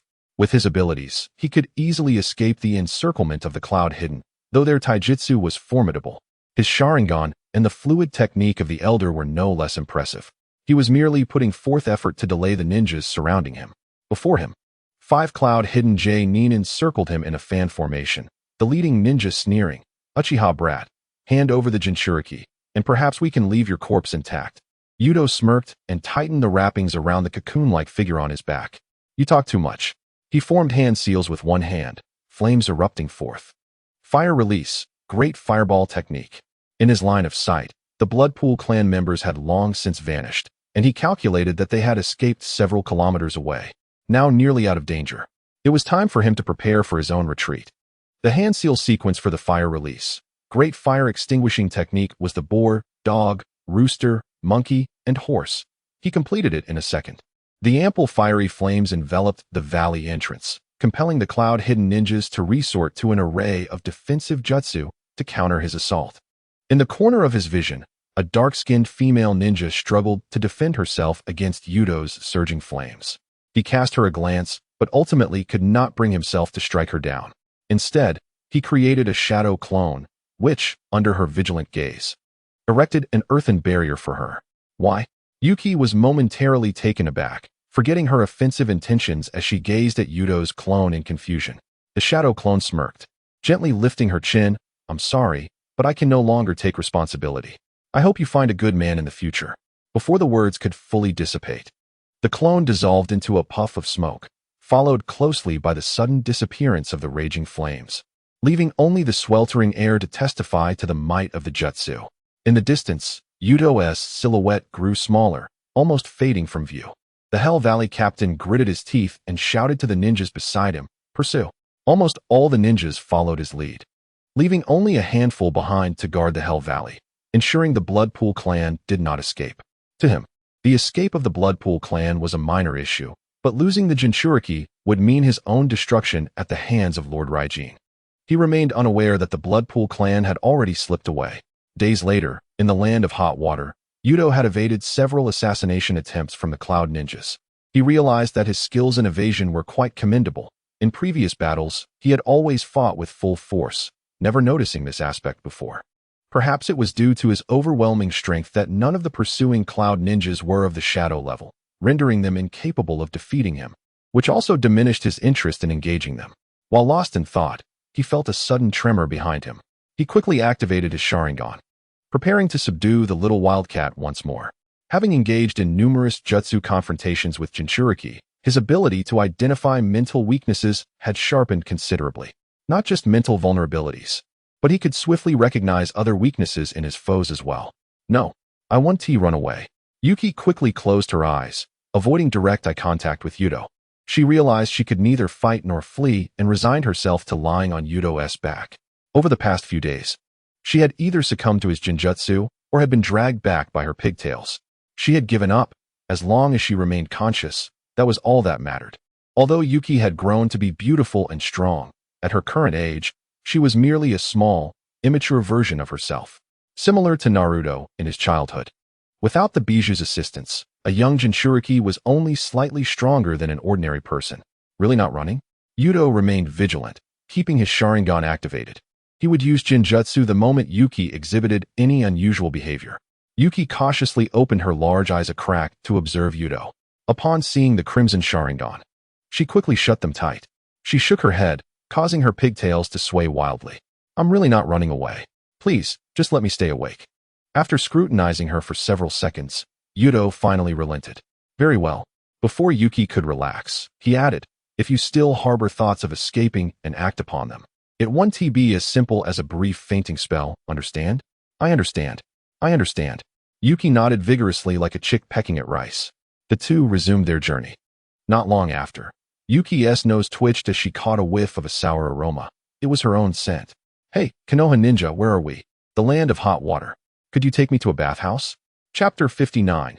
Yuto halted, glanced back at her, and then silently continued forward. This infuriated Yuki. Even if she couldn't defeat him, he shouldn't dismiss her request so completely. Did he truly regard her as a novice? After all, she was the Jinchuriki of the two tails. Anger welled within her, fueling her defiance. She edged closer to Yuto, employing a fragrant attack. I may not be able to defeat you, but can I at least stink you out? The sour scent invaded Yuto's nostrils. Previously, wrapped in cloth, he had been unable to detect her odor. Now liberated from her bindings, not only had Yuki regained her freedom, but the foul smell was unleashed, wafting freely. Seeing Yuto still ignoring her, Yuki stood on tiptoe and tossed her pigtails onto his shoulder, deliberately brushing the tips against his nose. Her hair, unwashed and mingled with sweat, was reminiscent of pickled cucumbers from a neighbor's kitchen. Yuto frowned and turned his head, but Yuki pressed on, tugging at his sleeve. Hey, Ninja Lord. You've been carrying me for several days. You must be sweating by now, right? As she spoke, she lifted her collar to fan herself, releasing a wave of stale odor. Yuto's Sharingan nearly spun out of control. He pinched his nose and stepped back, overwhelmed by the stench. With his Sharingan activated, he leaped onto a nearby tree, taking in the surrounding scenery. The land of hot water truly lived up to its name as a hot spring paradise. Its topography resembled the Hakone region of Sakura country, with uneven terrain and natural hot springs scattered throughout. Even in the remote wilderness where Yuto and Yuki found themselves, steam could be seen rising into the sky. Yuto pinpointed a direction and jumped back to the ground, seizing Yuki. What are you doing? Yuki struggled.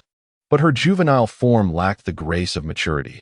Her flailing limbs were utterly ineffective. Yuto ignored her, lifting her by the scruff as he leaped through the underbrush. The sulfuric scent growing stronger. As he parted the last vine, a natural pool encircled by rocks bubbled invitingly, with a few fallen leaves floating atop the surface. I refuse to bathe in a place like this. Before she could finish her protest, she was tossed into the pool, flailing to grasp the rocky edge to avoid choking. Pervert. Who wants to bathe in front of a man? She bit out, but her drenched and vulnerable appearance held little threat. Now you're shy? Yuto scoffed, finding no interest in such a flat-chested girl. Give me your clothes. Clothes? What do you want them for? Yuki's heart raced as her eyes widened. She instinctively glanced around. The desolate surroundings left her defenseless if he intended to do something. What should she do? Who could save her? Tears welled in the corners of her eyes. She was genuinely frightened now. Don't force me to use my Sharingan. Yuto could see this little girl was conjuring up all sorts of wild thoughts. After all, he was a man who had written about romantic escapades. While he understood how to genuinely win a woman's affection, he was all too aware of the unscrupulous tactics to coerce women into actions they did not wish to take. Yuki stifled a sob and reluctantly turned her back. Yet, even after she steeled herself for what was to come, she noticed Yuto made no move. She cautiously peeked over her shoulder, only to find he had already taken her clothes to a nearby small pool, washing them. To her surprise, he was turning out to be quite a decent man. Yuto squatted by the hot spring's edge, skillfully rubbing Yuki's garments. The hot spring water flowed through the fabric, washing away the accumulated sweat and grime from days of flight. After wringing out the excess water, the clothes retained only a faint scent of sulfur, which, compared to the previous sourness, now seemed almost fragrant to his nose. He hung the clothing on a tree branch, forming a hand seal with one hand, summoning a miniature fireball that resembled a spiraled sphere of fire, although the mini fireball's power pales in comparison to the authentic version. The chakra control required surpasses that of advanced ninjutsu, with no more than 100 individuals across the entire ninja realm capable of wielding it. Flames danced along the surface of her clothing, instantly vaporizing moisture into a white mist, leaving even a single thread unscorched. Impressive control, she murmured softly, resting her chin on her hands, which were folded atop the rocks by the hot spring. However, just as she awaited Yuto's return with her clothes, she witnessed him stuffing them into his ninja tool pouch before disappearing into the dense forest. Stay put. You wouldn't want to be rescued in the nude, would you? By the time she uttered those words, Yuto had already vanished from her sight. Upon hearing Yuto's threat, she quickly retreated back into the hot spring, gritting her teeth as she glared in the direction he had gone, yet she dared not flee. Though she was feared as a Jinchuriki by the villagers, she was still a notable ninja. Being seen by a large crowd would force her into hiding for the rest of her life. That inherently malevolent Konoha ninja had indeed seized upon her vulnerability. What a scoundrel! I just thought he was a good person. In the forest, observing that Yuto had no intention of fleeing, he relaxed, leaving a shadow clone behind while his true self ventured deeper into the woods in search of prey. As he walked, he unfurled the ninja world map he carried. He found himself at the northernmost tip of the land of hot water. To the west lay the land of rice, a battlefield where Konoha and the Hidden Cloud were engaged in conflict, and later, where Orochimaru established the Sound Ninja Village. To the south was the land of fire. However, Yuto had no intention of heading south towards the land of fire. Instead, he aimed to venture north across the strait to the land of iron. From there, he would circumvent the land of grass, and even the land of earth before returning to the Konoha camp. The convoluted route was dictated by the evacuation path he had initially charted from the blood pool, which aimed to reach Konoha as swiftly as possible. A horde of pursuers from the Hidden Cloud was hot on his heels. He would not descend southward until the blood pool's safety was assured. Thus, he was left with no choice but to take the long way around. In fact, upon reaching the land of hot water, the pursuers from the Hidden Cloud had diminished significantly. The land of hot water was renowned for its hot springs, and the nobility of the ninja world were precisely the type to indulge in such luxuries. Consequently, the land of hot water held a degree of influence among the higher-ups of the 5 great countries, making it impossible for the Hidden Cloud to act with impunity as they had in the land of rice. Moments later, Yuto returned to the hot spring with a pair of gray rabbits in tow. These 2 rabbits were a fateful pair, captured during a brief moment of distraction. Amidst the complaints of the wooden girl, Yuto tossed her the clothes.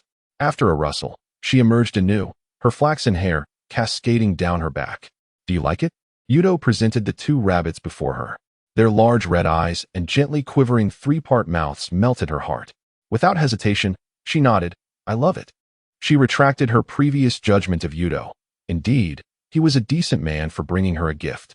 However, in the next instant, Yuto abruptly twisted the neck of one rabbit. Glad you like it. This will be our dinner tonight.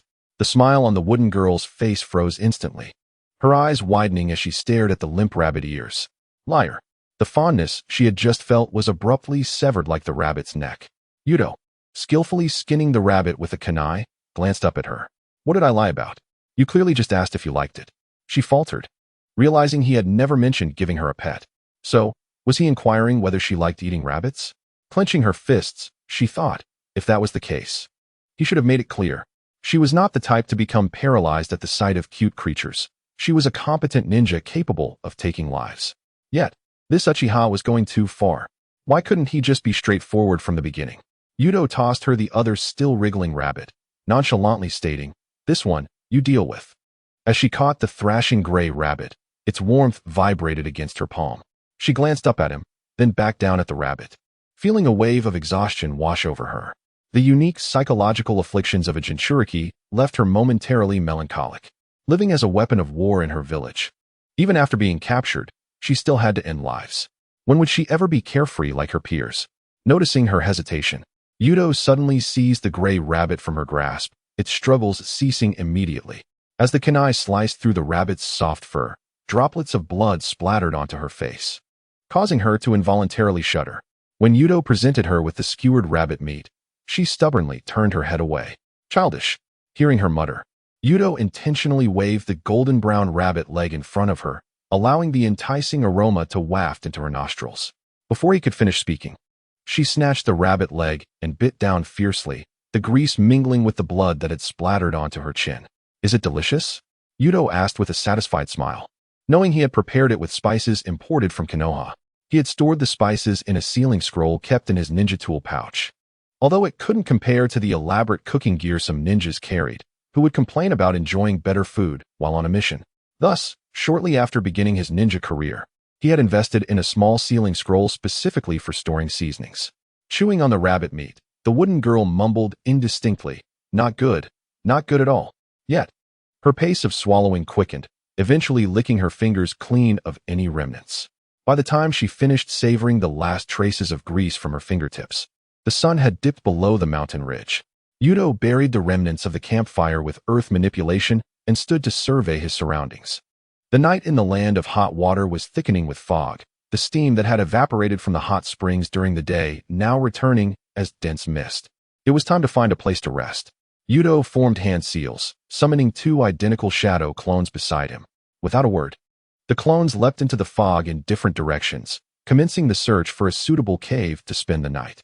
The wooden girl sat on the rocks, her damp flaxen hair draping over her shoulders as she had yet to rebraid it.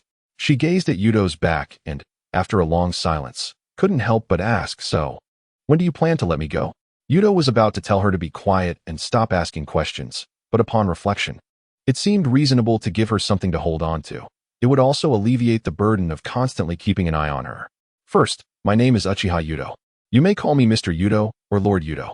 As for when you'll be released, that won't be discussed until we reach the land of grass or the land of earth." Upon hearing this, the wooden girl immediately sulked. She calculated in her mind that crossing through 3 countries from the land of hot water to either the land of grass or the land of earth would take an eternity. It appeared she would be unable to escape the clutches of this Uchiha for the time being. She wondered where he had come from, possessing such strength. She had never heard of him before the battle. As she silently cursed Yuto in her heart, he suddenly paused as the memories of his shadow clone returned. "Found it." Yuto glanced at the wooden girl, still rambling in place. "Need me to help you move? Don't underestimate me." The wooden girl jumped down from the rock and followed Yuto, who had already begun moving forward. 2 individuals traversed the dense forest, following the route etched in their memories. Yuto swiftly led her to the mouth of a cave. The steep cliffside revealed a prominent semicircular entrance, its rocky surface marred by fresh claw marks, unmistakably left by some bear-like creature. One could surmise that such a natural refuge would never lie vacant. "A bear?" Yuki glanced at the claw marks and whispered. "Lucky us," Yuto remarked, extracting a pouch of powder from his ninja gear. "Bear dens are far more insulated than man-made caves." "You don't mean to suggest," Yuki began, but Yuto interrupted. "The shadow clones have already driven them away." He sprinkled the beast-repelling powder at the cave's entrance and turned to Yuki. "Of course, if the 2-tailed Jinchuriki is frightened, we could always camp outside." "Who's scared?" Yuki retorted, her chin held high as she boldly entered the cave, only to slip on a protruding rock. Anticipating pain, she was surprised when Yuto caught her by the scruff of her neck, lifting her as one might a kitten. "Be careful," he cautioned, pausing to add, "I don't possess any healing jutsu. If you get injured, you'll have to endure it." Bathed in moonlight, Yuki's face flushed crimson, whether from embarrassment or the lingering warmth inside the cave. She shrugged off Yuto's grip and marched to the driest corner. Yuto watched her huffing silhouette, silently chuckling as he began to reinforce the cave's defenses with Earth-style techniques. As the night breeze swept in, carrying mist into the cave, Yuki had already curled up beside the fire, fast asleep. Yuto draped his dried cloak over her and kept his Sharingan trained on the inky darkness beyond the cave's entrance. Although the pursuing ninjas from the hidden cloud would make a grand show of their presence in the land of soup, they certainly had the audacity to act stealthily. For the Hidden Cloud village was known for its disregard of rules. See, the Hidden Cloud ninjas are already drawn by the scent. Yuto left a shadow clone behind to guard Yuki, while he himself propelled out of the cave. In the woods, 3 ninjas from the Hidden Cloud leaped swiftly among the treetops, one of whom was a sensor ninja tasked with tracking Yuto's movements. Suddenly, they halted, standing still atop the branches, as Yuto's figure appeared before them. Uchiha, you dare. A team leader glared at Yuto, his threatening words cut short by Yuto's interruption. So you know I'm an Uchiha? Then why do you continue to stare directly into my eyes? Chapter 61. The Village of Forgotten Wars the Land of Soup. After 2 days of arduous travel, the pair finally arrived at a village inhabited by people. Before Yuto lay a settlement that seemed at odds with the ninja world, renowned for its hot springs, known as the Land of Soup. This village was dubbed the Village of Forgotten Wars due to its distance from conflict, exuding an unusual peace. However, this tranquility belied the troubling reality of the past 2 years. The village had been plagued by the cult of the malevolent deity. Though the cult had inexplicably vanished, villagers were still being murdered under mysterious circumstances. The brutality of these killings suggested inhuman torment, with victims being nailed to walls or trees. This distress had recently weighed heavily on the old Soup Shadow, who sought the assistance of ninjas from the 5 great nations to address the killings. Yet the nations were too preoccupied with war to heed the troubles of the Land of Soup. Excuse me, what is the name of the village ahead? Yuki inquired of a passing silver-haired boy, her braids swinging as she spoke. The past few days had been relatively easy, far less stressful than her time in the Hidden Cloud. Within the village, she had to endure the villagers' incessant rejection, but following Yuto, she felt a sense of ease. Aside from occasional teasing, Yuto was a gentle rogue, assisting her with chores, cooking, and even performing feats like twisting the heads off rabbits. That night, she had a nightmare in which she transformed into a rabbit, only to have Yuto twist her neck, eviscerating her and roasting her over a fire. The silver-haired boy lazily pointed towards the village behind him. You mean that village? That's the Land of Soup. Upon hearing this, a smile instantly lit up Yuki's face. She hadn't expected it to be the legendary hot spring paradise. She had often heard the village's female ninjas speak of this place and had longed to visit the hot springs. Unfortunately, as a Jinchuriki, especially one in her youth, she was not permitted to leave her village. Under the pretense of war, she had requested to guard Hell Valley, marking her first venture out of her village since becoming a Jinchuriki. Captured by Yuto, she had crossed the Land of Lightning and even traversed the Land of Moon to reach this hot spring sanctuary. If she overlooked the fact that she had been captured, the experience felt rather pleasant, akin to a journey. Thank you. Yuki skillfully climbed onto Yuto's back, pointing towards the distant Land of Soup. Let us go, you rogue Yuto. I must soak in a proper hot spring. Yuto felt the weight on his back, his lips twitching involuntarily. This girl showed no sign of being a captive at all. Perhaps influenced by the two-tailed cat, Yuki often took afternoon naps, during which Yuto had to carry her. Gradually, she had grown accustomed to resting on his back. What had once been reluctance had transformed into an eager acceptance. As they walked away, the silver-haired boy's expression shifted from lethargy to excitement, and then to madness. With a pair of offerings from Konoha and the Hidden Cloud, surely the lord of the malevolent deity would be pleased. While on the road, Yuto suddenly felt a chill on his back. Instinctively, he thought Yuki had drooled again, but upon closer inspection, something felt amiss. That boy looked somewhat familiar. The silver hair paired with the Land of Soup. Was this character present in the original story? Yuto shook his head, dismissing the thought. Hot springs. Hot springs. Upon entering the village, Yuto noticed a stark difference from his expectations. While the hot spring business appeared prosperous, he could distinctly sense a hint of fear in the villagers' gazes. This apprehension was not directed at him, but rather at some unknown entity. Conversely, Yuki remained blissfully unaware. Ever since being violently tossed into a wild hot spring, all that occupied her mind was the obsession with a proper hot spring. Welcome. As they entered a hot spring establishment, the manager's furrowed brow instantly transformed into a generic smile. The manager, a middle-aged woman, bore the traces of former beauty, though time had not spared her. What charming and delightful guests we have. Are you looking to stay or to soak in our hot springs? If you choose to stay, you can enjoy the springs anytime. The manager, undeterred by their youth, enthusiastically elaborated on the hot spring services. Before Yuto could make a decision, Yuki jumped in, declaring, "We must stay." Yuto tapped her on the head. "Do you even have money for that?" Yuki shot him an indignant glare. With no other option, Yuto reluctantly pulled out his wallet, paying for their stay. The manager cheerfully accepted the payment, unable to resist commenting to Yuto, "You truly dote on your sister." "I'm not this rogue sister," Yuki protested. But Yuto swiftly grasped her head, applying just enough pressure to stifle her retort. If she revealed her status as a captive, it would complicate matters. My sister can be a bit mischievous." The manager, accustomed to various oddities, seamlessly constructed a suitable narrative for them, imagining a relationship that would only be expressed in sweetness during specific circumstances, a forbidden bond. She had seen all kinds of relationships, be it siblings, brothers, fathers and sons, grandfathers and grandsons, mothers and daughters, or even the bond between summoned beasts and their masters. As Yuto observed the wooden figure entering the women's hot spring, he felt a sense of reassurance as he donned a towel and stepped into the adjacent men's bath. Within the steaming pool, a few patrons were scattered about, yet they did not adhere to the customary spacing of the urinals. Instead, they clustered near the bamboo-walled enclosure, either indulging in relaxation or attentively listening to the melodious exchanges from the other side.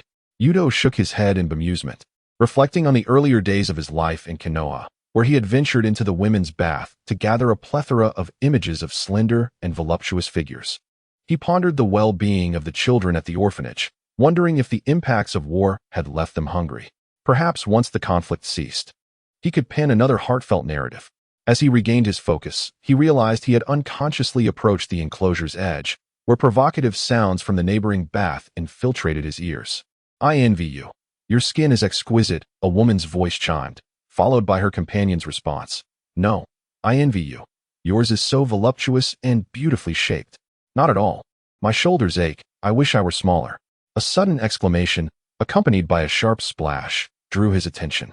Yuto's ears perked up, foreseeing the discomfort that must accompany such a scene. Chapter 62.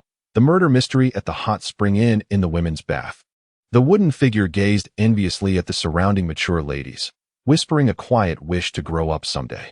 Yet, it was clear that such dreams might remain unfulfilled, as even after maturing into a fully developed version of herself, she would still be merely average among her peers. Just as the two were unwinding in their respective springs, a piercing scream shattered the tranquility. "Someone's dead." Yuto's eyes flew open, and he swiftly wrapped his towel around himself and leaped from the pool. He rushed into the lobby, joined by nearly all the other guests, their faces etched with fear and anxiety.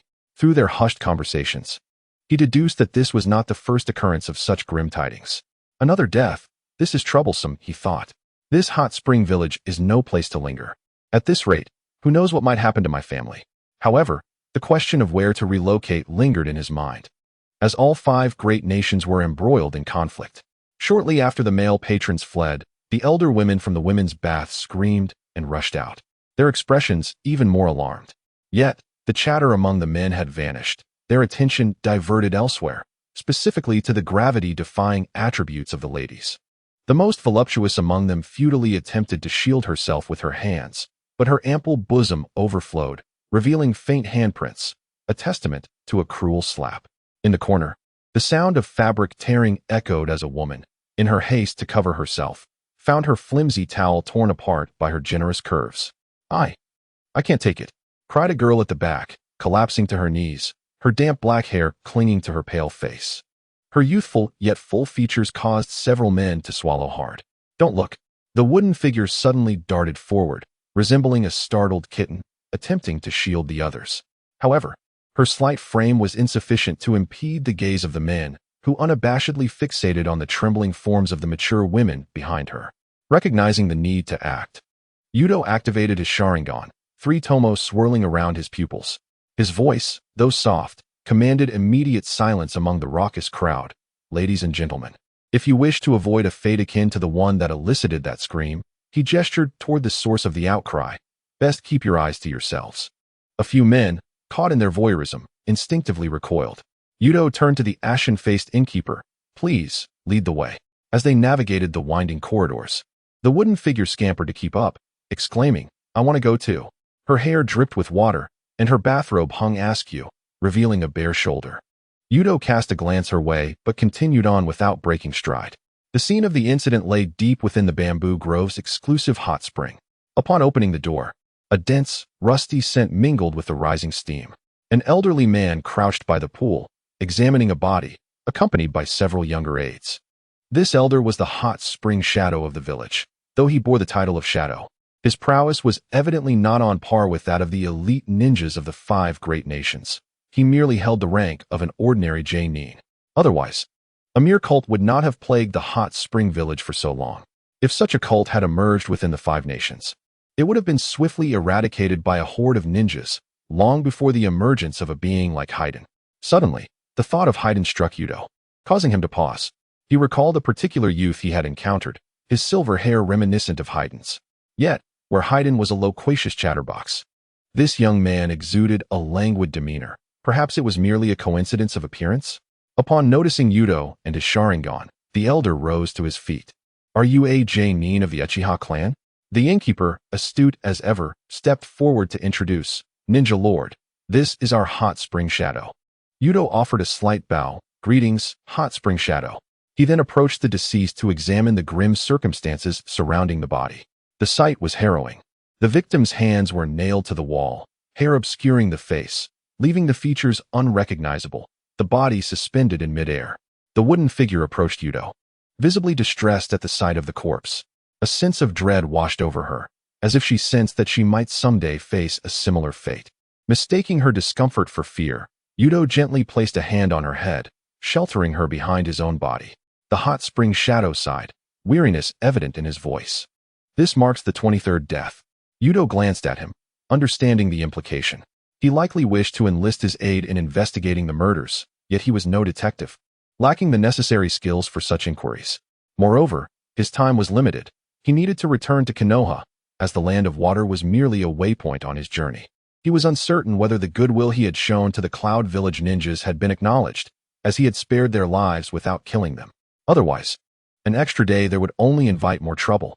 Retracting his focus from the corpse, Yuto turned to the hot spring shadow, nodding slightly. I apologize, but we have pressing matters to attend to and cannot linger. He pulled the wooden figure, still peering curiously, back, her bathrobe collar lifted, resembling a cat caught by the scruff of its neck. Hey, I haven't seen enough. He offered an apologetic smile to the innkeeper. Forgive my mischievous sister. Please, could you lead us back to our room? Ah, of course, the innkeeper replied, though she had hoped Yuto would assist with the investigation.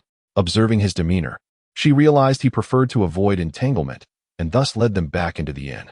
Tang Ying watched as the 3 figures gradually receded into the distance.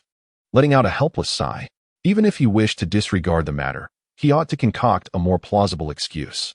The old man was acutely aware that all members of the Uchiha clan possessed black hair. How could a girl with flaxen locks possibly be the sister of an Uchiha youth? Chapter 63. Tang Ying's conditions the following morning.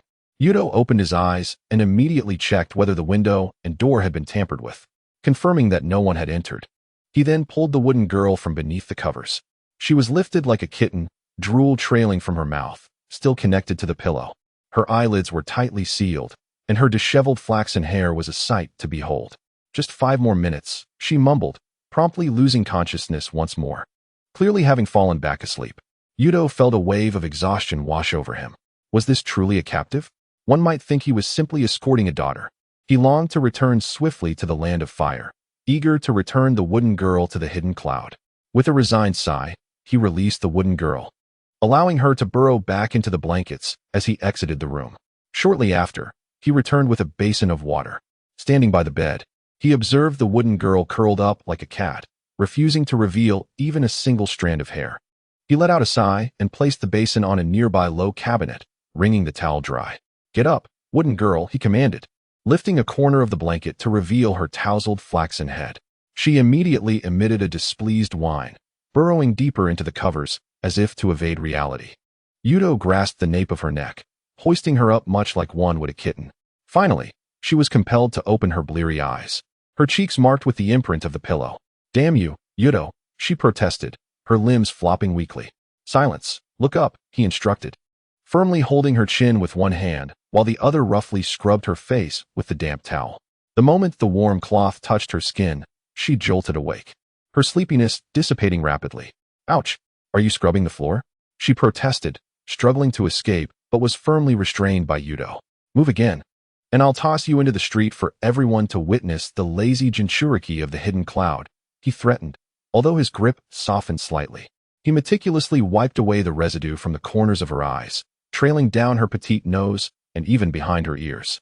The wooden girl gradually quieted down, half closing her eyes as she allowed him to handle her, even unconsciously nuzzling her cheek against his palm, a gesture that left her momentarily frozen.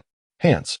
Yuto feigned ignorance to her embarrassment, plunging her soft, flaccid paws into the basin of water. Finally, he fashioned a crooked ponytail with a hair tie, his clumsy technique eliciting a cry from the wooden girl as she gazed into the copper mirror. "This hairstyle is worse than what a cat would lick into shape." Yuto remained expressionless. A captive had no right to be choosy.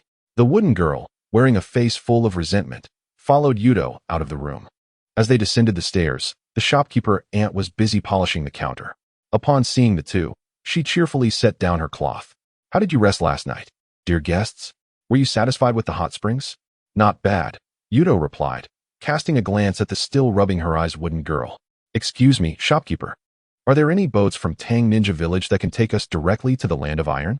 To the west of the Land of Soup lay the Land of Rice, which had become a battleground between the Hidden Cloud and the Hidden Leaf. Yuto was certain he would not choose to travel overland to the Land of Iron. Conveniently, to the north of the Land of Soup was the sea, allowing for direct passage by boat to the Land of Iron. In fact, the neighboring Moon Country also had a coastline, and traveling by ship from there to the Land of Iron would be even closer. However, the proximity of Moon Country to the Land of Thunder was far too precarious. Yuto's primary objective was to divert a portion of the pursuers from the Hidden Cloud, ensuring the safe escape of the Bloodpool clan. If he were to be ensnared by the Hidden Cloud in Moon Country, the plan would be dashed. The Land of Iron? The shopkeeper's brow furrowed in thought, her finger tapping her chin.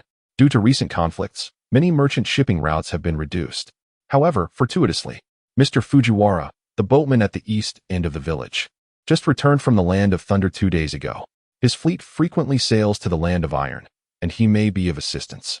Upon hearing the mention of the Land of Thunder, the wooden girl's ears perked up, but Yuto quickly pressed her head down to suppress her reaction. Yuto nodded.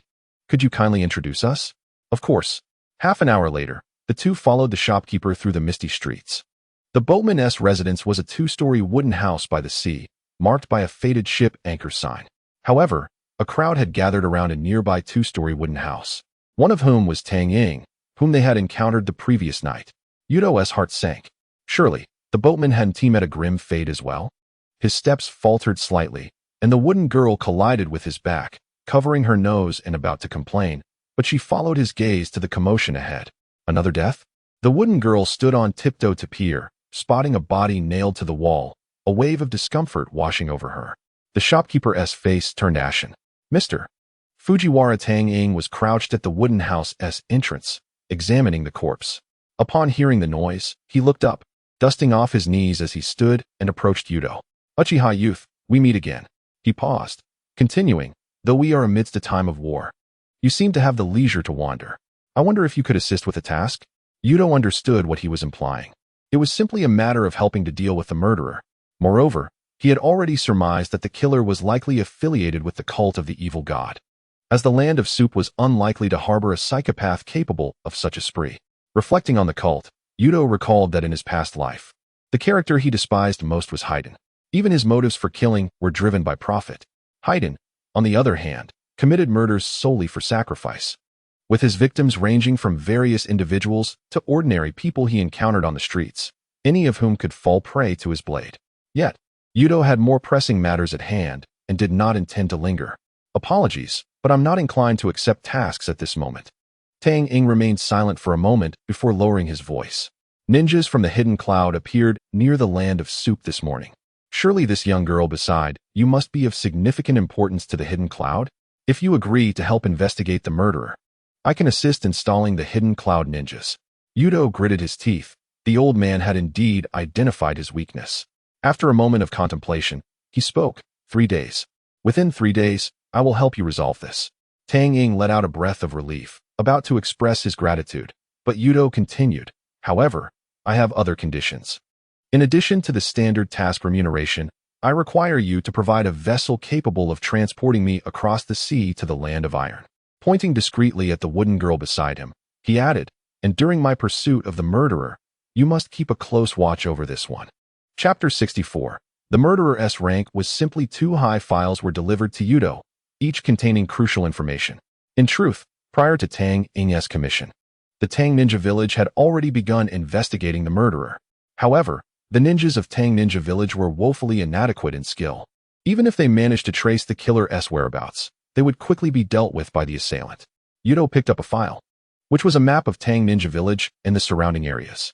Recently, the victims had all been residents of Tang Ninja Village, so it was reasonable to presume that the murderer resided within the village or nearby. He promptly dismissed the option of the murderer being within the village itself, as even a small ninja settlement like Tang Ninja Village could likely uncover such an elementary detail. They were not incapable of handling such a trivial matter. Thus, he turned his attention to several areas outside of Tang Ninja Village. According to Tang Ying, the murderer likely had some connection to the cult of the evil god that had previously ravaged Tang Ninja Village. The methods of murder employed by both parties exhibit a nearly identical level of brutality. The most suspicious location is the former lair of the evil god sect, a vast cave partially embedded in the mountains. This place once served as the stronghold for the sect, which was eradicated by a team of hired ninjas from the town of Soup, yet sporadic sightings of surviving cult members have been reported since. After a moment of contemplation, Yuto resolved to first investigate the sect's headquarters, as the data suggested that the likelihood of finding the culprit there was highest. He tucked the scroll of information into his ninja pouch and, upon rising, noticed Yuki, who was attempting to sneak a peek at the map on the table. Surely, this little one wouldn't consider following him, would she? With this thought in mind, Yuto pushed open the door and took a few steps outside. Indeed, Yuki trailed behind him. He swiftly turned and firmly placed a hand on her head, asserting, "Stay here and do not wander off, do you understand? Do not underestimate me." She immediately bristled, retorting, "I am the host of the Two Tails." Yuto had 2 reasons for not bringing Yuki to the evil god sect stronghold. Firstly, the pursuing ninjas from Cloud Hidden had already appeared on the outskirts of the town of Soup, and there was no guarantee that Yuki wouldn't be spotted by them the moment she stepped outside the village. A chaotic battle would ensue, and while Yuto was unafraid, damaging the flora of the town of Soup would be regrettable. The second reason was his concern that Yuki might perish within the sect's lair. Based on the portrayal of the evil god sect in the original work, its members likely possessed some bizarre abilities. Should Yuki meet her demise there, it would be a grave sin. It wasn't that he harbored any particular feelings for her. Rather, it was due to her identity. She was pregnant with a tailed beast. If the host of a tailed beast were to die, the creature within her would also perish. The loss of a tailed beast would undoubtedly drive the Cloud Hidden into a frenzy, possibly leading them to wage war against the Rock Hidden while launching an all-out assault on the Leaf Village. Thus, he would not take her along to the stronghold. Disregarding Yuki's protests, Yuto turned to the Soup Shadow and said, "Lord Soup Shadow, please keep an eye on this one." He then leaned closer to whisper, "She is a host. If she were to die unexpectedly in the land of Soup, I trust you understand the potential consequences." The Soup Shadow widened his eyes, realizing the audacity of this Uchiha in abducting a host from Cloud Hidden. It was no wonder they were pursuing him relentlessly. However, this also indirectly confirmed the strength of this Uchiha. He had chosen his adversary wisely. The Soup Shadow nodded gravely, assuring, "Rest assured, I will keep a close watch on this girl." After leaving the town of Soup, Yuto swiftly melded into the dense forest. Activating his Sharingan, the 3 tomos slowly revolved within his pupils, capturing the surrounding scenery in its entirety. Just as the Soup Shadow had indicated, several disguised ninjas from Cloud Hidden were perched atop the treetops, observing every individual entering or exiting the town of Soup. As for how Yuto was able to discern their disguises, it was quite simple. Who among the good citizens would idly perch in trees? He lowered his stance and quietly maneuvered through the shadows of the trees. After traversing a fog-laden valley, the vast cave embedded within the mountains came into view. The entrance was partially obscured by vines and strange, Faded symbols of the evil god sect were etched into the rock walls, with faint traces of dried blood still visible. Nearby the stronghold, a tranquil volcano exuded a pungent sulfurous aroma. Yuto held his breath, retrieving a kunai from his pouch, prepared for combat.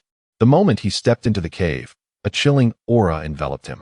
Scattered remnants of extinguished campfires and moldy food debris littered the ground, while the stone walls bore eerie symbols drawn in blood. Yuto crouched down, his fingers brushing over the ashes of the fire, which had long since cooled. Evidently, no one had been active here for quite some time. Following the drag marks, he ventured deeper into the cave and stumbled upon a rudimentary altar, upon which lay several bloodless animal corpses, yet no human presence was in sight. Narrowing his eyes, Yuto observed the disordered footprints around the altar, varying in size and depth, indicating that more than one individual had lingered here. Just as he leaned closer to examine, a crack of a twig echoed from outside the cave. Instantly, Yuto darted into the shadows, his Sharingan locking onto the shifting silhouette at the entrance. It was a startled wild rabbit. He furrowed his brow, realizing that the culprit was even more formidable than he had anticipated. It was no wonder they had managed to survive the purge of the evil god sect. They were indeed skilled. The signs of habitation here seemed overly contrived, likely designed to mislead investigators. The true culprit had likely already relocated to another hideout. Of course, there was another possibility. The perpetrator had never concealed their presence at all and was currently brazenly strolling through the streets of the town of Soup. Reflecting on this, Yuto shook his head. Though the members of the evil god sect were somewhat deranged, they were not foolish enough to commit murder and remain in the town of Soup. After departing the stronghold, Yuto stood at the cave entrance, surveying his surroundings.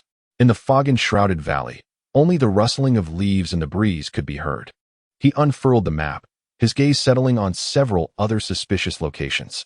His next destination was the abandoned mine located to the south of the town of Soup, reputed to have once served as a hideout for the cult members before it was discovered and purged by the town. Yuto folded the map and swiftly made his way toward his target. The entrance to the mine was partially blocked by collapsed debris, and he sidled through the opening. Inside, the air was damp and cold, permeated by a decaying scent. He ignited a torch with a fireball, the feeble light illuminating the dark tunnel. The walls were etched with crooked symbols, identical to those seen at the evil god sect's stronghold. Delving deeper into the tunnel, Yuto discovered several signs of human excavation. But aside from scattered tools and long-extinguished campfires, there were no signs of life. He crouched down, his fingers sifting through the dust on the ground, which was dry and uniform.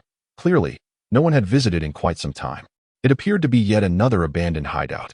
His brow furrowed slightly. Upon exiting the mine, Yuto resolved to head to the final suspicious location, an ancient shrine situated to the east of the town of Soup. This shrine had long fallen into disrepair, yet it was rumored that the evil god sect had once conducted sacrificial rituals here. Nestled halfway up a hill and surrounded by dense woods, Yuto stepped into the shrine's courtyard, where a dilapidated wooden torii stood at an angle, as if it might collapse at any moment. The doors of the main hall were ajar, revealing a dark interior. Cautiously, he pushed the door open, dust cascading down. The hall was empty, save for a broken altar and scattered talismans. His gaze swept across every corner until he suddenly noticed a loose board beneath the altar.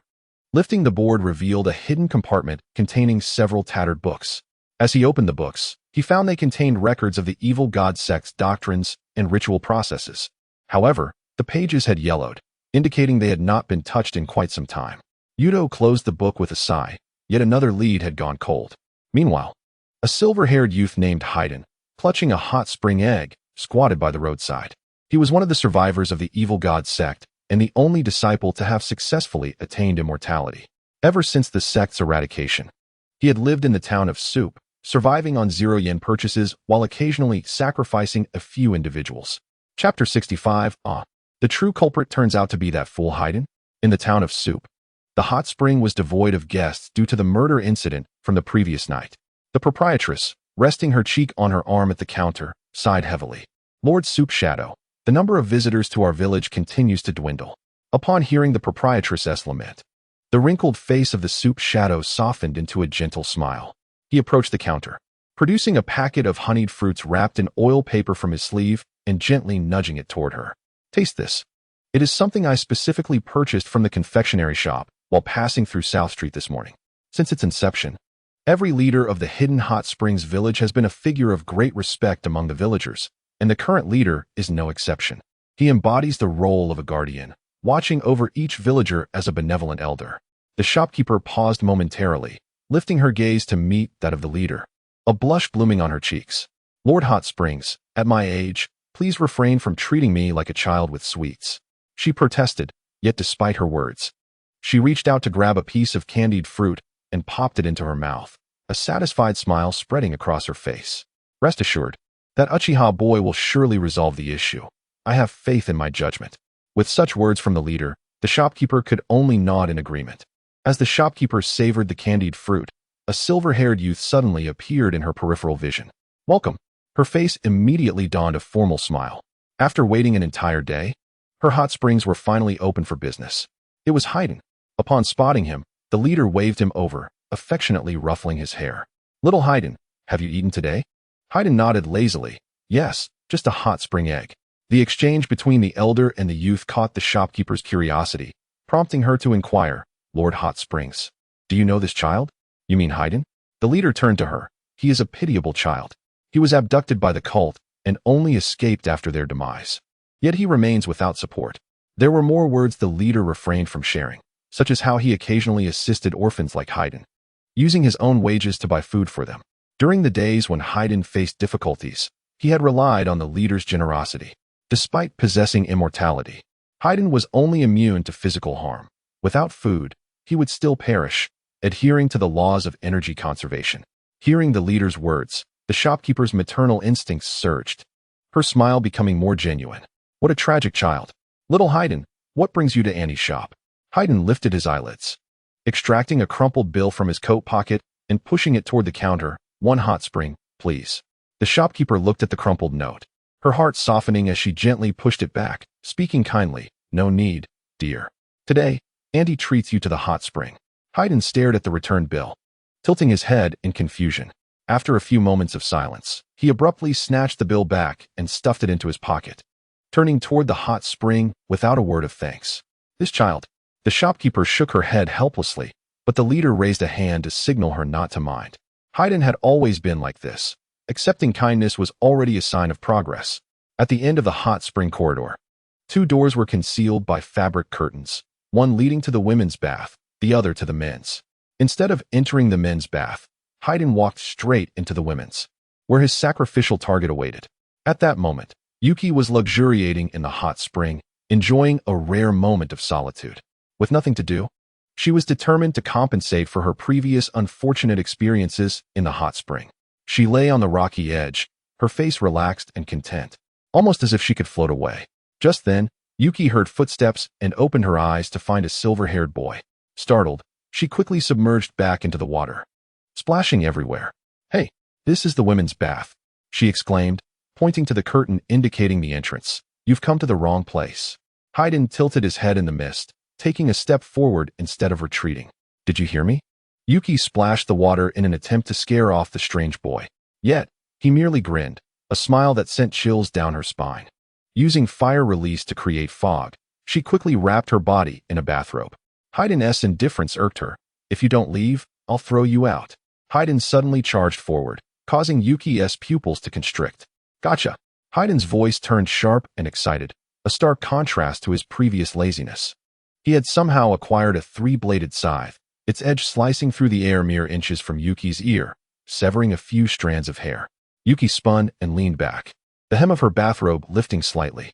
She dashed barefoot, shattering the water's surface and using the rebound to leap into the air.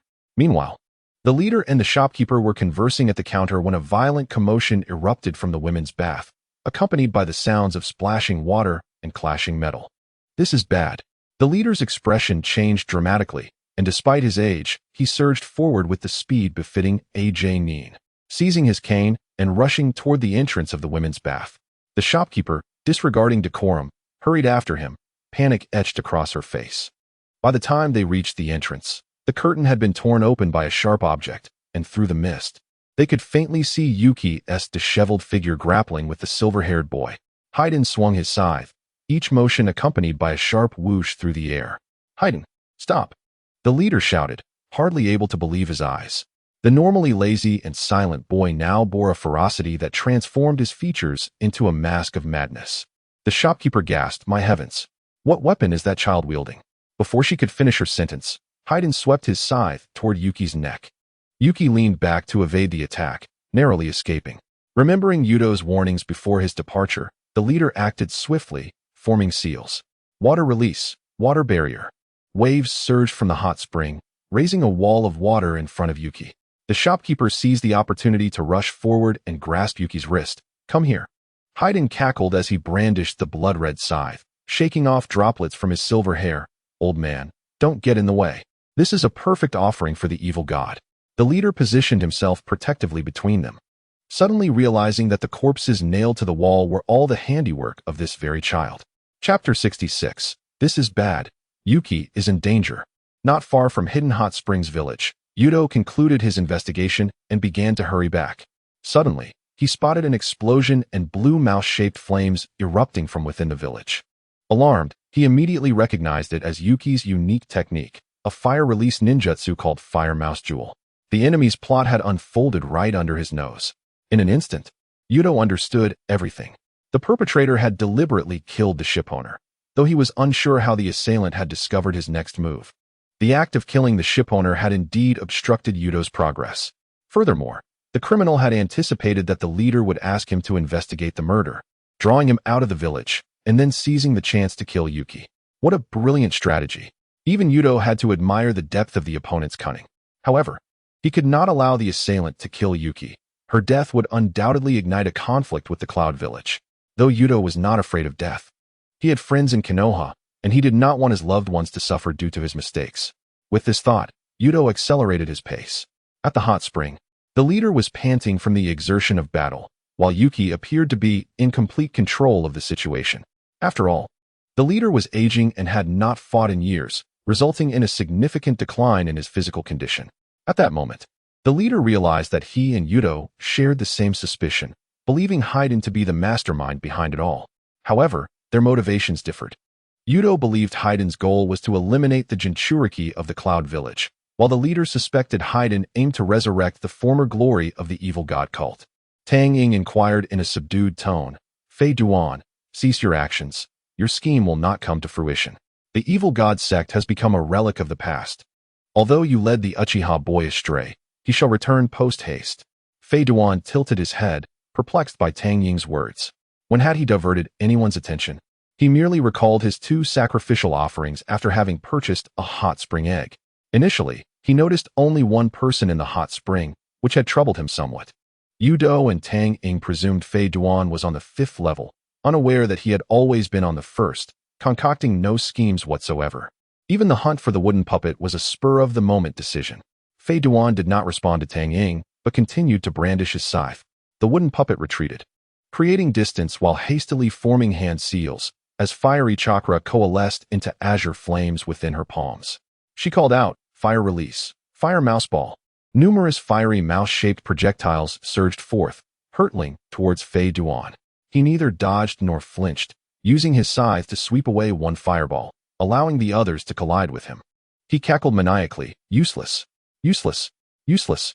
The evil god has granted me immortality. Your ninjutsu merely tickles." Seizing the opportunity, Tang Ying launched a side attack, gathering water-release chakra in his hands, thrusting it towards the back of Fei Duan's heart like a spear. Yet, age had slowed Tang Ying, and Fei Duan deftly evaded. "Old fool, though I am immortal, I still feel pain." Fei Duan counterattacked, his scythe slicing through the mist, aiming for Tang Ying's throat. The wooden puppet intervened, delivering a swift kick to Fei Duan's wrist, forcing him to retract his strike. Fei Duan altered his approach, feigning a strike with his scythe while drawing forth a pitch-black spear from his waist, thrusting it violently towards Tang Ying's shoulder. Although Tang Ying barely managed to sidestep, his sleeve was torn, a droplet of blood splattering into Fei Duan's palm. Success! Fei Duan laughed maniacally, leaping back to the ground. He used his scythe to slice open his own flesh, blood spilling onto the earth. Subsequently, with his blood, he swiftly inscribed a sinister array on the ground. Black and white markings crawled rapidly across his body, his voice becoming hoarse and ghostly. "Death is summoned by blood. The sacrifice begins." The wooden puppet sensed the ominous turn of events. Though she did not recognize the array beneath Fei Duan, her instincts warned her that it was malevolent, prompting her to unleash another fire mouse ball. The blue flame struck Fei Duan's chest, yet he remained unmoved, instead grinning maniacally and spreading his arms wide. Feel the agony. Suddenly, Tang Ying coughed up blood, a charred wound appearing on his chest, mirroring the scars on Fei Duan. What? The wooden puppet's pupils dilated, as a jinchuriki. Her battle instincts were sharp, and she quickly realized that the array on the ground could synchronize injuries. Without hesitation, she propelled herself towards Fei Duan, executing a fierce flying kick aimed at his head. Get away from that array. Fei Duan threw back his head and laughed. Ha ha, splendid. Your despair is the feast for the evil god. Despite the wooden puppet's quick response, she could not match the speed of Fei Duan's spear. He reversed the spear towards his own chest. With a sickening thrust, it pierced through his body, blood gushing forth. Coughing, Tang Ying collapsed to the ground, a gaping wound appearing in his chest. Trembling, he raised his head, his murky eyes reflecting Fei Duan's grotesque grin. In his vision, the twisted figure of Fei Duan transformed into the child he had encountered upon arriving in Tang Ying village. Back then, Fei Duan had been diminutive, shorter than his peers. That day, while walking home from work, Tang Ying had purchased a rice ball, only to find the young Fei Duan huddled in a corner. Tang Ying had offered him the warm rice ball. Fei Duan had accepted it without uttering a word of thanks. It was from that day forth that Tang Ying began to use his salary to support the orphans of the village. Fei Duan sensed Tang Ying's strength waning, and with his last ounce of energy, he pleaded, "Stop, do not take any more lives." "Old fool, just enjoy yourself," Fei Duan retorted, but before he could finish, the wooden puppet's flying kick landed, sending Fei Duan out of the array's reach. However, as he tumbled through the air, his scythe grazed the wooden puppet's arm, another drop of blood falling into his palm. The second offering secured, Fei Duan licked the blood, his maniacal laughter echoing over the hot spring. Witnessing Fei Duan rush back towards the array, the wooden puppet's eyes flashed with determination. She had witnessed Tang Ying perish at Fei Duan's hands, and even the dimmest of minds could discern that she must not allow him to return to the array, though she had not yet become a perfect jinchuriki. In this dire moment, she forced out a fragment of tailed beast chakra. Unlike typical partial transformations, cat ears sprouted atop her head. With a fierce shout, she dashed forward, her claws striking towards Fei Duan's face. Fei Duan neither dodged nor flinched, taking the blow head-on, his head snapping back from the force, yet he laughed maniacally. Useless.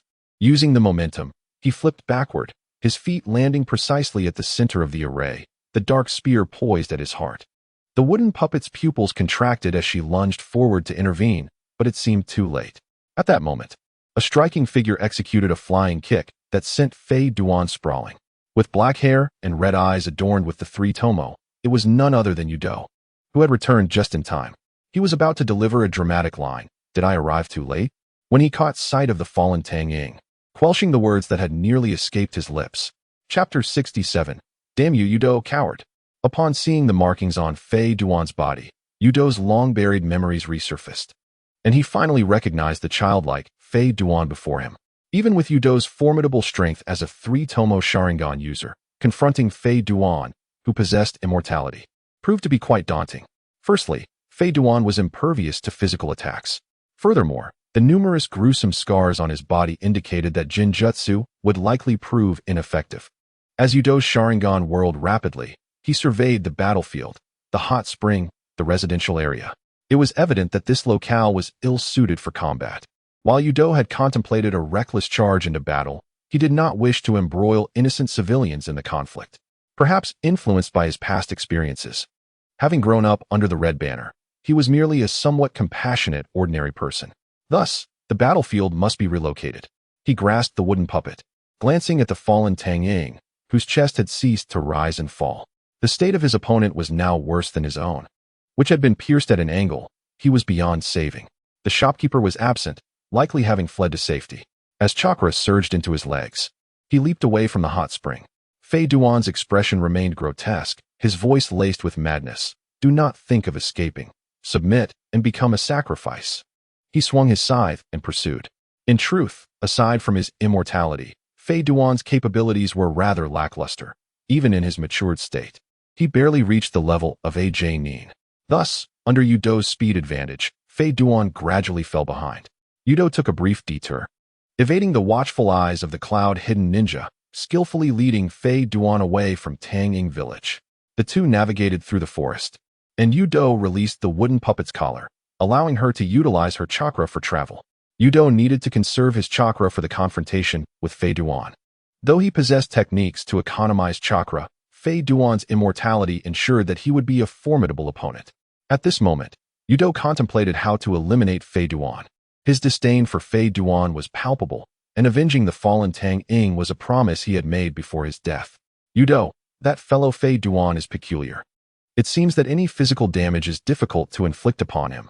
Moreover, his recovery ability is astonishingly swift. The wooden puppet relayed the information gleaned during their flight through the forest.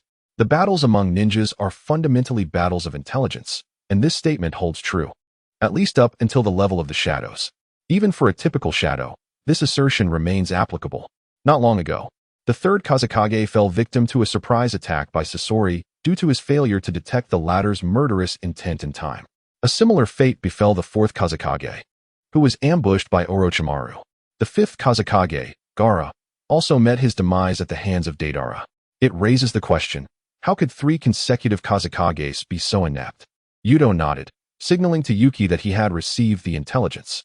Simultaneously, he pondered how to deal with Haiden. In truth, Yuto possessed a more comprehensive understanding of Haiden than Yuki did. He was even aware that Haiden could potentially starve to death. He was also familiar with how Shikamaru had managed to bring Haiden to his end. However, Yuto could not merely replicate Shikamaru's strategy, as he lacked the time to set traps. Suddenly, a faint whiff of sulfur wafted through the air as Yuto inhaled deeply. He glanced ahead and realized something significant. Before him lay the very site he had first scouted, the stronghold of the evil god cult. A rather audacious plan began to take shape in his mind. Haiden possessed formidable regenerative abilities and an immortal body. Thus, if he could render that immortality ineffective, then the birthplace of his undying existence could become his grave. He leaped from the trees to the ground, his feet carving 2 grooves into the earth. Although Yuki was perplexed, she halted in her tracks. Nervously, she inquired, "What is the plan, Yuto? Have you thought of a good solution?" At that moment, she no longer referred to Yuto as a fool. She recognized that he had clever ideas, evident from his decision to release the Bloodpool clan. Yuto was not a thoughtless brute. Consequently, she instinctively leaned on him for support. After all, anyone would fear death and the unknown. Facing Haiden, who embodied both, was enough to frighten even Yuki. Yuto fixed his gaze on the direction from which they had come, aware that Haiden was still approaching. He extended his thumb behind him, indicating, "I intend to bury Haiden right here." Following Yuto's gesture, Yuki spotted a cave, unbeknownst to her that it was the stronghold of the evil god cult. She instinctively thought that Yuto planned to blow it up to entomb Haiden. She nodded, considering it a sound idea. If they could not defeat him head-on, then a strategy of containment was indeed warranted. Truly, the Uchiha, who awakened the Sharingan at such a young age, had a remarkably agile mind. In reality, Yuto had no intention of destroying the remnants left by the evil god cult. As Yuki was lost in her thoughts, Haiden arrived on the scene, bursting forth from the trees. "I found you," he exclaimed, his voice laced with a frenzied excitement. "The evil god awaits his sacrifice." Yuki instinctively adopted a battle stance. Her cat ears, formed from tailed beast chakra, quivering in her hair. She noticed Yuto discreetly retreating a half step, and her heart sank. "Am I supposed to be the main attacker? Hey, you coward Yuto, you're stronger than I am. I can't defeat this freak. Hey, don't think of running away." Haiden swung his scythe, slicing through the air, the blade aimed squarely at Yuto. "Especially you. How dare you interrupt the ritual?" Although Haiden's intellect might be lacking, he nonetheless noticed Yuto's retreat and assumed he was frightened. "Coward." Yuki silently cursed Yuto but still used her claws to block Haiden's scythe. During this time, her fondness for Yuto had dwindled significantly. She had initially thought him a decent man, yet he had placed her, a mere girl, in front of him. However, she felt compelled to assist him, for if Yuto were to perish, she would be left utterly alone. Meanwhile, Yuto was perplexed by Yuki's insistence on being brave while following his retreat. He had devised a plan to eliminate Haiden, but it was not intended to unfold at the entrance of the evil god cult. Seeing Yuki becoming more emboldened in battle, he was forced to feign an escape, leading both Yuki and Haiden in pursuit. Yuki utilized the Fire Mouse Jewel to push Haiden back and, puzzled by Yuto's lack of assistance, turned to find him already several dozen meters away. Anger surged within her, and she shouted, "Coward Yuto! You truly are a coward. Come back." Yet her words had no effect. Yuto continued to step back. Reluctantly, she followed suit. In front of Yuto, a gray rabbit darted past, and he swiftly caught it. Chapter 68. The Volcano. Haiden's south final resting place. Haiden's scythe swept through the forest, severing branches and leaves, which fell like raindrops upon Yuki's shoulders. She leaped back to evade the sweeping blade. "Can't you settle down for a moment, you lunatic?" Yuto's figure was growing distant, nearly out of sight. Yuki had no choice but to keep up. "Ha ha ha. Run, run. Once I collect your blood again, you won't escape." Yuki's cat ears bristled with fury. She was now both angry and frightened. She was incensed by Yuto's apparent abandonment and terrified of Haiden's bizarre abilities, having witnessed the demise of the Tsuchikage at Haiden's hands. She did not wish to meet a similarly strange end. "Yuto, if you run any further, I'll blow you both up with this madman." As she ran, she formed hand seals, unleashing her strongest ability at this stage, the mouse-tail ball. Sensing the energy from the mouse-tail ball passing by, Yuto abruptly halted, clutching the rabbit's ears in one hand while quickly forming seals with the other. Fire release, Phoenix fire technique. Numerous fireballs struck Haiden, forcing him into a clumsy roll. He wished to urge Yuki to hurry up and follow, but he feared that Haiden would become wary upon hearing his voice. Thus, he continued to sprint toward the volcano without looking back, shoving the struggling rabbit into his ninja tool pouch. The chase gradually brought the three of them closer to the volcano. The scent of sulfur intensified, and Haiden's maniacal laughter mixed with the boiling steam reverberated through the air. The evil god delights in fiery sacrifices. Suddenly, he accelerated, his scythe snagging Yuki's belt and yanking it. The sound of tearing fabric made her hastily hold down the hem of her nearly exposed kimono. "Pervert." Yuki's face flushed crimson. Yuto's gaze lingered on Yuki's smooth legs for a fleeting moment before he quickly formed hand seals, igniting the flammable gas surrounding Haiden. The explosion sent Haiden tumbling, but his immortal body allowed him to rise swiftly, albeit with his right leg singed and charred. However, this injury appeared to have no bearing on Haiden's agility. It was as if he felt no pain at all. How fascinating. Truly fascinating. The more you struggle, the more perfect the sacrifice becomes. Haiden's manic laughter echoed at the volcano's mouth, his eyes glimmering with a pathological excitement. The scythe sliced through the air, aimed straight for Yuki's throat. "Stop dodging. Let the evil god see your despair." Yuki retreated in panic, but the torn fabric of her kimono snagged on the jagged edge, hindering her movement. The blade glimmered menacingly, and a flood of memories surged through her mind, recalling her days in the hidden cloud village. The villagers whispered behind her back, "Stay away from the monster. Am I to die here?" As she gazed at the approaching scythe, she felt the shadow of death manifest more vividly than ever. As a Jinchuriki, she was supposed to be accustomed to danger.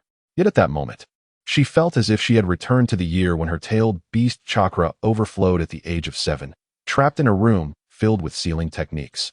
Listening to the villagers outside pounding on the door with stones. Clang. The sparks from the metallic clash reached Yuki's face.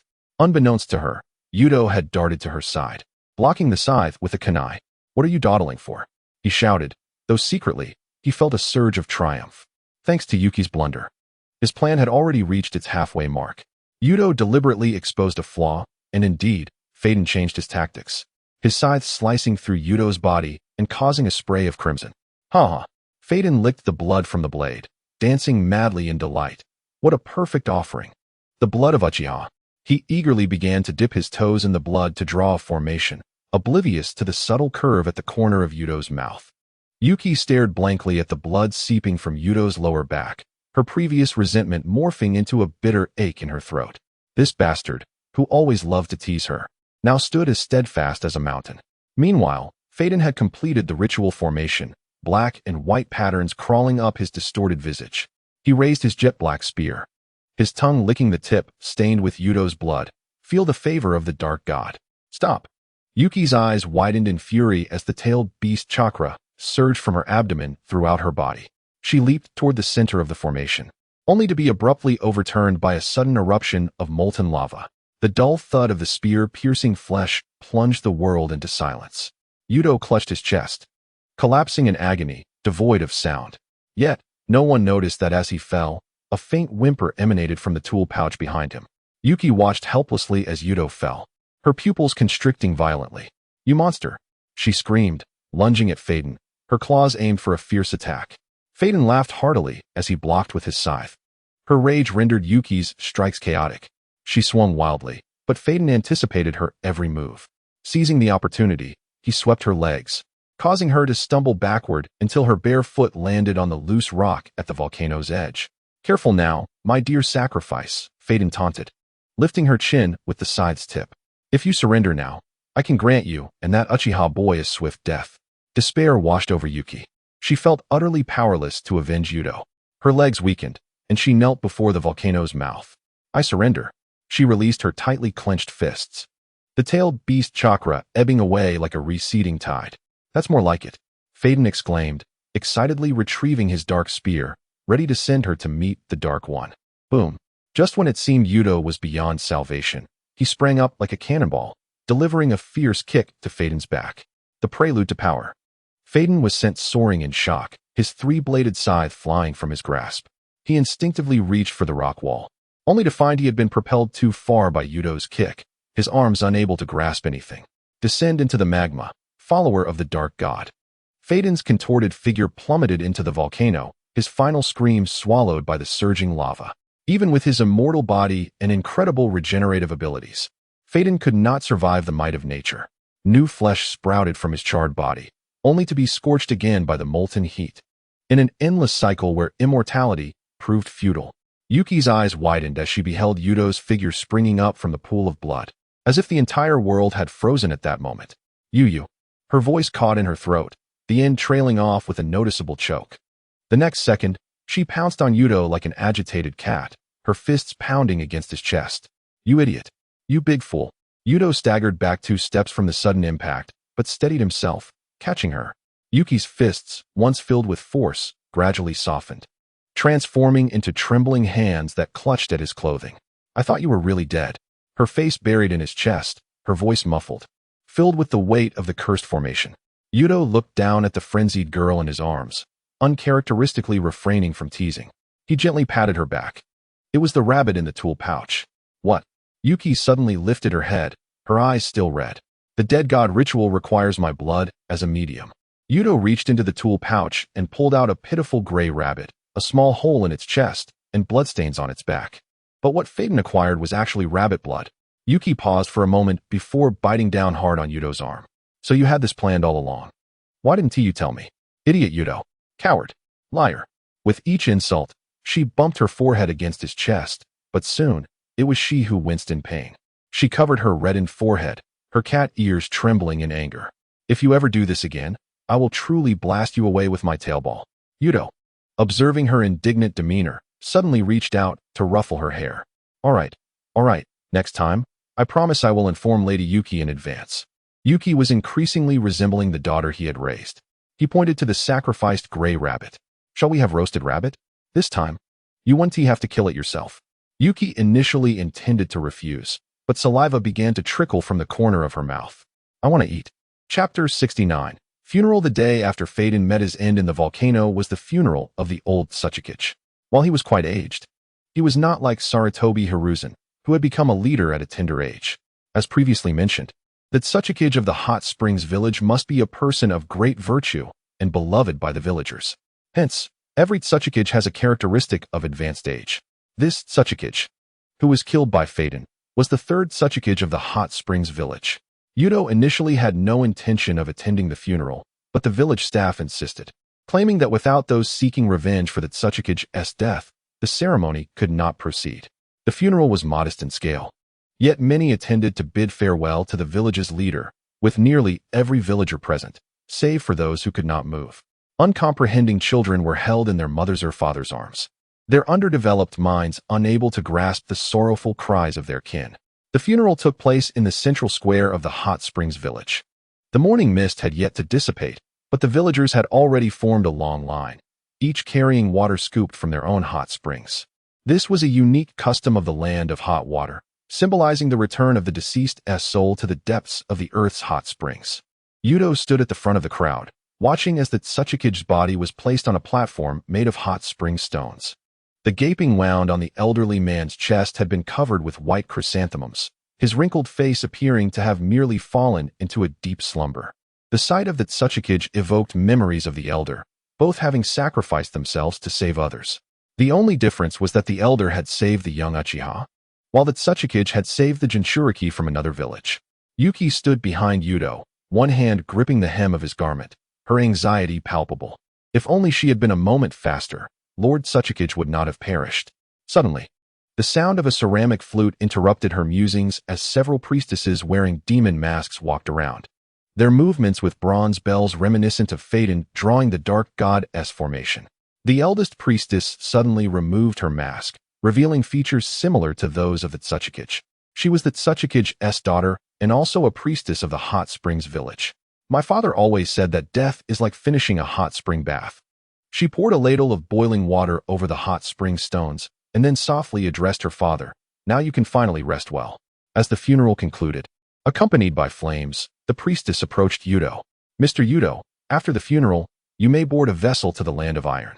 Before my father was slain, he conveyed your request to me. I will assist in distracting the attention of the cloud shinobi. Yuto nodded slightly, his gaze sweeping over the priestess's weary yet resolute face. The traces of tears at the corners of her eyes had yet to dry, but her voice had regained its calm, as if the vulnerability she had displayed moments ago was merely an illusion. Thank you. Upon speaking, he noticed Yuki's fingers tightening their grip on his clothes once more. Following Yuto's line of sight, the priestess looked at Yuki and suddenly unfastened a string of bluish-white magatama beads from her neck. This was polished from the hot spring stones my father used in his lifetime. She fastened the necklace around Yuki's neck. Wearing this, the hot springs of the land of hot water will protect you from nightmares. As the wooden figure gazed down at the jade pendant resting against her chest, the warm stone pressed against her skin still carried the lingering heat of the priestess. Suddenly, she released her grip on the hem of Yuto's garment and took a step back, bowing deeply. Thank you, and I am sorry. Her voice was muffled, trembling in her chest. Had it not been for my protection, Lord Tang-ing would not have perished.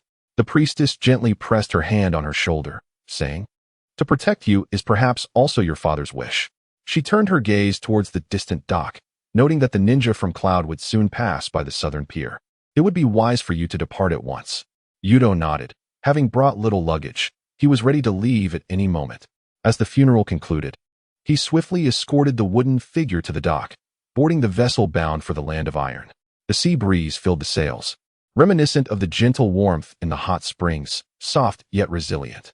The speed of their maritime journey did not require evasion from the pursuing ninjas. Thus they advanced significantly faster than on land. In truth, the southern tip of the land of iron bordered the land of fire, which theoretically allowed for a southern passage. However, this route was only permissible in times of peace. As a neutral nation within the shinobi world, the land of iron would never permit a Leaf Village J-nin to travel with a Jinchuriki from the land of cloud towards the Leaf Village. To avoid offending either the land of lightning or the land of fire, their optimal choice was to expel them to a third nation, namely the land of waterfalls. The name of the land of waterfalls reminded Yuto of an old acquaintance, Kakuzu. Many years ago, Kakuzu faced punishment from the waterfall village for his failed assassination of the first Hokage. In retaliation, he stole the Earth Grudge Fear and slaughtered the entire upper echelon of the waterfall village. Thus, a legendary bounty hunter emerged in the shinobi world. Yuto could empathize with Kakuzu's actions. Had he been in the same position, he would have made a similar choice. After all, who was the first Hokage? The man revered as the god of shinobi, Kakuzu, a mere J-nin, attempting to assassinate such an entity, was fortunate to return alive. To then endure a punishment that was clearly a setup was unbearable. Who could tolerate being treated as a scapegoat? Inside the ship's cabin, the wooden figure appeared somewhat listless. The death of Lord Tang-ing seemed to have stirred something within her, touching the most sensitive part of her heart as a Jinchuriki. Jinchuriki were regarded as dangerous beings by all villages, not only in Cloud but also in the lands of fire, earth, and wind. Jinchuriki faced varying degrees of hostility from their own villagers. This stemmed from the inherent instability of Jinchuriki. Should they lose control, it would inevitably lead to death. The Leaf Village chose to confine their Jinchuriki, while those in Cloud and Rock opted for seclusion. And the Jinchuriki from Sand took the most extreme measure. They chose not to sleep at all. Truly, only sand could be so reckless and abstract. Yuto sat cross-legged on the floor opposite the wooden figure. Come, let us gaze upon the sea. Remaining cooped up in the cabin is not beneficial for your health. The wooden figure buried her head beneath the covers, protesting, No, I do not wish to go outside. I am merely a harbinger of disaster. Let me remain here alone. Observing the small portion of her head peeking from the covers, Yuto pondered for a moment. Allow me to tell you a story about a prince from a long-ago kingdom. I am no child. I do not wish to hear such tales. The wooden figure protested, but Yuto paid no heed to her complaints, continuing with his narrative. His mother had been a princess of a neighboring kingdom, and on the day of his birth, a fox spirit tore through the castle's barrier. The citizens of the entire city witnessed the king and queen pierced through the chest by the claws of the fox spirit, while the blood-soaked infant, covered in the chakra of the fox, was cast aside as a mere embodiment of the demon in the ruins of the temple. The wooden figure recalled her own first encounter with tailed beast chakra at the age of 5, the sound of villagers hurling stones at the ceiling hut. At 3, she had been caught stealing offerings by the priest, who scolded her and refused to give her the moldy rice cakes he tossed into the fire. Having initially resisted the story, the wooden figure now had her head fully out from under the covers, her attention captured by Yuto's words. At 7, he had been surrounded and beaten by noble youths. A wandering ninja named Irika had leapt into the fray, shielding him with his back from a volley of shuriken. The wooden figure suddenly sat up, her heart racing for Irika. Did that ninja not fear the prince? Indeed, Yuto replied, when Irika declared you are my most important disciple. He wept uncontrollably. Later, that boy learned to control the fox's power and connected with it on a deeper level. How could that be? The wooden figure had recognized that Yuto's tale was about a past Jinchuriki. However, prior to Killer Bee, she had never heard of any Jinchuriki being able to commune with a tailed beast. Before she could interject, the wooden figure hastily covered her mouth, nearly revealing the secret of Cloud Village's Turtle Island. Yuto, sensing her unspoken words, continued his half-fabricated tale. At 15, the neighboring kingdom's red-haired princess was abducted by a traitorous ninja. Because she is my friend, the prince declared, rushing out after her. What a fool. The wooden figure chuckled softly, covering her mouth. And then, surely that prince did not end up marrying the neighboring princess? Yuto shook his head, not at all. The boy's eventual love was another woman, the daughter of a prominent noble within his own kingdom. This noble girl had been infatuated with the prince since childhood and confessed her feelings during a crisis the kingdom faced, which stemmed from a vengeful figure named Pain. As Yuto noticed the wooden figure's eyes brightening, he realized the story had indeed touched her heart. Pain's revenge annihilated the entire capital, leaving the prince amidst the ruins. Realizing his power was still insufficient, the wooden figure interjected, just as my power is inadequate to protect Lord Tangying? No, Yuto gently pressed down on her shoulder. Like the prince, it was only after losing Irika-sensei that he truly understood the meaning of protection. Outside the cabin, the waves crashed against the ship's hull. Blending with Yuto's voice, that noble girl, in her dying moments, told the prince, it is not that your power is lacking, but rather you insist on shouldering everything alone. Not just you, but nearly all Jinchuriki tend to bear the weight alone. Wooden figure, reflect upon this. Even if the villagers fear you, are there not still those willing to stand by your side? Yuto's question plunged the wooden figure into contemplation, as visions of figures surfaced in her mind. No, it was not merely one image. There were Reikage, and Tsuchikage. She shook her head. Tsuchikage was no longer relevant. Having heard that he was slain by a leaf ninja, she cautiously lifted her gaze to Yuto before speaking. Perhaps you could be counted among them. And what of the prince's subsequent story? She asked. The continuation of the story is for you to write, Yuto replied. He hesitated to divulge more, wary of potential eavesdroppers. As he reached the conclusion of his tale, the wooden figure had returned to her original spirited self, leaping from the bed and tugging at Yuto's arm. Did you not say I should go see the sea? Come, I want to go now. Just as Yuto began to rise, the ship rocked violently, and in that moment, the wooden figure stumbled into his embrace. She gazed into his dark eyes, shyly closing her own, and when she opened them again, those once black eyes had turned crimson. Cloud's pursuers. In an instant, Yuto activated his Sharingan and leapt from the cabin. The wooden figure hesitated momentarily, biting her lip in thought before resolutely following him. I will help too. Yuto's silhouette appeared on the deck, and he gazed at the small boat alongside the ship, astonished to find a familiar face aboard. Before heading to Tangerine Village, he had incapacitated this individual countless times with his Sharingan, yet here he was again. However, the expression on the man's face suggested a hint of reluctance. Was he coerced into coming here? Yuto glanced at the young commander beside him, whose eyes were filled with animosity, as if Yuto had slain his teacher. The young commander, Hiroi, was also a disciple of Tsukadai, having played a part in the initial plan to assassinate the elder. Hiroi's gaze was fixed on Yuto, the Uchiha boy who had killed his teacher, Tsukadai. Moreover, the operation at Hell Valley was masterminded by this very Uchiha. At Hell Valley, he had not only abducted all the members of the Bloodpool clan, but had also captured the Two-Tails Jinchuriki. Just then, Yuto noticed a figure, Yumi, suddenly appear in Hiroi's line of sight. Overjoyed, Hiroi realized that this Uchiha had made a critical error by failing to secure the Two-Tails Jinchuriki, allowing her to escape. In an instant, a plan to ambush took shape in his mind. He quickly signaled Yumi to cooperate with him. However, Yumi completely misread Hiroi's gestures, finding them perplexing. She tilted her head and whispered to Yuto, "Is that guy's eye twitching?" Yuto nearly burst into laughter, wondering if that was the case. Due to the distance between the two boats, Hiroi was unaware of their conversation and assumed Yumi had not betrayed him. Thus, he swiftly formed hand seals, and dense sparks appeared above Yuto's head, transforming into a bolt of lightning aimed at him. "Now, Yumi!" Hiroi shouted, and at the moment the lightning struck, Yuto evaded. Yet he had not yet landed, making him vulnerable. In Hiroi's view, Yumi indeed began to form hand seals.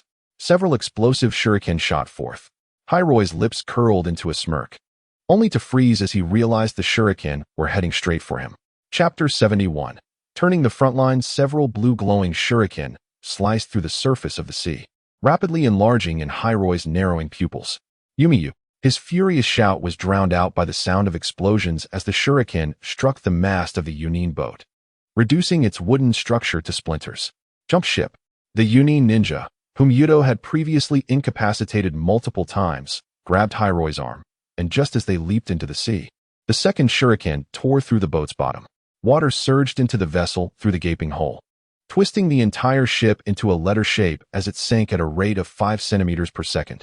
The Yunin ninjas, their feet infused with chakra, raced across the water towards Yuto's ship, but they were repelled by the shuriken and Yuto's phoenix fire technique. After several minutes of intense battle, the chakra of the Yunin ninjas began to dwindle. Among them, the weakest could no longer maintain their footing on the water's surface and required assistance from their comrades to avoid sinking. Hiroi gritted his teeth in frustration, never expecting Yumi would turn against him. He pondered how she had been so bewitched by Yuto. Was it merely because the Uchiha was handsome? The sight of the Yunin ninjas in disarray delighted Yumi, who doubled over in laughter at the sight of the drenched ninjas. "Hey, Yuto, look at them. They look like drowned rats." Yuto shot her a surprised glance. "Girl, those are your comrades. You came from the same village." He reminded her helplessly. "Do you even remember your identity as a Yunin?" Yumi's laughter faltered, and she froze in realization. Yuto's earlier promise echoed in her mind. She recalled he had said that once they reached the land of earth or the land of grass, he would let her go. At that moment, she felt a chill. She was doomed. Grabbing Yuto's clothing, she pleaded, "What should I do, Yuto? You have to help me." Yuto sighed, covering his face in exasperation at her naivete, lacking the maturity she would later exhibit in the anime. Oh wait, in the anime, she too was foolish enough to seal all entrances to a building, getting pinned to the wall by Haiden and Kakazu. After a moment's contemplation, Yuto devised a plan to shield Yumi. A smile crept onto his lips as he whispered, "Yumi, let's put on a show." Yumi blinked in surprise, but quickly nodded in agreement. He wrapped his arm around her waist and donned a most arrogant expression. "Hey, Yunin, your Two-Tails Jinchuriki is under my control. Do you really think she would cooperate with you? You must have a low opinion of the Uchiha Sharingan." As soon as Yuto's words fell, the unfortunate Yunin, who had been repeatedly defeated by Yuto, chimed in. "Exactly, Lord Hiroi. That Uchiha's Genjutsu skills are extraordinary. Yumi has likely fallen under his control." Upon hearing this, Hiroi could only nod begrudgingly, accepting the reality of Yumi's supposed subjugation. Due to dwindling chakra, Hiroi and his party could only watch as the large ship gradually sailed away. Inside the cabin, Yumi could no longer contain her laughter. "They're so easy to deceive." Yuto chuckled softly. "It's not that they are easy to fool, it's that they are desperate to save you." Yumi blinked and then suddenly grew serious, Thank you, Yuto. For what? He asked. Thank you for letting me know I'm not alone. Yuto ruffled her hair affectionately, and Yumi nuzzled his palm like a cat with its owner. After the moment, she realized how frivolous her action had been. Looking down, she noticed that Yuto's arm was still wrapped around her waist. Just as she was about to push him away, she hesitated. Yuto, would you be willing to support me like in a story? She looked up. Her face flushed with an unmistakable blush. Yuto hesitated momentarily, but couldn't bring himself to speak the truth. They were, after all, an elite shinobi from Konoha and a Jinchuriki from Yunin, destined not to become true companions. I will. Yumi's face lit up with a smile. Then I shall acknowledge you. The official stance of the Land of Iron was, as Yuto had anticipated, decidedly unwelcoming towards his arrival. He did not wish to create any trouble in the Land of Iron, so he promptly led Yumi southward. Since their arrival in the Land of Iron, the pursuit from Yunin had diminished significantly, likely due to their being preoccupied with other matters, such as the overwhelming offensive from Iwagakure. Days later, in the Land of Grass, at the Konoha headquarters facing the Iwagakure frontline. Uchiha? Isn't the Uchiha clan stationed at the Yunin frontline? Who knows? I've heard that the battle over there has been stagnant for quite some time, so it might have ended. Is it Uchiha Shursui? I don't think so. Yuto paid no mind to the whispers of those at the front line, as they offered little in the way of fresh intelligence. After surveying the headquarters, he confirmed one thing. Iwagakure truly had a vast number of ninjas. While their quality might vary, their sheer quantity compelled Konoha to deploy a significant number of personnel to counter the onslaught from Iwagakure. Consequently, the Iwagakure frontline headquarters spanned several times larger than that of Yunin. After determining the location of the commander's tent, Yuto immediately led Yumi there. Being in the enemy's camp made Yumi understandably anxious. Sensing her unease, Yuto took her hand, providing considerable comfort. He pushed aside the curtain of the tent and was greeted by none other than Orochimaru, the commander of this battlefield. It seemed he had already anticipated Yuto's arrival at the camp and had been waiting for some time. Welcome, the great benefactor of Konoha, Yuto-kun. Orochimaru licked his lips, concealing his true thoughts. The cold aura emanating from him instilled a palpable fear in Yumurin, causing her to instinctively retreat behind Yuto. Noticing her hesitation, Orochimaru shifted his attention towards Yumurin. So, Yuto-kun, this must be the two-tails Jinchuriki from Kumogakure? Yuto nodded slightly, meeting Orochimaru's probing gaze with a calm demeanor. Lord Orochimaru, you flatter me. I merely fulfilled my duties. He turned slightly, using his fingers to gently press on her wrist as a gesture of reassurance. Orochimaru's serpentine eyes flicked over their intertwined hands, his raspy voice laced with amusement. It seems Kumogakure's cat has been tamed? Lord Orochimaru, Yumurin is my friend. Please refrain from using such terminology. Yuto continued. I intend to return to the front lines of Kumogakure. May I take my leave? Lord Orochimaru, should you require my assistance for any tasks, do not hesitate to inform me. At this juncture, Orochimaru was preparing to challenge the fourth Hokage and was not inclined to trouble Yuto. On the contrary, Yuto was regarded as one of Konoha's battlefield heroes, and it would be prudent for Orochimaru to maintain a favorable relationship with him. He chuckled softly, retrieving a sealed scroll from his sleeve, containing a shipment of medical supplies destined for the Kumogakure front lines. I appreciate your help, Yuto-kun. Chapter 72. The battlefield. This mission to escort medical supplies was far less perilous than the previous joint operation with Tsunade. There were no immortal bounty hunters lurking in the shadows, seeking to eliminate Yuto for a reward. The journey was unnaturally tranquil.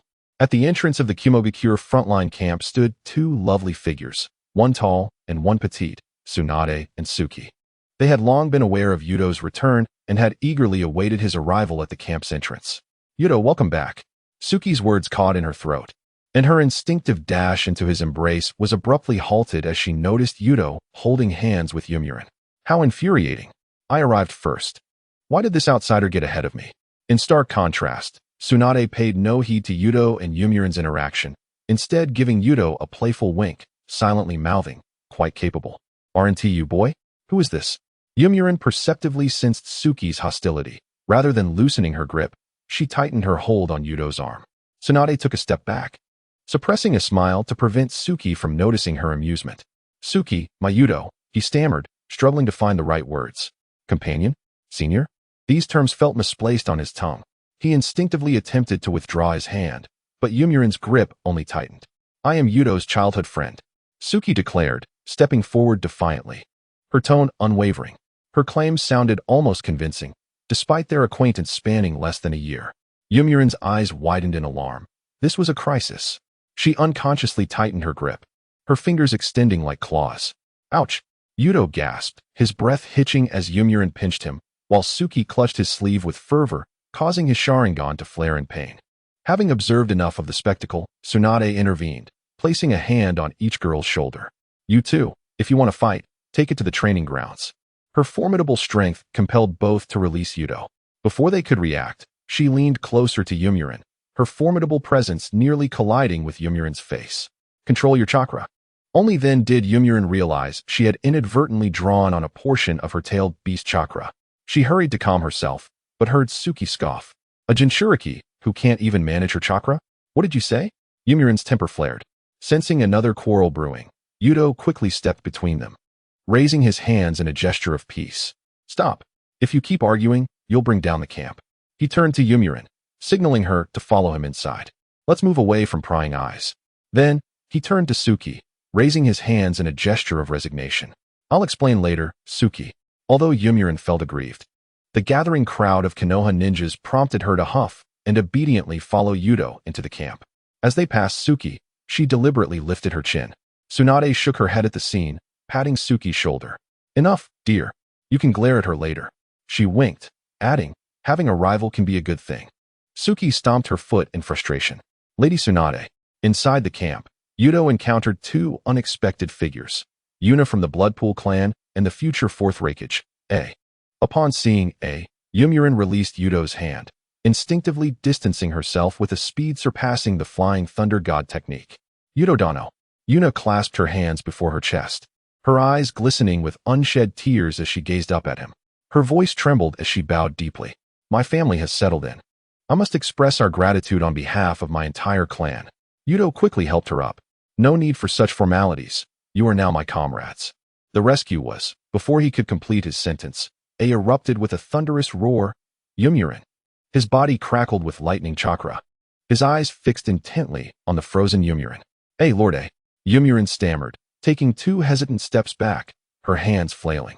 This is just a residual effect of the Sharingan Jinjutsu. Yomurin's explanation fell flat, for A, as the backup from Kumobikure, was not easily deceived. After all, the Uchiha clan once resided in the Land of Lightning, neighboring the Yatsuki clan. I had some knowledge of the Uchiha clan's hidden secrets and was unaware that the 3-Tomo Sharingan could control a Jinchuriki to attack allies.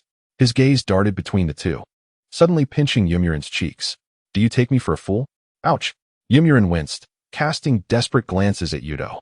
Just as Yuto was about to intervene, Yuna couldn't hold back any longer.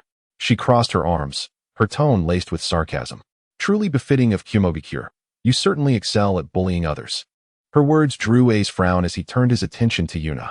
He was not privy to the circumstances regarding the Bloodpool clan's forced integration into Kumobikure, and he had no connection to that decision. Contrary to Yuto's preconceived notions of A, he was actually a straightforward individual, devoid of any inclination to force others. As Yomurin seized the opportunity, she leaned back and freed herself from A's grasp, darting behind Yuto. Yuto regarded A with an arched brow. Mr. A from Kumobikure, what brings you here? A's expression stiffened, his muscular arms crossed over his chest, yet his gaze unwittingly drifted toward Yomurin. Humph, I can go wherever I please. It's not your place to question me, brat. At that moment, Yuna stepped forward, mischief dancing in her crimson eyes. Yuto Dano, this fellow is here for peace talks. Kumobikure has lost the 2 Tails Jinchuriki, and the situation at the front lines is dire.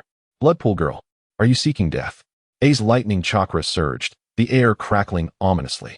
Who said I was here to negotiate? Unfazed, Yuna retorted. Oh, so you're here for a vacation at the Konoha camp? How rare to see a high-ranking official from Kumobikure traveling to Konoha's main camp. You. A's forehead bulged with veins, left speechless by Yuna's sharp retort. The history of the Bloodpool clan's confinement by Kumobikure ensured that Yuna would never give A warm reception. Suddenly, Ai's figure flickered, and in an instant, he activated the lightning release chakra mode, charging directly towards Yuki, the wooden puppet. Stinky girl, come back to the hidden cloud with me. Before Yuki could react, Ai seized the back of her collar as if she were a mere kitten. Chapter 73. The Jonin meeting just as AI was about to depart in lightning release chakra mode. A figure darted past.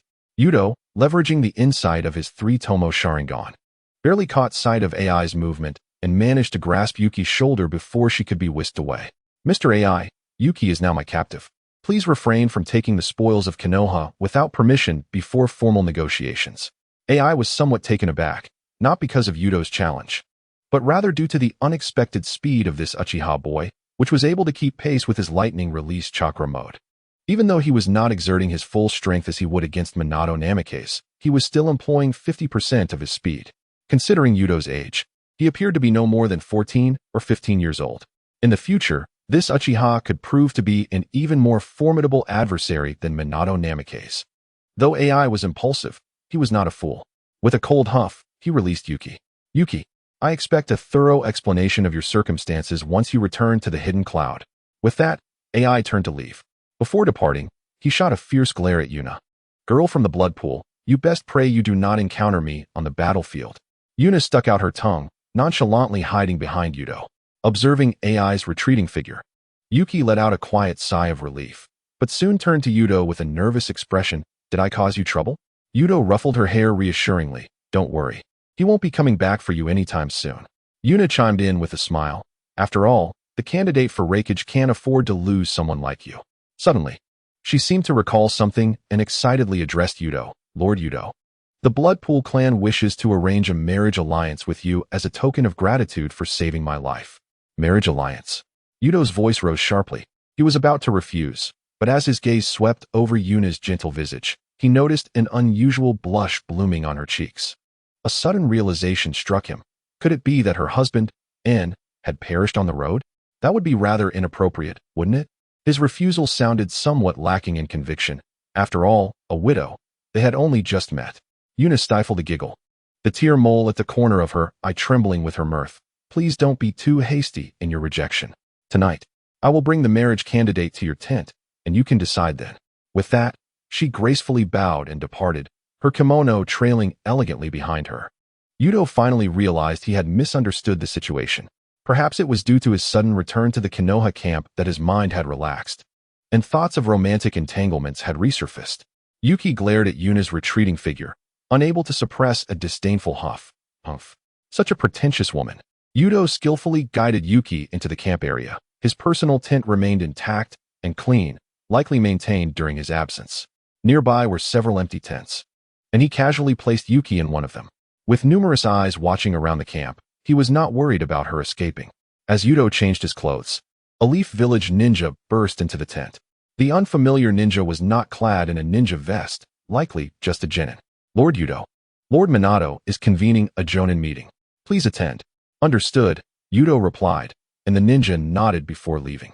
After organizing his ninja tools, Yuto exited the tent, pondering the sudden Jonin meeting. AI's appearance, Yuki's allegiance, the Blood Pool clan. It seemed that the hidden cloud had reached a critical juncture where negotiations were imperative. Their potential for war appeared to have dwindled. However, there could be other underlying reasons as well. Upon entering the command tent, Yuto found it packed with people. Minato, Fugaku, Kakashi, Tsunade, almost all the Jonin from the Leaf's front lines were present. He silently contemplated. Indeed, this meeting was to discuss matters of negotiation. As the attendees settled, Minato's gentle voice resonated within the tent.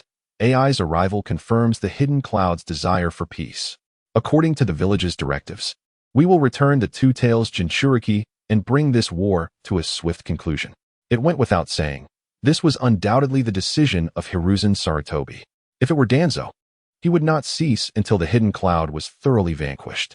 As Minato finished speaking, Fugaku raised an opposing viewpoint. Although he was considered a dove within the Uchiha clan, the dichotomy of hawks and doves was ever present. Externally, he maintained the Uchiha's customary hardline stance. The hidden cloud initiated this war. They must not be allowed to escape unscathed. We should demand at least 300 million ryo in war reparations. As the clan leader, Fugaku had his own calculations. Since the war began, the Uchiha had contributed significantly on the battlefield, resulting in numerous casualties and injuries among their ranks. This included the death of the clan's elder. The families of the deceased needed compensation, and those left disabled required support as well. Therefore, Fugaku's demand for monetary reparations was entirely reasonable. Even though he shared a decent rapport with Minato, Minato frowned, stating, "Continuing the war will only deplete more resources. The fronts against Iwagakure and Sunagakure are strained. We must conclude this conflict swiftly." Yuto was taken aback by this revelation. The situation on the Iwagakure and Sunagakure fronts was dire. He glanced at the ninja world map hanging on the wall. The lines representing the standoff with Iwagakure and Sunagakure had vanished, indicating that these two villages had likely reached peace first. Minato was correct. Each month of delay cost them 200 more ninjas on the Iwagakure front. Nara Kakashi stepped in to support Minato's stance. The Raikage candidate had personally infiltrated enemy territory, demonstrating their sincerity. Bang! Minato's opinion garnered support, and naturally, Fugaku's was echoed by others. Tsunade slammed her fist on the table, exclaiming, "Fugaku, your calculations are far too conservative. The caravans pillaged by the Hidden Cloud and the destroyed border outposts alone warrant 10 billion ryo in reparations." The tent was filled with gasps of shock. Tsunade was truly audacious. Even Fugaku was momentarily taken aback, wiping the cold sweat from his brow. "Surely, that's excessive." Minato and Kakashi quickly concurred. "Yes, Lady Tsunade. That's far too much. Fugaku's request is reasonable." Ninjas were often inclined towards compromise, and someone suggested opening the roof, leading to a consensus to open a window. Yuto observed in astonishment at Tsunade's ability to rally the room. She truly was one of the legendary three, effortlessly unifying everyone's opinions. However, as he turned his gaze toward her, he sensed something amiss. Tsunade was genuinely aiming for that 10 billion ryo. That gambler was likely hoping to secure a larger sum for her own indulgences. Chapter 74, The Blood Pool Suffers.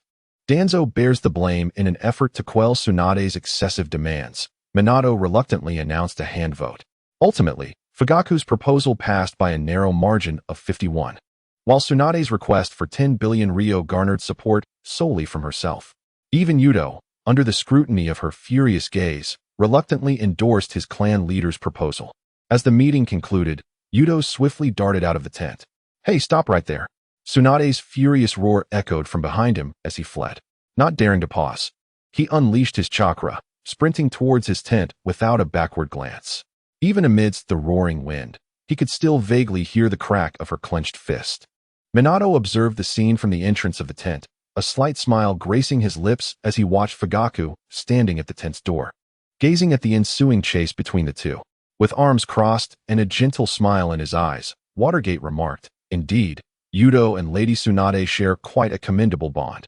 Fayek nodded, teasingly adding, "It appears that Lady Tsunade has a particular favor for Yuto. Truly, he is a promising youth, effortlessly befriending the apprentice of the Hokage. Given time, the Uchiha clan may flourish." Yuto raced ahead, only feeling relieved once he confirmed that Tsunade had not pursued him. Slowing his pace, he lifted the flap of his tent and stepped inside, only to be momentarily taken aback. Yuna was kneeling at a low table, cradling a cup of hot tea. Upon hearing his movements, she looked up, her eyes sparkling. "Welcome back, Yuto. I have brought some special treats from our clan. Would you care to try them?" Instinctively, Yuto glanced outside the tent to ensure Tsunade was not following before entering and taking a seat. "Yuna, about the matter of the marriage alliance," he began, but Yuna interrupted him with a light laugh, a hint of mischief in her gaze. "Actually, Yuto, the betrothal is intended for my daughter." With that, she emerged from behind the low table, holding a small girl with golden short hair, around 2 or 3 years old, who gazed at Yuto with a thumb in her mouth, blissfully unaware. It was clear that this little girl was the same Chino who would later be captured by Sasuke. After Itachi wiped out their entire clan, Chino became one of the last surviving members of the Blood Pool clan. Yuto's mouth twitched. "Yuna, she has only just begun to speak. This isn't merely an issue of age, it borders on absurdity." He rubbed his temples, suddenly alert. "Is your Blood Pool clan harboring ulterior motives?" In Yuto's recollection, Yuna, as a leader of the younger generation of the Blood Pool clan, would not engage in such abstract matters. Furthermore, the ninja world was hardly a bastion of freedom. A young girl could not simply be betrothed at whim. Yuna's smile faltered for a moment before she sighed. "It seems I cannot hide anything from you." She hugged her daughter close and whispered, "Truth be told, I hope you might take her as your apprentice." "An apprentice?" Yuto raised an eyebrow. "Why me? Does your clan not possess a distinctive bloodline limit? Surely, you do not require my guidance." Yuna's voice lowered. There is an elder named Danzo in Konoha who has been persistently harassing us since we settled here. You are the only one in Konoha with whom the Bloodpool clan is familiar. Yuto fell silent for a moment, recalling how Danzo had previously harassed Yanoyu and now seemed to have targeted the newly arrived Bloodpool clan. Years later, he would also set his sights on the Uchiha. Yet, that was a matter for the future. Presently, the Uchiha were not the isolated clan they would later become, nor would Danzo easily suppress them. He chuckled softly. I see. That old coot Danzo cannot even remain still during wartime. He reached out to ruffle the girl's hair, his tone softening. I shall accept her as my apprentice. However, I must confer with the clan leader regarding the specifics. I trust he will agree to assist. Given the Uchiha circumstances, it was unlikely they would refuse a loyal ally, and thus Fayake would likely provide protection for the Bloodpool clan.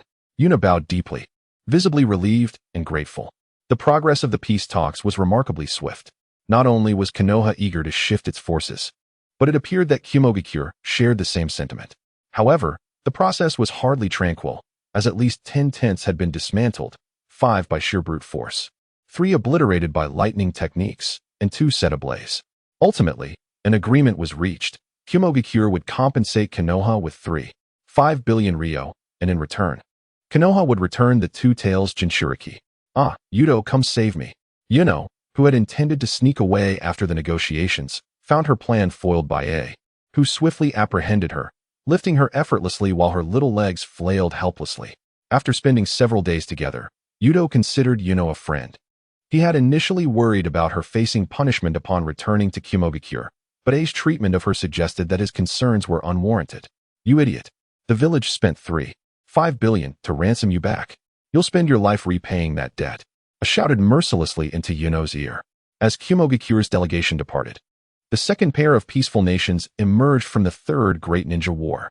For Konoha, the necessity of Kumogakure's camp had dissipated, and the ninjas stationed there began to leave in batches. Some directed their course toward Iwagakure's front lines, while others headed to Sunagakure or returned to Konoha for rest. Having been promoted to Jonin, Yuto now enjoyed greater autonomy and chose to return to Konoha for recuperation. Tsunade made a similar choice. Having initially come to the Kumogakure front lines at Yanoyu's request to assist Yuto in defeating the Tsuchikage. After healing her fear of blood, she remained to tend to the wounded. With the conflict in Kumogakure concluded, she had no reason to stay at the front. Yuto glanced at Tsunade's retreating figure, subconsciously rubbing his tingling lips. He was puzzled as to why that strange sensation returned upon arriving at the camp. Before departing, he had inquired with Tsunade, who attributed it to an allergic reaction. However, she had advised him not to dwell on such trivial matters, so he had not pressed further. As for the medication, Tsunade would never disclose her involvement. Moreover, she was not alone in administering it. Tsukimi had participated as well. As Yuto rejoined the returning party, he slowed his pace to walk alongside Fayake. Yuto-kun, is there something on your mind? Fayake inquired, his gaze filled with admiration. In Fayake's eyes, Yuto now surpassed Shursui, emerging as a young Uchiha capable of bearing the banner of the Uchiha faction. Not only had he distinguished himself on the battlefield by decapitating Kumogakure's frontline commander, but he had also brought back a new clan, bolstering Konoha's strength. Clan leader, I wish to discuss the matter of the Bloodpool clan. Chapter 75. The unyielding Danzo. Through Yuto's explanation, Fayake came to comprehend the current state of the Bloodpool clan in Konoha. Had it not been for Yuto's revelation, he would have remained unaware of their plight. After listening, he sighed, astonished at the historical ties between the Uchiha and the Bloodpool clan. After a moment of contemplation, he nodded, acquiescing to Yuna's request. Very well, since the Uchiha owe the Bloodpool clan a debt from the past, it is only right that we extend our assistance now. Yuto-kun, please convey to Miss Yuna that she is welcome to have the Bloodpool clan reside beside the Uchiha compound. With Fayake's assurance, Yuto finally felt a sense of relief. It was fortunate that after the passing of the elder, Fayake had gained complete control over the Uchiha clan. Otherwise, the elder would never have so readily agreed to the Bloodpool clan's request. He would have insisted that they deserved their fate for being weak and would have dismissed notions of protection, suggesting they serve the Uchiha instead. Days later, the party finally returned to Konoha.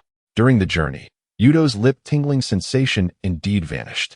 He could not help but marvel at Tsunade's prowess as the foremost medical ninja in the ninja world, quickly identifying his symptoms as an allergic reaction. It was likely that some allergen within the Kumogakure camp had triggered his symptoms. Standing at the entrance of the Uchiha compound, Yuto gazed at the familiar surroundings. His heart filled with a myriad of emotions. The conflict with Kumogakure had propelled him from a mere genin to a formidable jonin, earning him significant accolades on the battlefield. As for his original plan of self-sacrifice, it remained unfulfilled, and it seemed that the notion of death had become increasingly elusive. With 3 tomo, mastery over fire techniques, and exceptional chakra control, his abilities had solidly placed him among the elite jonin, and the number of ninjas capable of defeating him appeared to be dwindling. In addition to the final wishes of the elder, he now bears the responsibility of nurturing the next generation of the Uchiha clan. Life is indeed arduous. Just as Lord Yuto was lamenting the difficulties of existence, a familiar voice suddenly resonated from behind him. Yuna hurriedly approached, cradling her daughter, who was soundly asleep in her arms. The clan members had already settled in the open space on the eastern side of the Uchiha territory. He had not anticipated that Fugaku would operate with such efficiency. On his very first day back in Konoha, he had arranged for the Bloodpool clan. However, it was not surprising, given that the Uchiha clan, accustomed to solitude, would naturally be drawn to a ninja clan seeking their support. The relationship between the Uchiha and the Bloodpool was indeed mutually beneficial, and one could not predict what new bloodline limits might emerge in the future. Yuto gently stroked the little girl's golden hair, suddenly sensing something amiss, and turned his head. Tsunade had appeared behind him, the pendant on her chest enduring the intense gravitational pull of 2 celestial bodies. Yuto's gaze lingered on the pendant for a moment. No wonder it was later shattered by Naruto's claw. It had already endured decades of torment. "Child, what are you daydreaming about?" Tsunade lightly tapped his head with a scroll. "The old man wishes to see you regarding the placement of the Bloodpool clan." Upon hearing this, Yuna immediately tensed, instinctively clutching her daughter tighter, which caused Chino to squirm uncomfortably. Yuto quickly reassured her, "It's all right, just leave it to me." Inside the Hokage's office, the 3rd Hokage, Sarutobi Hiruzen, exhaled plumes of smoke from his pipe. He gazed at Yuto and Tsunade, who stood side by side. "Regarding the Bloodpool clan's Sharingan, I have received an application from Danzo, hoping to incorporate them into the route." Yuto frowned slightly. Danzo was indeed a persistent thorn in their side.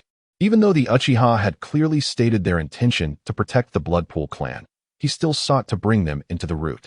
Yuto stepped forward, saying, "Hokage-sama, the Bloodpool clan has clearly expressed their willingness to accept the Uchiha's protection. They have just escaped the persecution of Kumogakure. Being immediately integrated into the route will likely incite unnecessary panic and resistance." The 3rd Hokage exhaled a smoke ring. Danzo believes the Sharingan's capabilities are crucial for Konoha's security and require unified management. One had to admit, Danzo's reasoning was indeed cunning. The Bloodpool clan's blood techniques could silently transform others into human bombs, posing a threat far greater than ordinary genjutsu. If left uncontrolled, it could lead to catastrophic consequences for the village. Tsunade scoffed, crossing her arms. "Old man, are you not aware of the nature of Danzo's so-called unified management? The Bloodpool clan has barely arrived in Konoha before he begins to harass them, and now he wishes to shove them directly into the route?" The 3rd Hokage pondered for a moment. Tsunade's points were valid. However, this was Danzo's request. Not only was he a high-ranking official, but he was also a lifelong companion of Sarutobi Hiruzen. Their relationship had evolved into an inseparable bond over the decades. Yet, Danzo insisted that the Sharingan posed a security risk. A security risk? Yuto scoffed. The Sharingan was once viewed as a threat by the village. Yet the Uchiha clan is now the backbone of Konoha. The Bloodpool clan is willing to accept Uchiha management and oversight. I can assure you they will pose no threat to the village. The 3rd Hokage sighed, finally relenting. "Very well, since you insist. The Bloodpool clan shall temporarily be overseen by the Uchiha clan. But Yuto, you must ensure they do not misuse the Sharingan's abilities." Yuto nodded earnestly. "Rest assured, Hokage-sama." Tsunade smirked, patting Yuto's shoulder. "Well done, kid." Upon exiting the Hokage's office, Yuto released a long breath. Tsunade glanced at him, teasing, "What's this? You were quite eloquent before the old man. Now you seem nervous?" Yuto chuckled wryly. "Tsunade, please, spare me the mockery. Danzo will not let this go easily. We must tread carefully." A glimmer of coldness flashed in Tsunade's eyes. "If he dares to act recklessly, I wouldn't mind seeing him spend a few months in the hospital." Yuto felt warmth in his heart. Yet he knew Danzo would not relent. He operated from the shadows, capable of resurfacing at any moment. Few in the village were aware of his existence, and even some Nin were unaware of such an elder's presence. Being unrecognized was a significant advantage for Danzo. Yuto pondered for a moment, suddenly struck by a brilliant idea to dismantle Danzo's hidden advantage. If Danzo were to become the protagonist of a romantic drama, he would undoubtedly attract attention. Chapter 76. Sequel to the romantic paradise. Yuto's pen danced across the paper, a mischievous smile gracing his lips. Though he had not engaged in material gathering recently, the narrative flowed effortlessly. Lord Danzo, I implore you for another chance, pleaded the root ninja, whose forehead was already bruised from bowing. The one-eyed elder in the shadows slowly rose, stating, the defeated have no right to plead. In a sudden shift, the elder continued, I heard your wife works in the medical unit? Have her come to my office tonight at 8 to discuss your disciplinary measures. In the dimly lit medical room, the young kunoichi's clothing was reduced to tattered fibers, as Danzo's calloused hand slid down her taut spine. Are you nervous? Think about your husband's transfer order. Candle flames flickered, and her forehead protector clattered to the ground, her lab coat cascading down her curves. The evaluation report from the Ninja Academy for your daughter is rather concerning. Danzo pushed the documents across the table. The young mother clutched her kimono sleeve tightly, but her theoretical classes are all excellent. Yet her physical skills are failing. Danzo's words sealed her daughter's fate. Unless there is special tutoring, such as beginning tonight, where I shall personally instruct you on how to guide her.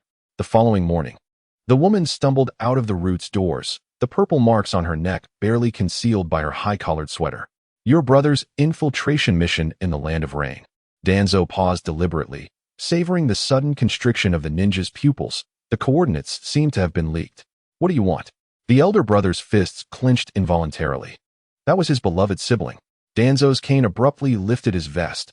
I've long wanted to test your physical endurance. The brother's hand reached for his tool pouch. Danzo licked his lips, unwrapping the bandage. If you resist, tomorrow you will only receive your brother's corpse. His pupils reflected the humiliation of the brother biting his lip in desperation. Thanks to Yuto's superior physical abilities, the words flowed onto the paper with the speed of a typewriter. In just one night, the second volume of Yuto's version of Romantic Paradise was completed. He tucked the manuscript into a drawer and then collapsed onto the small bed he had long neglected. The next morning, Yuto was awakened by the clattering of dishes. Groggy, he opened his eyes, feeling perplexed. Aside from Suki, he could not fathom who else would prepare breakfast for him. Yet, Suki had not returned to Konoha. She had chosen to continue fighting at the front lines of Awagakure. Rubbing his sleepy eyes, Yuto followed the sounds to the kitchen. When he saw Chino standing on a stool, struggling to stir the soup with a wooden spoon, he instantly woke up. Chino. Yuto dashed over, quickly lifting the little girl off the stool. What are you doing here? Where's your mother? Chino looked up, her golden hair tousled. She raised the wooden spoon, her voice sweet and innocent. Mommy sent me here. From today on, Chino will be responsible for making breakfast for the teacher. Yuto glanced at the half-cooked miso soup and then at the cutting board, where the radishes were chopped haphazardly, one piece still bearing tiny teeth marks. He crouched down to meet Qian Nao's gaze, his voice unconsciously softened. But you're not even tall enough to reach the stove. What if you get burned? The little girl suddenly pulled out an explosive tag from her pocket, shaking it proudly. If the pot catches fire, I'll just blow it up. Yuto, quick on his feet, snatched the explosive tag away, beads of cold sweat forming on his back. What on earth has Yuna taught you? He sighed, exasperated. It was no surprise that Qian Nao, who would later be involved in numerous acts of terror, had developed a fondness for explosions at such a tender age. If it weren't for her distinct hair color, he might have mistaken her for Daidara's relative. At that moment, a knock echoed from the entrance. Yuto hurriedly turned off the stove and opened the door, only to find not Qian Nao's mother, but an old friend of his, Uchiha Shursui. Hey, Yuto, long time no see. Shursui's gaze was almost sticky, sending shivers down Yuto's spine. In fact, Shursui had just returned to Konoha after the main forces in the Cloud Village had been reassigned to other fronts. He had received a rare break after fighting on the Awagakure front and had come to visit Yuto upon hearing his return. Just then, a golden-haired little head peeked around the corner of the entrance, her big eyes curiously fixed on the unfamiliar Shursui. He immediately noticed Qian Nao and inquired, Yuto, who is this little girl? Yuto turned to explain that she was his new apprentice, but recalling Qian Nao's earlier antics, he had a change of heart. His voice carried a hint of melancholy. Shui, this girl is my disciple. Shui was about to congratulate Yuto on taking on a student. But Yuto's next words rendered him speechless. However, my lifelong wish as Uchiha Yuto is to protect my comrades, and I simply have no time to teach a disciple. This poor child will be wasted under a teacher like me. Upon hearing this, Shui was moved to tears. Indeed, Yuto was still the man he had always known, either protecting his comrades or striving to do so. Even on other battlefields, Shui had heard tales of Yuto's heroics at the cloud front. Since Yuto had no time to teach, he would leave her in the hands of this shameful Uchiha who only spoke of guardianship. Shui grasped Yuto's hands tightly, his voice filled with deep emotion. Yuto, leave the responsibility of teaching this child to me. You focus on protecting your comrades. I will handle everything else. What a cunning ploy. Yuto struggled to keep a straight face. Indeed, it was typical of the Uchiha to be so easily deceived. Whether it was Tsukimi or Shui and Obito, they were the most gullible ninjas Yuto had encountered since his arrival. He immediately frowned and shook his head, positioning himself to shield Qian Nao behind him. No. Qian Nao's mother entrusted her to me because she trusts me. How can I pass her on to someone else? Shui, sensing the urgency, instantly appeared before Yuto, his Sharingan involuntarily spinning. I swear by the Uchiha name, I will dedicate myself entirely to this child. He knelt on one knee, placing his hand on Qian Nao's small shoulder. Look at her talent. Her potential should not be squandered. Yuto feigned a sigh, glancing sideways to see Qian Nao tugging at Shui's forehead protector with her tiny hand, still smeared with miso soup. He realized he could no longer refuse without feeling guilty. Very well. Since you, Shui, are my close friend, I will entrust Qian Nao to you. If it were anyone else, I would have kicked them out. Thank you, Yuto. Shui replied, tears streaming down his face. Chapter 77. Selling manuscripts. Qian Nao's specially prepared breakfast was likely inedible. Yuto gazed at the gooey mess of miso soup in the pot and quietly swallowed hard. He crouched down and asked Qian Nao, how about we go out to eat today?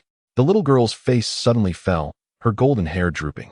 Is it because the teacher dislikes the breakfast I made? Tears began to well up in her eyes. Ugh, children at this age can be so troublesome, far less easy to handle than wooden dolls. Of course not. Yuto quickly ruffled her hair. It's just that since it's your first time cooking, I want to keep it as a memento. He then pulled out a sealing scroll from his ninja tool pouch. See, I've even prepared a sealing scroll. Shui, kneeling beside them, chimed in. Little Qian Nao's knife skills are impressive. She can even carve radishes into rabbit shapes. He pointed at a radish slice on the cutting board, bearing bite marks, and made a dubious compliment, even though the bite marks were clearly from her own mouth. Qian Nao blinked her big eyes and suddenly pulled out a handful of coins, jingling them above her head. Then I'll treat you. This is my pocket money from mommy. Yuto was both amused and exasperated. Why spend money when you could make breakfast yourself? He began to understand that Yuno likely never intended for Qian Nao to help with breakfast, but rather to purchase it. Cooking was probably just Qian Nao's own idea. The little girl then tiptoed and whispered in Yuto's ear, if I don't cook, I won't get to use the explosive tags. She proudly waved another explosive tag hidden behind her back. Yuto froze, catching a glimpse of Shui's smile gradually fading.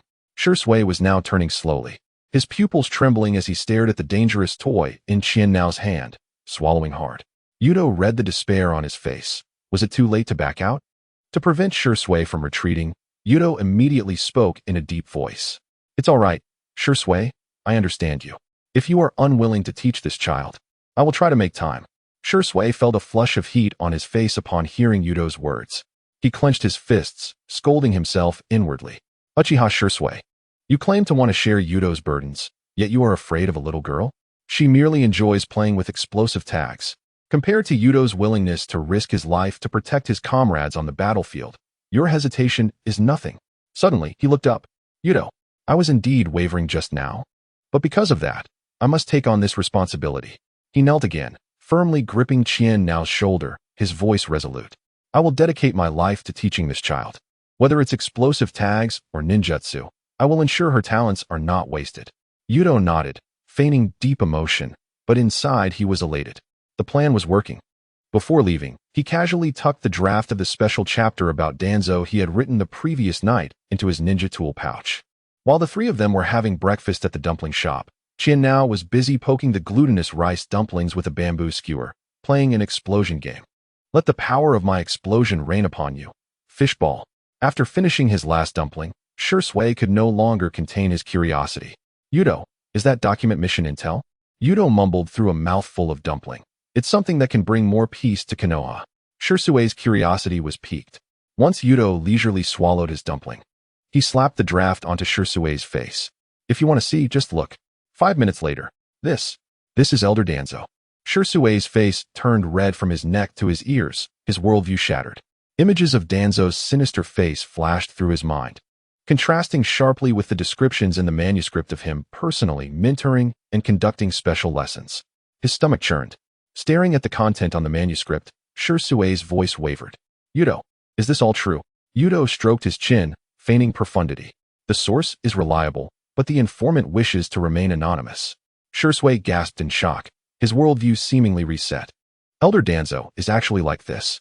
He recalled Danzo's usual gloomy and serious demeanor and contrasted it with the scenes in the manuscript, where he personally guided and taught, leaving him utterly bewildered. He furrowed his brow in contemplation for a moment, then suddenly lowered his voice. Wait, Yuto, didn't you once mention that Danzo has a penchant for youth? Yuto was taken aback, then quickly recalled. Ah, indeed. He had casually fabricated a scandal about Danzo in the past. He cleared his throat, feigning composure as he added, Ahem, actually, Elder Danzo has quite a broad taste, appealing to all age groups.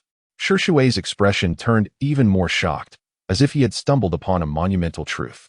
After a few seconds of silence, he slammed his hand on the table and declared with righteous fervor, No, such wickedness must be exposed. I shall copy hundreds of copies and let the entire village see Danzo's true colors. Yuto swiftly grabbed him, saying, Wait, don't act impulsively. Shui, puzzled, asked why not. Should we allow him to continue harming the ninjas of Konoha? Yuto flashed a sly smile. Distributing flyers would be too wasteful. I plan to compile this material into a book and sell it to bookstores. Shui replied, Huh? Yuto patted his shoulder earnestly. This is called commercial thinking. If we distribute it for free, the villagers won't care.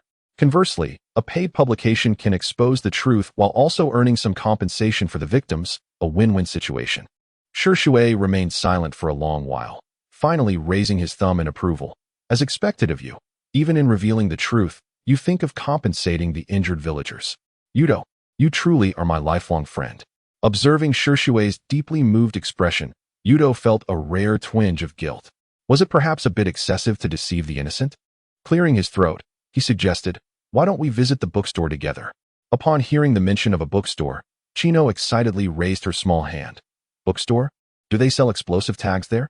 Yuto, Shui, this child really is quite singular in her interests. The trio arrived at Konoha's largest bookstore, where the owner, upon spotting Yuto, was instantly illuminated with excitement. He rushed over in a few strides, eagerly shaking Yuto's hand. Yuto-sensei, you've finally come. Yuto was taken aback. Huh? The bookstore owner, blushing with excitement, exclaimed, The first volume of Your Passionate Paradise has been selling like hotcakes. The entire Land of Fire is clamoring for it.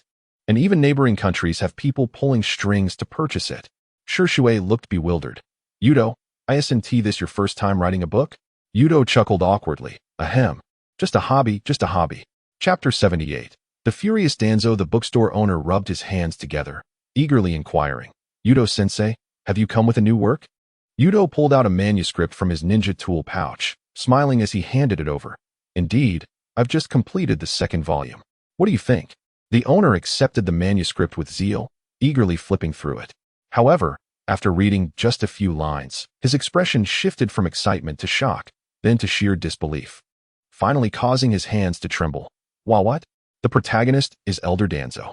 The owner quickly hid the manuscript in his bosom, nervously glancing around and lowering his voice. Yuto-sensei, isn't this content a bit too provocative? Yuto calmly waved his hand. Art derives from life. This is merely realistic art. He subtly pointed toward the root base, ensuring the content remained authentic. The owner wiped his cold sweat, muttering softly, But what if Elder Danzo finds out? Yuto patted his shoulder, revealing a knowing smile. Fear not. The more popular it becomes, the less he will dare to act against you. Besides, I will protect you during this time. The owner gritted his teeth. Very well, Yuto-sensei. I will have this manuscript printed immediately and available for sale at the earliest opportunity. Yuto did not expect the bookstore owner to possess such boldness. He was indeed an open-hearted individual. Since the owner was so willing to take risks, Yuto decided not to be stingy. Initially, to raise funds for the orphanage, the profits from the first volume of Passionate Paradise were split 70-30. After some thought, he raised 5 fingers. How about this? A 50-50 profit split, as my compensation to you. The owner's eyes lit up, immediately overwhelmed with gratitude. Yuto-sensei, you are truly generous.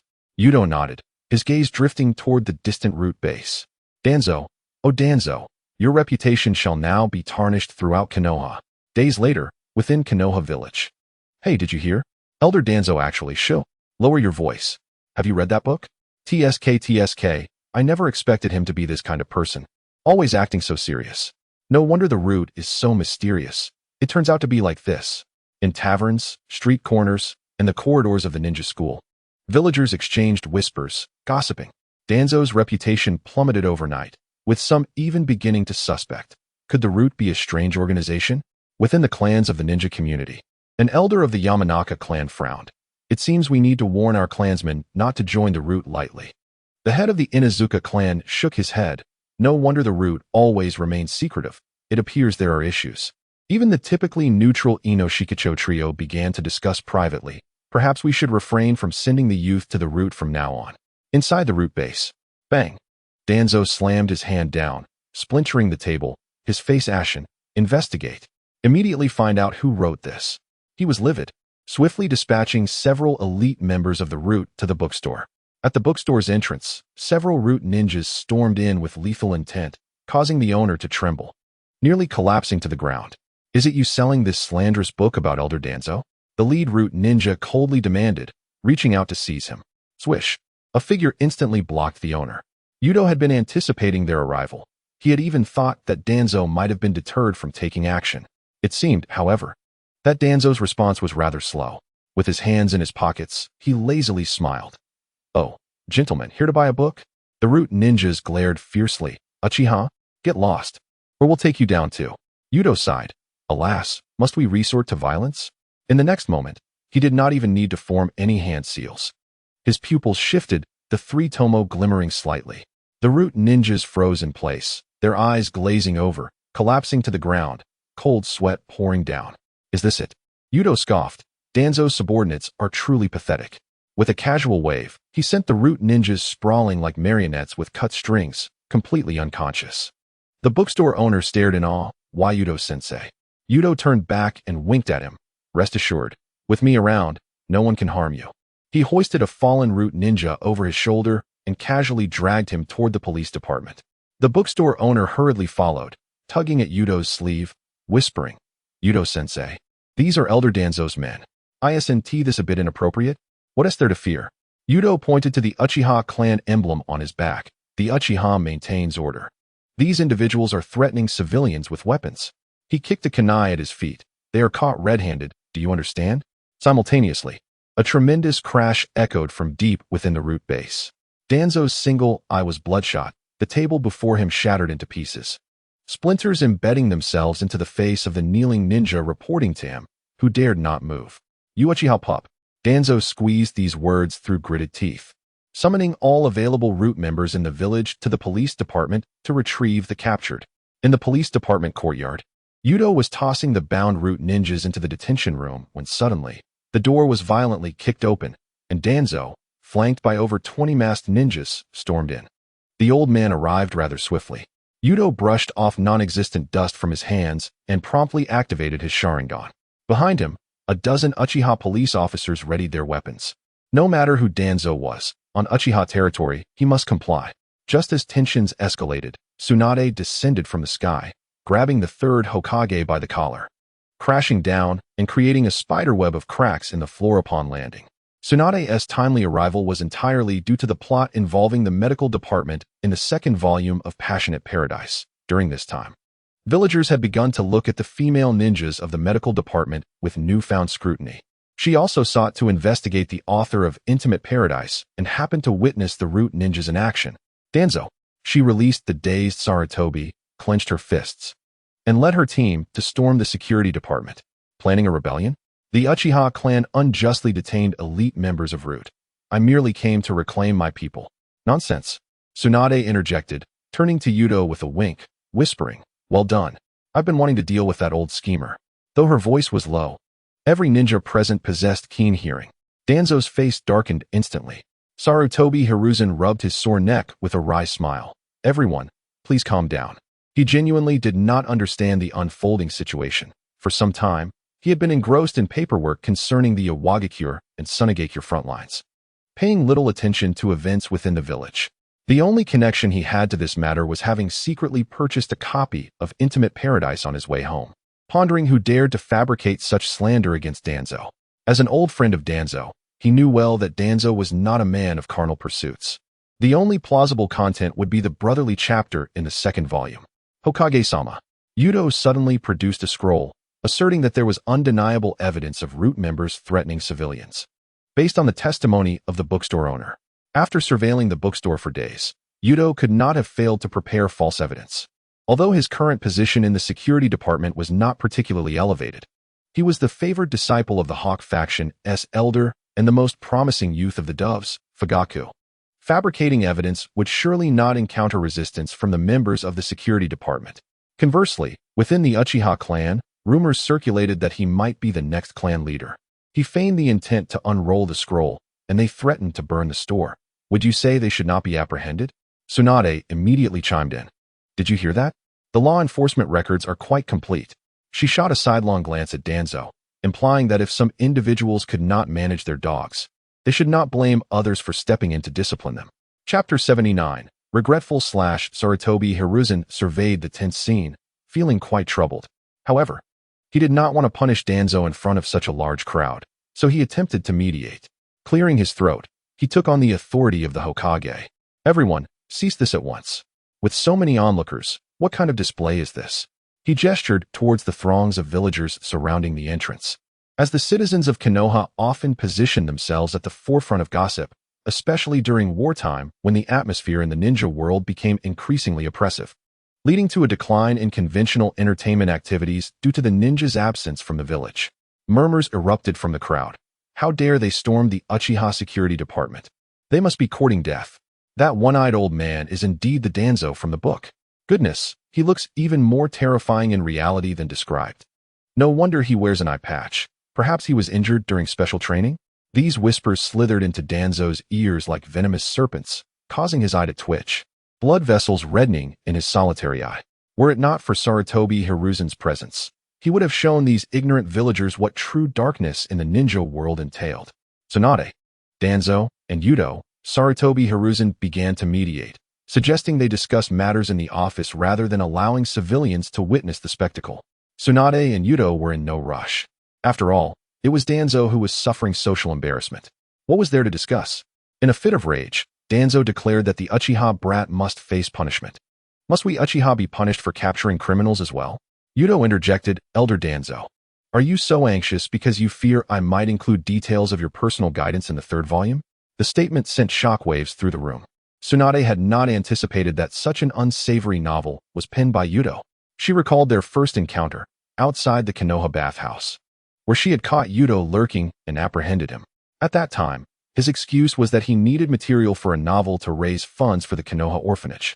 However, she had recently heard that the orphanage's situation had improved significantly, leading her to the conclusion that Yuto must have written another volume for a singular reason. This boy was a natural when it came to risku content. Sarutobi Hiruzen was equally astonished, never having guessed that such a popular piece of work was authored by Yuto.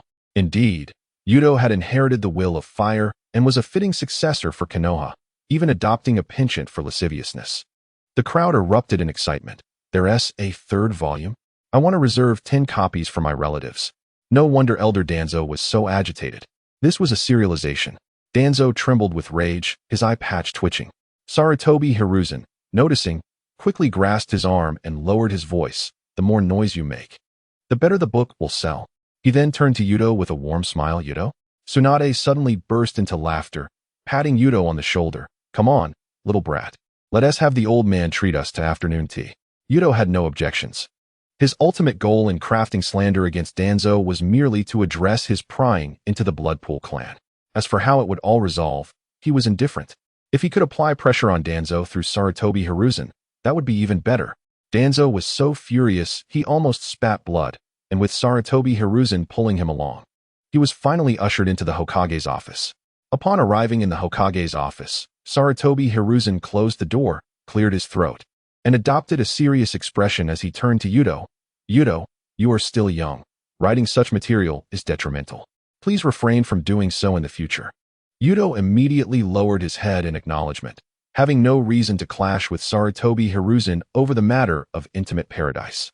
His demeanor was sincere. Yes, Hokage-sama. I acknowledge my mistake and will not write it again. Sarutobi Hiruzen nodded in satisfaction, about to say more when Yuto suddenly produced a beautifully wrapped book from his ninja tool pouch, presenting it with both hands. However, I have a special edition here, with even more detailed content. Perhaps it should be entrusted to Hokage-sama for safekeeping? Sarutobi Hiruzen was taken aback, his face flushing slightly as he coughed awkwardly. This is quite inappropriate. Though he spoke thus, his hands moved involuntarily. The speed of a shadow-level ninja was brought to bear as he accepted the deluxe edition of Intimate Paradise and stuffed it into his drawer. Tsunade, observing from the side, discreetly reached over and pinched Yuto's waist hard. Ouch! Yuto gasped, lowering his voice to plead. Tsunade, easy now, I'm sorry. Tsunade narrowed her eyes, leaned closer to his ear, and hissed through gritted teeth, if you dare write such things again, I'll break your hands. Danzo, seeing them whispering, snorted coldly. Addressing Sarutobi Hiruzen, Hiruzen, this brat must be severely punished. The security department's arbitrary detention of UMBU members is utterly lawless. Upon hearing this, Yuto immediately retorted. The root members threaten civilians. The evidence is irrefutable. It is the duty of the security department to bring criminals to justice, regardless of who they are. Sarutobi Hiruzen stroked his chin, pondering for a moment before nodding. Yuto is correct. The security department indeed has the authority to address threats to civilians. Danzo's expression soured. Hiruzen, you. He had not anticipated that Sarutobi Hiruzen would not support him within the Hokage's office, nearly exploding with rage, and turned to Yuto, shouting, Uchiha Yuto, you slander the higher-ups and must face severe retribution. Yuto spread his hands innocently. Elder Danzo, that is not accurate. This is artistic creation, purely fictional. Any resemblance to real persons is purely coincidental. As he spoke, he cast a meaningful glance at Sarutobi Hiruzen and added, moreover, Hokage-sama just accepted my deluxe edition. He said nothing. Sarutobi Hiruzen flushed at this remark. This boy was cunning as a monkey. No wonder he had brought a deluxe edition of Intimate Paradise along, clearly waiting for this moment. He cleared his throat, bracing himself to mediate, cough, cough. Yuto, while artistic adaptations are permissible, you must still be mindful of the impact and refrain from writing such easily misunderstood content in the future. Danzo's anger flared further at this. Adaptation? This is pure fabrication. If he dares to distort me today, tomorrow he will distort the Hokage. Sarutobi Hiruzen's expression darkened. Danzo was attempting to shift the blame onto him. While he usually favored Danzo and occasionally provided him with benefits behind the scenes, this was becoming untenable. As the third Hokage, Sarutobi would never allow his reputation to tarnish within Konoha. His tone turned grave. Danzo, your words are excessive. He waved his hand, his demeanor leaving no room for dissent. You should return and reflect at root. Refrain from going out for the time being. Danzo trembled with rage, his single eye fixated on Sarutobi, casting a fierce glare at Yuto. Hisashi, you will come to regret this. With a final huff of anger, he turned and slammed the door behind him. The resounding bang echoed through the office, rattling the windows. Tsunade, stifling laughter, felt her shoulders shake, while Yuto innocently blinked. Lord Hokage, have I caused you trouble? Sarutobi rubbed his temples, sighing in resignation. You, young man, should temper your behavior in the future. Yuto nodded obediently. Yes, Lord Hokage. Danzo's confinement and the disturbances faced by the Bloodpool clan were effectively resolved. As Tsunade prepared to leave with Yuto for a much-needed talk, Sarutobi suddenly called out, Tsunade, wait a moment. Chapter 80. Urgent report from the sand front. Sarutobi's expression turned solemn as he addressed Tsunade. We have just received an urgent battle report from the sand front. Our forces are in trouble. Yuto was taken aback. Wasn't Sunagakure notoriously weak? How could they cause a crisis at the front? Upon hearing Sarutobi's words, Tsunade's complexion darkened as she crossed her arms. Old man, you know I have hemophobia. my presence at the front would be a liability. Sarutobi sighed. The Second Shinobi World War had left a profound impact on Tsunade. Since that conflict, she had become increasingly despondent, harboring an undercurrent of anti-war sentiment. After all, her only family had perished in that war, leaving her with deep-seated trauma. Yet, only Tsunade could address the current crisis at the sand front. Tsunade, Sarutobi lowered his voice. Your hemophobia has long been treated, hasn't it? And it was Yuto who assisted in your recovery. He glanced toward Yuto, adding, otherwise, I would not have permitted his presence earlier. Tsunade's face flushed with embarrassment. She had not anticipated that the third Hokage was aware of this information. It had to be that wicked blonde with the flying thunder god who had spilled the beans. Sarutobi continued. Chiyo's newly developed poison has left even the antidote teams at a loss. Every day, ninjas fall victim to its effects at the front. Only you can counteract her poison. It was only when Sarutobi mentioned Chiyo's name that Yuto recalled the information about this formidable Sunigakure expert. Indeed, Chiyo was the only capable fighter in Sunigakure, with the rest being mere fodder. However, her use of poison was notoriously insidious. During the Second War, it was Tsunade who had neutralized Chiyo's poison on the battlefield, explaining Sarutobi's insistence on sending her to the sand front. Tsunade, her frustration palpable, tugged at her hair before finally relenting. Fine, I will go. Sarutobi smiled in relief, promptly summoning the Umbu to prepare for her escort. Upon hearing that Sarutobi intended to send someone to accompany her, Tsunade immediately waved her hand in refusal. Old man, you need not send anyone. Let Yuto accompany me. Yuto's heart sank. Had he known, he would not have come to spectate. He bore the weight of the elder's legacy and sought to restore the Uchiha clan. He had no time to meander aimlessly on the battlefield. He discreetly took a step back, intending to make his escape. However, Tsunade, quick as lightning, seized the back of his collar. Hey, where do you think you're going? Yuto chuckled nervously. Tsunade, I suddenly remembered that I left the gas on at home. Tsunade scoffed. Don't give me that. Weren't you quite eloquent in the Hokage's office just now? Now you're feigning cowardice? Leaning closer to Yuto, she lowered her voice in a menacing whisper. Dare to run? Do you want me to write to Tsukimi, accusing you of including her in your little yellow book? Yuto's scalp tingled at the implication, realizing he had just fabricated a rumor about Danzo, only to find himself the target of Tsunade's mischievous plotting. He felt as though he might cry. No, I will go with you. Satisfied, Tsunade released her grip and patted his shoulder. Now that's more like it. She turned to Sarutobi, waving farewell. Old man, leave the situation at the sand front to me. You should go pacify that scheming old man Danzo. Sarutobi shook his head helplessly, observing Yuto's disheartened expression and secretly chuckling to himself. Who would have thought, you little rascal, that you would just now cause me trouble with your exquisite edition of Intimate Paradise? As Yuto opened his front door, a waft of burnt aroma met him. Looking up, he saw a figure with frizzy hair and a dark complexion standing in the courtyard. Upon closer inspection, he realized it was Shursui. What the? Yuto gasped, taking a step back. Shursui, have you been struck by lightning? Upon seeing Yuto, Shursui's tears streamed down his face as he lamented. Yuto. His voice was as tragic as if he had endured a series of relentless beatings from the black-skinned rakiage. Yuto quickly ushered Shursui inside, closing the door and lowering his voice. What's going on? Where's Kinai? Shursui pointed towards the backyard. She's, playing in the back. No sooner had he spoken than a loud explosion echoed from the backyard, rattling the windows. This marked the 7th time today. Wiping his tears, Shursui recounted. This morning, she said she would make breakfast and blew up the kitchen.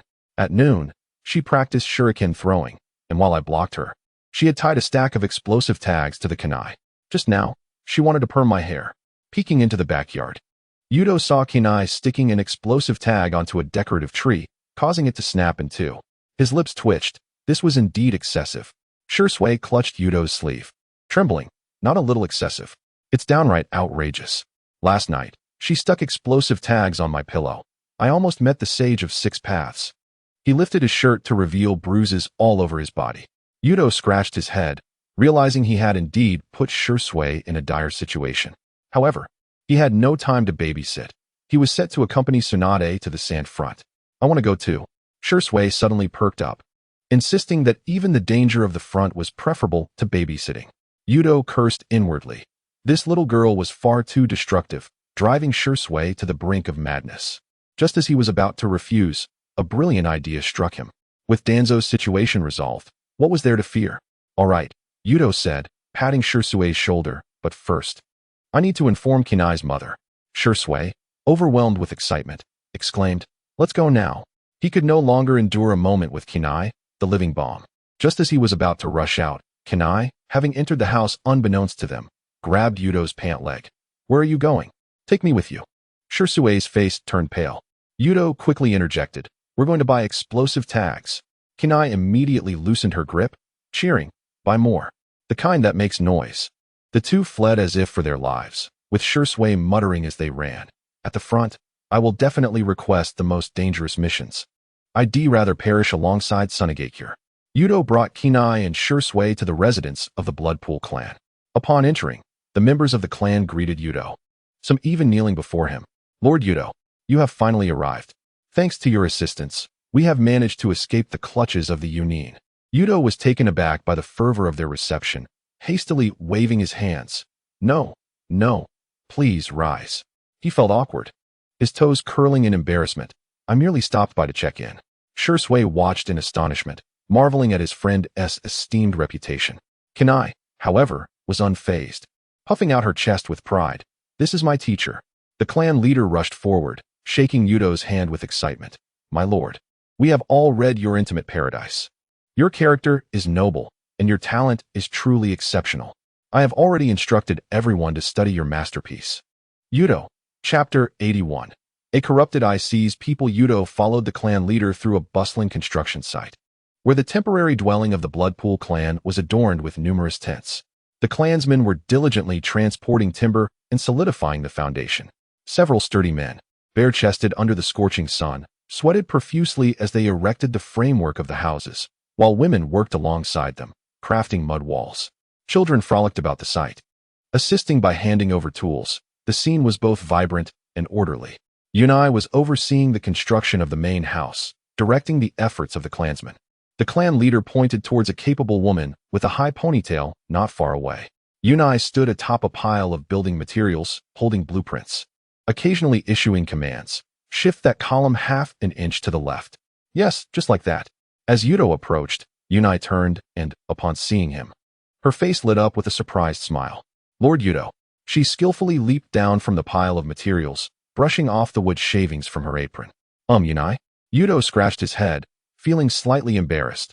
I've received orders to head to the front lines, so I may not be able to continue looking after Chikai. Yunai's smile instantly froze, her fingers unconsciously tightening around the edge of her apron. She thought perhaps the pressure from Danzo had become too overwhelming for Yuto. Regret washed over her. She shouldn't have troubled him. A hint of panic flickered in her eyes. Is it because of Danzo? No. Yuto hastily waved his hand. The matter with Danzo has been resolved. I'm currently overwhelmed and absolutely have no time to seek out trouble. Really? Yunai's eyes brightened, and she excitedly grasped Yuto's hand. Thank you so much. I knew entrusting Chikai to you was the right decision. Tears shimmered in her eyes. You must have resolved the issue with Danzo while taking care of Chikai, right? Yuto chuckled awkwardly. The causal relationship seemed to have reversed. He pointed to the soot-covered Shirsue behind him. Actually, it's been my friend Shirsue who has been helping with Chikai lately. Only then did Yunai notice the disheveled Shirsue standing behind Yuto. She widened her eyes, scrutinizing the young ninja's disarray. What happened to this one? Yuto leaned closer to Yunai and whispered, it was all Chikai's doing with the explosive tags. Yunai's face shifted from sunny to stormy in an instant. Taking a deep breath, she shouted towards Chikai, Chikai, come here. Chikai froze, her small face turning pale. She shuffled over slowly, her voice barely audible, Mom. Without a word, Yunai firmly placed Chikai on her lap, lifted her skirt, and delivered a series of hard smacks to her backside. I told you not to play with explosive tags. I told you not to blow things up. I told you to behave. Wah. Mom, I'm sorry. Chikai cried out, kicking her legs in pain, her golden hair flying. It was the teacher who taught me. He said explosions are art. Still lying, huh? Yunai struck harder, the sound of the blows echoing crisply across the construction site. How could Lord Yuto possibly teach you such things? Shirsue watched with wide eyes, his fists instinctively clenching, his expression more satisfied than if he had won the lottery. He muttered to himself, well done. Hit her harder. Yuto observed the chaotic scene, silently wiping the cold sweat from his forehead. After Yunai finished chastising Chikai, she looked at her daughter's tear-streaked face and ultimately felt pity, pulling her into an embrace and gently rubbing her head. Turning to Shursui, she offered an apologetic smile. Shursui-kun, I'm truly sorry. This child is too mischievous. Shursui quickly waved his hands. No, Miss Yunai, you're too kind. Despite being covered in soot, he smiled sincerely. Chikai is actually very clever. She just has, an abundance of energy and unusual interests. Yunai sighed, stroking Chikai's head. She has always been like this. Her father spoiled her, and I've been busy with clan matters. Pausing, she became serious. Shursui-kun, I truly appreciate your help during this time. Without your and Yuto's assistance, I wouldn't know what to do. Feeling bashful from the praise, Shursui scratched his head. It's nothing, it's all Yuto's doing. Seeing the two engage in polite conversation endlessly, Yuto quickly interjected, Yunai, we will be heading to the front lines in Suna tomorrow, so I entrust Chikai to your care. Yunai nodded, go without worry. I will certainly discipline her properly this time. As she spoke, she shot a glare at Chikai, who instinctively shrank back, hiding behind Shursui. The next morning, at the entrance of Kanahagakure, Tsunade donned her battle attire, the deep green uniform accentuating her proud figure, topped with the standard tactical vest of the village. With arms crossed, she impatiently kicked the stones at her feet. Where are those two brats? Just then, footsteps approached from afar. Tsunade looked up, raising an eyebrow. Yuto and Shursui walked side by side, the latter eagerly assisting the former in organizing his ninja tools. Yuto said something that made Shursui burst into laughter. Tsunade. Suddenly, she recalled the special literature she had secretly hidden under her bed. As a medical ninja, she was thoroughly acquainted with human anatomy. Yet the depictions of male relationships in those books had opened her eyes wide. According to the increasingly corrupt laws of the Leaf Village, even the yet-to-be-born Hinata possessed a hint of the Fujoshi trait. For instance, during her tenure as the fifth Hokage, Tsunade had once suspected that the male ninjas, Aoi and Kankuro, were a couple. Narrowing her eyes, she surveyed Yuto and Shursui back and forth. The glimmer in Shursui's eyes, that smile, this was definitely more than mere friendship. Hey, you two. Tsunade interrupted their interaction with a deliberately stern face. If you keep dawdling, it'll be dark before we leave. Yuto grinned. Tsunade, you look particularly striking today. Don't think flattery will get you off the hook. Tsunade placed her hands on her hips, scrutinizing Shursui. Kid, we're heading to the front lines, not on a spring outing. Why are you bringing a temporary addition? Yuto sighed in exasperation. Mainly because I'm worried Shursui might not survive in the village. You wouldn't believe it. This kid nearly. Tsunade's expression suddenly shifted, instinctively suspecting that Danzo was up to his old tricks, even though she had just received orders to keep him confined yesterday. Is Danzo plotting something again? No. Yuto awkwardly scratched his head. It's Chikai. Shursui has been helping with her training. Chikai's interests are quite unique. She loves playing with explosive tags. And Shursui nearly got blown up by her. Tsunade's eyes widened. What? Chapter 82. Mere grains of sand, daring to dance. As the three approached the rocky terrain a dozen kilometers from the Suna front line, 7 or 8 Suna ninjas suddenly leapt out from behind the sand dunes. They were a reconnaissance unit, not specifically lying in wait for Tsunade and her group. The leading wind-style ninja had yet to finish forming his hand seals when Tsunade took 2 steps back and patted Yuto on the shoulder. Kid, go. This is your duty as a protector. Hey, Tsunade, you could easily handle this with a single punch. Yuto complained, yet swiftly drew a kunai. The Suna puppet master chuckled. Having recognized Tsunade, he was about to signal for his team to retreat when he realized she was sending a mere boy to face them. Is Konoha out of options? Sending a greenhorn to guard the legendary Sannin? Before he could finish, Yuto's eyes flashed with 3 tomo. The foremost Suna Chunin suddenly froze. In the next instant, Yuto had already appeared behind him, his kunai slicing through the throat with precision. As blood splattered onto the sandy ground, the remaining Suna ninjas reacted, the entire sequence taking less than a second. What the hell? The wind-style ninja's hands trembled as he attempted to form seals. He hadn't even completed his jutsu, and Yuto had already dispatched one of his teammates. What's more, he hadn't even caught a glimpse of Yuto's movement trajectory. The boy before him, seemingly just a youth, was powerful beyond belief. Shursui was equally astonished. He vividly recalled the spy capture operation in the valley 6 months prior, where Yuto had exchanged blows with a Chunin-level spy. In a shocking turn of events, the middle-ranking ninja was dispatched with the swiftness of a butcher slaying a chicken. Moreover, Yuto had unexpectedly awakened his three-tomo Sharingan. One could only ponder the countless life-or-death battles he must have endured to achieve such evolution. Surely, he must have fought valiantly to protect his comrades, risking his very life in the process. The remaining 6 sand ninja turned to flee, but Yuto, with a cold smirk, formed a series of seals. Humph, attempting to escape, are we? Fire style, Phoenix fire technique. Dozens of fireballs roared forth, sealing off their retreat, leaving the few remaining sand ninja with nowhere to run. As the fireballs bore down upon them, they felt not the heat but a cold sweat trickling down their brows. The leading wind-style ninja gritted his teeth and roared, "There's no escape. We must confront him. We outnumber him. He cannot possibly eliminate us all at once."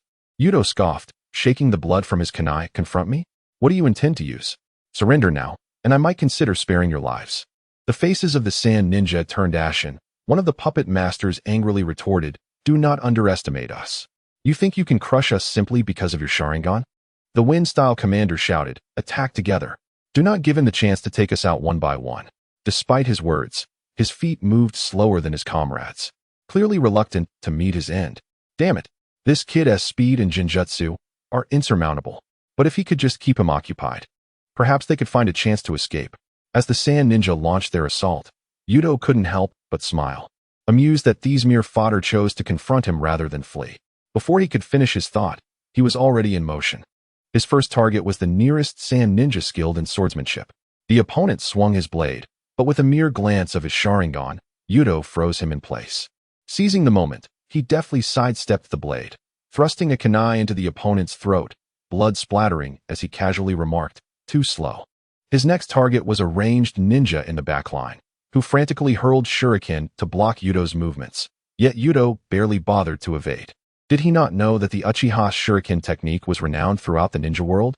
With his three-tomo Sharingan, Yuto precisely anticipated each shuriken's trajectory, leisurely gliding through the barrage and delivering a powerful kick to the foe's chest. The sound of breaking ribs echoed clearly as the sand ninja flew backward, crashing against the rocky wall, lifeless upon landing. The third target was a earth-style ninja attempting to form seals. Yuto closed the distance in an instant, twisting the ninja's wrist before he could complete the final sign. Crack! The sound of shattered bone accompanied the ninja's pained scream.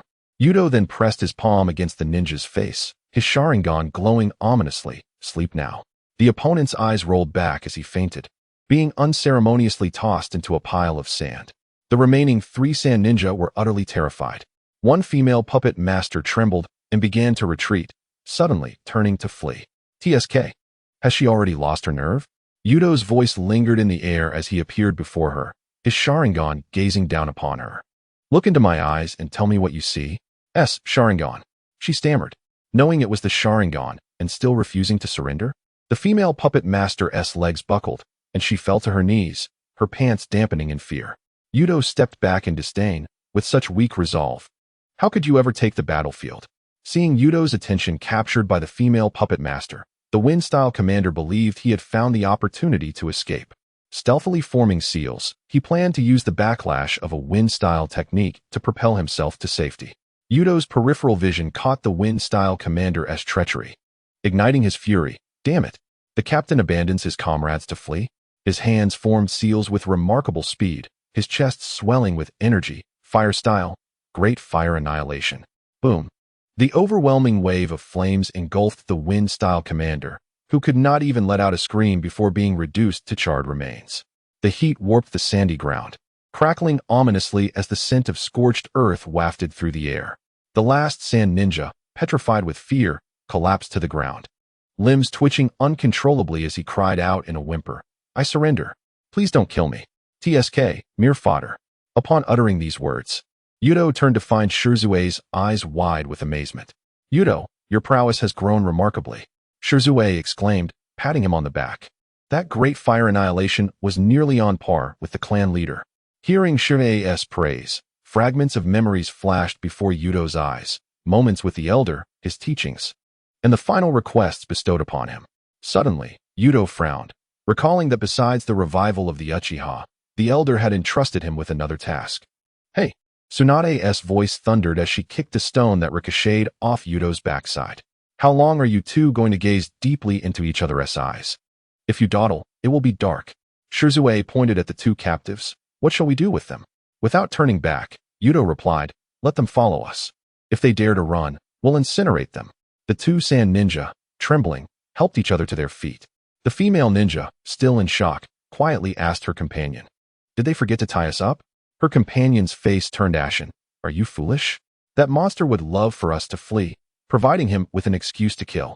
Upon reaching the front lines of Konoha, Yuto realized why enemies had appeared from the rear. Almost half of the Konoha ninja were afflicted by poison. Chapter 83, Dog Mother. As the trio arrived at the encampment, the Sand Front commander promptly approached them. The Konoha commander was a Byakugan user. Yet Yuto could not discern whether he was Hinata Hayashi or Hinata Hizashi. At present, the opponent wore a Konoha headband, concealing the mark of the caged bird. Initially, Yuto had thought the commander would be Jiraiya, but it seemed he was still traversing the ninja world in search of the fabled child of destiny. Hayashi or Hizashi excitedly exclaimed, Lady Tsunade, you have finally arrived. Despite her initial reluctance before departure, upon reaching the front lines, Tsunade immediately adopted a work-focused demeanor. After listening to the introduction regarding the poisoning of the frontline ninjas, she swiftly interrupted Hayashi, stop rambling. Take me to the medical tent. I already have the antidote formula in mind. Let us prepare it immediately. Without a moment's hesitation, Hayashi turned and led Tsunade toward the medical area, leaving Yuto and Shirzue behind. Yuto observed their departing figures and shrugged. It was clear that the commander was indeed Hinata Hayashi. His current task was to escort Tsunade, and once she prepared the antidote, he could return to Konoha to fulfill the revival of the Uchiha clan. Once the Uchiha revival was accomplished, he could continue executing his plan for demise. As Yuto contemplated idly wandering the camp to pass the time, he was suddenly halted by a thunderous female voice. Hey, you two. Turning, he saw a female ninja with red markings on her face, glaring at them fiercely. Such markings were exclusive to the Inuzuka clan in Konoha. So Yuto immediately recognized her as Inuzuka Tsume, the mother of Inuzuka Kiba. Curiously, Tsume's daughter was the same age as Itachi, and the two had even shared a desk during their time at the Ninja Academy. She impatiently scratched her head. Given your age, you're likely just Chunin, right? We're short on manpower, so come with me on patrol. Yuto and Shirzue exchanged glances, neither daring to speak. Yuto was well aware of Tsume's notorious temper. Arguing with her would lead to trouble, so he obediently followed. Furthermore, due to their hasty journey, neither he nor Shirzue wore their ninja vests, making it plausible for them to be mistaken. As the three patrolled the perimeter of the encampment, Yuto casually inquired, Tsume-san, where are your ninja dogs? Tsume abruptly halted, nonchalantly replying, they were killed by a sand puppet master a few days ago. Perhaps fearing the topic of loss would dishearten the two, she shifted the conversation. If we encounter any enemies, you two little brats should just run, don't hold me back. I'm a special jonin. Yuto nearly burst into laughter. Despite both he and Shirzue being bona fide jonin, it was this fiery-tempered lady who truly required protection should a fight break out. He ultimately refrained from exposing this truth and silently followed in her footsteps. The ground was strewn with yellow sand, and the heat waves rolled relentlessly. Not a single decent tree could be found on the desolate Gobi, only a few clusters of withered camel thorns swaying in the wind. Inuzuka Zaku walked ahead, suddenly turning back to Yuto and Shirzue with a gruff voice. Hey, you two rookies, listen up. This cursed place is rife with sand-hidden ambushes. Don't think you can swagger around just because you have the three ninjas backing you. She gestured towards the distant camp, curling her lip. That was a prisoner captured by Lady Tsunade, right? Yes, one of the three ninjas. How could she possibly have time to protect you two brats? Previously, Zaku had witnessed the trio's arrival at the camp and naively assumed that the two captives were apprehended by Tsunade, never considering Yuto's involvement. Yuto nodded repeatedly. Although this lady had a temper, she was quite considerate of her juniors. Just as he pondered this, Zaku suddenly twitched her nose, her expression changing abruptly. There's a smell of blood. Be careful. Barely had she spoken when 7 or 8 sand-hidden ninjas emerged from behind the dunes.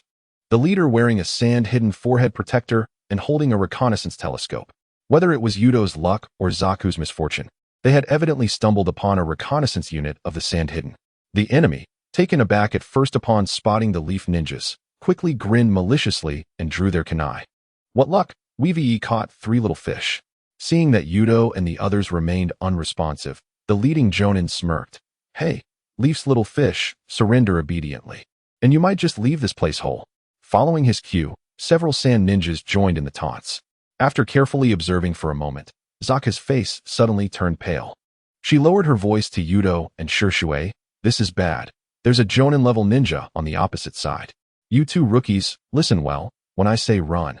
You must immediately retreat towards the camp. As she spoke, she discreetly positioned her kunai across her chest, clearly preparing to hold off the enemy and create an opportunity for Yuto and Shishui to escape.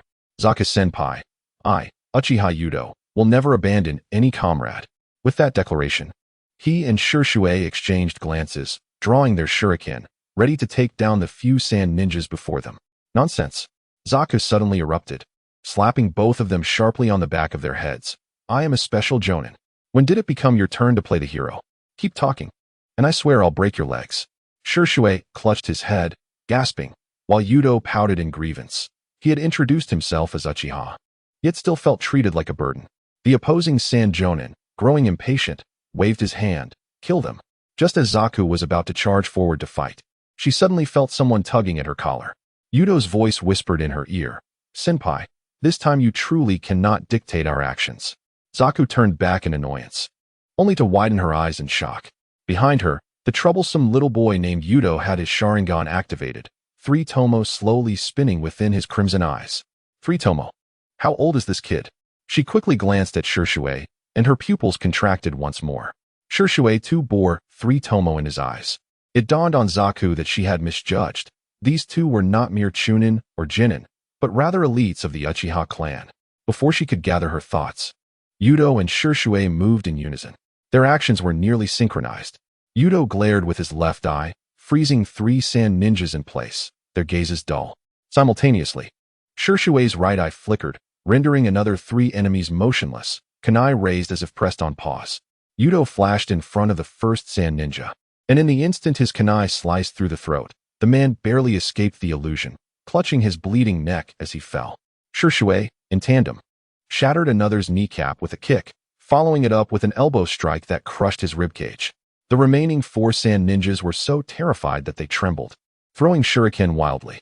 Yuto and Shishui's 3 Tomo accurately predicted the trajectory of each projectile, effortlessly dodging the incoming shuriken, which all embedded into the sand where their afterimages had been.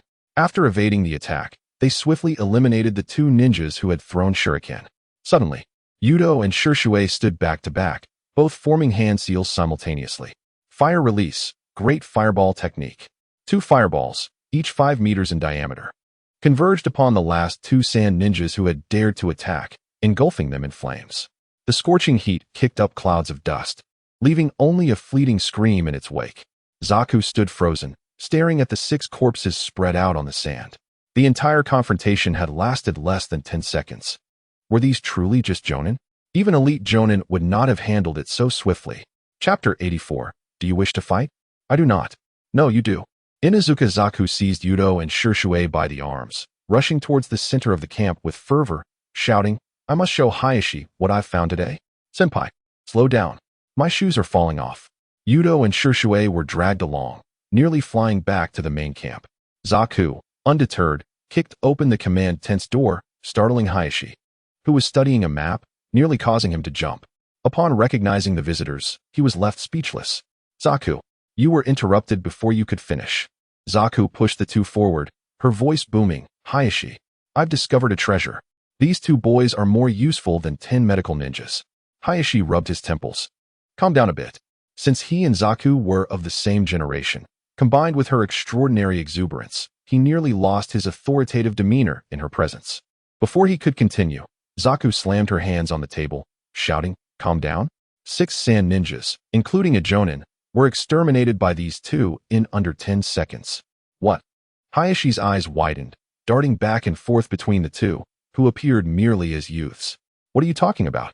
Zaku gripped Yuto and Shishui's heads, causing both to involuntarily activate their Sharingan. Did you see? 3 Tomo. Both of them. Hayashi gasped sharply. He understood the implications. Annihilating a Sand Jonin was something even he, the frontline commander, could not achieve. I propose we assign them to the main forces. Zaku leaned against the table, perfectly filling the gap left by the recently incapacitated ninjas. Although Hayashi was tempted, he hesitated. They were brought by Tsunade. Did they need to consult her before integrating them into the main forces? After all, Tsunade was a disciple of the third Hokage, despite having heard that she had been slacking off in recent years. One still had to give due respect to the legendary Sannin and the third Hokage. Hayashi rubbed his chin thoughtfully, but they were brought by Lady Tsunade. Should we consult her first? I'll go speak with Lady Tsunade. Zaku waved her hand dismissively, whether they stay or go. It won't change the number of medical ninjas. Yuto felt utterly perplexed. He had come to serve as a bodyguard, and now he was suddenly thrust into the front line? Just as he was about to find an excuse to refuse, Shisui stepped forward decisively. Lord Hayashi, we are willing to fight for the leaf. Yuto was stunned. Having previously put Shisui in a tough spot, was karma now coming back to bite him? Shisui continued earnestly, not just Yuto, but I am a true man who has inherited the will of fire. To protect my comrades, I have walked the line of death countless times.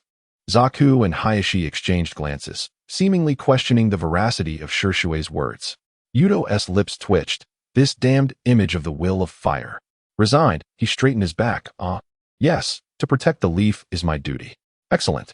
Zaku clapped Yuto on the back, causing him to wince. Tomorrow, you'll join my strike team for a mission.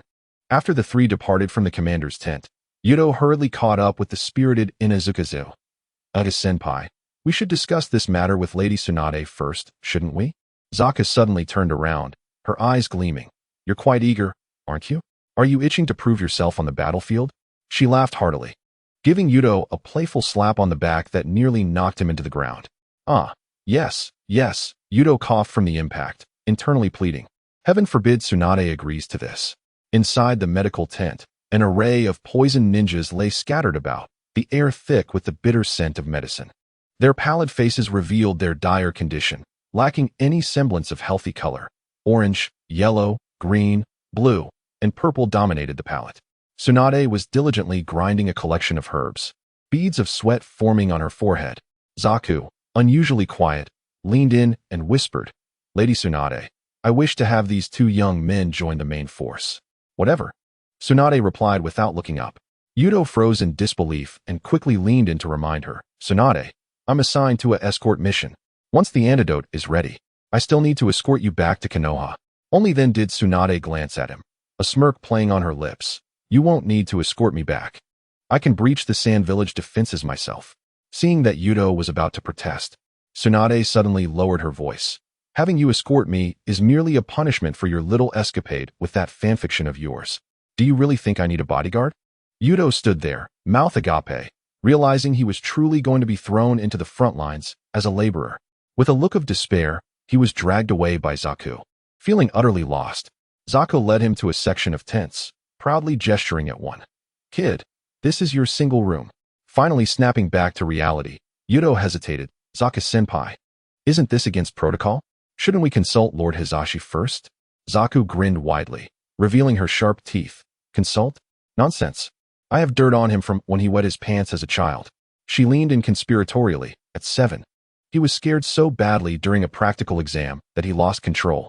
Yuto was dumbfounded by the absurdity of it all. Just then, he realized Shisui was missing and hurriedly asked, Where's Shisui? Oh, that kid? While you were daydreaming. He volunteered for a reconnaissance mission. He is probably nearing the Sand Village camp by now. With a wave of her hand, she added, You rest today. Tomorrow you'll get your team. Once Saka left, Yuto collapsed inside the tent, staring at the ceiling in despair. I came to revive the Uchiha clan. Who wants to toil away on this wretched front line? Early the next morning, Yuto was roused by Zaku's booming voice. Yuto, get out here and meet your recruits. Emerging from the tent, he was taken aback by the sight before him. Over 20 young boys and girls stood neatly in formation. In the front row, Noara Genkan was waving at him while chewing on a kunai, and beside him, Hibiki adjusted his sunglasses. They were all his juniors from the Ninja Academy. Zaka kicked him in the rear. Stop daydreaming. These are your subordinates. She turned to the youths and shouted, From today onwards, this Uchiha Yuto is your squad leader. You all better listen closely. Yuto nearly choked on his own saliva, quickly pulling Zaku aside. Zaku-senpai, have you lost your mind? They're just kids. The youngest is only 12. Zaku fiddled with her ears. Shirzue specifically insisted on this last night, saying you're noble, brimming with the will of fire, and would protect your teammates in battle, making you perfect for mentoring newcomers. Besides, you're only 14 yourself. Stop pretending to be so mature. Yuto glared at the eager faces of the youngsters, mentally cursing Shirzue 1,000 times. That rascal was definitely doing this on purpose. Previously, he had Shirzue take Shinai along, resulting in Shirzue getting thoroughly swindled. Now Shirzue was clearly seeking revenge. Chapter 85, A Paradise for Affection, suitable for all ages. As soon as Zaka left, the group of youngsters deflated like punctured balloons, chattering away. That was terrifying.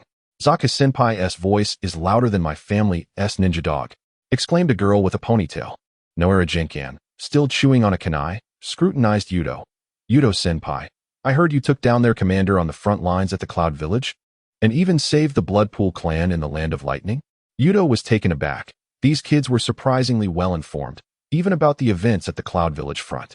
He nodded. Ah, that's true. He really is a senpai. Jenkins spat out his kunai, and the surrounding youths erupted in excitement, surrounding Yuto with wide eyes. I heard he single-handedly challenged 3 Cloud Village jounins. Just as Yuto was about to clarify, he felt a tug on his clothing. Hibiki, sneaking closer, whispered, Yuto-senpai, is Paradise for Affection really your work? Yes. Yes. Hibiki suddenly leaped 3 feet into the air, startling everyone around him.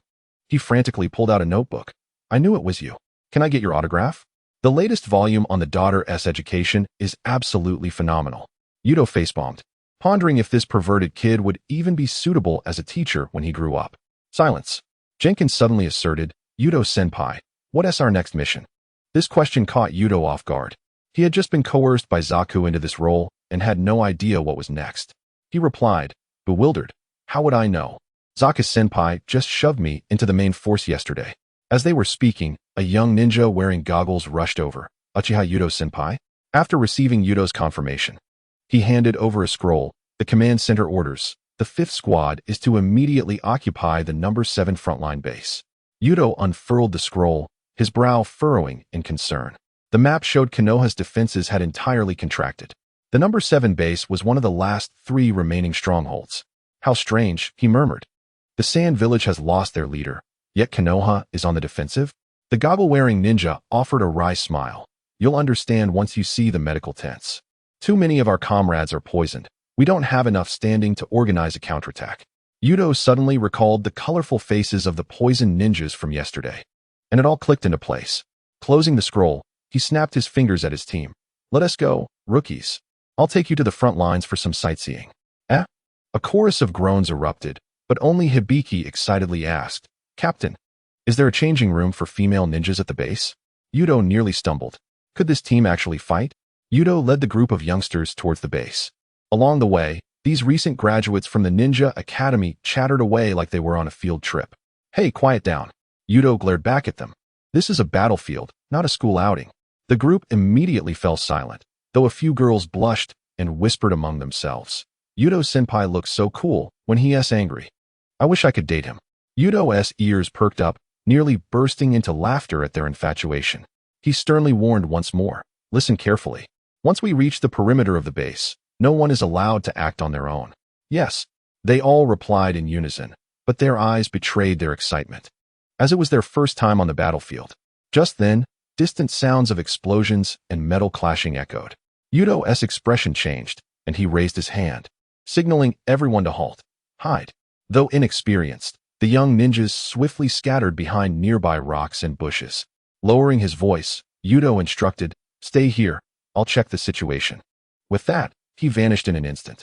Hibiki and Jinkin exchanged glances, silently agreeing to follow stealthily. In the heart of the battlefield, Konoha and Sand ninjas were engaged in a fierce clash. The puppeteer from Sunagakure manipulated his marionette, while several ninjas from Konoha displayed ashen faces. They were evidently poisoned, relying on their comrades for support to remain upright. After observing the scene for a moment, Yuto suddenly darted into the fray. Although joining the battle was not his initial intention, he could not bear to stand idly by as others suffered. Having spoken extensively about protection, he felt compelled to act. Be careful, a Konoha ninja shouted, just as Yuto caught an incoming puppet with one hand. With a flash of his Sharingan, He instantly discerned the chakra threads controlled by the puppeteer. Swiftly, he severed the threads with a kunai, causing the puppet to collapse into pieces. Fall back! Yuto exclaimed as he grasped the poisoned ninja, swiftly transporting them to a safe zone. Thank you. The poisoned ninja managed to stutter weakly.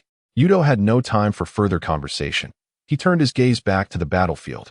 A swift resolution was imperative. He quickly formed hand seals, his chest swelling dramatically. Fire style, great fire annihilation. Boom. A roaring inferno surged forth, engulfing the battlefield in a torrent of flames, scorching the sand until it resembled glass. The Sunagakure ninjas recoiled in fear, bewildered by the prowess of this young warrior who had just proclaimed to protect, yet now decimated their forces. Even the Konoha ninjas stood in stunned silence. Was this truly a fire-style technique wielded by a human? The boy appeared to be no older than his teens. Hiding at a distance, Hibi and Jinkan were equally astonished. Hey, Hibi, he swallowed hard. Is Yuto-senpai really only a year or two older than us? Jinkan, biting his kunai, trembled as he spoke. Is this the genius of the Uchiha clan? Intimidated by Yuto's might, a commanding figure among the Sunagakure ninjas swiftly ordered a retreat.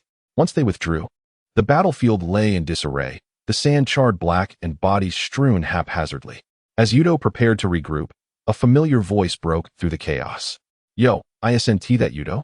He turned to see a man clad in a Konoha jounin vest approaching with a broad smile. It's you.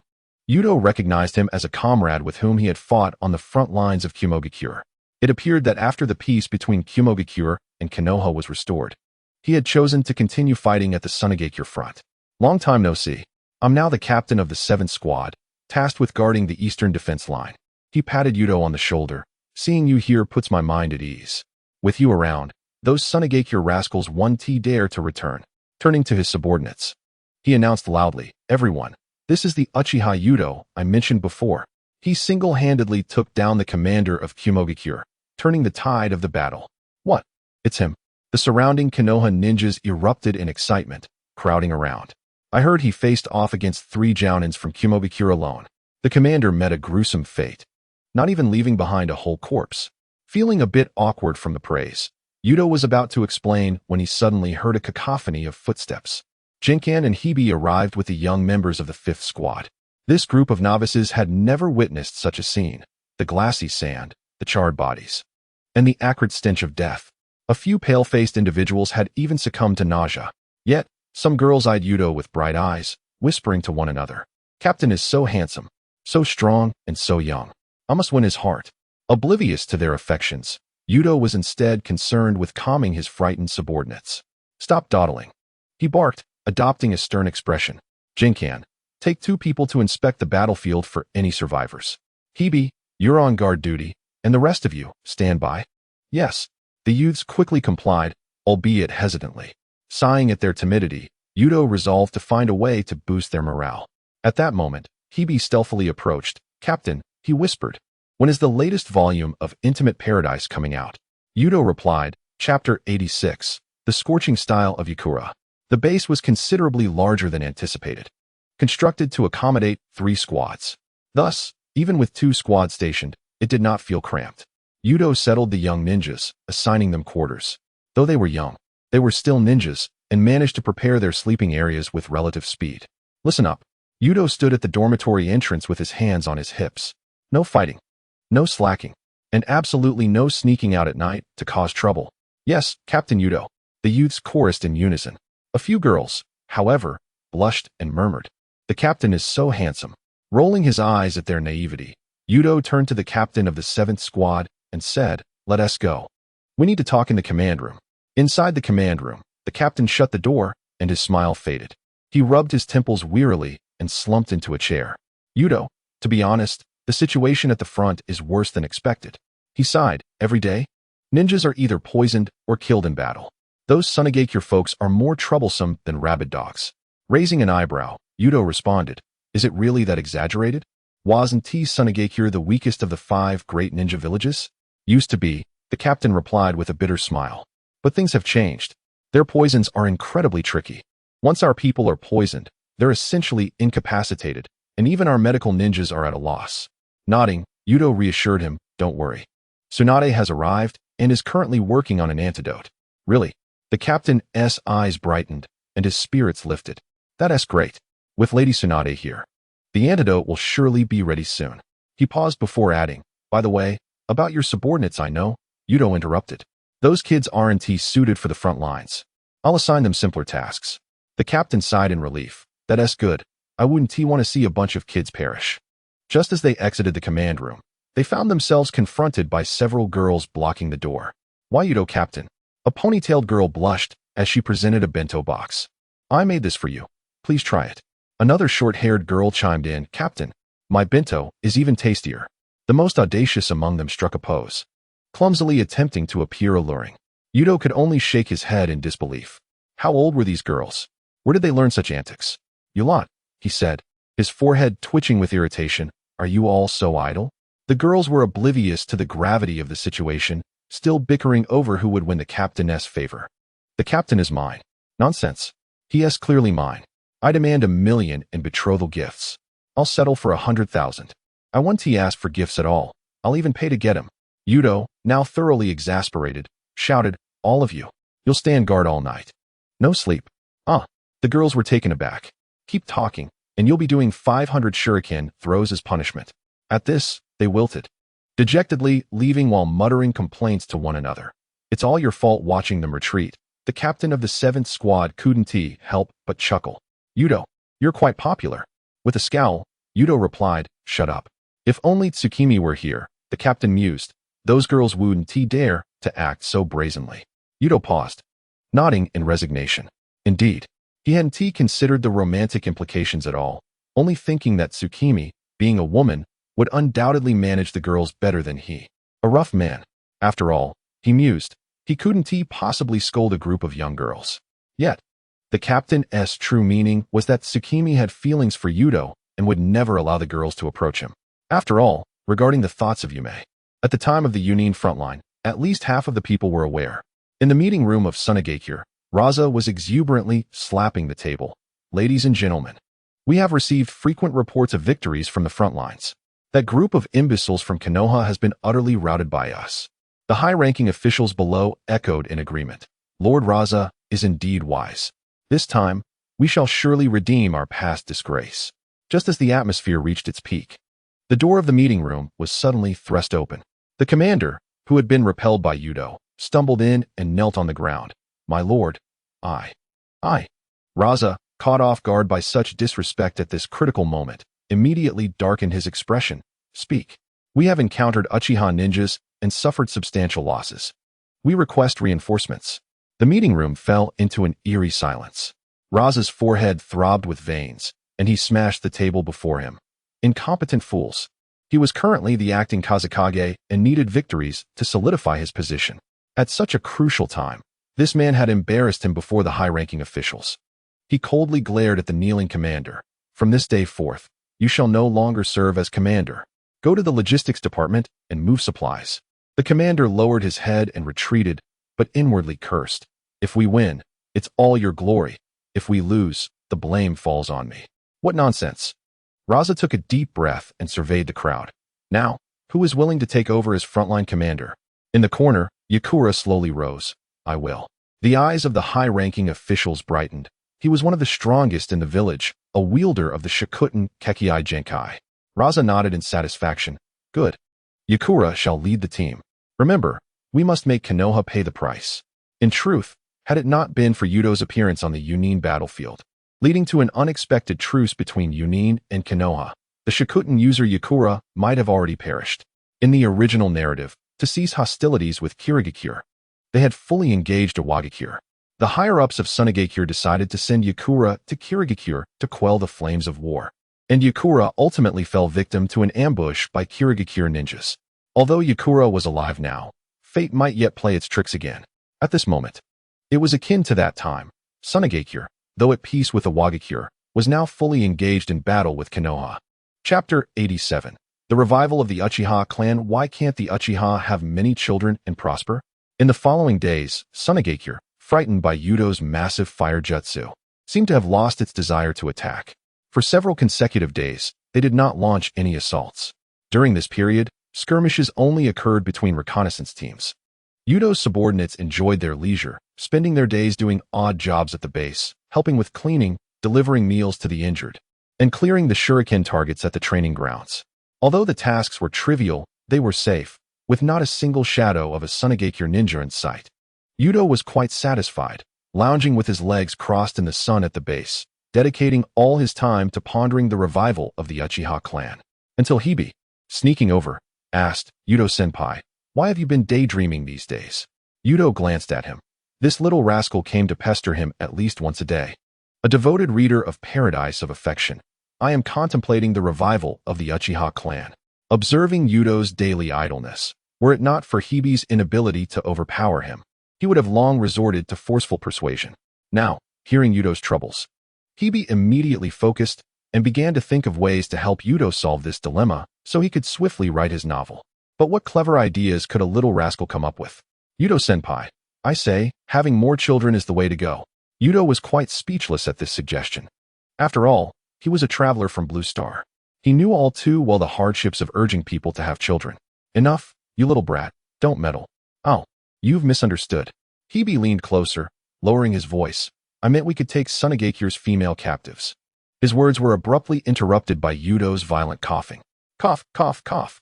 Is this what you learned in the Ninja Academy?" Yuto kicked Hebe in the rear. "Go and guard the entrance." Hebe clutched his backside, wailing, "Senpai, I'm just trying to help you think about the revival of the Uchiha clan." "Revival of what?" Yuto rolled his eyes. "I see you just want to urge me to write." Hebe sheepishly grinned and scurried towards the entrance, muttering curses about how he was so close to persuading Yuto to write a new chapter. On the Sunagakure front line, Yakura donned a white cloak as she stepped into the camp, causing all the Sunagakure ninjas to cease their tasks. Their gazes fervently turned towards her. "It's Lady Yakura. Those Konoha fools are doomed now." Facing the gathered Sunagakure, Yakura greeted them warmly before heading straight to the command tent. Upon lifting the tent flap, the various squad leaders and captains of the Sunagakure front line had long been waiting. "What is the situation?"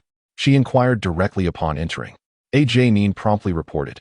"Konoha is retracting their defenses, but Tsunade has already reached the front lines. The antidote is likely to be developed soon." Yakura understood that Sunagakure currently held the advantage due to the poison they had employed. Should Tsunade successfully formulate the antidote, the tide of battle would swiftly shift. Therefore, they must defeat Konoha within this critical window.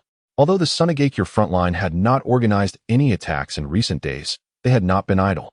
They had gathered a substantial amount of supplies, preparing to make a decisive strike on Konoha's outpost number 7. Yakura contemplated for a moment.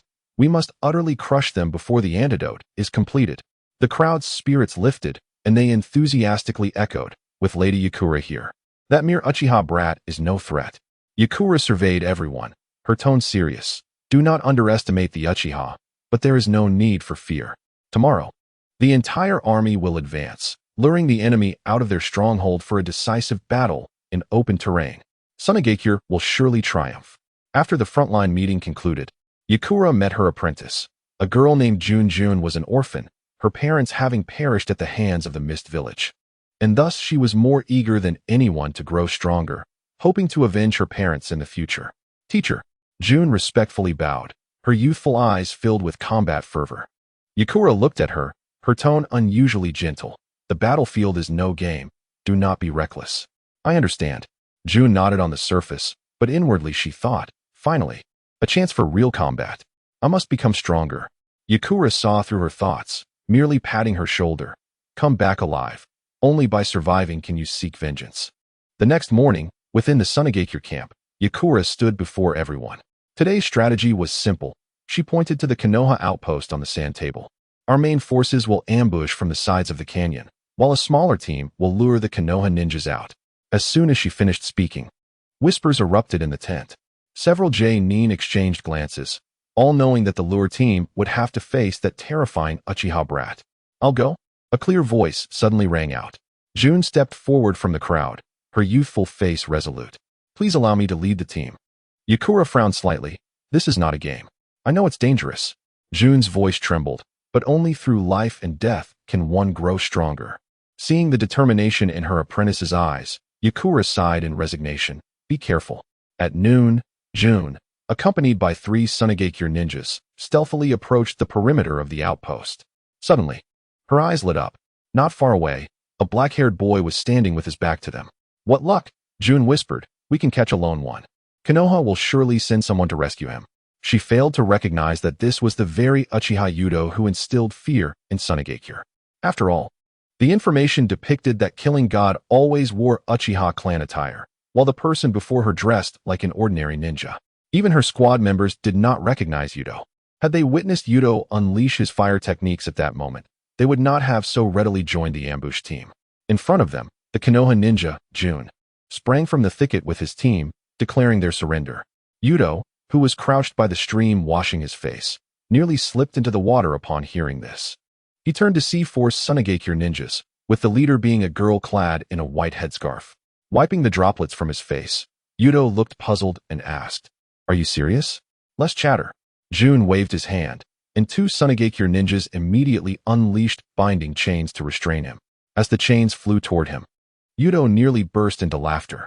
He recognized this girl from the original story, the one with the painted face. After all, there were only two beautiful girls in the original narrative adorned with such makeup. When the chains clattered around him, Yuto made no attempt to evade them. It was his first encounter with such a foolishness. He thought it might be entertaining to see what the Sunagakure was up to. "Are you now recruiting child laborers?" Yuto asked, tilting his head as he was taken away. "Have you considered switching allegiances to Konoha?" "Shut up." Jun's cheeks puffed in irritation.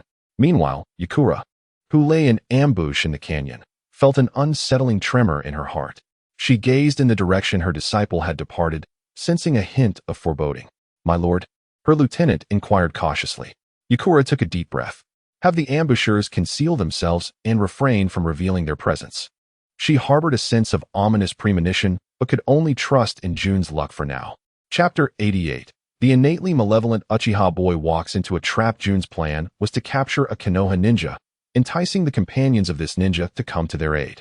Subsequently, they would seize more Konoha ninjas, drawing out all the enemies within their stronghold. Her idea was reasonable, but she had erred from the very first step. In simple terms, she had apprehended the wrong person. Capturing Yuto would not lead the stronghold's personnel to emerge and rescue. Within the stronghold, a young boy bore witness to the entire episode of Yuto's capture. That boy was Shiranui Ginma. He hurried back to the stronghold, eager to summon assistance for Yuto. Hibi, who was squatting at the entrance of the stronghold, leisurely fishing, suddenly spotted Gunma rushing over in a flurry. "Hey, have you lost your mind? Why the panic?" Hibi grabbed Gunma, who was out of breath. Gunma, panting, exclaimed, "This is bad. Yuto-senpai has been taken by the Sunagakure ninjas." "What?" Hibi scratched his ear. "Did you sneak a sip of medical alcohol last night?" With his strength, even a Sunagakure shadow ninja would take a beating before leaving. Gunma, frantic, leapt up and down. "I saw it with my own eyes." For Sunagakure ninjas, and Yuto-senpai was bound up like a dumpling. Hibi's eyes suddenly lit up, and he slapped his thigh. "I get it. Senpai must have adopted my plan involving the Sunagakure female prisoner. He is probably pretending to be captured to infiltrate the enemy camp for intelligence. Indeed, there is a beautiful girl over there." Gunma's mouth twitched. "But do you really think Senpai is that kind of lecher? You know nothing." Hibi pushed up his sunglasses, adopting the demeanor of a seasoned veteran. "Senpai is the author of Paradise of Affection. Clearly, he is off to experience the interrogation techniques of female enemy ninjas. Perhaps he will write a special edition about Sunagakure." The kunai in Gunma's hand clattered to the ground as he gaped, struggling to articulate.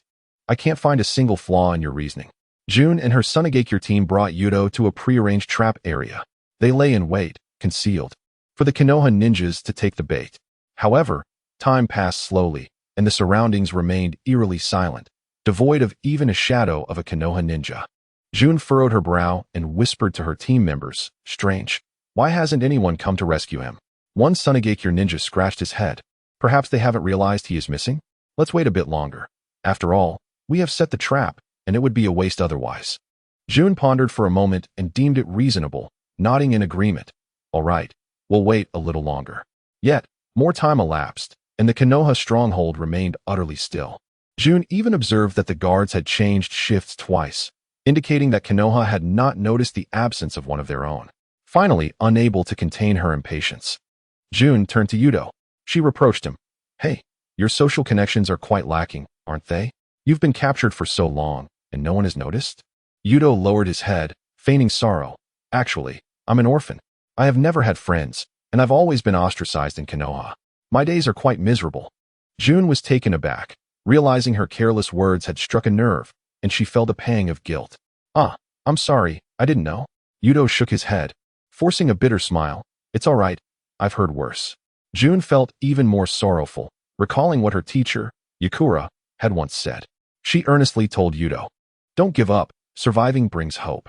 Yuto nodded in agreement on the surface, but internally scoffed at how easily she was deceived. Truly, she was a fool.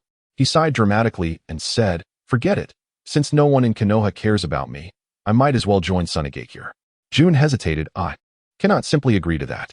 Yuto immediately adopted a despairing expression. "If neither side wants me, I might as well die." June panicked, waving her hands. No. How about this? I'll take you to meet my teacher. She is a hero of Sunigakure and might be able to help you." Yuto looked up, surprised. "Really? Would it be too much trouble for you?" June proudly puffed out her chest. "Don't worry. My teacher is very kind."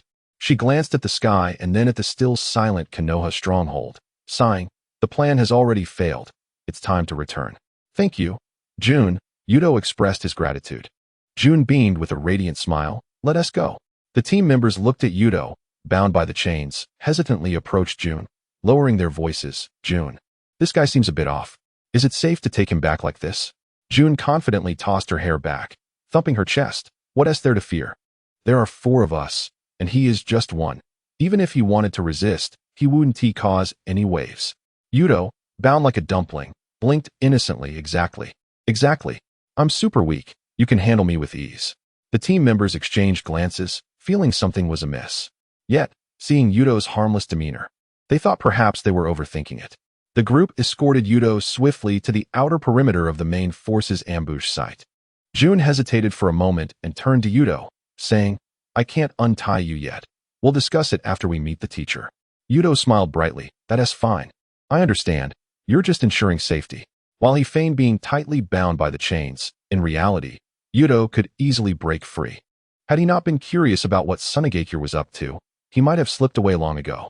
Upon entering the ambush site, June instructed her team members to keep a close watch on Yuto while she hurried toward Yakura. Her teacher, with her head bowed, appeared somewhat dejected. The ambush had failed, and no one from the stronghold had chased after them. Despite feeling a sense of disappointment, Yakura gently patted June on the shoulder. "It's all right. Mistakes are inevitable during the first mission. Just strive harder next time." June nodded, touched, and then recalled something, adding, "By the way, teacher, I captured a Konoha ninja. He claims he admires Sunigakure and wishes to join us." Yakura's brow furrowed. "Join? That sounds suspicious." June scratched her head. "It shouldn't be. He seemed quite weak, and I captured him easily." Yakura contemplated for a moment and ultimately decided to take a look. "Bring him over for me to see." June immediately turned to fetch Yuto. The surrounding Sunigakure ninjas, upon hearing they would not have to engage in direct combat with a Konoha ninja, sighed in relief and murmured among themselves, "Thank goodness, we don't have to face that Uchiha monster." Indeed, I've heard that a single fire technique from him could level half the battlefield. June, perplexed, asked, "What are you talking about? What Uchiha monster?" No one responded to her, as she had already approached Yi-song with Yuto in tow. Upon lifting his gaze, Yi-song's pupils instantly contracted. "Uchiha Yuto." The surrounding Sunigakure ninjas erupted into chaos, retreating in terror. "What the hell? It's that god of death. Wasn't he at the base? How did he get captured?" Ju-in was utterly bewildered. "Lao, teacher? You know him?" Yuto leaned closer to her ear, chuckling softly. "Thank you, Ju-in, for leading me to the main ambush point of Sunigakure." Ju-in's body stiffened, her eyes widening in shock. "Why, you tricked me." Instinctively, she attempted to take the initiative, but Yuto effortlessly broke free. Dissolution technique. Crack. The chains binding him shattered in an instant. In the next moment, he seized Ju-in's wrist, easily restraining her, and said with a smile, "Little girl, you're still too inexperienced." Yi-song's expression changed dramatically as he barked, "Everyone, prepare for battle." The Sunigakure ninjas, sensing the gravity of the situation, drew their weapons. Chapter 89, Surprise Attack. Yuto held Ju-in's wrist with one hand, yet wore an innocuous smile as he called out to Yi-song. "Yi-song, please don't act impulsively. What if my hand slips?" He deliberately shook Ju-in, who was held captive. "Despicable.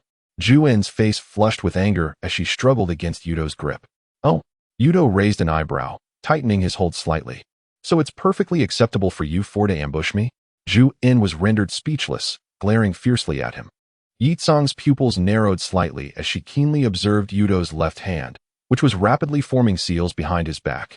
Intense chakra coalesced in her palm, transforming into an orange fireball. Scorch release, boiling destruction. Here it comes. Yuto suddenly thrust Ju-in in front of him. Yi-tsang forcefully twisted her wrist. The fireball narrowly missing Ju-in's hair as it exploded against the sandy ground, creating a charred pit 3 meters wide. Seizing this opportunity, Yuto had completed most of his seals. He leaned close to Ju-in's ear, his warm breath brushing against her earlobe. Watch closely. This is the true fire release. Fire release, great fire annihilation. A torrent of blinding flames erupted between their faces, and Ju-in felt as if half her body was being scorched by the searing heat. The fiery inferno quickly engulfed the frontline Sunagakure ninjas, their screams rising in a cacophony. With wide eyes, she beheld the hellish scene, her heart racing uncontrollably. She was both terrified of such devastating power and irresistibly drawn to it. All wind release ninjas. Yi-tsang's command cut through the chaos. Utilize wind release.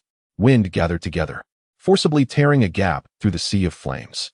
The Sunagakure, lacking water release, had managed to resolve the crisis in this manner. But that was all. Yuto's greatest strength had never been ninjutsu or jinjutsu. It was taijutsu. Taking advantage of the brief distraction caused by the Sunagakure's defense against the fire release, he suddenly sprang into action. His figure flickered, chakra exploding beneath his feet as he shot towards Yi-tsang like a cannonball. The prelude to power. His kick was devastatingly forceful, aimed squarely at Yi-tsang's chest. Yi-tsang, being an elite of Sunagakure, reacted swiftly, crossing her arms to block. Yet, in her haste, she was still knocked back several steps, a sharp pain radiating from her forearm as the bone cracked. Ugh! She gritted her teeth, a flicker of shock flashing in her eyes. This guy's taijutsu was unexpectedly formidable. Yuto offered her no respite, closing in and unleashing a flurry of punches and kicks upon Yi-tsang. Though her arm was injured, as an elite J-nin, she quickly adjusted her stance and launched a counterattack. Bang! Bang! Bang! The two engaged in a rapid exchange, the surrounding Sunagakure ninjas unable to discern their movements. Scorch release, boiling destruction. Seizing a moment of opportunity, Yi-tsang concentrated a fireball in one hand and hurled it fiercely towards Yuto. Yuto smirked, his form flickering as he instantly appeared behind a Sunagakure ninja, their eyes locking. Yuto immediately activated his Sharingan Jinjutsu. The Sunagakure ninja was instantly manipulated, charging directly at Yi-tsang's fireball. Yi-tsang's pupils constricted as she forcefully redirected the fireball's trajectory. Despicable. Yi-tsang spat angrily. Yuto chuckled coldly. Is there a code of conduct on the battlefield? Before his words could fade, he pressed closer, delivering an elbow strike to Yi-tsang's injured arm. Ah! Yi-tsang cried out in pain, her movements stalling. Yuto seized the opportunity, pinning her wrist with one hand while locking her throat with the other. It's over. Yi-tsang struggled a few times, but with her arm injured and Yuto's weight pressing down, she ultimately had no strength to resist. Yuto leaned close to her ear, whispering, "Don't struggle. I don't wish to kill you, but I cannot allow you to attack Konoha now." Yi-tsang gritted her teeth. "What do you want?" "Come with me." Yuto replied nonchalantly, "Rest assured, as long as you cooperate, I won't harm you." "In your dreams." Yi-tsang retorted furiously. Yuto shrugged, "Suit yourself." With that, he dragged Yi-tsang towards the base. The Sunagakure ninjas exchanged glances, but no one dared to pursue. The earlier battle had made it clear that this Uchiha was not someone they could contend with. Only Ju-in, filled with guilt, grit her teeth and chased after them. Several hundred meters outside the ambush point. "Let go of my teacher," Ju-in shouted. Seeing this, Yi-tsang struggled even harder. "Ju-in, don't come over. Quickly go back." Yuto frowned, glancing back at Ju-in, and sighed helplessly. "Your disciple is truly as foolish as they come." Ju-in disregarded his words and continued her pursuit. Yuto, uninterested in further conversation, let his Sharingan's red light flash. Ju-North instantly froze in place, her gaze vacant as she collapsed to the ground. Yi-tsang's eyes widened in horror. "What did you do to Ju-in?" Yuto pinched Ju-in's cheek, smiling. "Don't worry, I merely put her to sleep." Yi-tsang was enraged. Yuto shrugged. "She is quite adorable, Wouldn't you agree? The Scorch Release user from Sunagakure? Realizing the implication in Yuto's words, Yi-song was initially shocked, then furiously enraged. You would stoop so low? Yet Yuto merely used her disciple as leverage to prevent further resistance, having no ulterior motives. Besides, communicating with an idiot is a crime. Yuto lamented. Hey, I only said she was cute. I never said I would do anything to her. Yi-song trembled with rage, but withdrew in his grasp. She dared not act recklessly. Yuto sighed. All right, as long as you come with me willingly, I promise not to harm her. Yi-song glared at him intently, ultimately gritting her teeth in submission. Fine. Yuto nodded in satisfaction. Carrying the unconscious Ju in one hand while holding Yi-song with the other as they continued towards the base. Throughout the journey, Yi-song muttered curses under her breath, but ultimately did not resist further. Yuto escorted Yi-song and Ju in back to the base, spotting Hybe's at the entrance. Hybe's looked up, his eyes widening in shock. Senior Yu. His gaze darted between Yuto and the two female captives, his expression gradually turning lewd. Two at once? Truly worthy of the author of Paradise of Affection. A vein throbbed on Yuto's forehead. What kind of nonsense fills your head? Hybe's approached, rubbing his hands. Senior, I understand. Infiltrating enemy lines for intelligence. Get back to your post. Yuto kicked him in the rear. If you keep talking, you'll be washing the stinky socks for the entire base. Hybe's howled, clutching his backside. But his eyes remained glued to Yi-song. Isn't this the Scorch Release user from Sunagakure? Senior, you even captured her. Yuto dismissed him, directly taking the two to find the sealing team. Even though the frontline base was understaffed, it still had the necessary configurations. Thus, there were indeed ninjas proficient in sealing techniques within the base. Upon seeing Yi-song, the sealing ninjas trembled, nearly dropping the sealing scroll. Uchiha Captain, this. Seal her chakra and imprison her. Yuto stated succinctly. The sealing ninja set aside their surprise, promptly affixing talismans to the two. Yi-song maintained a cold demeanor throughout, while Ju-in glared at Yuto with teary eyes. After the sealing was complete, as Yuto exited the tent, he suddenly sensed something amiss. Chapter 90. Raza faces humiliation again. The passing male ninjas all gave Yuto a thumbs up. The female ninjas, however, blushed and hurried away, some even glancing back at him furtively. What was going on? He felt somewhat perplexed until he suddenly heard Ebisu's excited voice from the corner. We must have a forced communication tonight. Those are the twin sisters. Yuto's anger flared instantly. He had not anticipated being the subject of such a scandalous rumor. He rushed over and seized Ebisu by the collar, exclaiming, You dare to spread such rumors about me? Please, senior, spare me. Ebisu stammered, completely flustered. I was just joking. With a swift punch, Yuto declared, From this day forth, this pervert will be responsible for washing all the socks of the ninjas in our base. Ebisu, still moaning in distress, suddenly brightened. If Yuto was going to make him wash socks, that meant he would be handling the women's socks. What a delightful thought. However, Yuto saw through his intentions.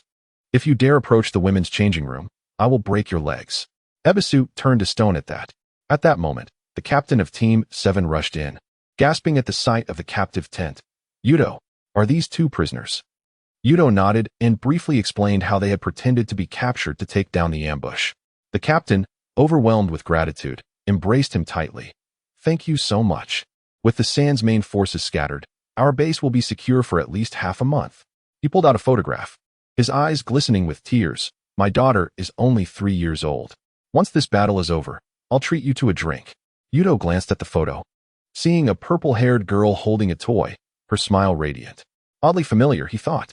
Minors shouldn't drink, he replied helplessly, pushing him away. By the way, Captain, you wouldn't happen to be named Mitakashi, would you? The captain was momentarily taken aback. Then his expression shifted to one of disbelief. Wait. We've been fighting together on the front lines for so long, and you don't even know my name?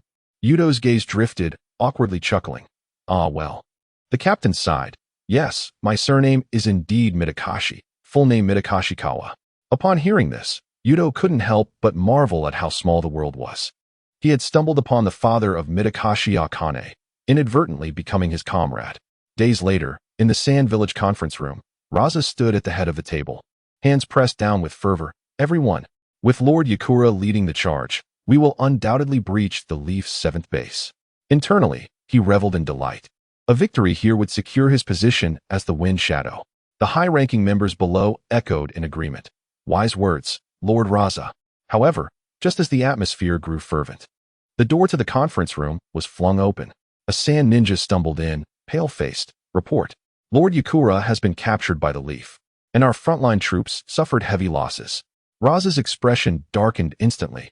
The dream he had just entertained shattered. Damn it! How could he suffer such disgrace in front of the high command? The room erupted in murmurs. If even Yakura has failed, it seems Raza is unfit to be Wind Shadow. These whispers ignited Raza's fury, and he slammed his fist on the table. Silence. The room fell into an immediate hush. With a grim countenance, he stated emphatically, I will personally lead the charge. Let the Leaf witness the true strength of the sand. His declaration silenced the murmurs, and he concluded, this meeting is over. I will head to the front lines myself. With that, he strode out, leaving no room for rebuttal. On the Leaf's front lines. Within the medical tent, Tsunade wiped her hands free of medicinal residue, surveying the last batch of ninjas who had completed detoxification, nodding with satisfaction. Done. Nara Shikamaru entered with a rare smile. Thanks to your antidote, our frontline forces can finally recover. He paused, adding solemnly, you truly are the finest medical ninja in the ninja world. Ha ha ha, just a piece of cake. Tsunade laughed heartily, tossing an empty medicine can behind her, which struck a lazy medical ninja on the head. Stop lounging. Go change the bandages on bed 3. After her laughter subsided, she glanced around. By the way, where's Yuto? I haven't seen him pestering for the antidote's progress these past few days. Shikamaru was taken aback. You don't know? Inazuka Kiba has assigned him to the main force, and he has gone to the 7th base. Upon realizing this, he felt a chill. Had Kiba not consulted Tsunade at all? But Tsunade merely raised an eyebrow. Oh? How proactive of him. Noting that Tsunade was not angry, Shikamaru felt a sense of relief wash over him. He quickly shifted the topic. Tsunade, how long will it take for the detoxified ninjas to fully regain their combat capabilities? What? Can't hold the front any longer? Tsunade's keen senses picked up on the underlying tension. Shikamaru chuckled wryly. To be honest, the pressure on the front line, especially at the 7th base, is immense. If it weren't for Yuto stepping up, we might have been overrun already. Tsunade chuckled lightly at that. That Yuto, always diving into the most perilous situations. She waved her hand dismissively. In 2 days, I guarantee all the poison ninjas will be bouncing back to life. Shikamaru's tense shoulders finally relaxed. That's wonderful. This means we can organize a counterattack. I'll be heading to the front lines too, Tsunade interjected, flexing her wrists with a grin. Once they recover, I'll stretch my muscles on the front line.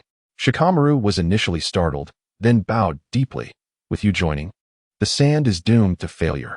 The disparity in frontline strength between the Leaf and the sand was becoming increasingly evident. The Leaf boasted high-level combatants, Tsunade, Shikamaru, Yuto, and Shursui. Meanwhile, the sand had Raza, Chiyo, Ebi, Karura, and Yakura, though it appeared that the sand had a slight edge in high-level fighters. The 2 young female ninjas each had their own issues. Yakura had already been captured by Yuto and could not partake in the decisive battle.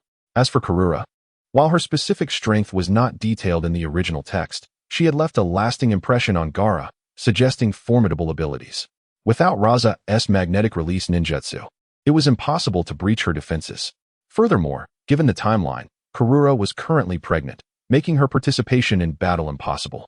The Leaf's high-level strength had surpassed that of the sand, and they also had a greater number of mid-level and lower-tier ninjas.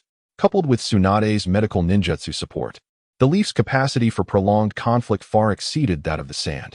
Thus, Shikamaru felt confident. 2 days later, at a distance from the 7th base, a massive swirl of yellow sand suddenly arose. A reconnaissance ninja rushed to report urgently to Captain Mitakashi and Yuto. The sand is launching a large-scale attack. Led by the acting Wind Shadow, Raza. Chapter 91. High-quality female ninjas in the ninja world. Before hearing the report, Yuto was entering the holding tent with 2 steaming bowls of ramen. Yakura leaned against the wall with a stern expression, while Kawaii jumped up like a spooked cat the moment she spotted him, standing protectively in front of her teacher. What trick are you trying to pull this time? Having previously been deceived by Yuto's act of desperation, Kawaii was particularly hostile towards him. The reason Yuto had brought food for the 2 was that he had carefully considered Ebisu's suggestion. Revitalizing the Uchiha clan could indeed be achieved through the acquisition of high-quality female ninjas. Of course, Yuto was not doing this for himself. Primarily, Kawaii was a rare talent among female ninjas in the ninja world. Furthermore, she possessed a bloodline limit known as Scorch Release, which complemented the Uchiha's Fire Release beautifully. Incorporating Kawaii into the Uchiha clan would undoubtedly yield a lineage of Scorch Release Uchihas in a decade or so. Don't be alarmed, Yuto said, placing the ramen on the table, the tantalizing aroma filling the tent. The sans rations must be quite unpalatable, right? Try this specially made miso ramen from the leaf. Though it was merely instant ramen, it was a culinary delight compared to the bland rations of the sand. Yitsong cast a fleeting glance at the greasy bowl of soup noodles, quickly averting his gaze. Spare me the theatrics, he retorted. In truth, I have a suggestion. Yuto responded calmly as he settled cross-legged, unperturbed. He began to enumerate on his fingers. The Uchiha clan boasts hot springs, a 3-colored dumpling shop, and a training ground twice the size of Sunegakure's. Suddenly leaning closer to Yitsong, he added, most importantly, our clan is filled with handsome men. You may choose at your leisure. Shameless, Yitsong exclaimed, slamming his hand on the table in anger. Do you think I am that kind of woman? Jun's face flushed with indignation. My teacher would never betray Sunegakure. You're delusional. Oh, Yuto turned to Jun. From the outset, his focus had been exclusively on Yitsong. With no intention of considering Jun for the Uchiha, the primary reason lay in Jun's lackluster mastery of the fabrication technique. After losing her parents to the Mist Village, Jun had apprenticed under Yitsong in hopes of gaining strength to exact revenge. Yet, the unfortunate truth remained that her fabrication technique lacked any offensive capability. Can your technique truly slay mist ninjas? Will you avenge your parents by wrapping sushi rolls around your foes? Jun fell silent, stammering, I practice taijutsu every day. Yuto's words pierced Jun's heart like a thorn. He spoke the undeniable truth. Her fabrication technique was indeed ineffective. Enough, Yitsong interjected. There is no need for further discourse. However, regarding your stronghold, she flashed a confident smile. The Sunegakure army, personally led by Raza, will undoubtedly breach your defenses. Suddenly, an urgent alarm rang out from outside the tent, accompanied by the faint shouts of Yashirakawa. Yitsong's smile deepened. It is not too late to surrender. Yashirakawa flung open the tent flap. Yuto, the Sunegakure army approaches, led by Raza himself. Without a moment's hesitation to persuade Yitsong to capitulate, Yuto dashed after Yashirakawa toward the walls.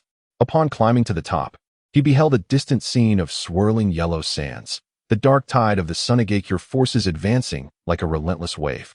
The prominent figure at the forefront was none other than Raza, the acting Kazekage. Trouble loomed ahead.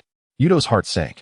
The overwhelming might of Sunegakure clearly indicated an impending decisive battle, yet their stronghold barely housed 2 squads. Yashirakawa wiped his face with a wry smile.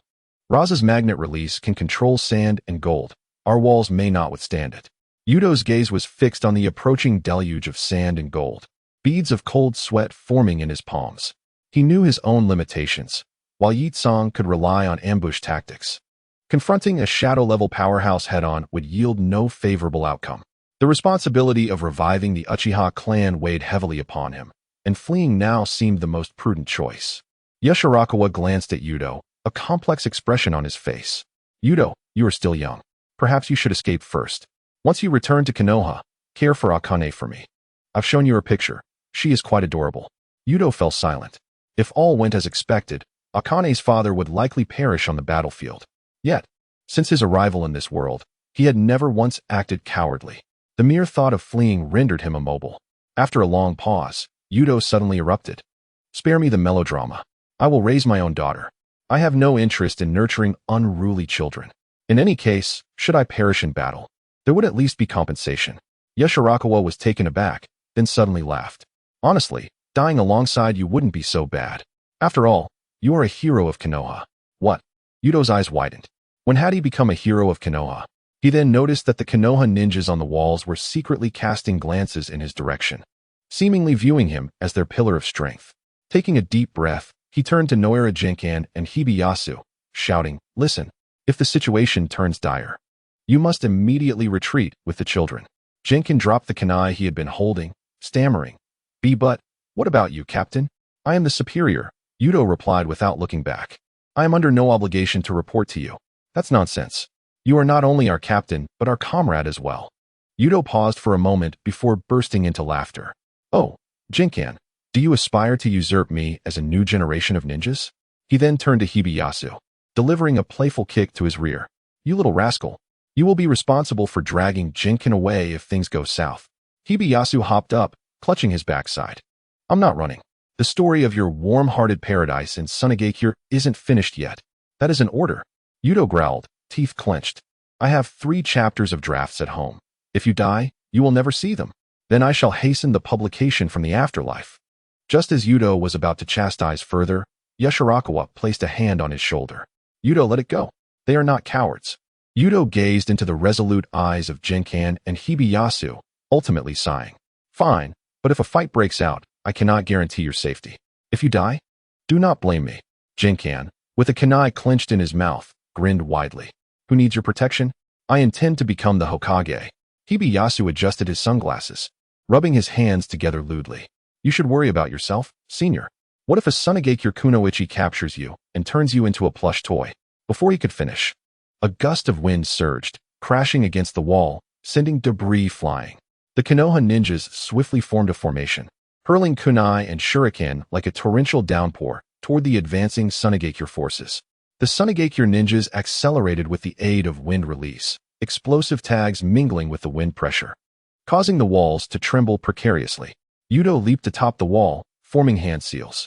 A colossal fire release. Great fireballs surged into the enemy ranks, toppling 3 of the most aggressive Sunagakure ninjas. In the distance, Raza frowned at the stalemate unfolding, scoffing, a waste of time. He slammed his hands onto the ground, and waves of sand and gold surged up like a tidal wave. This is bad. Yuto's pupils constricted. This technique had the potential to flatten the entire stronghold. Using the momentum, he leaped into the air, forming hand seals.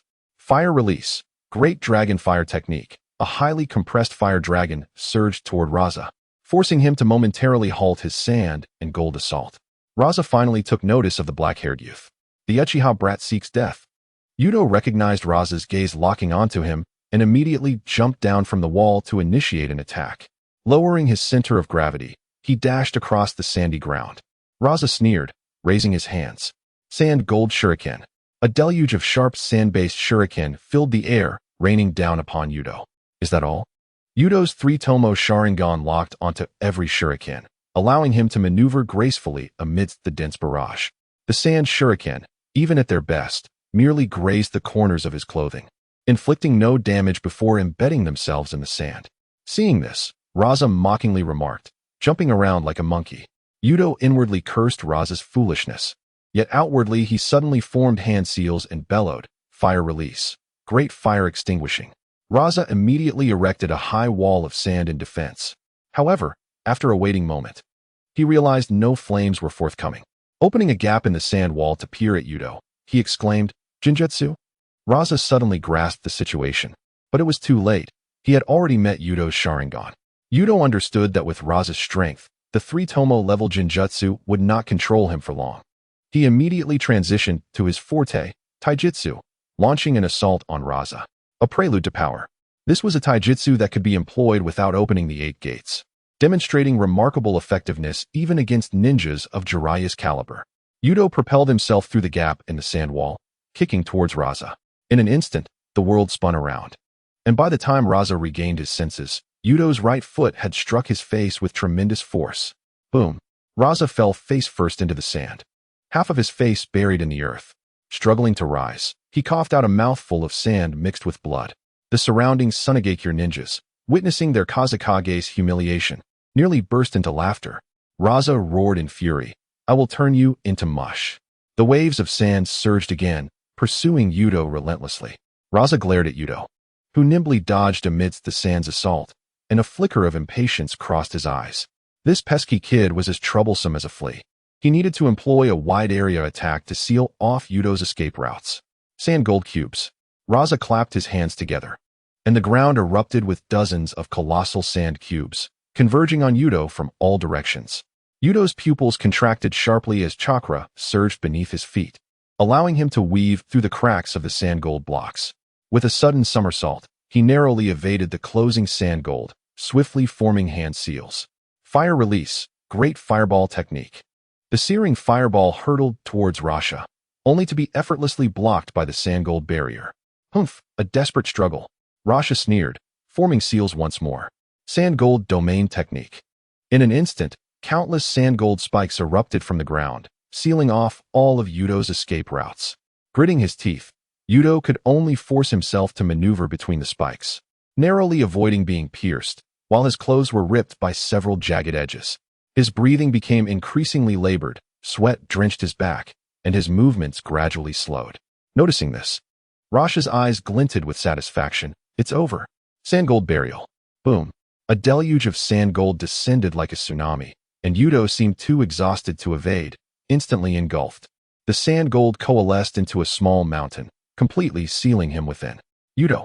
Mio's eyes widened with desperation, while Jinkin bit down on his kunai, and Hibi's face turned ashen. The sand-hidden ninja erupted into cheers. Long live Lord Rasha. A smirk crept across Rasha's lips as he finally dealt with the troublesome Uchiha brat. However, just as he reveled in his triumph, he suddenly noticed the surface of the sand gold mountain turning red, the temperature rising dramatically. Rasha furrowed his brow, intending to investigate. Boom! The sand gold mountain erupted violently, scalding golden liquid splattering like torrential rain. The sand-hidden ninja shrieked in agony, and Rasha was splattered as well, the searing pain eliciting a grunt from him. Yuto reappeared before everyone, enveloped in steam. The sealing from the sand gold had been a deliberate ploy on his part. Previously, there existed a ninjutsu known as steaming danger explosion. The liquid sealed within an oil membrane, when subjected to high temperatures, transformed into vapor. Ultimately, it would rupture the oil membrane, morphing into a tremendously powerful explosive. Although Yuto was not adept at water release, he had been persistently utilizing physical techniques. Already drenched in sweat, within the confines of the sand gold seal, Yuto relied on his exceptional chakra control to avoid burning himself while executing the great fire extinguishing technique. He successfully converted the sweat on his body into steam, triggering a massive explosion of sand gold. Nevertheless, he still suffered extensive burns from the steam. On the walls of the Konoha base, the Konoha ninjas erupted in cheers. Their captain Yuto had actually forced back Rasha. Incredible. That was the acting wind shadow. Meanwhile, the sand-hidden side fell into a brief silence, fear flickering in the eyes of many ninjas. That Uchiha could actually contend with Lord Rasha head-on? Damn. He was even more terrifying than the rumors suggested. Rasha's expression darkened. He had not anticipated that personally intervening would lead to being thwarted by a mere Uchiha brat. This insignificant child dared to act defiantly before him. With a sudden clasp of his hands, the ground trembled violently as countless sand gold surged toward Yuto. Gritting his teeth, Yuto attempted to dodge, but his previous injuries hindered his movements. The sand gold crashed down upon him like a torrential downpour, violently propelling him away. Bang! His body collided heavily against the base wall, debris scattering, and a mouthful of blood spurted forth. Cough! This is troublesome. Yuto leaned against the wall, surveying the precarious base. Understanding that it could not be held any longer. Mio, he called, lead everyone to retreat. I will cover you. Mio's expression turned grave, but he quickly nodded. Understood. He immediately turned and shouted to the Konoha ninjas, everyone, evacuate at once. I won't leave. Jenkins stubbornly stood beside Yuto, clutching his kunai. Captain, I'm with you. Fool. Mio cursed angrily, delivering a swift strike to Ginkan's neck, knocking him unconscious. Hibi, take this unconscious fool and go. Hibi adjusted his glasses, his voice trembling. Senpai. Enough with the nonsense. Mio grasped his collar, lowering his voice. Don't you like pretty girls? I have a daughter named Akane. She's adorable. If I die, you must look after her. Hibi paused momentarily, then a lewd smile crept onto his face. Hee, don't worry, I'll take good care of her. Yet beneath his sunglasses, tears silently streamed down. He hoisted Jinkan onto his back, casting one last glance at Yuto and Mio before plunging into the retreating crowd. Mio took a deep breath and leaped over the wall, joining Yuto. Why aren't you leaving? Yuto wiped the blood from his mouth, offering a wry smile. It's so lonely to die alone. Mio grinned widely. Besides, you still haven't remembered my name. Yuto sighed. You're Red Bean's dad, right? Mio rolled his eyes. You still haven't remembered, huh? The two exchanged smiles, then simultaneously formed seals. Fire release, great fire extinguishing technique. Wind release, great breakthrough. Flames and hurricanes intertwined, sweeping across the battlefield. The onslaught of the Sand Hidden was abruptly halted, Rasha's sand gold melting under the intense heat, forcing the Sand Hidden ninjas to retreat. Damn it! Rasha roared, charge forward. But the Konoha ninjas had successfully evacuated, leaving only Yuto and Mayo standing before the burning base, facing the entire Sand Hidden army. It seems this time we really have to pay the price. Mayo gasped, laughing. Afraid? Yuto raised an eyebrow. Afraid of what? Mayo laughed heartily. To die alongside Konoha's hero is worth it. Yuto chuckled in return. Then let's gift them one last parting surprise. Chapter 93. Tsunade's Kiss Part 2. Although Yuto spoke of delivering a final gift to the Sand Hidden, in reality, his chakra was only sufficient to unleash one more great fireball technique. The previous great fire extinguishing technique had drained him completely over 5 minutes. Mayo beside him was similarly depleted. Not far off, Rasha began to form seals with a cold smile. This damned Uchiha brat would finally perish at his hands. After having defeated the Sand Hidden twice consecutively, this time he could not escape. Within Yuto's Sharingan vision, grains of sand gold converged, forming thorn-like spikes that began to creep toward his body. The last time he had been this close to death was during his battle with Kakazu. That time, Tsunade had saved him. This time, with her far away in the camp concocting antidotes, it seemed there would be no opportunity for her to save him again. As he pondered this, Yuto used his Sharingan to control a Sand-Hidden ninja behind Rasha.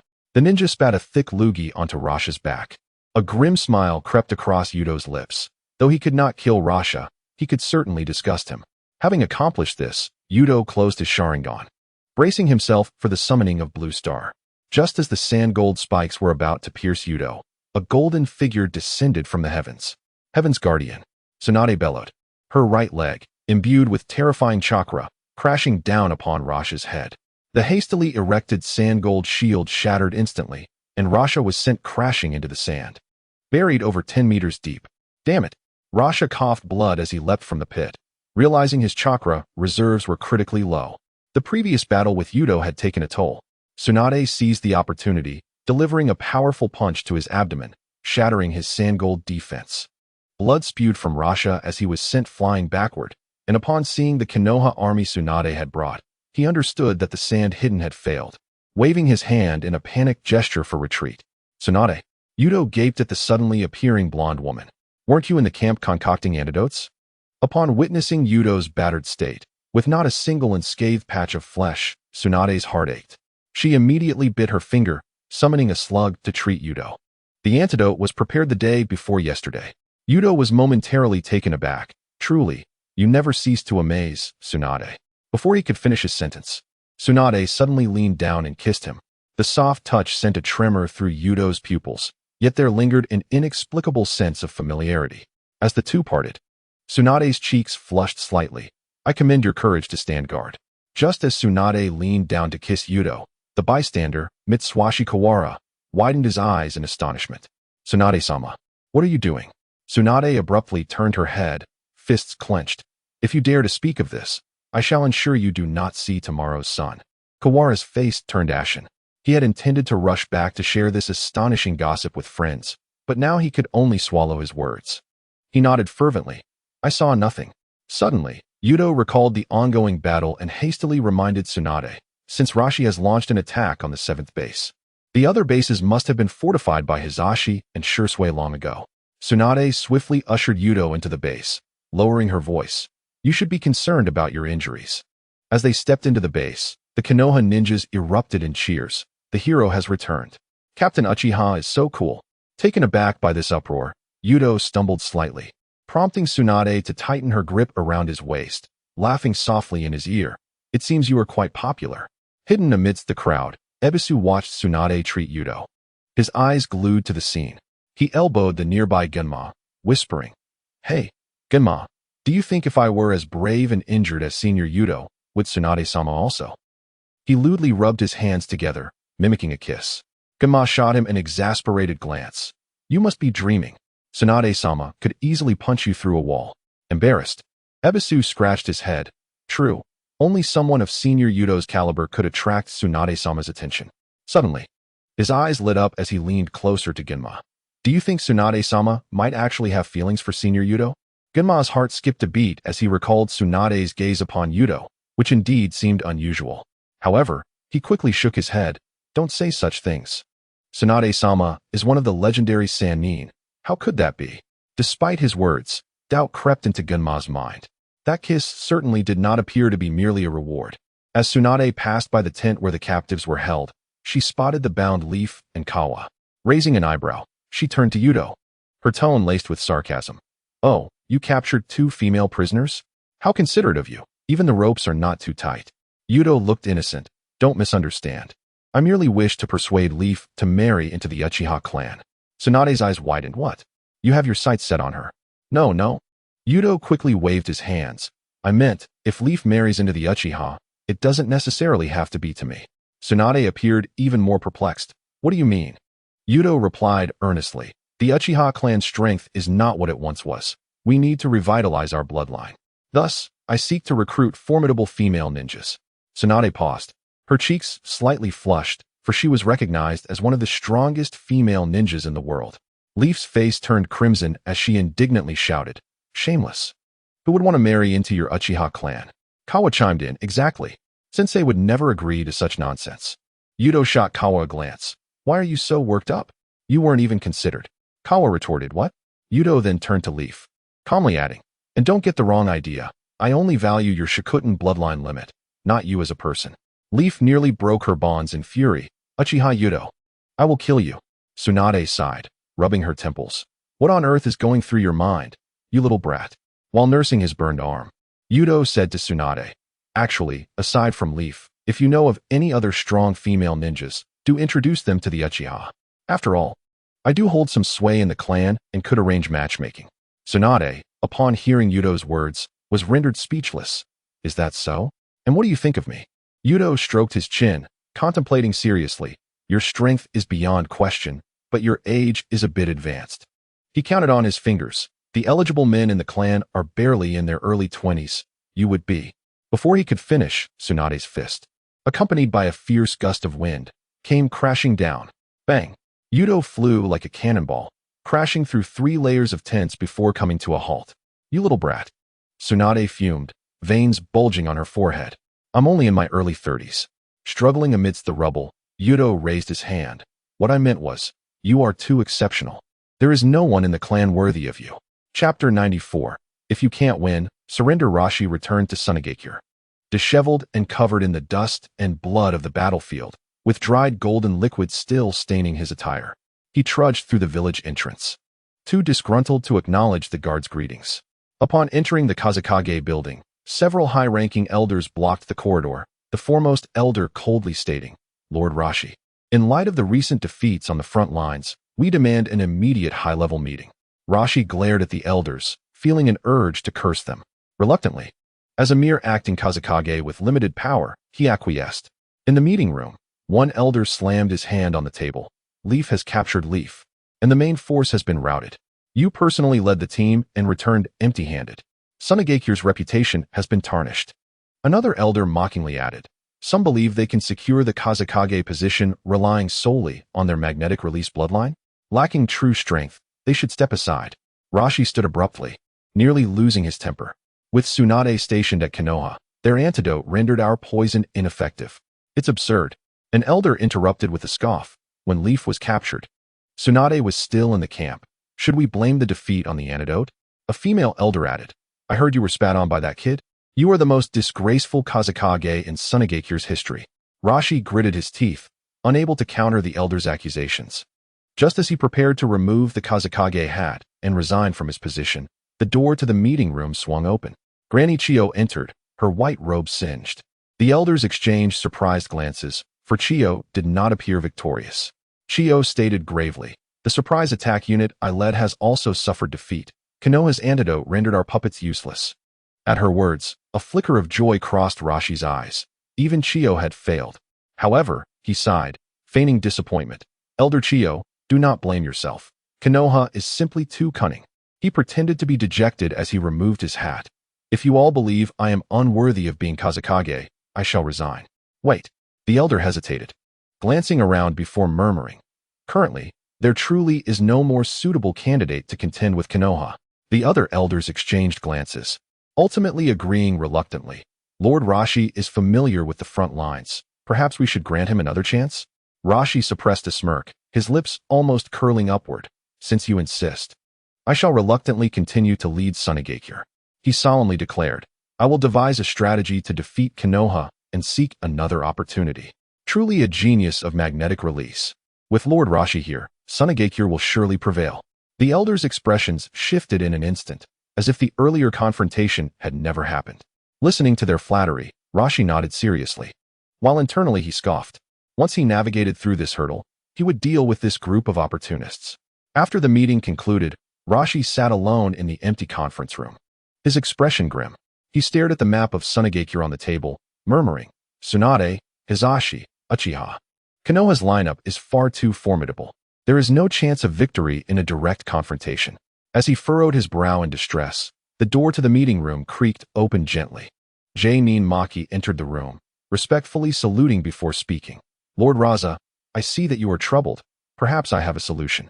Raza lifted his head, a glimmer of surprise flashing in his eyes. Maki, what idea do you have? Lowering his voice and leaning closer, Maki suggested, feigning surrender. Raza furrowed his brow. What do you mean? Maki elaborated. Konoha is not only engaged with us, but also battling on two fronts against Awagakure and Kirigakure. If we appear to surrender, Konoha will surely redirect their main forces elsewhere. At that moment, we can launch a sudden counterattack and catch them off guard. Raza pondered for a moment, then slightly nodded. That is indeed a strategy, but the issue lies with our ongoing conflict with Kirigakure. What do we do about them after feigning surrender? After all, we are also engaged in war with them, and even if we pretend to surrender, we must transfer our main forces to the coastline. Maki's lips curled into a slight smirk, a hint of coldness in his eyes. Yakura. Raza was taken aback. Yakura? Maki continued. Yakura has slain numerous Kirigakure shinobi on the battlefield, and they harbor a deep-seated hatred for her. If we deliver her to Kirigakure, we can not only secure peace, but also make Konoha lower its guard. Raza's eyes brightened. A brilliant plan. Yakura is currently defeated and captured, and the higher-ups are dissatisfied with her. They will surely agree to this proposal. He could not help but pat Maki on the shoulder, praising him. Maki, you are indeed a clever man. From this day forth, you shall be my personal advisor. Maki bowed slightly, respectfully responding, Thank you for your trust, Lord Raza. He paused before adding, However, time is of the essence. I suggest we convene a high-level meeting immediately to finalize the plan. Raza nodded. Very well. Inform the elders to return for a meeting.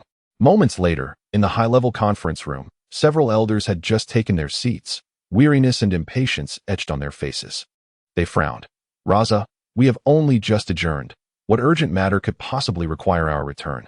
Internally cursing the old codgers for their incessant complaints, Raza nonetheless forced a smile, saying, I apologize for interrupting your rest, but I have just conceived a plan that could turn the tide of the war. The elders exchanged glances, clearly skeptical. One of them scoffed, Oh, weren't you just at a loss? Raza suppressed his anger and smiled. Thanks to Maki's reminder, I was inspired. He gestured to Maki, who stepped forward, cleared his throat, and began to elaborate on the plan in detail. Esteemed elders, Konoha is currently engaged on 3 fronts, with their forces spread thin. We can feign surrender, allowing Konoha to believe that Sunagakure poses no threat, thus redirecting their main forces to the fronts against Awagakure and Kirigakure. Simultaneously, we can offer Yakura to Kirigakure in exchange for a ceasefire agreement. Given their intense hatred for her, they will undoubtedly accept this condition. Once Konoha relaxes its guard and reallocates its forces, we will abruptly tear up the agreement and join forces with Kirigakure to counterattack Konoha. After hearing this, the elders fell silent before whispering among themselves. They gradually nodded. This plan does indeed seem feasible. Another elder sneered. Yakura's defeat and capture have already tarnished Sunagakure's reputation. Handing her over to Kirigakure could be seen as a waste of resources. Seeing the elder's attitude soften, Raza felt a surge of joy and decisively proclaimed, Since everyone agrees, it is settled. Maki, you shall be responsible for drafting the surrender document and secretly contacting Kirigakure. Maki bowed in acknowledgement. Understood. Chapter 95. Uchiha's part-time gigolo in the front lines of Konoha's camp. Hayashi was seated with several Nin around a sand table. Based on reconnaissance, Raza's remnants had retreated to the borders of the Land of Wind. Hayashi pointed to a canyon. I suggest we launch a surprise assault from here. coordinating with the Byakugan of the High GA clan. Before he could finish, a nin hurriedly lifted the tent flap. Report. A messenger from Sunagakure seeks an audience. Instantly, the tent buzzed with commotion. Inazuka frowned. A messenger at this time? Could it be a feigned surrender? Let him in, Hayashi said sternly. Moments later, Maki entered with composure. He surveyed the room before slightly bowing. I am Maki, a nin from Sunagakure, here on the orders of Lord Raza to negotiate peace. Negotiate peace? Hayashi frowned. Sunagakure still had at least 50% of its forces. Why seek peace now? Maki forced a smile and produced a scroll from his robes. To be frank, while our forces engaged with yours, Kirigakure has seized 3 coastal strongholds. He unfurled the map on the scroll. We are simply unable to fight on 2 fronts. Hayashi exchanged glances with the nin beside him. The latter whispered in Hayashi's ear. According to intelligence, Kirigakure has indeed captured parts of Sunagakure's territory. After a moment's contemplation, Hayashi concluded, the matter of negotiation must be finalized by the Hokage. Please stay in the camp for a few days. Maki respectfully bowed. That is only proper. Afterward, a Konoha ninja escorted Maki out of the tent. This was both to guide and monitor him. Outside, Yuto, accompanied by a group of Uchiha, happened to pass by. He immediately recognized Maki, for there were only a few nin from Sunagakure in the original story. However, Maki did not recognize Yuto, as he had never been on the battlefield. The two brushed past each other, and Yuto paid Maki little mind. He had returned to the frontline camp today to continue persuading Yakura to surrender. After the decisive battle a few days prior, Yakura had been transferred to the camp. Within the holding tent, Yakura was resting with her eyes closed. Hearing the sound of bustling footsteps, she did not raise her gaze. It's you again. Yuto entered the holding tent with a group of young Uchiha and waved his hand. Come, stand properly. Bow to our guest. Although the young Uchiha were confused, they obediently lined up before Yakura. She lifted her head in puzzlement. What are you up to now? Yuto grinned, patting one of the Uchiha on the shoulder. These are all eligible young men from our clan. Feel free to choose. If one isn't enough, you can select several. If you're still unsatisfied, I can bring in another batch. What? Yakura's eyes widened in shock, her face instantly flushing with anger. Her companion behind her gasped in disbelief. The young Uchiha finally realized what was happening, their faces turning beet red with embarrassment. In truth, Yuto had not explained the situation when he called them. They had thought they were summoned for an important task, only to find themselves being sold off. One of them stammered, Lord Yuto. We are here to execute a mission, not silence. Yuto shot him a glare. For the revival of the Uchiha clan, this little sacrifice is nothing. Yakura trembled with rage, grabbing a water jug from the ground and hurling it at Yuto, shameless. Base, is this the sort of people you Uchiha are? Though Yakura was nearly driven to fury by Yuto, she had to admit to herself that the Uchiha clan was indeed filled with handsome men, especially Yuto, who stood out as the most attractive among them. Yuto skillfully dodged the water jug and added, see how agile I am. Our offspring would certainly be nimble. Get out. Yakura seized everything within reach to hurl at Yuto. All right, I'm leaving. Yuto retreated, waving his hands. Take your time to think. I'll return another day. As he exited the tent, the young Uchiha hurriedly bid farewell, their faces still flushed. Lord Yuto, we have patrol duties. They left without looking back. Yuto watched their retreating figures and smirked.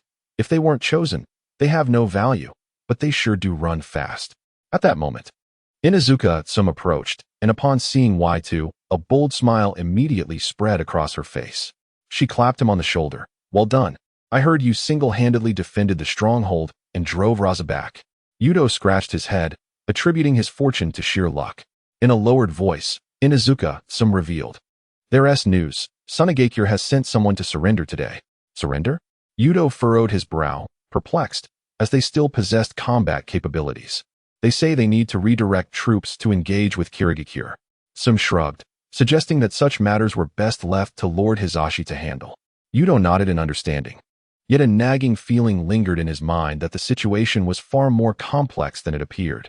Days later, the orders from Sarutobi Hiruzen reached the front line. Accompanying the command was an old acquaintance of Yuto's, Shinramura Danzo. Upon learning of Sunagakure's intention to surrender, he immediately recognized his opportunity. Peace talks presented an excellent chance to bolster his reputation. He intended to use the negotiations to clear the slander Yuto had previously inflicted upon him. Upon his arrival at the frontline camp, Danzo promptly convened a high-level meeting. With a grim expression, he addressed Hisashi, stating, "Since Sunagakure has voluntarily surrendered, we must finalize the peace talks immediately. Awagakure and Kirigakure are still watchful. We cannot afford to delay." Hisashi frowned in response. "Lord Tsunade and Yuto are still tending to the wounded. We must wait for their return." "Wait for what?" Danzo interrupted with a thud on the table. "Do you think Konoha will no longer engage in battle without them? As the Hokage's advisor, I command you to commence the negotiations at once." Hisashi, displeased with Danzo's autocratic demeanor, reluctantly nodded, acknowledging the authority Danzo held. That afternoon, upon Yuto's hurried return to the front line, he discovered the camp was already in the midst of packing up for a withdrawal. He intercepted Some, asking, "What is going on? I heard Danzo arrived." "You came too late," Some replied quietly. "The peace talks have concluded. Sunagakure has agreed to pay 2 billion ryo and ceded 30% of their mission share." Yuto's pupils dilated in shock. 2 billion? Last time, Kimogakure only paid 300 million. How could the negotiations possibly conclude in half a day? Kimogakure took an entire week. Some appeared equally bewildered. Indeed, it was remarkably swift. There was hardly any bargaining. At that moment, Danzo emerged from the command tent. Originally in high spirits due to the successful negotiations, his expression darkened upon seeing Yuto. With a sardonic tone, he remarked, "Uchiha Yuto, are you not disappointed? The negotiations proceeded smoothly without your involvement." Yuto, uninterested in Danzo's provocations, directly inquired, "Why did Sunagakure agree to such harsh terms?" "Naturally, it was due to my prowess," Danzo replied, puffing out his chest. "Unlike the Uchiha clan, which resorts to brute force." Yuto rolled his eyes at Danzo's arrogance. In the original narrative, Danzo was merely a fool sheltered by the third Hokage, foolish and malevolent, pretending to be a formidable figure. He turned on his heel, heading straight for Hisashi's tent. "Lord Hisashi, there is undoubtedly something amiss with these negotiations," Yuto stated bluntly. "Sunagakure's acquiescence was far too agreeable. I suspect foul play." Hisashi wearily rubbed his temples. "I too find it suspicious, but Danzo insists on an immediate withdrawal and dismisses all contrary opinions. Unfortunately, the agreement has already been signed. Retracting it would mean Konoha loses its credibility." Chapter 96. Tsunade succumbs to the temptation of wealth, slips into corruption. Yuto scratched his head and suggested to Hisashi, "What if we secretly retain some J-nin and a few elite CH-nin, just in case Sunagakure attempts a surprise attack?" Hisashi sighed and shook his head. "That is not feasible. The village has issued a formal withdrawal order. Retaining personnel would be insubordination." Just then, the tent flap was suddenly thrust aside, and Tsunade burst in energetically. "I heard the peace talks have been finalized. How much did they pay?" Hisashi quickly handed her the negotiation documents. "Sunagakure has compensated 2 billion ryo and ceded 30% of their mission share." Tsunade's eyes gleamed like searchlights. 2 billion. By the way, can I get a portion of that compensation? I've been itching to indulge in some gambling at the short-term street. Both Yuto and Hisashi facepalmed in exasperation. Suddenly, Yuto had a brilliant idea and leaned closer to Hisashi, whispering, "What if we claim that Tsunade's medication has issues and we need to reassess the wounded? Buying us a few extra days?" Hisashi's expression transformed dramatically, and he frantically gestured at Yuto. "Can't you see that Tsunade is right beside you?" As expected, Tsunade seized Yuto's face, gritting her teeth. "You little brat. I am the foremost medical ninja in the ninja world. Do you dare tarnish my reputation?" "Ouch, ouch, ouch." Yuto pleaded, "I was wrong. How about I lend you some of the manuscript fees from Paradise of Affection?" Tsunade's grip loosened slightly, her eyes shimmering with interest. "Manuscript fees? How much?" Yuto rubbed his reddened face, muttering, "Probably several billion." "Deal." Tsunade's demeanor shifted instantly. She beamed and patted Yuto's shoulder. "Why didn't you say so earlier? A reassessment of the wounded, huh? How long will it take? Is a month sufficient?" Hisashi interjected, in the detention tent. Yuto lifted the flap of the tent where the captives were held, peering inside with a grin. "Yakura, this is your last chance. Will you consider joining the Uchiha?" Yakura shot him a cold glance, dripping with sarcasm. "What? Now that the talks are over, you finally remember to let me go? You're here to feign concern?" Q also chimed in, glaring at Yuto with indignation. "Exactly. Sensei would never fall for your deceit." Yuto shrugged, unbothered, and sat down cross-legged. "Fine. Since you don't believe me, let me tell you a story." Yakura frowned. "What trick are you trying to pull now?" Ignoring her, Yuto began his tale. Once upon a time, there was a knight from a small kingdom, loyal and decorated for his valor. One day, the king decided to negotiate peace with the enemy and sold him out. Yukura's expression stiffened slightly. Yuto continued. The knight was sent to the enemy's land and met an untimely demise, while the king proclaimed him a brave martyr and erected a monument in his honor. Yukura's complexion turned pale, and she abruptly stood, glaring at Yuto. What do you mean by that? Hugh sensed the tension and anxiously tugged at Yukura's sleeve. Sensei, do you think he is implying? Yukura, gritting her teeth, hissed. Yuto, do not attempt to sow discord. My loyalty to Sunagakure cannot be swayed by your mere words. Yuto sighed, standing up and brushing off his pants. Well, my offer remains valid. You may revoke it at any time. Yukura scoffed, leave. I would rather die than betray my village. Yuto shrugged and turned to leave, glancing back to add, by the way, that night had a rather tragic end. Yukura hurled a water bottle at him, but Yuto had already slipped away. Days later, in Sunagakure, Raza personally welcomed Yukura at the village entrance, wearing a gentle smile. Yukura, thank you for your hard work. I hope your capture was not too distressing. Yukura nodded curtly. Thank you, Kazakage, I am fine. She keenly noticed the peculiar glances from the higher-ups, as if they were scrutinizing her. Raza placed a reassuring hand on her shoulder, his tone grave. Yukura, the situation in the village is dire. Kirigakure is mounting a fierce offensive, and we urgently need reinforcements. Without hesitation, Yukura nodded. I understand. I will set off immediately. Hugh promptly stepped forward. Sensei, I want to go with you. Raza shook his head, concern etched on his face. The front line is too dangerous. Hugh is still young and should remain in the village for safety. Yukura frowned but ultimately said nothing, merely advising Q, train well, I will return. Though Q was reluctant, she could only nod in agreement. As Yukura departed, the absurd story Yuto had recounted lingered in her mind. She shook her head, dismissing the ridiculous thought. She is indeed the hero of Sunagakure. How could the village possibly betray her? The next day, Yetsong hurriedly made her way to the frontline camp of Sunagakure. From a distance, Maki spotted her and immediately approached, wearing an expression of just the right amount of concern. Lady Yetsong, you have finally arrived. Yetsong nodded slightly and directly inquired, what is the situation at the front? Maki sighed and unfolded a map. The coastline of the Land of Wind is too long, and the ninjas of Kirigakure are elusive. Our forces are spread thin in defense, making it exceedingly challenging. Yetsong frowned as she examined the map, focusing on several marked strongholds. Indeed, it is a difficult situation. Maki feigned helplessness and shook his head. You have traveled far. Please rest for a while. We can discuss these matters later. Yetsong felt a twinge of guilt, having just returned yet unable to lend immediate assistance. Just as she was about to leave, a sand ninja rushed in. Upon seeing Yetsong present, he immediately fell silent. Maki's expression darkened as he scolded, Lady Yetsong is a hero of Sunagakure. What prevents you from speaking openly? The ninja hesitated for a moment before whispering, Lord Maki, our spies in Kirigakure have reported that the village is vulnerable internally. If we could launch a surprise attack from within. Maki's eyes lit up, feigning surprise. What an opportunity. If we could strike from within Kirigakure, the pressure on the front lines would be alleviated. However, he soon furrowed his brow. But the issue is, the pressure at the front is so great that we cannot spare high-ranking ninjas for this task. Upon hearing this, Yetsong felt a stir of determination, concern for Sunagakure. She promptly declared, I shall go. Maki pretended to be astonished. How can that be? You have just returned from the front. Yetsong shook her head, her tone resolute. I am a ninja of Sunagakure. It is my duty to serve the village. Maki feigned a sigh of regret, his expression apologetic. Then I must trouble you. Without hesitation, she set off towards Kirigakure. Maki watched her retreating figure, a barely perceptible smirk curling at the corners of his mouth. Chapter 97, Yuto. Have you taken a liking to a ninja from the enemy village?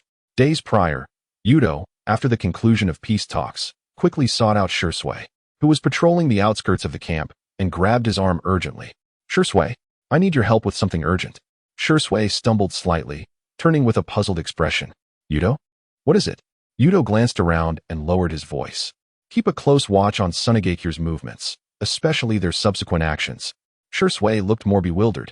Haven't the two countries already reached a peace agreement? Lord Danzo personally signed the accord. Bah, can that old Coots agreement be trusted? Yuto rolled his eyes. Sunagakure's surrender was too sudden, I suspect there is treachery afoot. That old fox, Raza, must have something sinister planned. Shirsue's expression grew serious. Are you worried they might feign a withdrawal only to prepare for a sneak attack? Clever. Yuto clapped Shirsue on the shoulder. That's why I need you. The Shunshin Shirsue, to covertly keep track of them with your speed. Shirsue nodded. I understand. I'll make arrangements right away. Just as Shirsue was preparing to leave, Yuto suddenly added, oh, and keep a special eye on Yetsong. Yetsong? Shirsue paused, confused. Hasn't she already been returned to Sunagakure? Why focus on her specifically? Yuto rubbed his hands together, revealing a mischievous grin. That woman is both beautiful and powerful, and with her unique Doton bloodline limit, she is a perfect match for our Uchiha clan. Shirsue's eyes widened in shock. Yuto, you can't possibly have feelings for Yetsong, can you? What nonsense. Yuto smacked Shirsue on the back of the head. I am doing this for the revival of the Uchiha clan. Our current clan members are too weak. We need to introduce high-quality female ninjas to improve our genes. Shirsue rubbed his head, his expression complex. So you want to bring Yetsong into the Uchiha clan through marriage? Yuto nodded with conviction. Exactly. If she could bear a whole brood of Sharingan users, our Uchiha clan would rise to prominence. Shirsue's mouth twitched. That seems rather inappropriate. Besides, would Yetsong even agree to this? Who cares whether she agrees or not? Yuto waved his hand dismissively. First, keep an eye on her. When Sunagakure truly makes a move, we can swoop in like heroes to rescue the damsel in distress. Shirsue hesitated, ultimately sighing. Your ideas are truly unique. However, since this concerns the clan, I will assist you. Yuto grinned as he wrapped an arm around Shirsue's shoulders. That's the spirit. Remember, if you see Yetsong alone, signal me immediately. Nisaku stood in the center of the camp, directing the Konoha ninjas as they packed their belongings in preparation for the withdrawal. He appeared calm and collected on the surface, yet his heart raced with anxiety. According to Yuto's plan, a portion of the elite ninjas would feign illness and remain at a temporary camp several miles behind. If Danzo were to discover this, it would spell trouble. As anticipated, Danzo sat in his tent, squinting his eyes as he indulged in his grandiose daydreams. He could almost envision the villagers of Konoha welcoming him back with open arms as the hero of the peace talks, which would undoubtedly elevate his status. This could even serve as a stepping stone to undermine the third Hokage and pave the way for his own ascent. Lord Danzo, a root ninja suddenly burst in, interrupting his visions of grandeur. There are unusual developments. Danzo's brow furrowed. Speak. A batch of ninjas has stopped several miles back, seemingly unwilling to continue their retreat. Danzo shot to his feet, a chilling glint in his eyes. Humph. So there are those who are restless. He strode out of the tent, making his way directly to Nisaku. Nisaku. Danzo's face was grim as he questioned. Why are there ninjas remaining without authorization? Do you intend to defy the order to withdraw? Nisaku's heart sank, but he maintained his composure. Lord Danzo, you misunderstand. Those ninjas are experiencing discomfort due to medication prepared by Lady Tsunade and require rest. Medication discomfort? Danzo scoffed. Tsunade is the foremost medical ninja in the ninja world. How could she possibly prescribe the wrong medicine? Do you take me for a fool? A bead of sweat formed on Nisaku's forehead as he pressed on. Even the most skilled medical ninjutsu can have unforeseen complications. Furthermore, Lady Tsunade has been exhausted from preparing antidotes lately. She may have been momentarily careless. Danzo narrowed his eyes, fixing a penetrating stare on Nisaku. Is that so? Then I shall personally investigate what this unexpected situation entails. Nisaku's heart raced, and he quickly added, Lord Danzo, you are exceedingly busy. There is no need for you to personally look into such a trivial matter. I will handle it. Danzo huffed, asserting his authority. I am the Hokage's advisor and have the right to oversee all military affairs. Nisaku, you keep evading. Do you harbor a guilty conscience? Nisaku realized he could not deflect anymore and reluctantly nodded. I understand. I will take you there. As he turned, Nisaku discreetly signaled to Inazuki-tsum, indicating her to swiftly inform Yuto and Tsunade. However, Danzo had already been watching his every move and barked, Stop. Inazuki-tsum, where do you think you are going? Some halted, awkwardly glancing back. I just needed to. No one is allowed to leave.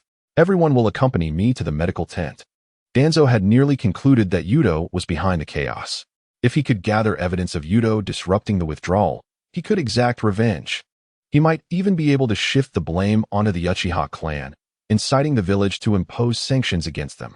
As he hurried along, Danzo moved swiftly, with Nisaku and Inazuka trailing behind, their anxiety mounting. Upon reaching the temporary medical camp, Danzo yanked aside the tent flap, his keen gaze sweeping over the ninjas inside. Humph, quite the act, he thought with a cold smile. The individuals lying within were mostly yearned, each appearing pale and feeble. Danzo was not convinced and marched straight to one of the yearned, seizing their arm to check their chakra. However, the chakra was chaotic, entirely uncharacteristic of a feigned ailment. Tuanzo furrowed his brow, repeatedly inspecting several individuals, only to find the same result. How peculiar, he mused internally. Could it truly be drug poisoning? At that moment, a mocking voice echoed from outside the tent. Oh, Lord Tuanzo, are you so idle as to personally visit the injured? Tuanzo spun around abruptly to see Yuto and Tsunade standing at the entrance, wearing expressions of amusement. A flicker of anger crossed Tuanzo's eyes as he sternly questioned, Tsunade, as a medical ninja, how could you misprescribe medication and delay the troop withdrawal? What punishment do you deserve? Tsunade crossed her arms defiantly and retorted, Tuanzo, you know nothing of medical ninjutsu. Drug reactions vary from person to person. Even I cannot completely avoid side effects. If you believe medical ninjas are infallible, why not try concocting the medicine yourself? Rendered speechless by her rebuttal, Tuanzo's face turned a deep shade of anger. He had intended to seize a weakness against Yuto, but found that these ninjas were indeed ill. Although he suspected Yuto and Tsunade had tampered with the situation, he lacked evidence. With a resentful glare directed at Yuto, he stormed off. Once Tuanzo had distanced himself, Hisashi finally exhaled a sigh of relief, wiping the cold sweat from his forehead. Yuto, that was a risky maneuver. Yuto grinned widely. Inazuka burst into laughter. Tuanzo's expression just now was priceless, as if he'd swallowed a fly. Tsunade proudly raised the vial in her hand, declaring, this is a specially formulated weakening agent. Within 3 hours of ingestion, chakra will be disrupted, and even the greatest medical expert wouldn't detect any issues. Yuto gave Tsunade a thumbs up, truly worthy of being one of the legendary Sannin. Your acting skills are top-notch. Tsunade shot him a glare. Stop flattering me. Just remember to pay me my writing fees on time. Chapter 98. Yuto's heroic rescue. Shuei suddenly appeared before Yuto, previously skeptical of him, now realizing that Yezakura had indeed left the land of wind. This is serious. I've been tailing Yezakura and discovered she's heading to the land of water alone, accompanied only by a sand ninja spy. Yuto was taken aback that the sand had made the same choice as in the original story, sacrificing Yezakura as a pawn. After pondering for a moment, he suddenly slapped his thigh. No, I must go save her. Are you out of your mind? Shirzue immediately grabbed him. That's the mist stronghold. The third Mizukage might be waiting there. Yuto shook off Shirzue's grip, adopting a righteous expression. For the sake of our Uchiha clan's bloodline improvement plan, what's a little risk? However, Yuto was keenly aware of his own exceptional escape abilities. With his level of taijutsu, no one in the Mist Village could stop him if he chose to flee. But Shirzue was unaware of Yuto's thoughts, and his eyes turned red with emotion. He grasped Yuto's hand tightly. Yuto, you truly deserve to be called my dearest friend. I would call you the Uchiha among Uchihas. Yuto couldn't help but grimace. Those who bore the Uchiha name in the original story all met unfortunate ends. I really can't tell if you're praising me or cursing me. Meanwhile, Yezakura, following the sand spy, swiftly arrived at the border of the land of water. To her surprise, they encountered no patrols from the mist along the way. You've got quite the skill, she complimented the spy. The spy chuckled awkwardly and lowered his head. You're too kind. Lady Yezakura, it was merely luck. He was well aware that it wasn't skill at all. Rather, the higher-ups in the sand had secretly colluded with the mist, withdrawing all sentries in advance, waiting for Yezakura to walk into their trap. The two traversed through dense forests until they reached a secluded valley. The spy paused and respectfully said, Lady Yezakura, the contact is nearby. I will fetch him. Please wait here. Yezakura nodded. Go ahead, but be cautious. As the spy turned to leave, just outside the valley, several mist ninjas emerged from the shadows. Have you brought him? The leading mist ninja asked in a hushed tone. Yes, he's in the valley, the spy responded quietly. Hesitating for a moment, he couldn't help but ask, will you really cease hostilities? The mist ninja patted his shoulder and smiled. Don't worry, we mist are true to our word. The spy gritted his teeth, but ultimately said nothing further and swiftly departed the scene. On the other side, Yezakura was warily surveying her surroundings when she suddenly heard footsteps approaching. She swiftly drew a kunai, coldly glaring at the newcomer, who turned out to be the mist ninja who had just met with the sand spy. Don't be alarmed. I'm here to assist you. The mist ninja raised his hands to indicate he meant no harm. Yezakura scrutinized him for several seconds, confirming he bore no hostility before slowly lowering her weapon. What happens next? The mist ninja smiled slightly. Please follow me, but be careful not to alert anyone else. Yezakura nodded and followed, her heart feeling a bit lighter. However, just as she took a few steps, the mist ninja suddenly turned. His kunai glinted coldly as he lunged towards her lower back. Thud. Caught off guard. Yezakura was struck hard by the kunai, searing pain radiating throughout her body. She staggered a few steps, clutching her wound as she turned, disbelief filling her eyes. You actually betrayed me. The mist ninja let out a cold laugh, his gaze dripping with derision. Betray? Huh, you are the naive one. What do you mean? Yezakura demanded through gritted teeth. Don't you understand? The mist ninja sneered. You thought this mission was truly dispatched by the sand? Wrong. They struck a deal with the mist, trading your life for a ceasefire. Yezakura felt as if she had been struck by lightning, her body freezing in place. Suddenly, she recalled Yuto's story about a knight betrayed by the king, dying without clarity. She realized she had indeed become the discarded pawn of her village. In an instant, despair enveloped her heart. She collapsed to the ground, her wound bleeding profusely, but she could no longer feel the pain. The mist ninja's mocking laughter echoed in her ears. The notion that the sand had sold her out pierced her heart like a dagger. She had devoted her life to her village, only to be met with betrayal. How utterly laughable. Yezakura closed her eyes in self-mockery, surrendering to her fate. The mist ninja raised his kunai, its cold sheen flashing as it aimed for her throat. Fire release, great fireball technique. Boom. A fiery sphere erupted violently, catching the mist ninja off guard and sending him flying. Yezakura's eyes shot open as a familiar figure shielded her. Hey, why are you lying on the ground like a fool? Yuto glanced back at her, his tone still teasing. Yezakura felt warmth flood her eyes, but she defiantly retorted, mind your own business. All right, you're impressive. Yuto rolled his eyes, pulling her up. But now is not the time for banter. We need to retreat quickly. Gritting her teeth, Yezakura mustered her strength and hurriedly followed Yuto. In a hidden cave, Yezakura leaned against the rocky wall, her complexion pale. Yuto examined her wound, relieved to find it was not life-threatening. Fortunately, the mist chose a valley far from the village. Otherwise, I wouldn't have made it in time to save you. After a moment of silence, Yezakura finally whispered, Why did you save me? Yuto grinned widely. Haven't I already said? I want you to marry into the Uchiha clan. Yezakura paused, then couldn't help but laugh. You were actually serious? Amidst her laughter, tears began to fall. She covered her face. Her voice choked.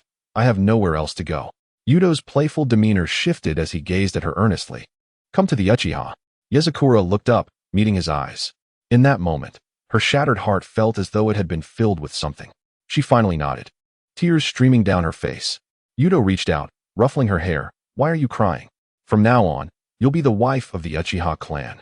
If anyone dares to bully you, we'll be the first to take action. Unable to contain herself any longer, Yezakura threw her arms around Yuto and wept openly. In that moment, her heart was utterly broken. Betrayed by the village she had trusted most, she was saved by Yuto in her darkest hour. She once believed herself to be the hero of Sunagakure, but now she realizes that the one who truly cares for her is the ever-smiling Uchiha. Her heart, once shattered, is now being gradually mended by Yuto. At this moment, all that remains in her heart is the figure of Yuto. Chapter 99. Tsunade's jealousy. When Yakumo followed Yuto back to the Konoha camp, her steps were somewhat unsteady.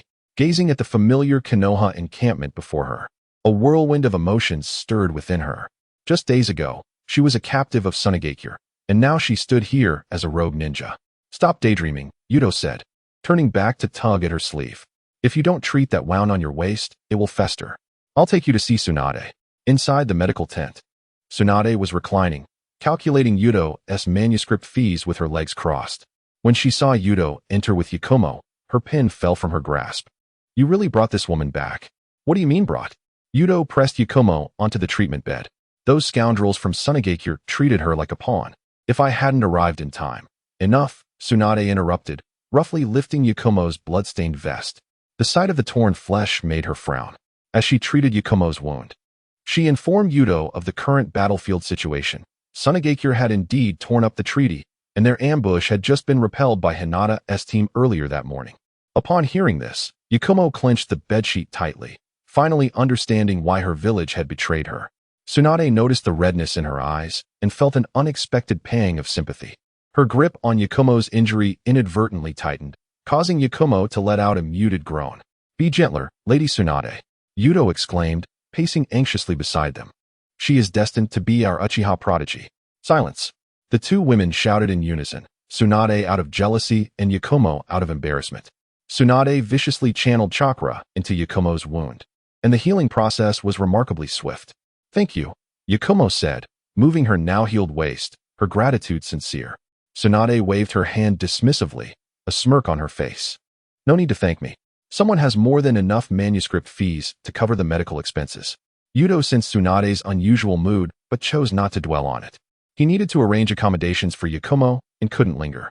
Watching the two depart, Tsunade felt a surge of irritation, so easily forgotten in favor of a new love.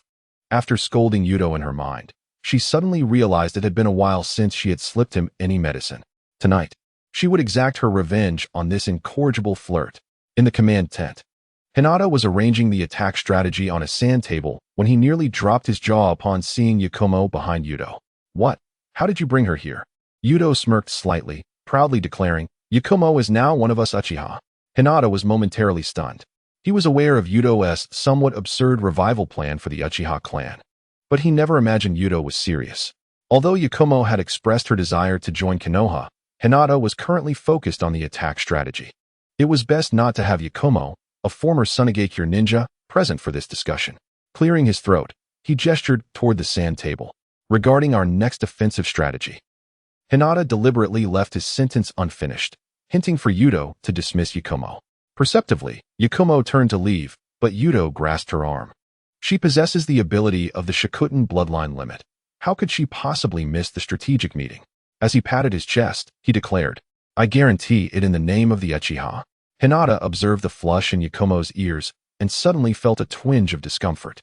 Rubbing his temples, he conceded, "Fine. She can stay."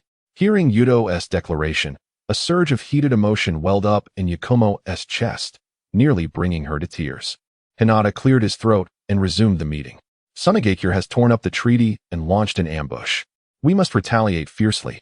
What suggestions do you all have?" Inazuka Kiba was the first to leap up, exclaiming, "I say we storm Sunagakure. Let us tear that old man Raza apart and feed him to the dogs."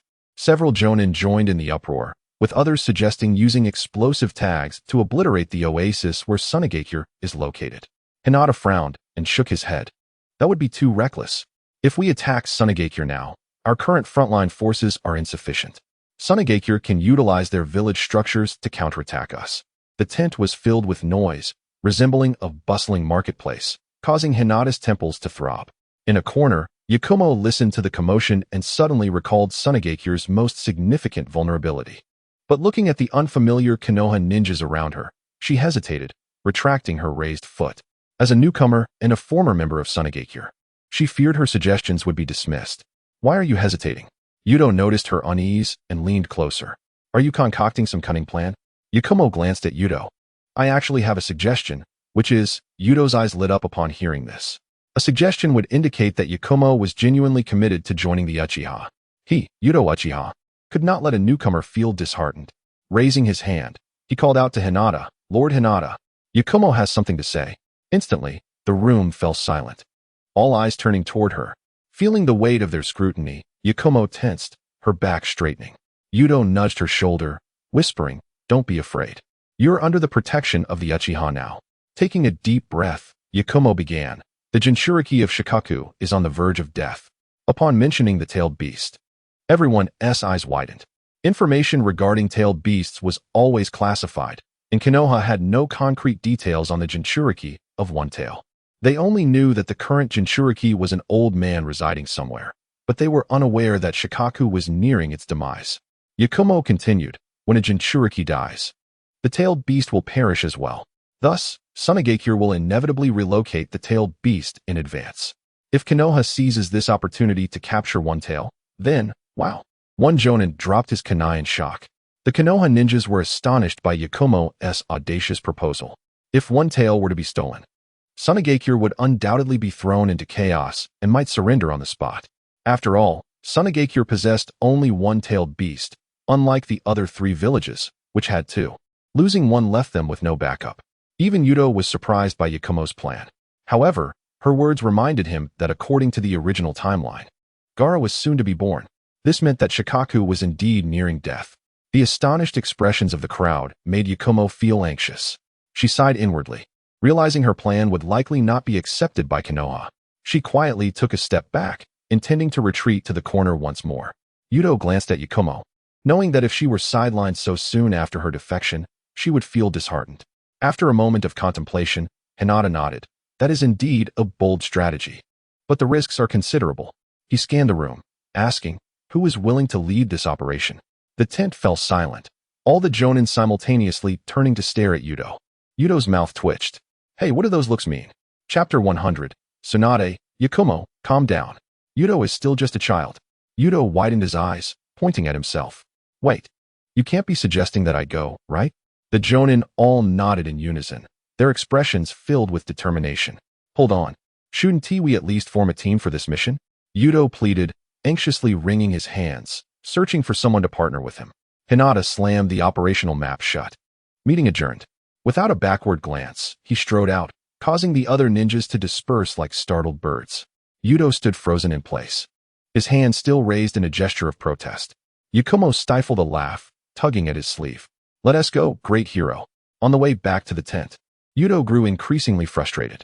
Suddenly, he turned and grasped Yakumo's shoulder. Listen, once this is over, you must immediately go on a blind date. Then, have a whole brood of Shikuten Uchiha children, or else all my efforts will be for naught. Itsong rolled her eyes and shook off his hand, continuing to walk ahead, though her ears subtly flushed with embarrassment. In the dead of night, Yuto was busy stuffing explosive tags into his ninja tool pouch when the tent flap was abruptly lifted. Tsunade entered, holding a small flask. Oh, are you preparing something? I brought you a midnight snack. Such kindness. Yuto accepted the rice ball with suspicion. However, upon catching a whiff of its aroma, he couldn't resist taking a big bite. Quite delicious, he admitted. Tsunade watched him devour it with a smile, but mere moments later, Yuto's expression suddenly went blank, and he toppled into his sleeping bag. You dared to ignore me in the daylight. Tsunade knelt beside the slumbering Yuto, her fingertips lightly tracing his lips. Let's see how I deal with you. Just as she leaned in to kiss him, a startled voice interrupted from the tent entrance. What are you doing? Itsong exclaimed, having come to discuss the next day's mission, only to stumble upon this scene. Tsunade froze, and the 2 women exchanged incredulous glances. After a pause, Tsunade straightened her posture, declaring, we're conducting a medical examination. Yes, checking if he has been poisoned by the Sand Village. Do you take me for a fool? Itsong trembled with anger. This is clearly inappropriate. Tsunade shrugged, unconcerned. It's not the first time, and he has never objected, has he? Itsong pointed at the soundly sleeping Yuto. In this state, he wouldn't be able to object even if he wanted to. My reputation in the ninja world relies on my audacity. Tsunade tossed her golden hair with pride, only to notice Itsong inching closer to Yuto. What are you doing? You can kiss him, but I cannot? Itsong retorted defiantly. After all, he doesn't know. However, her actions soon contradicted her words, taking a bold step further. Tsunade was left dumbfounded by Itsong's sudden move. Wait. Tsunade quickly intervened to stop Itsong from unfastening Yuto's belt. A few kisses are one thing, but this is crossing a line. Inazuka Kiba, who was on a routine patrol, passed by Yuto's tent when she heard rustling noises from within. Frowning, she thought, is he still busy? We have a mission to steal the tailed beast tomorrow. He needs to rest. Concerned, she lifted the tent flap and called out, Yuto, it's time to sleep. Before she could finish, Kiba froze in place.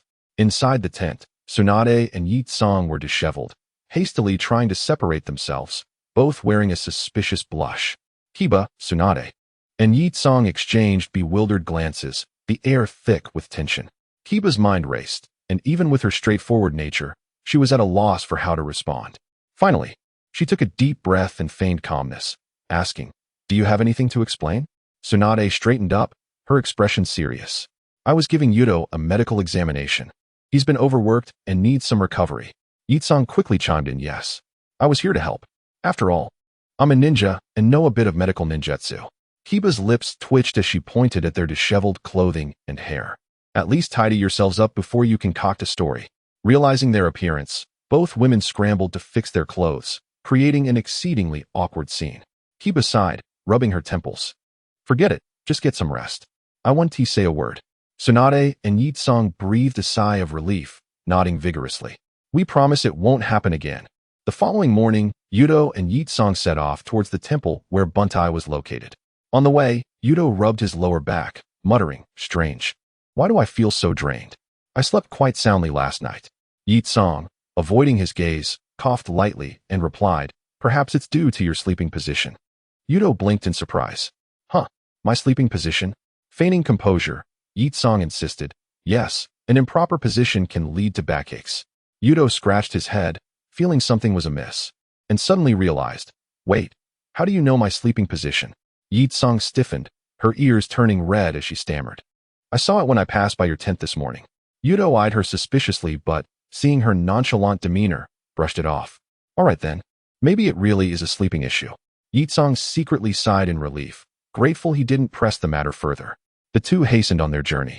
And after 2 days of travel, they finally arrived at the outskirts of the temple where Buntai resided. Yuto hid among the trees, scrutinizing the guard situation around the temple, his brow furrowing in confusion. Strange, why are there so few guards? Yitsong whispered, what's wrong? Yuto stroked his chin, deep in thought.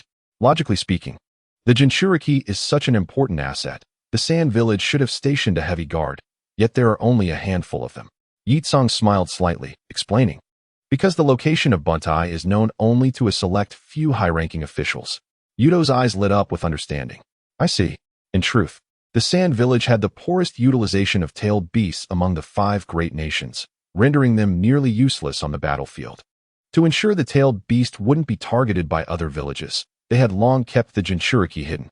The inability to effectively use such a powerful weapon was why Raza, the 4th Kazekage, had sealed the tailed beast within his son. Hopefully, Gaara will one day successfully harness the tailed beast. In fact, Gaara had indeed succeeded, though it nearly drove him to isolation. Yitsong nodded. Moreover, my status as a rogue ninja likely hasn't reached here yet. The guards should be unaware of my defection. Pausing, she suggested, perhaps I should draw the guards away? Yuto immediately shook his head. No, that's too risky. Yitsong's heart warmed, thinking Yuto was concerned for her safety. Just as she was about to voice her gratitude, Yuto continued, I finally managed to get you here. If something happens, where will I find another wielder of the Shikutan bloodline? Yitsong clenched her fists, the warmth she felt moments ago evaporating.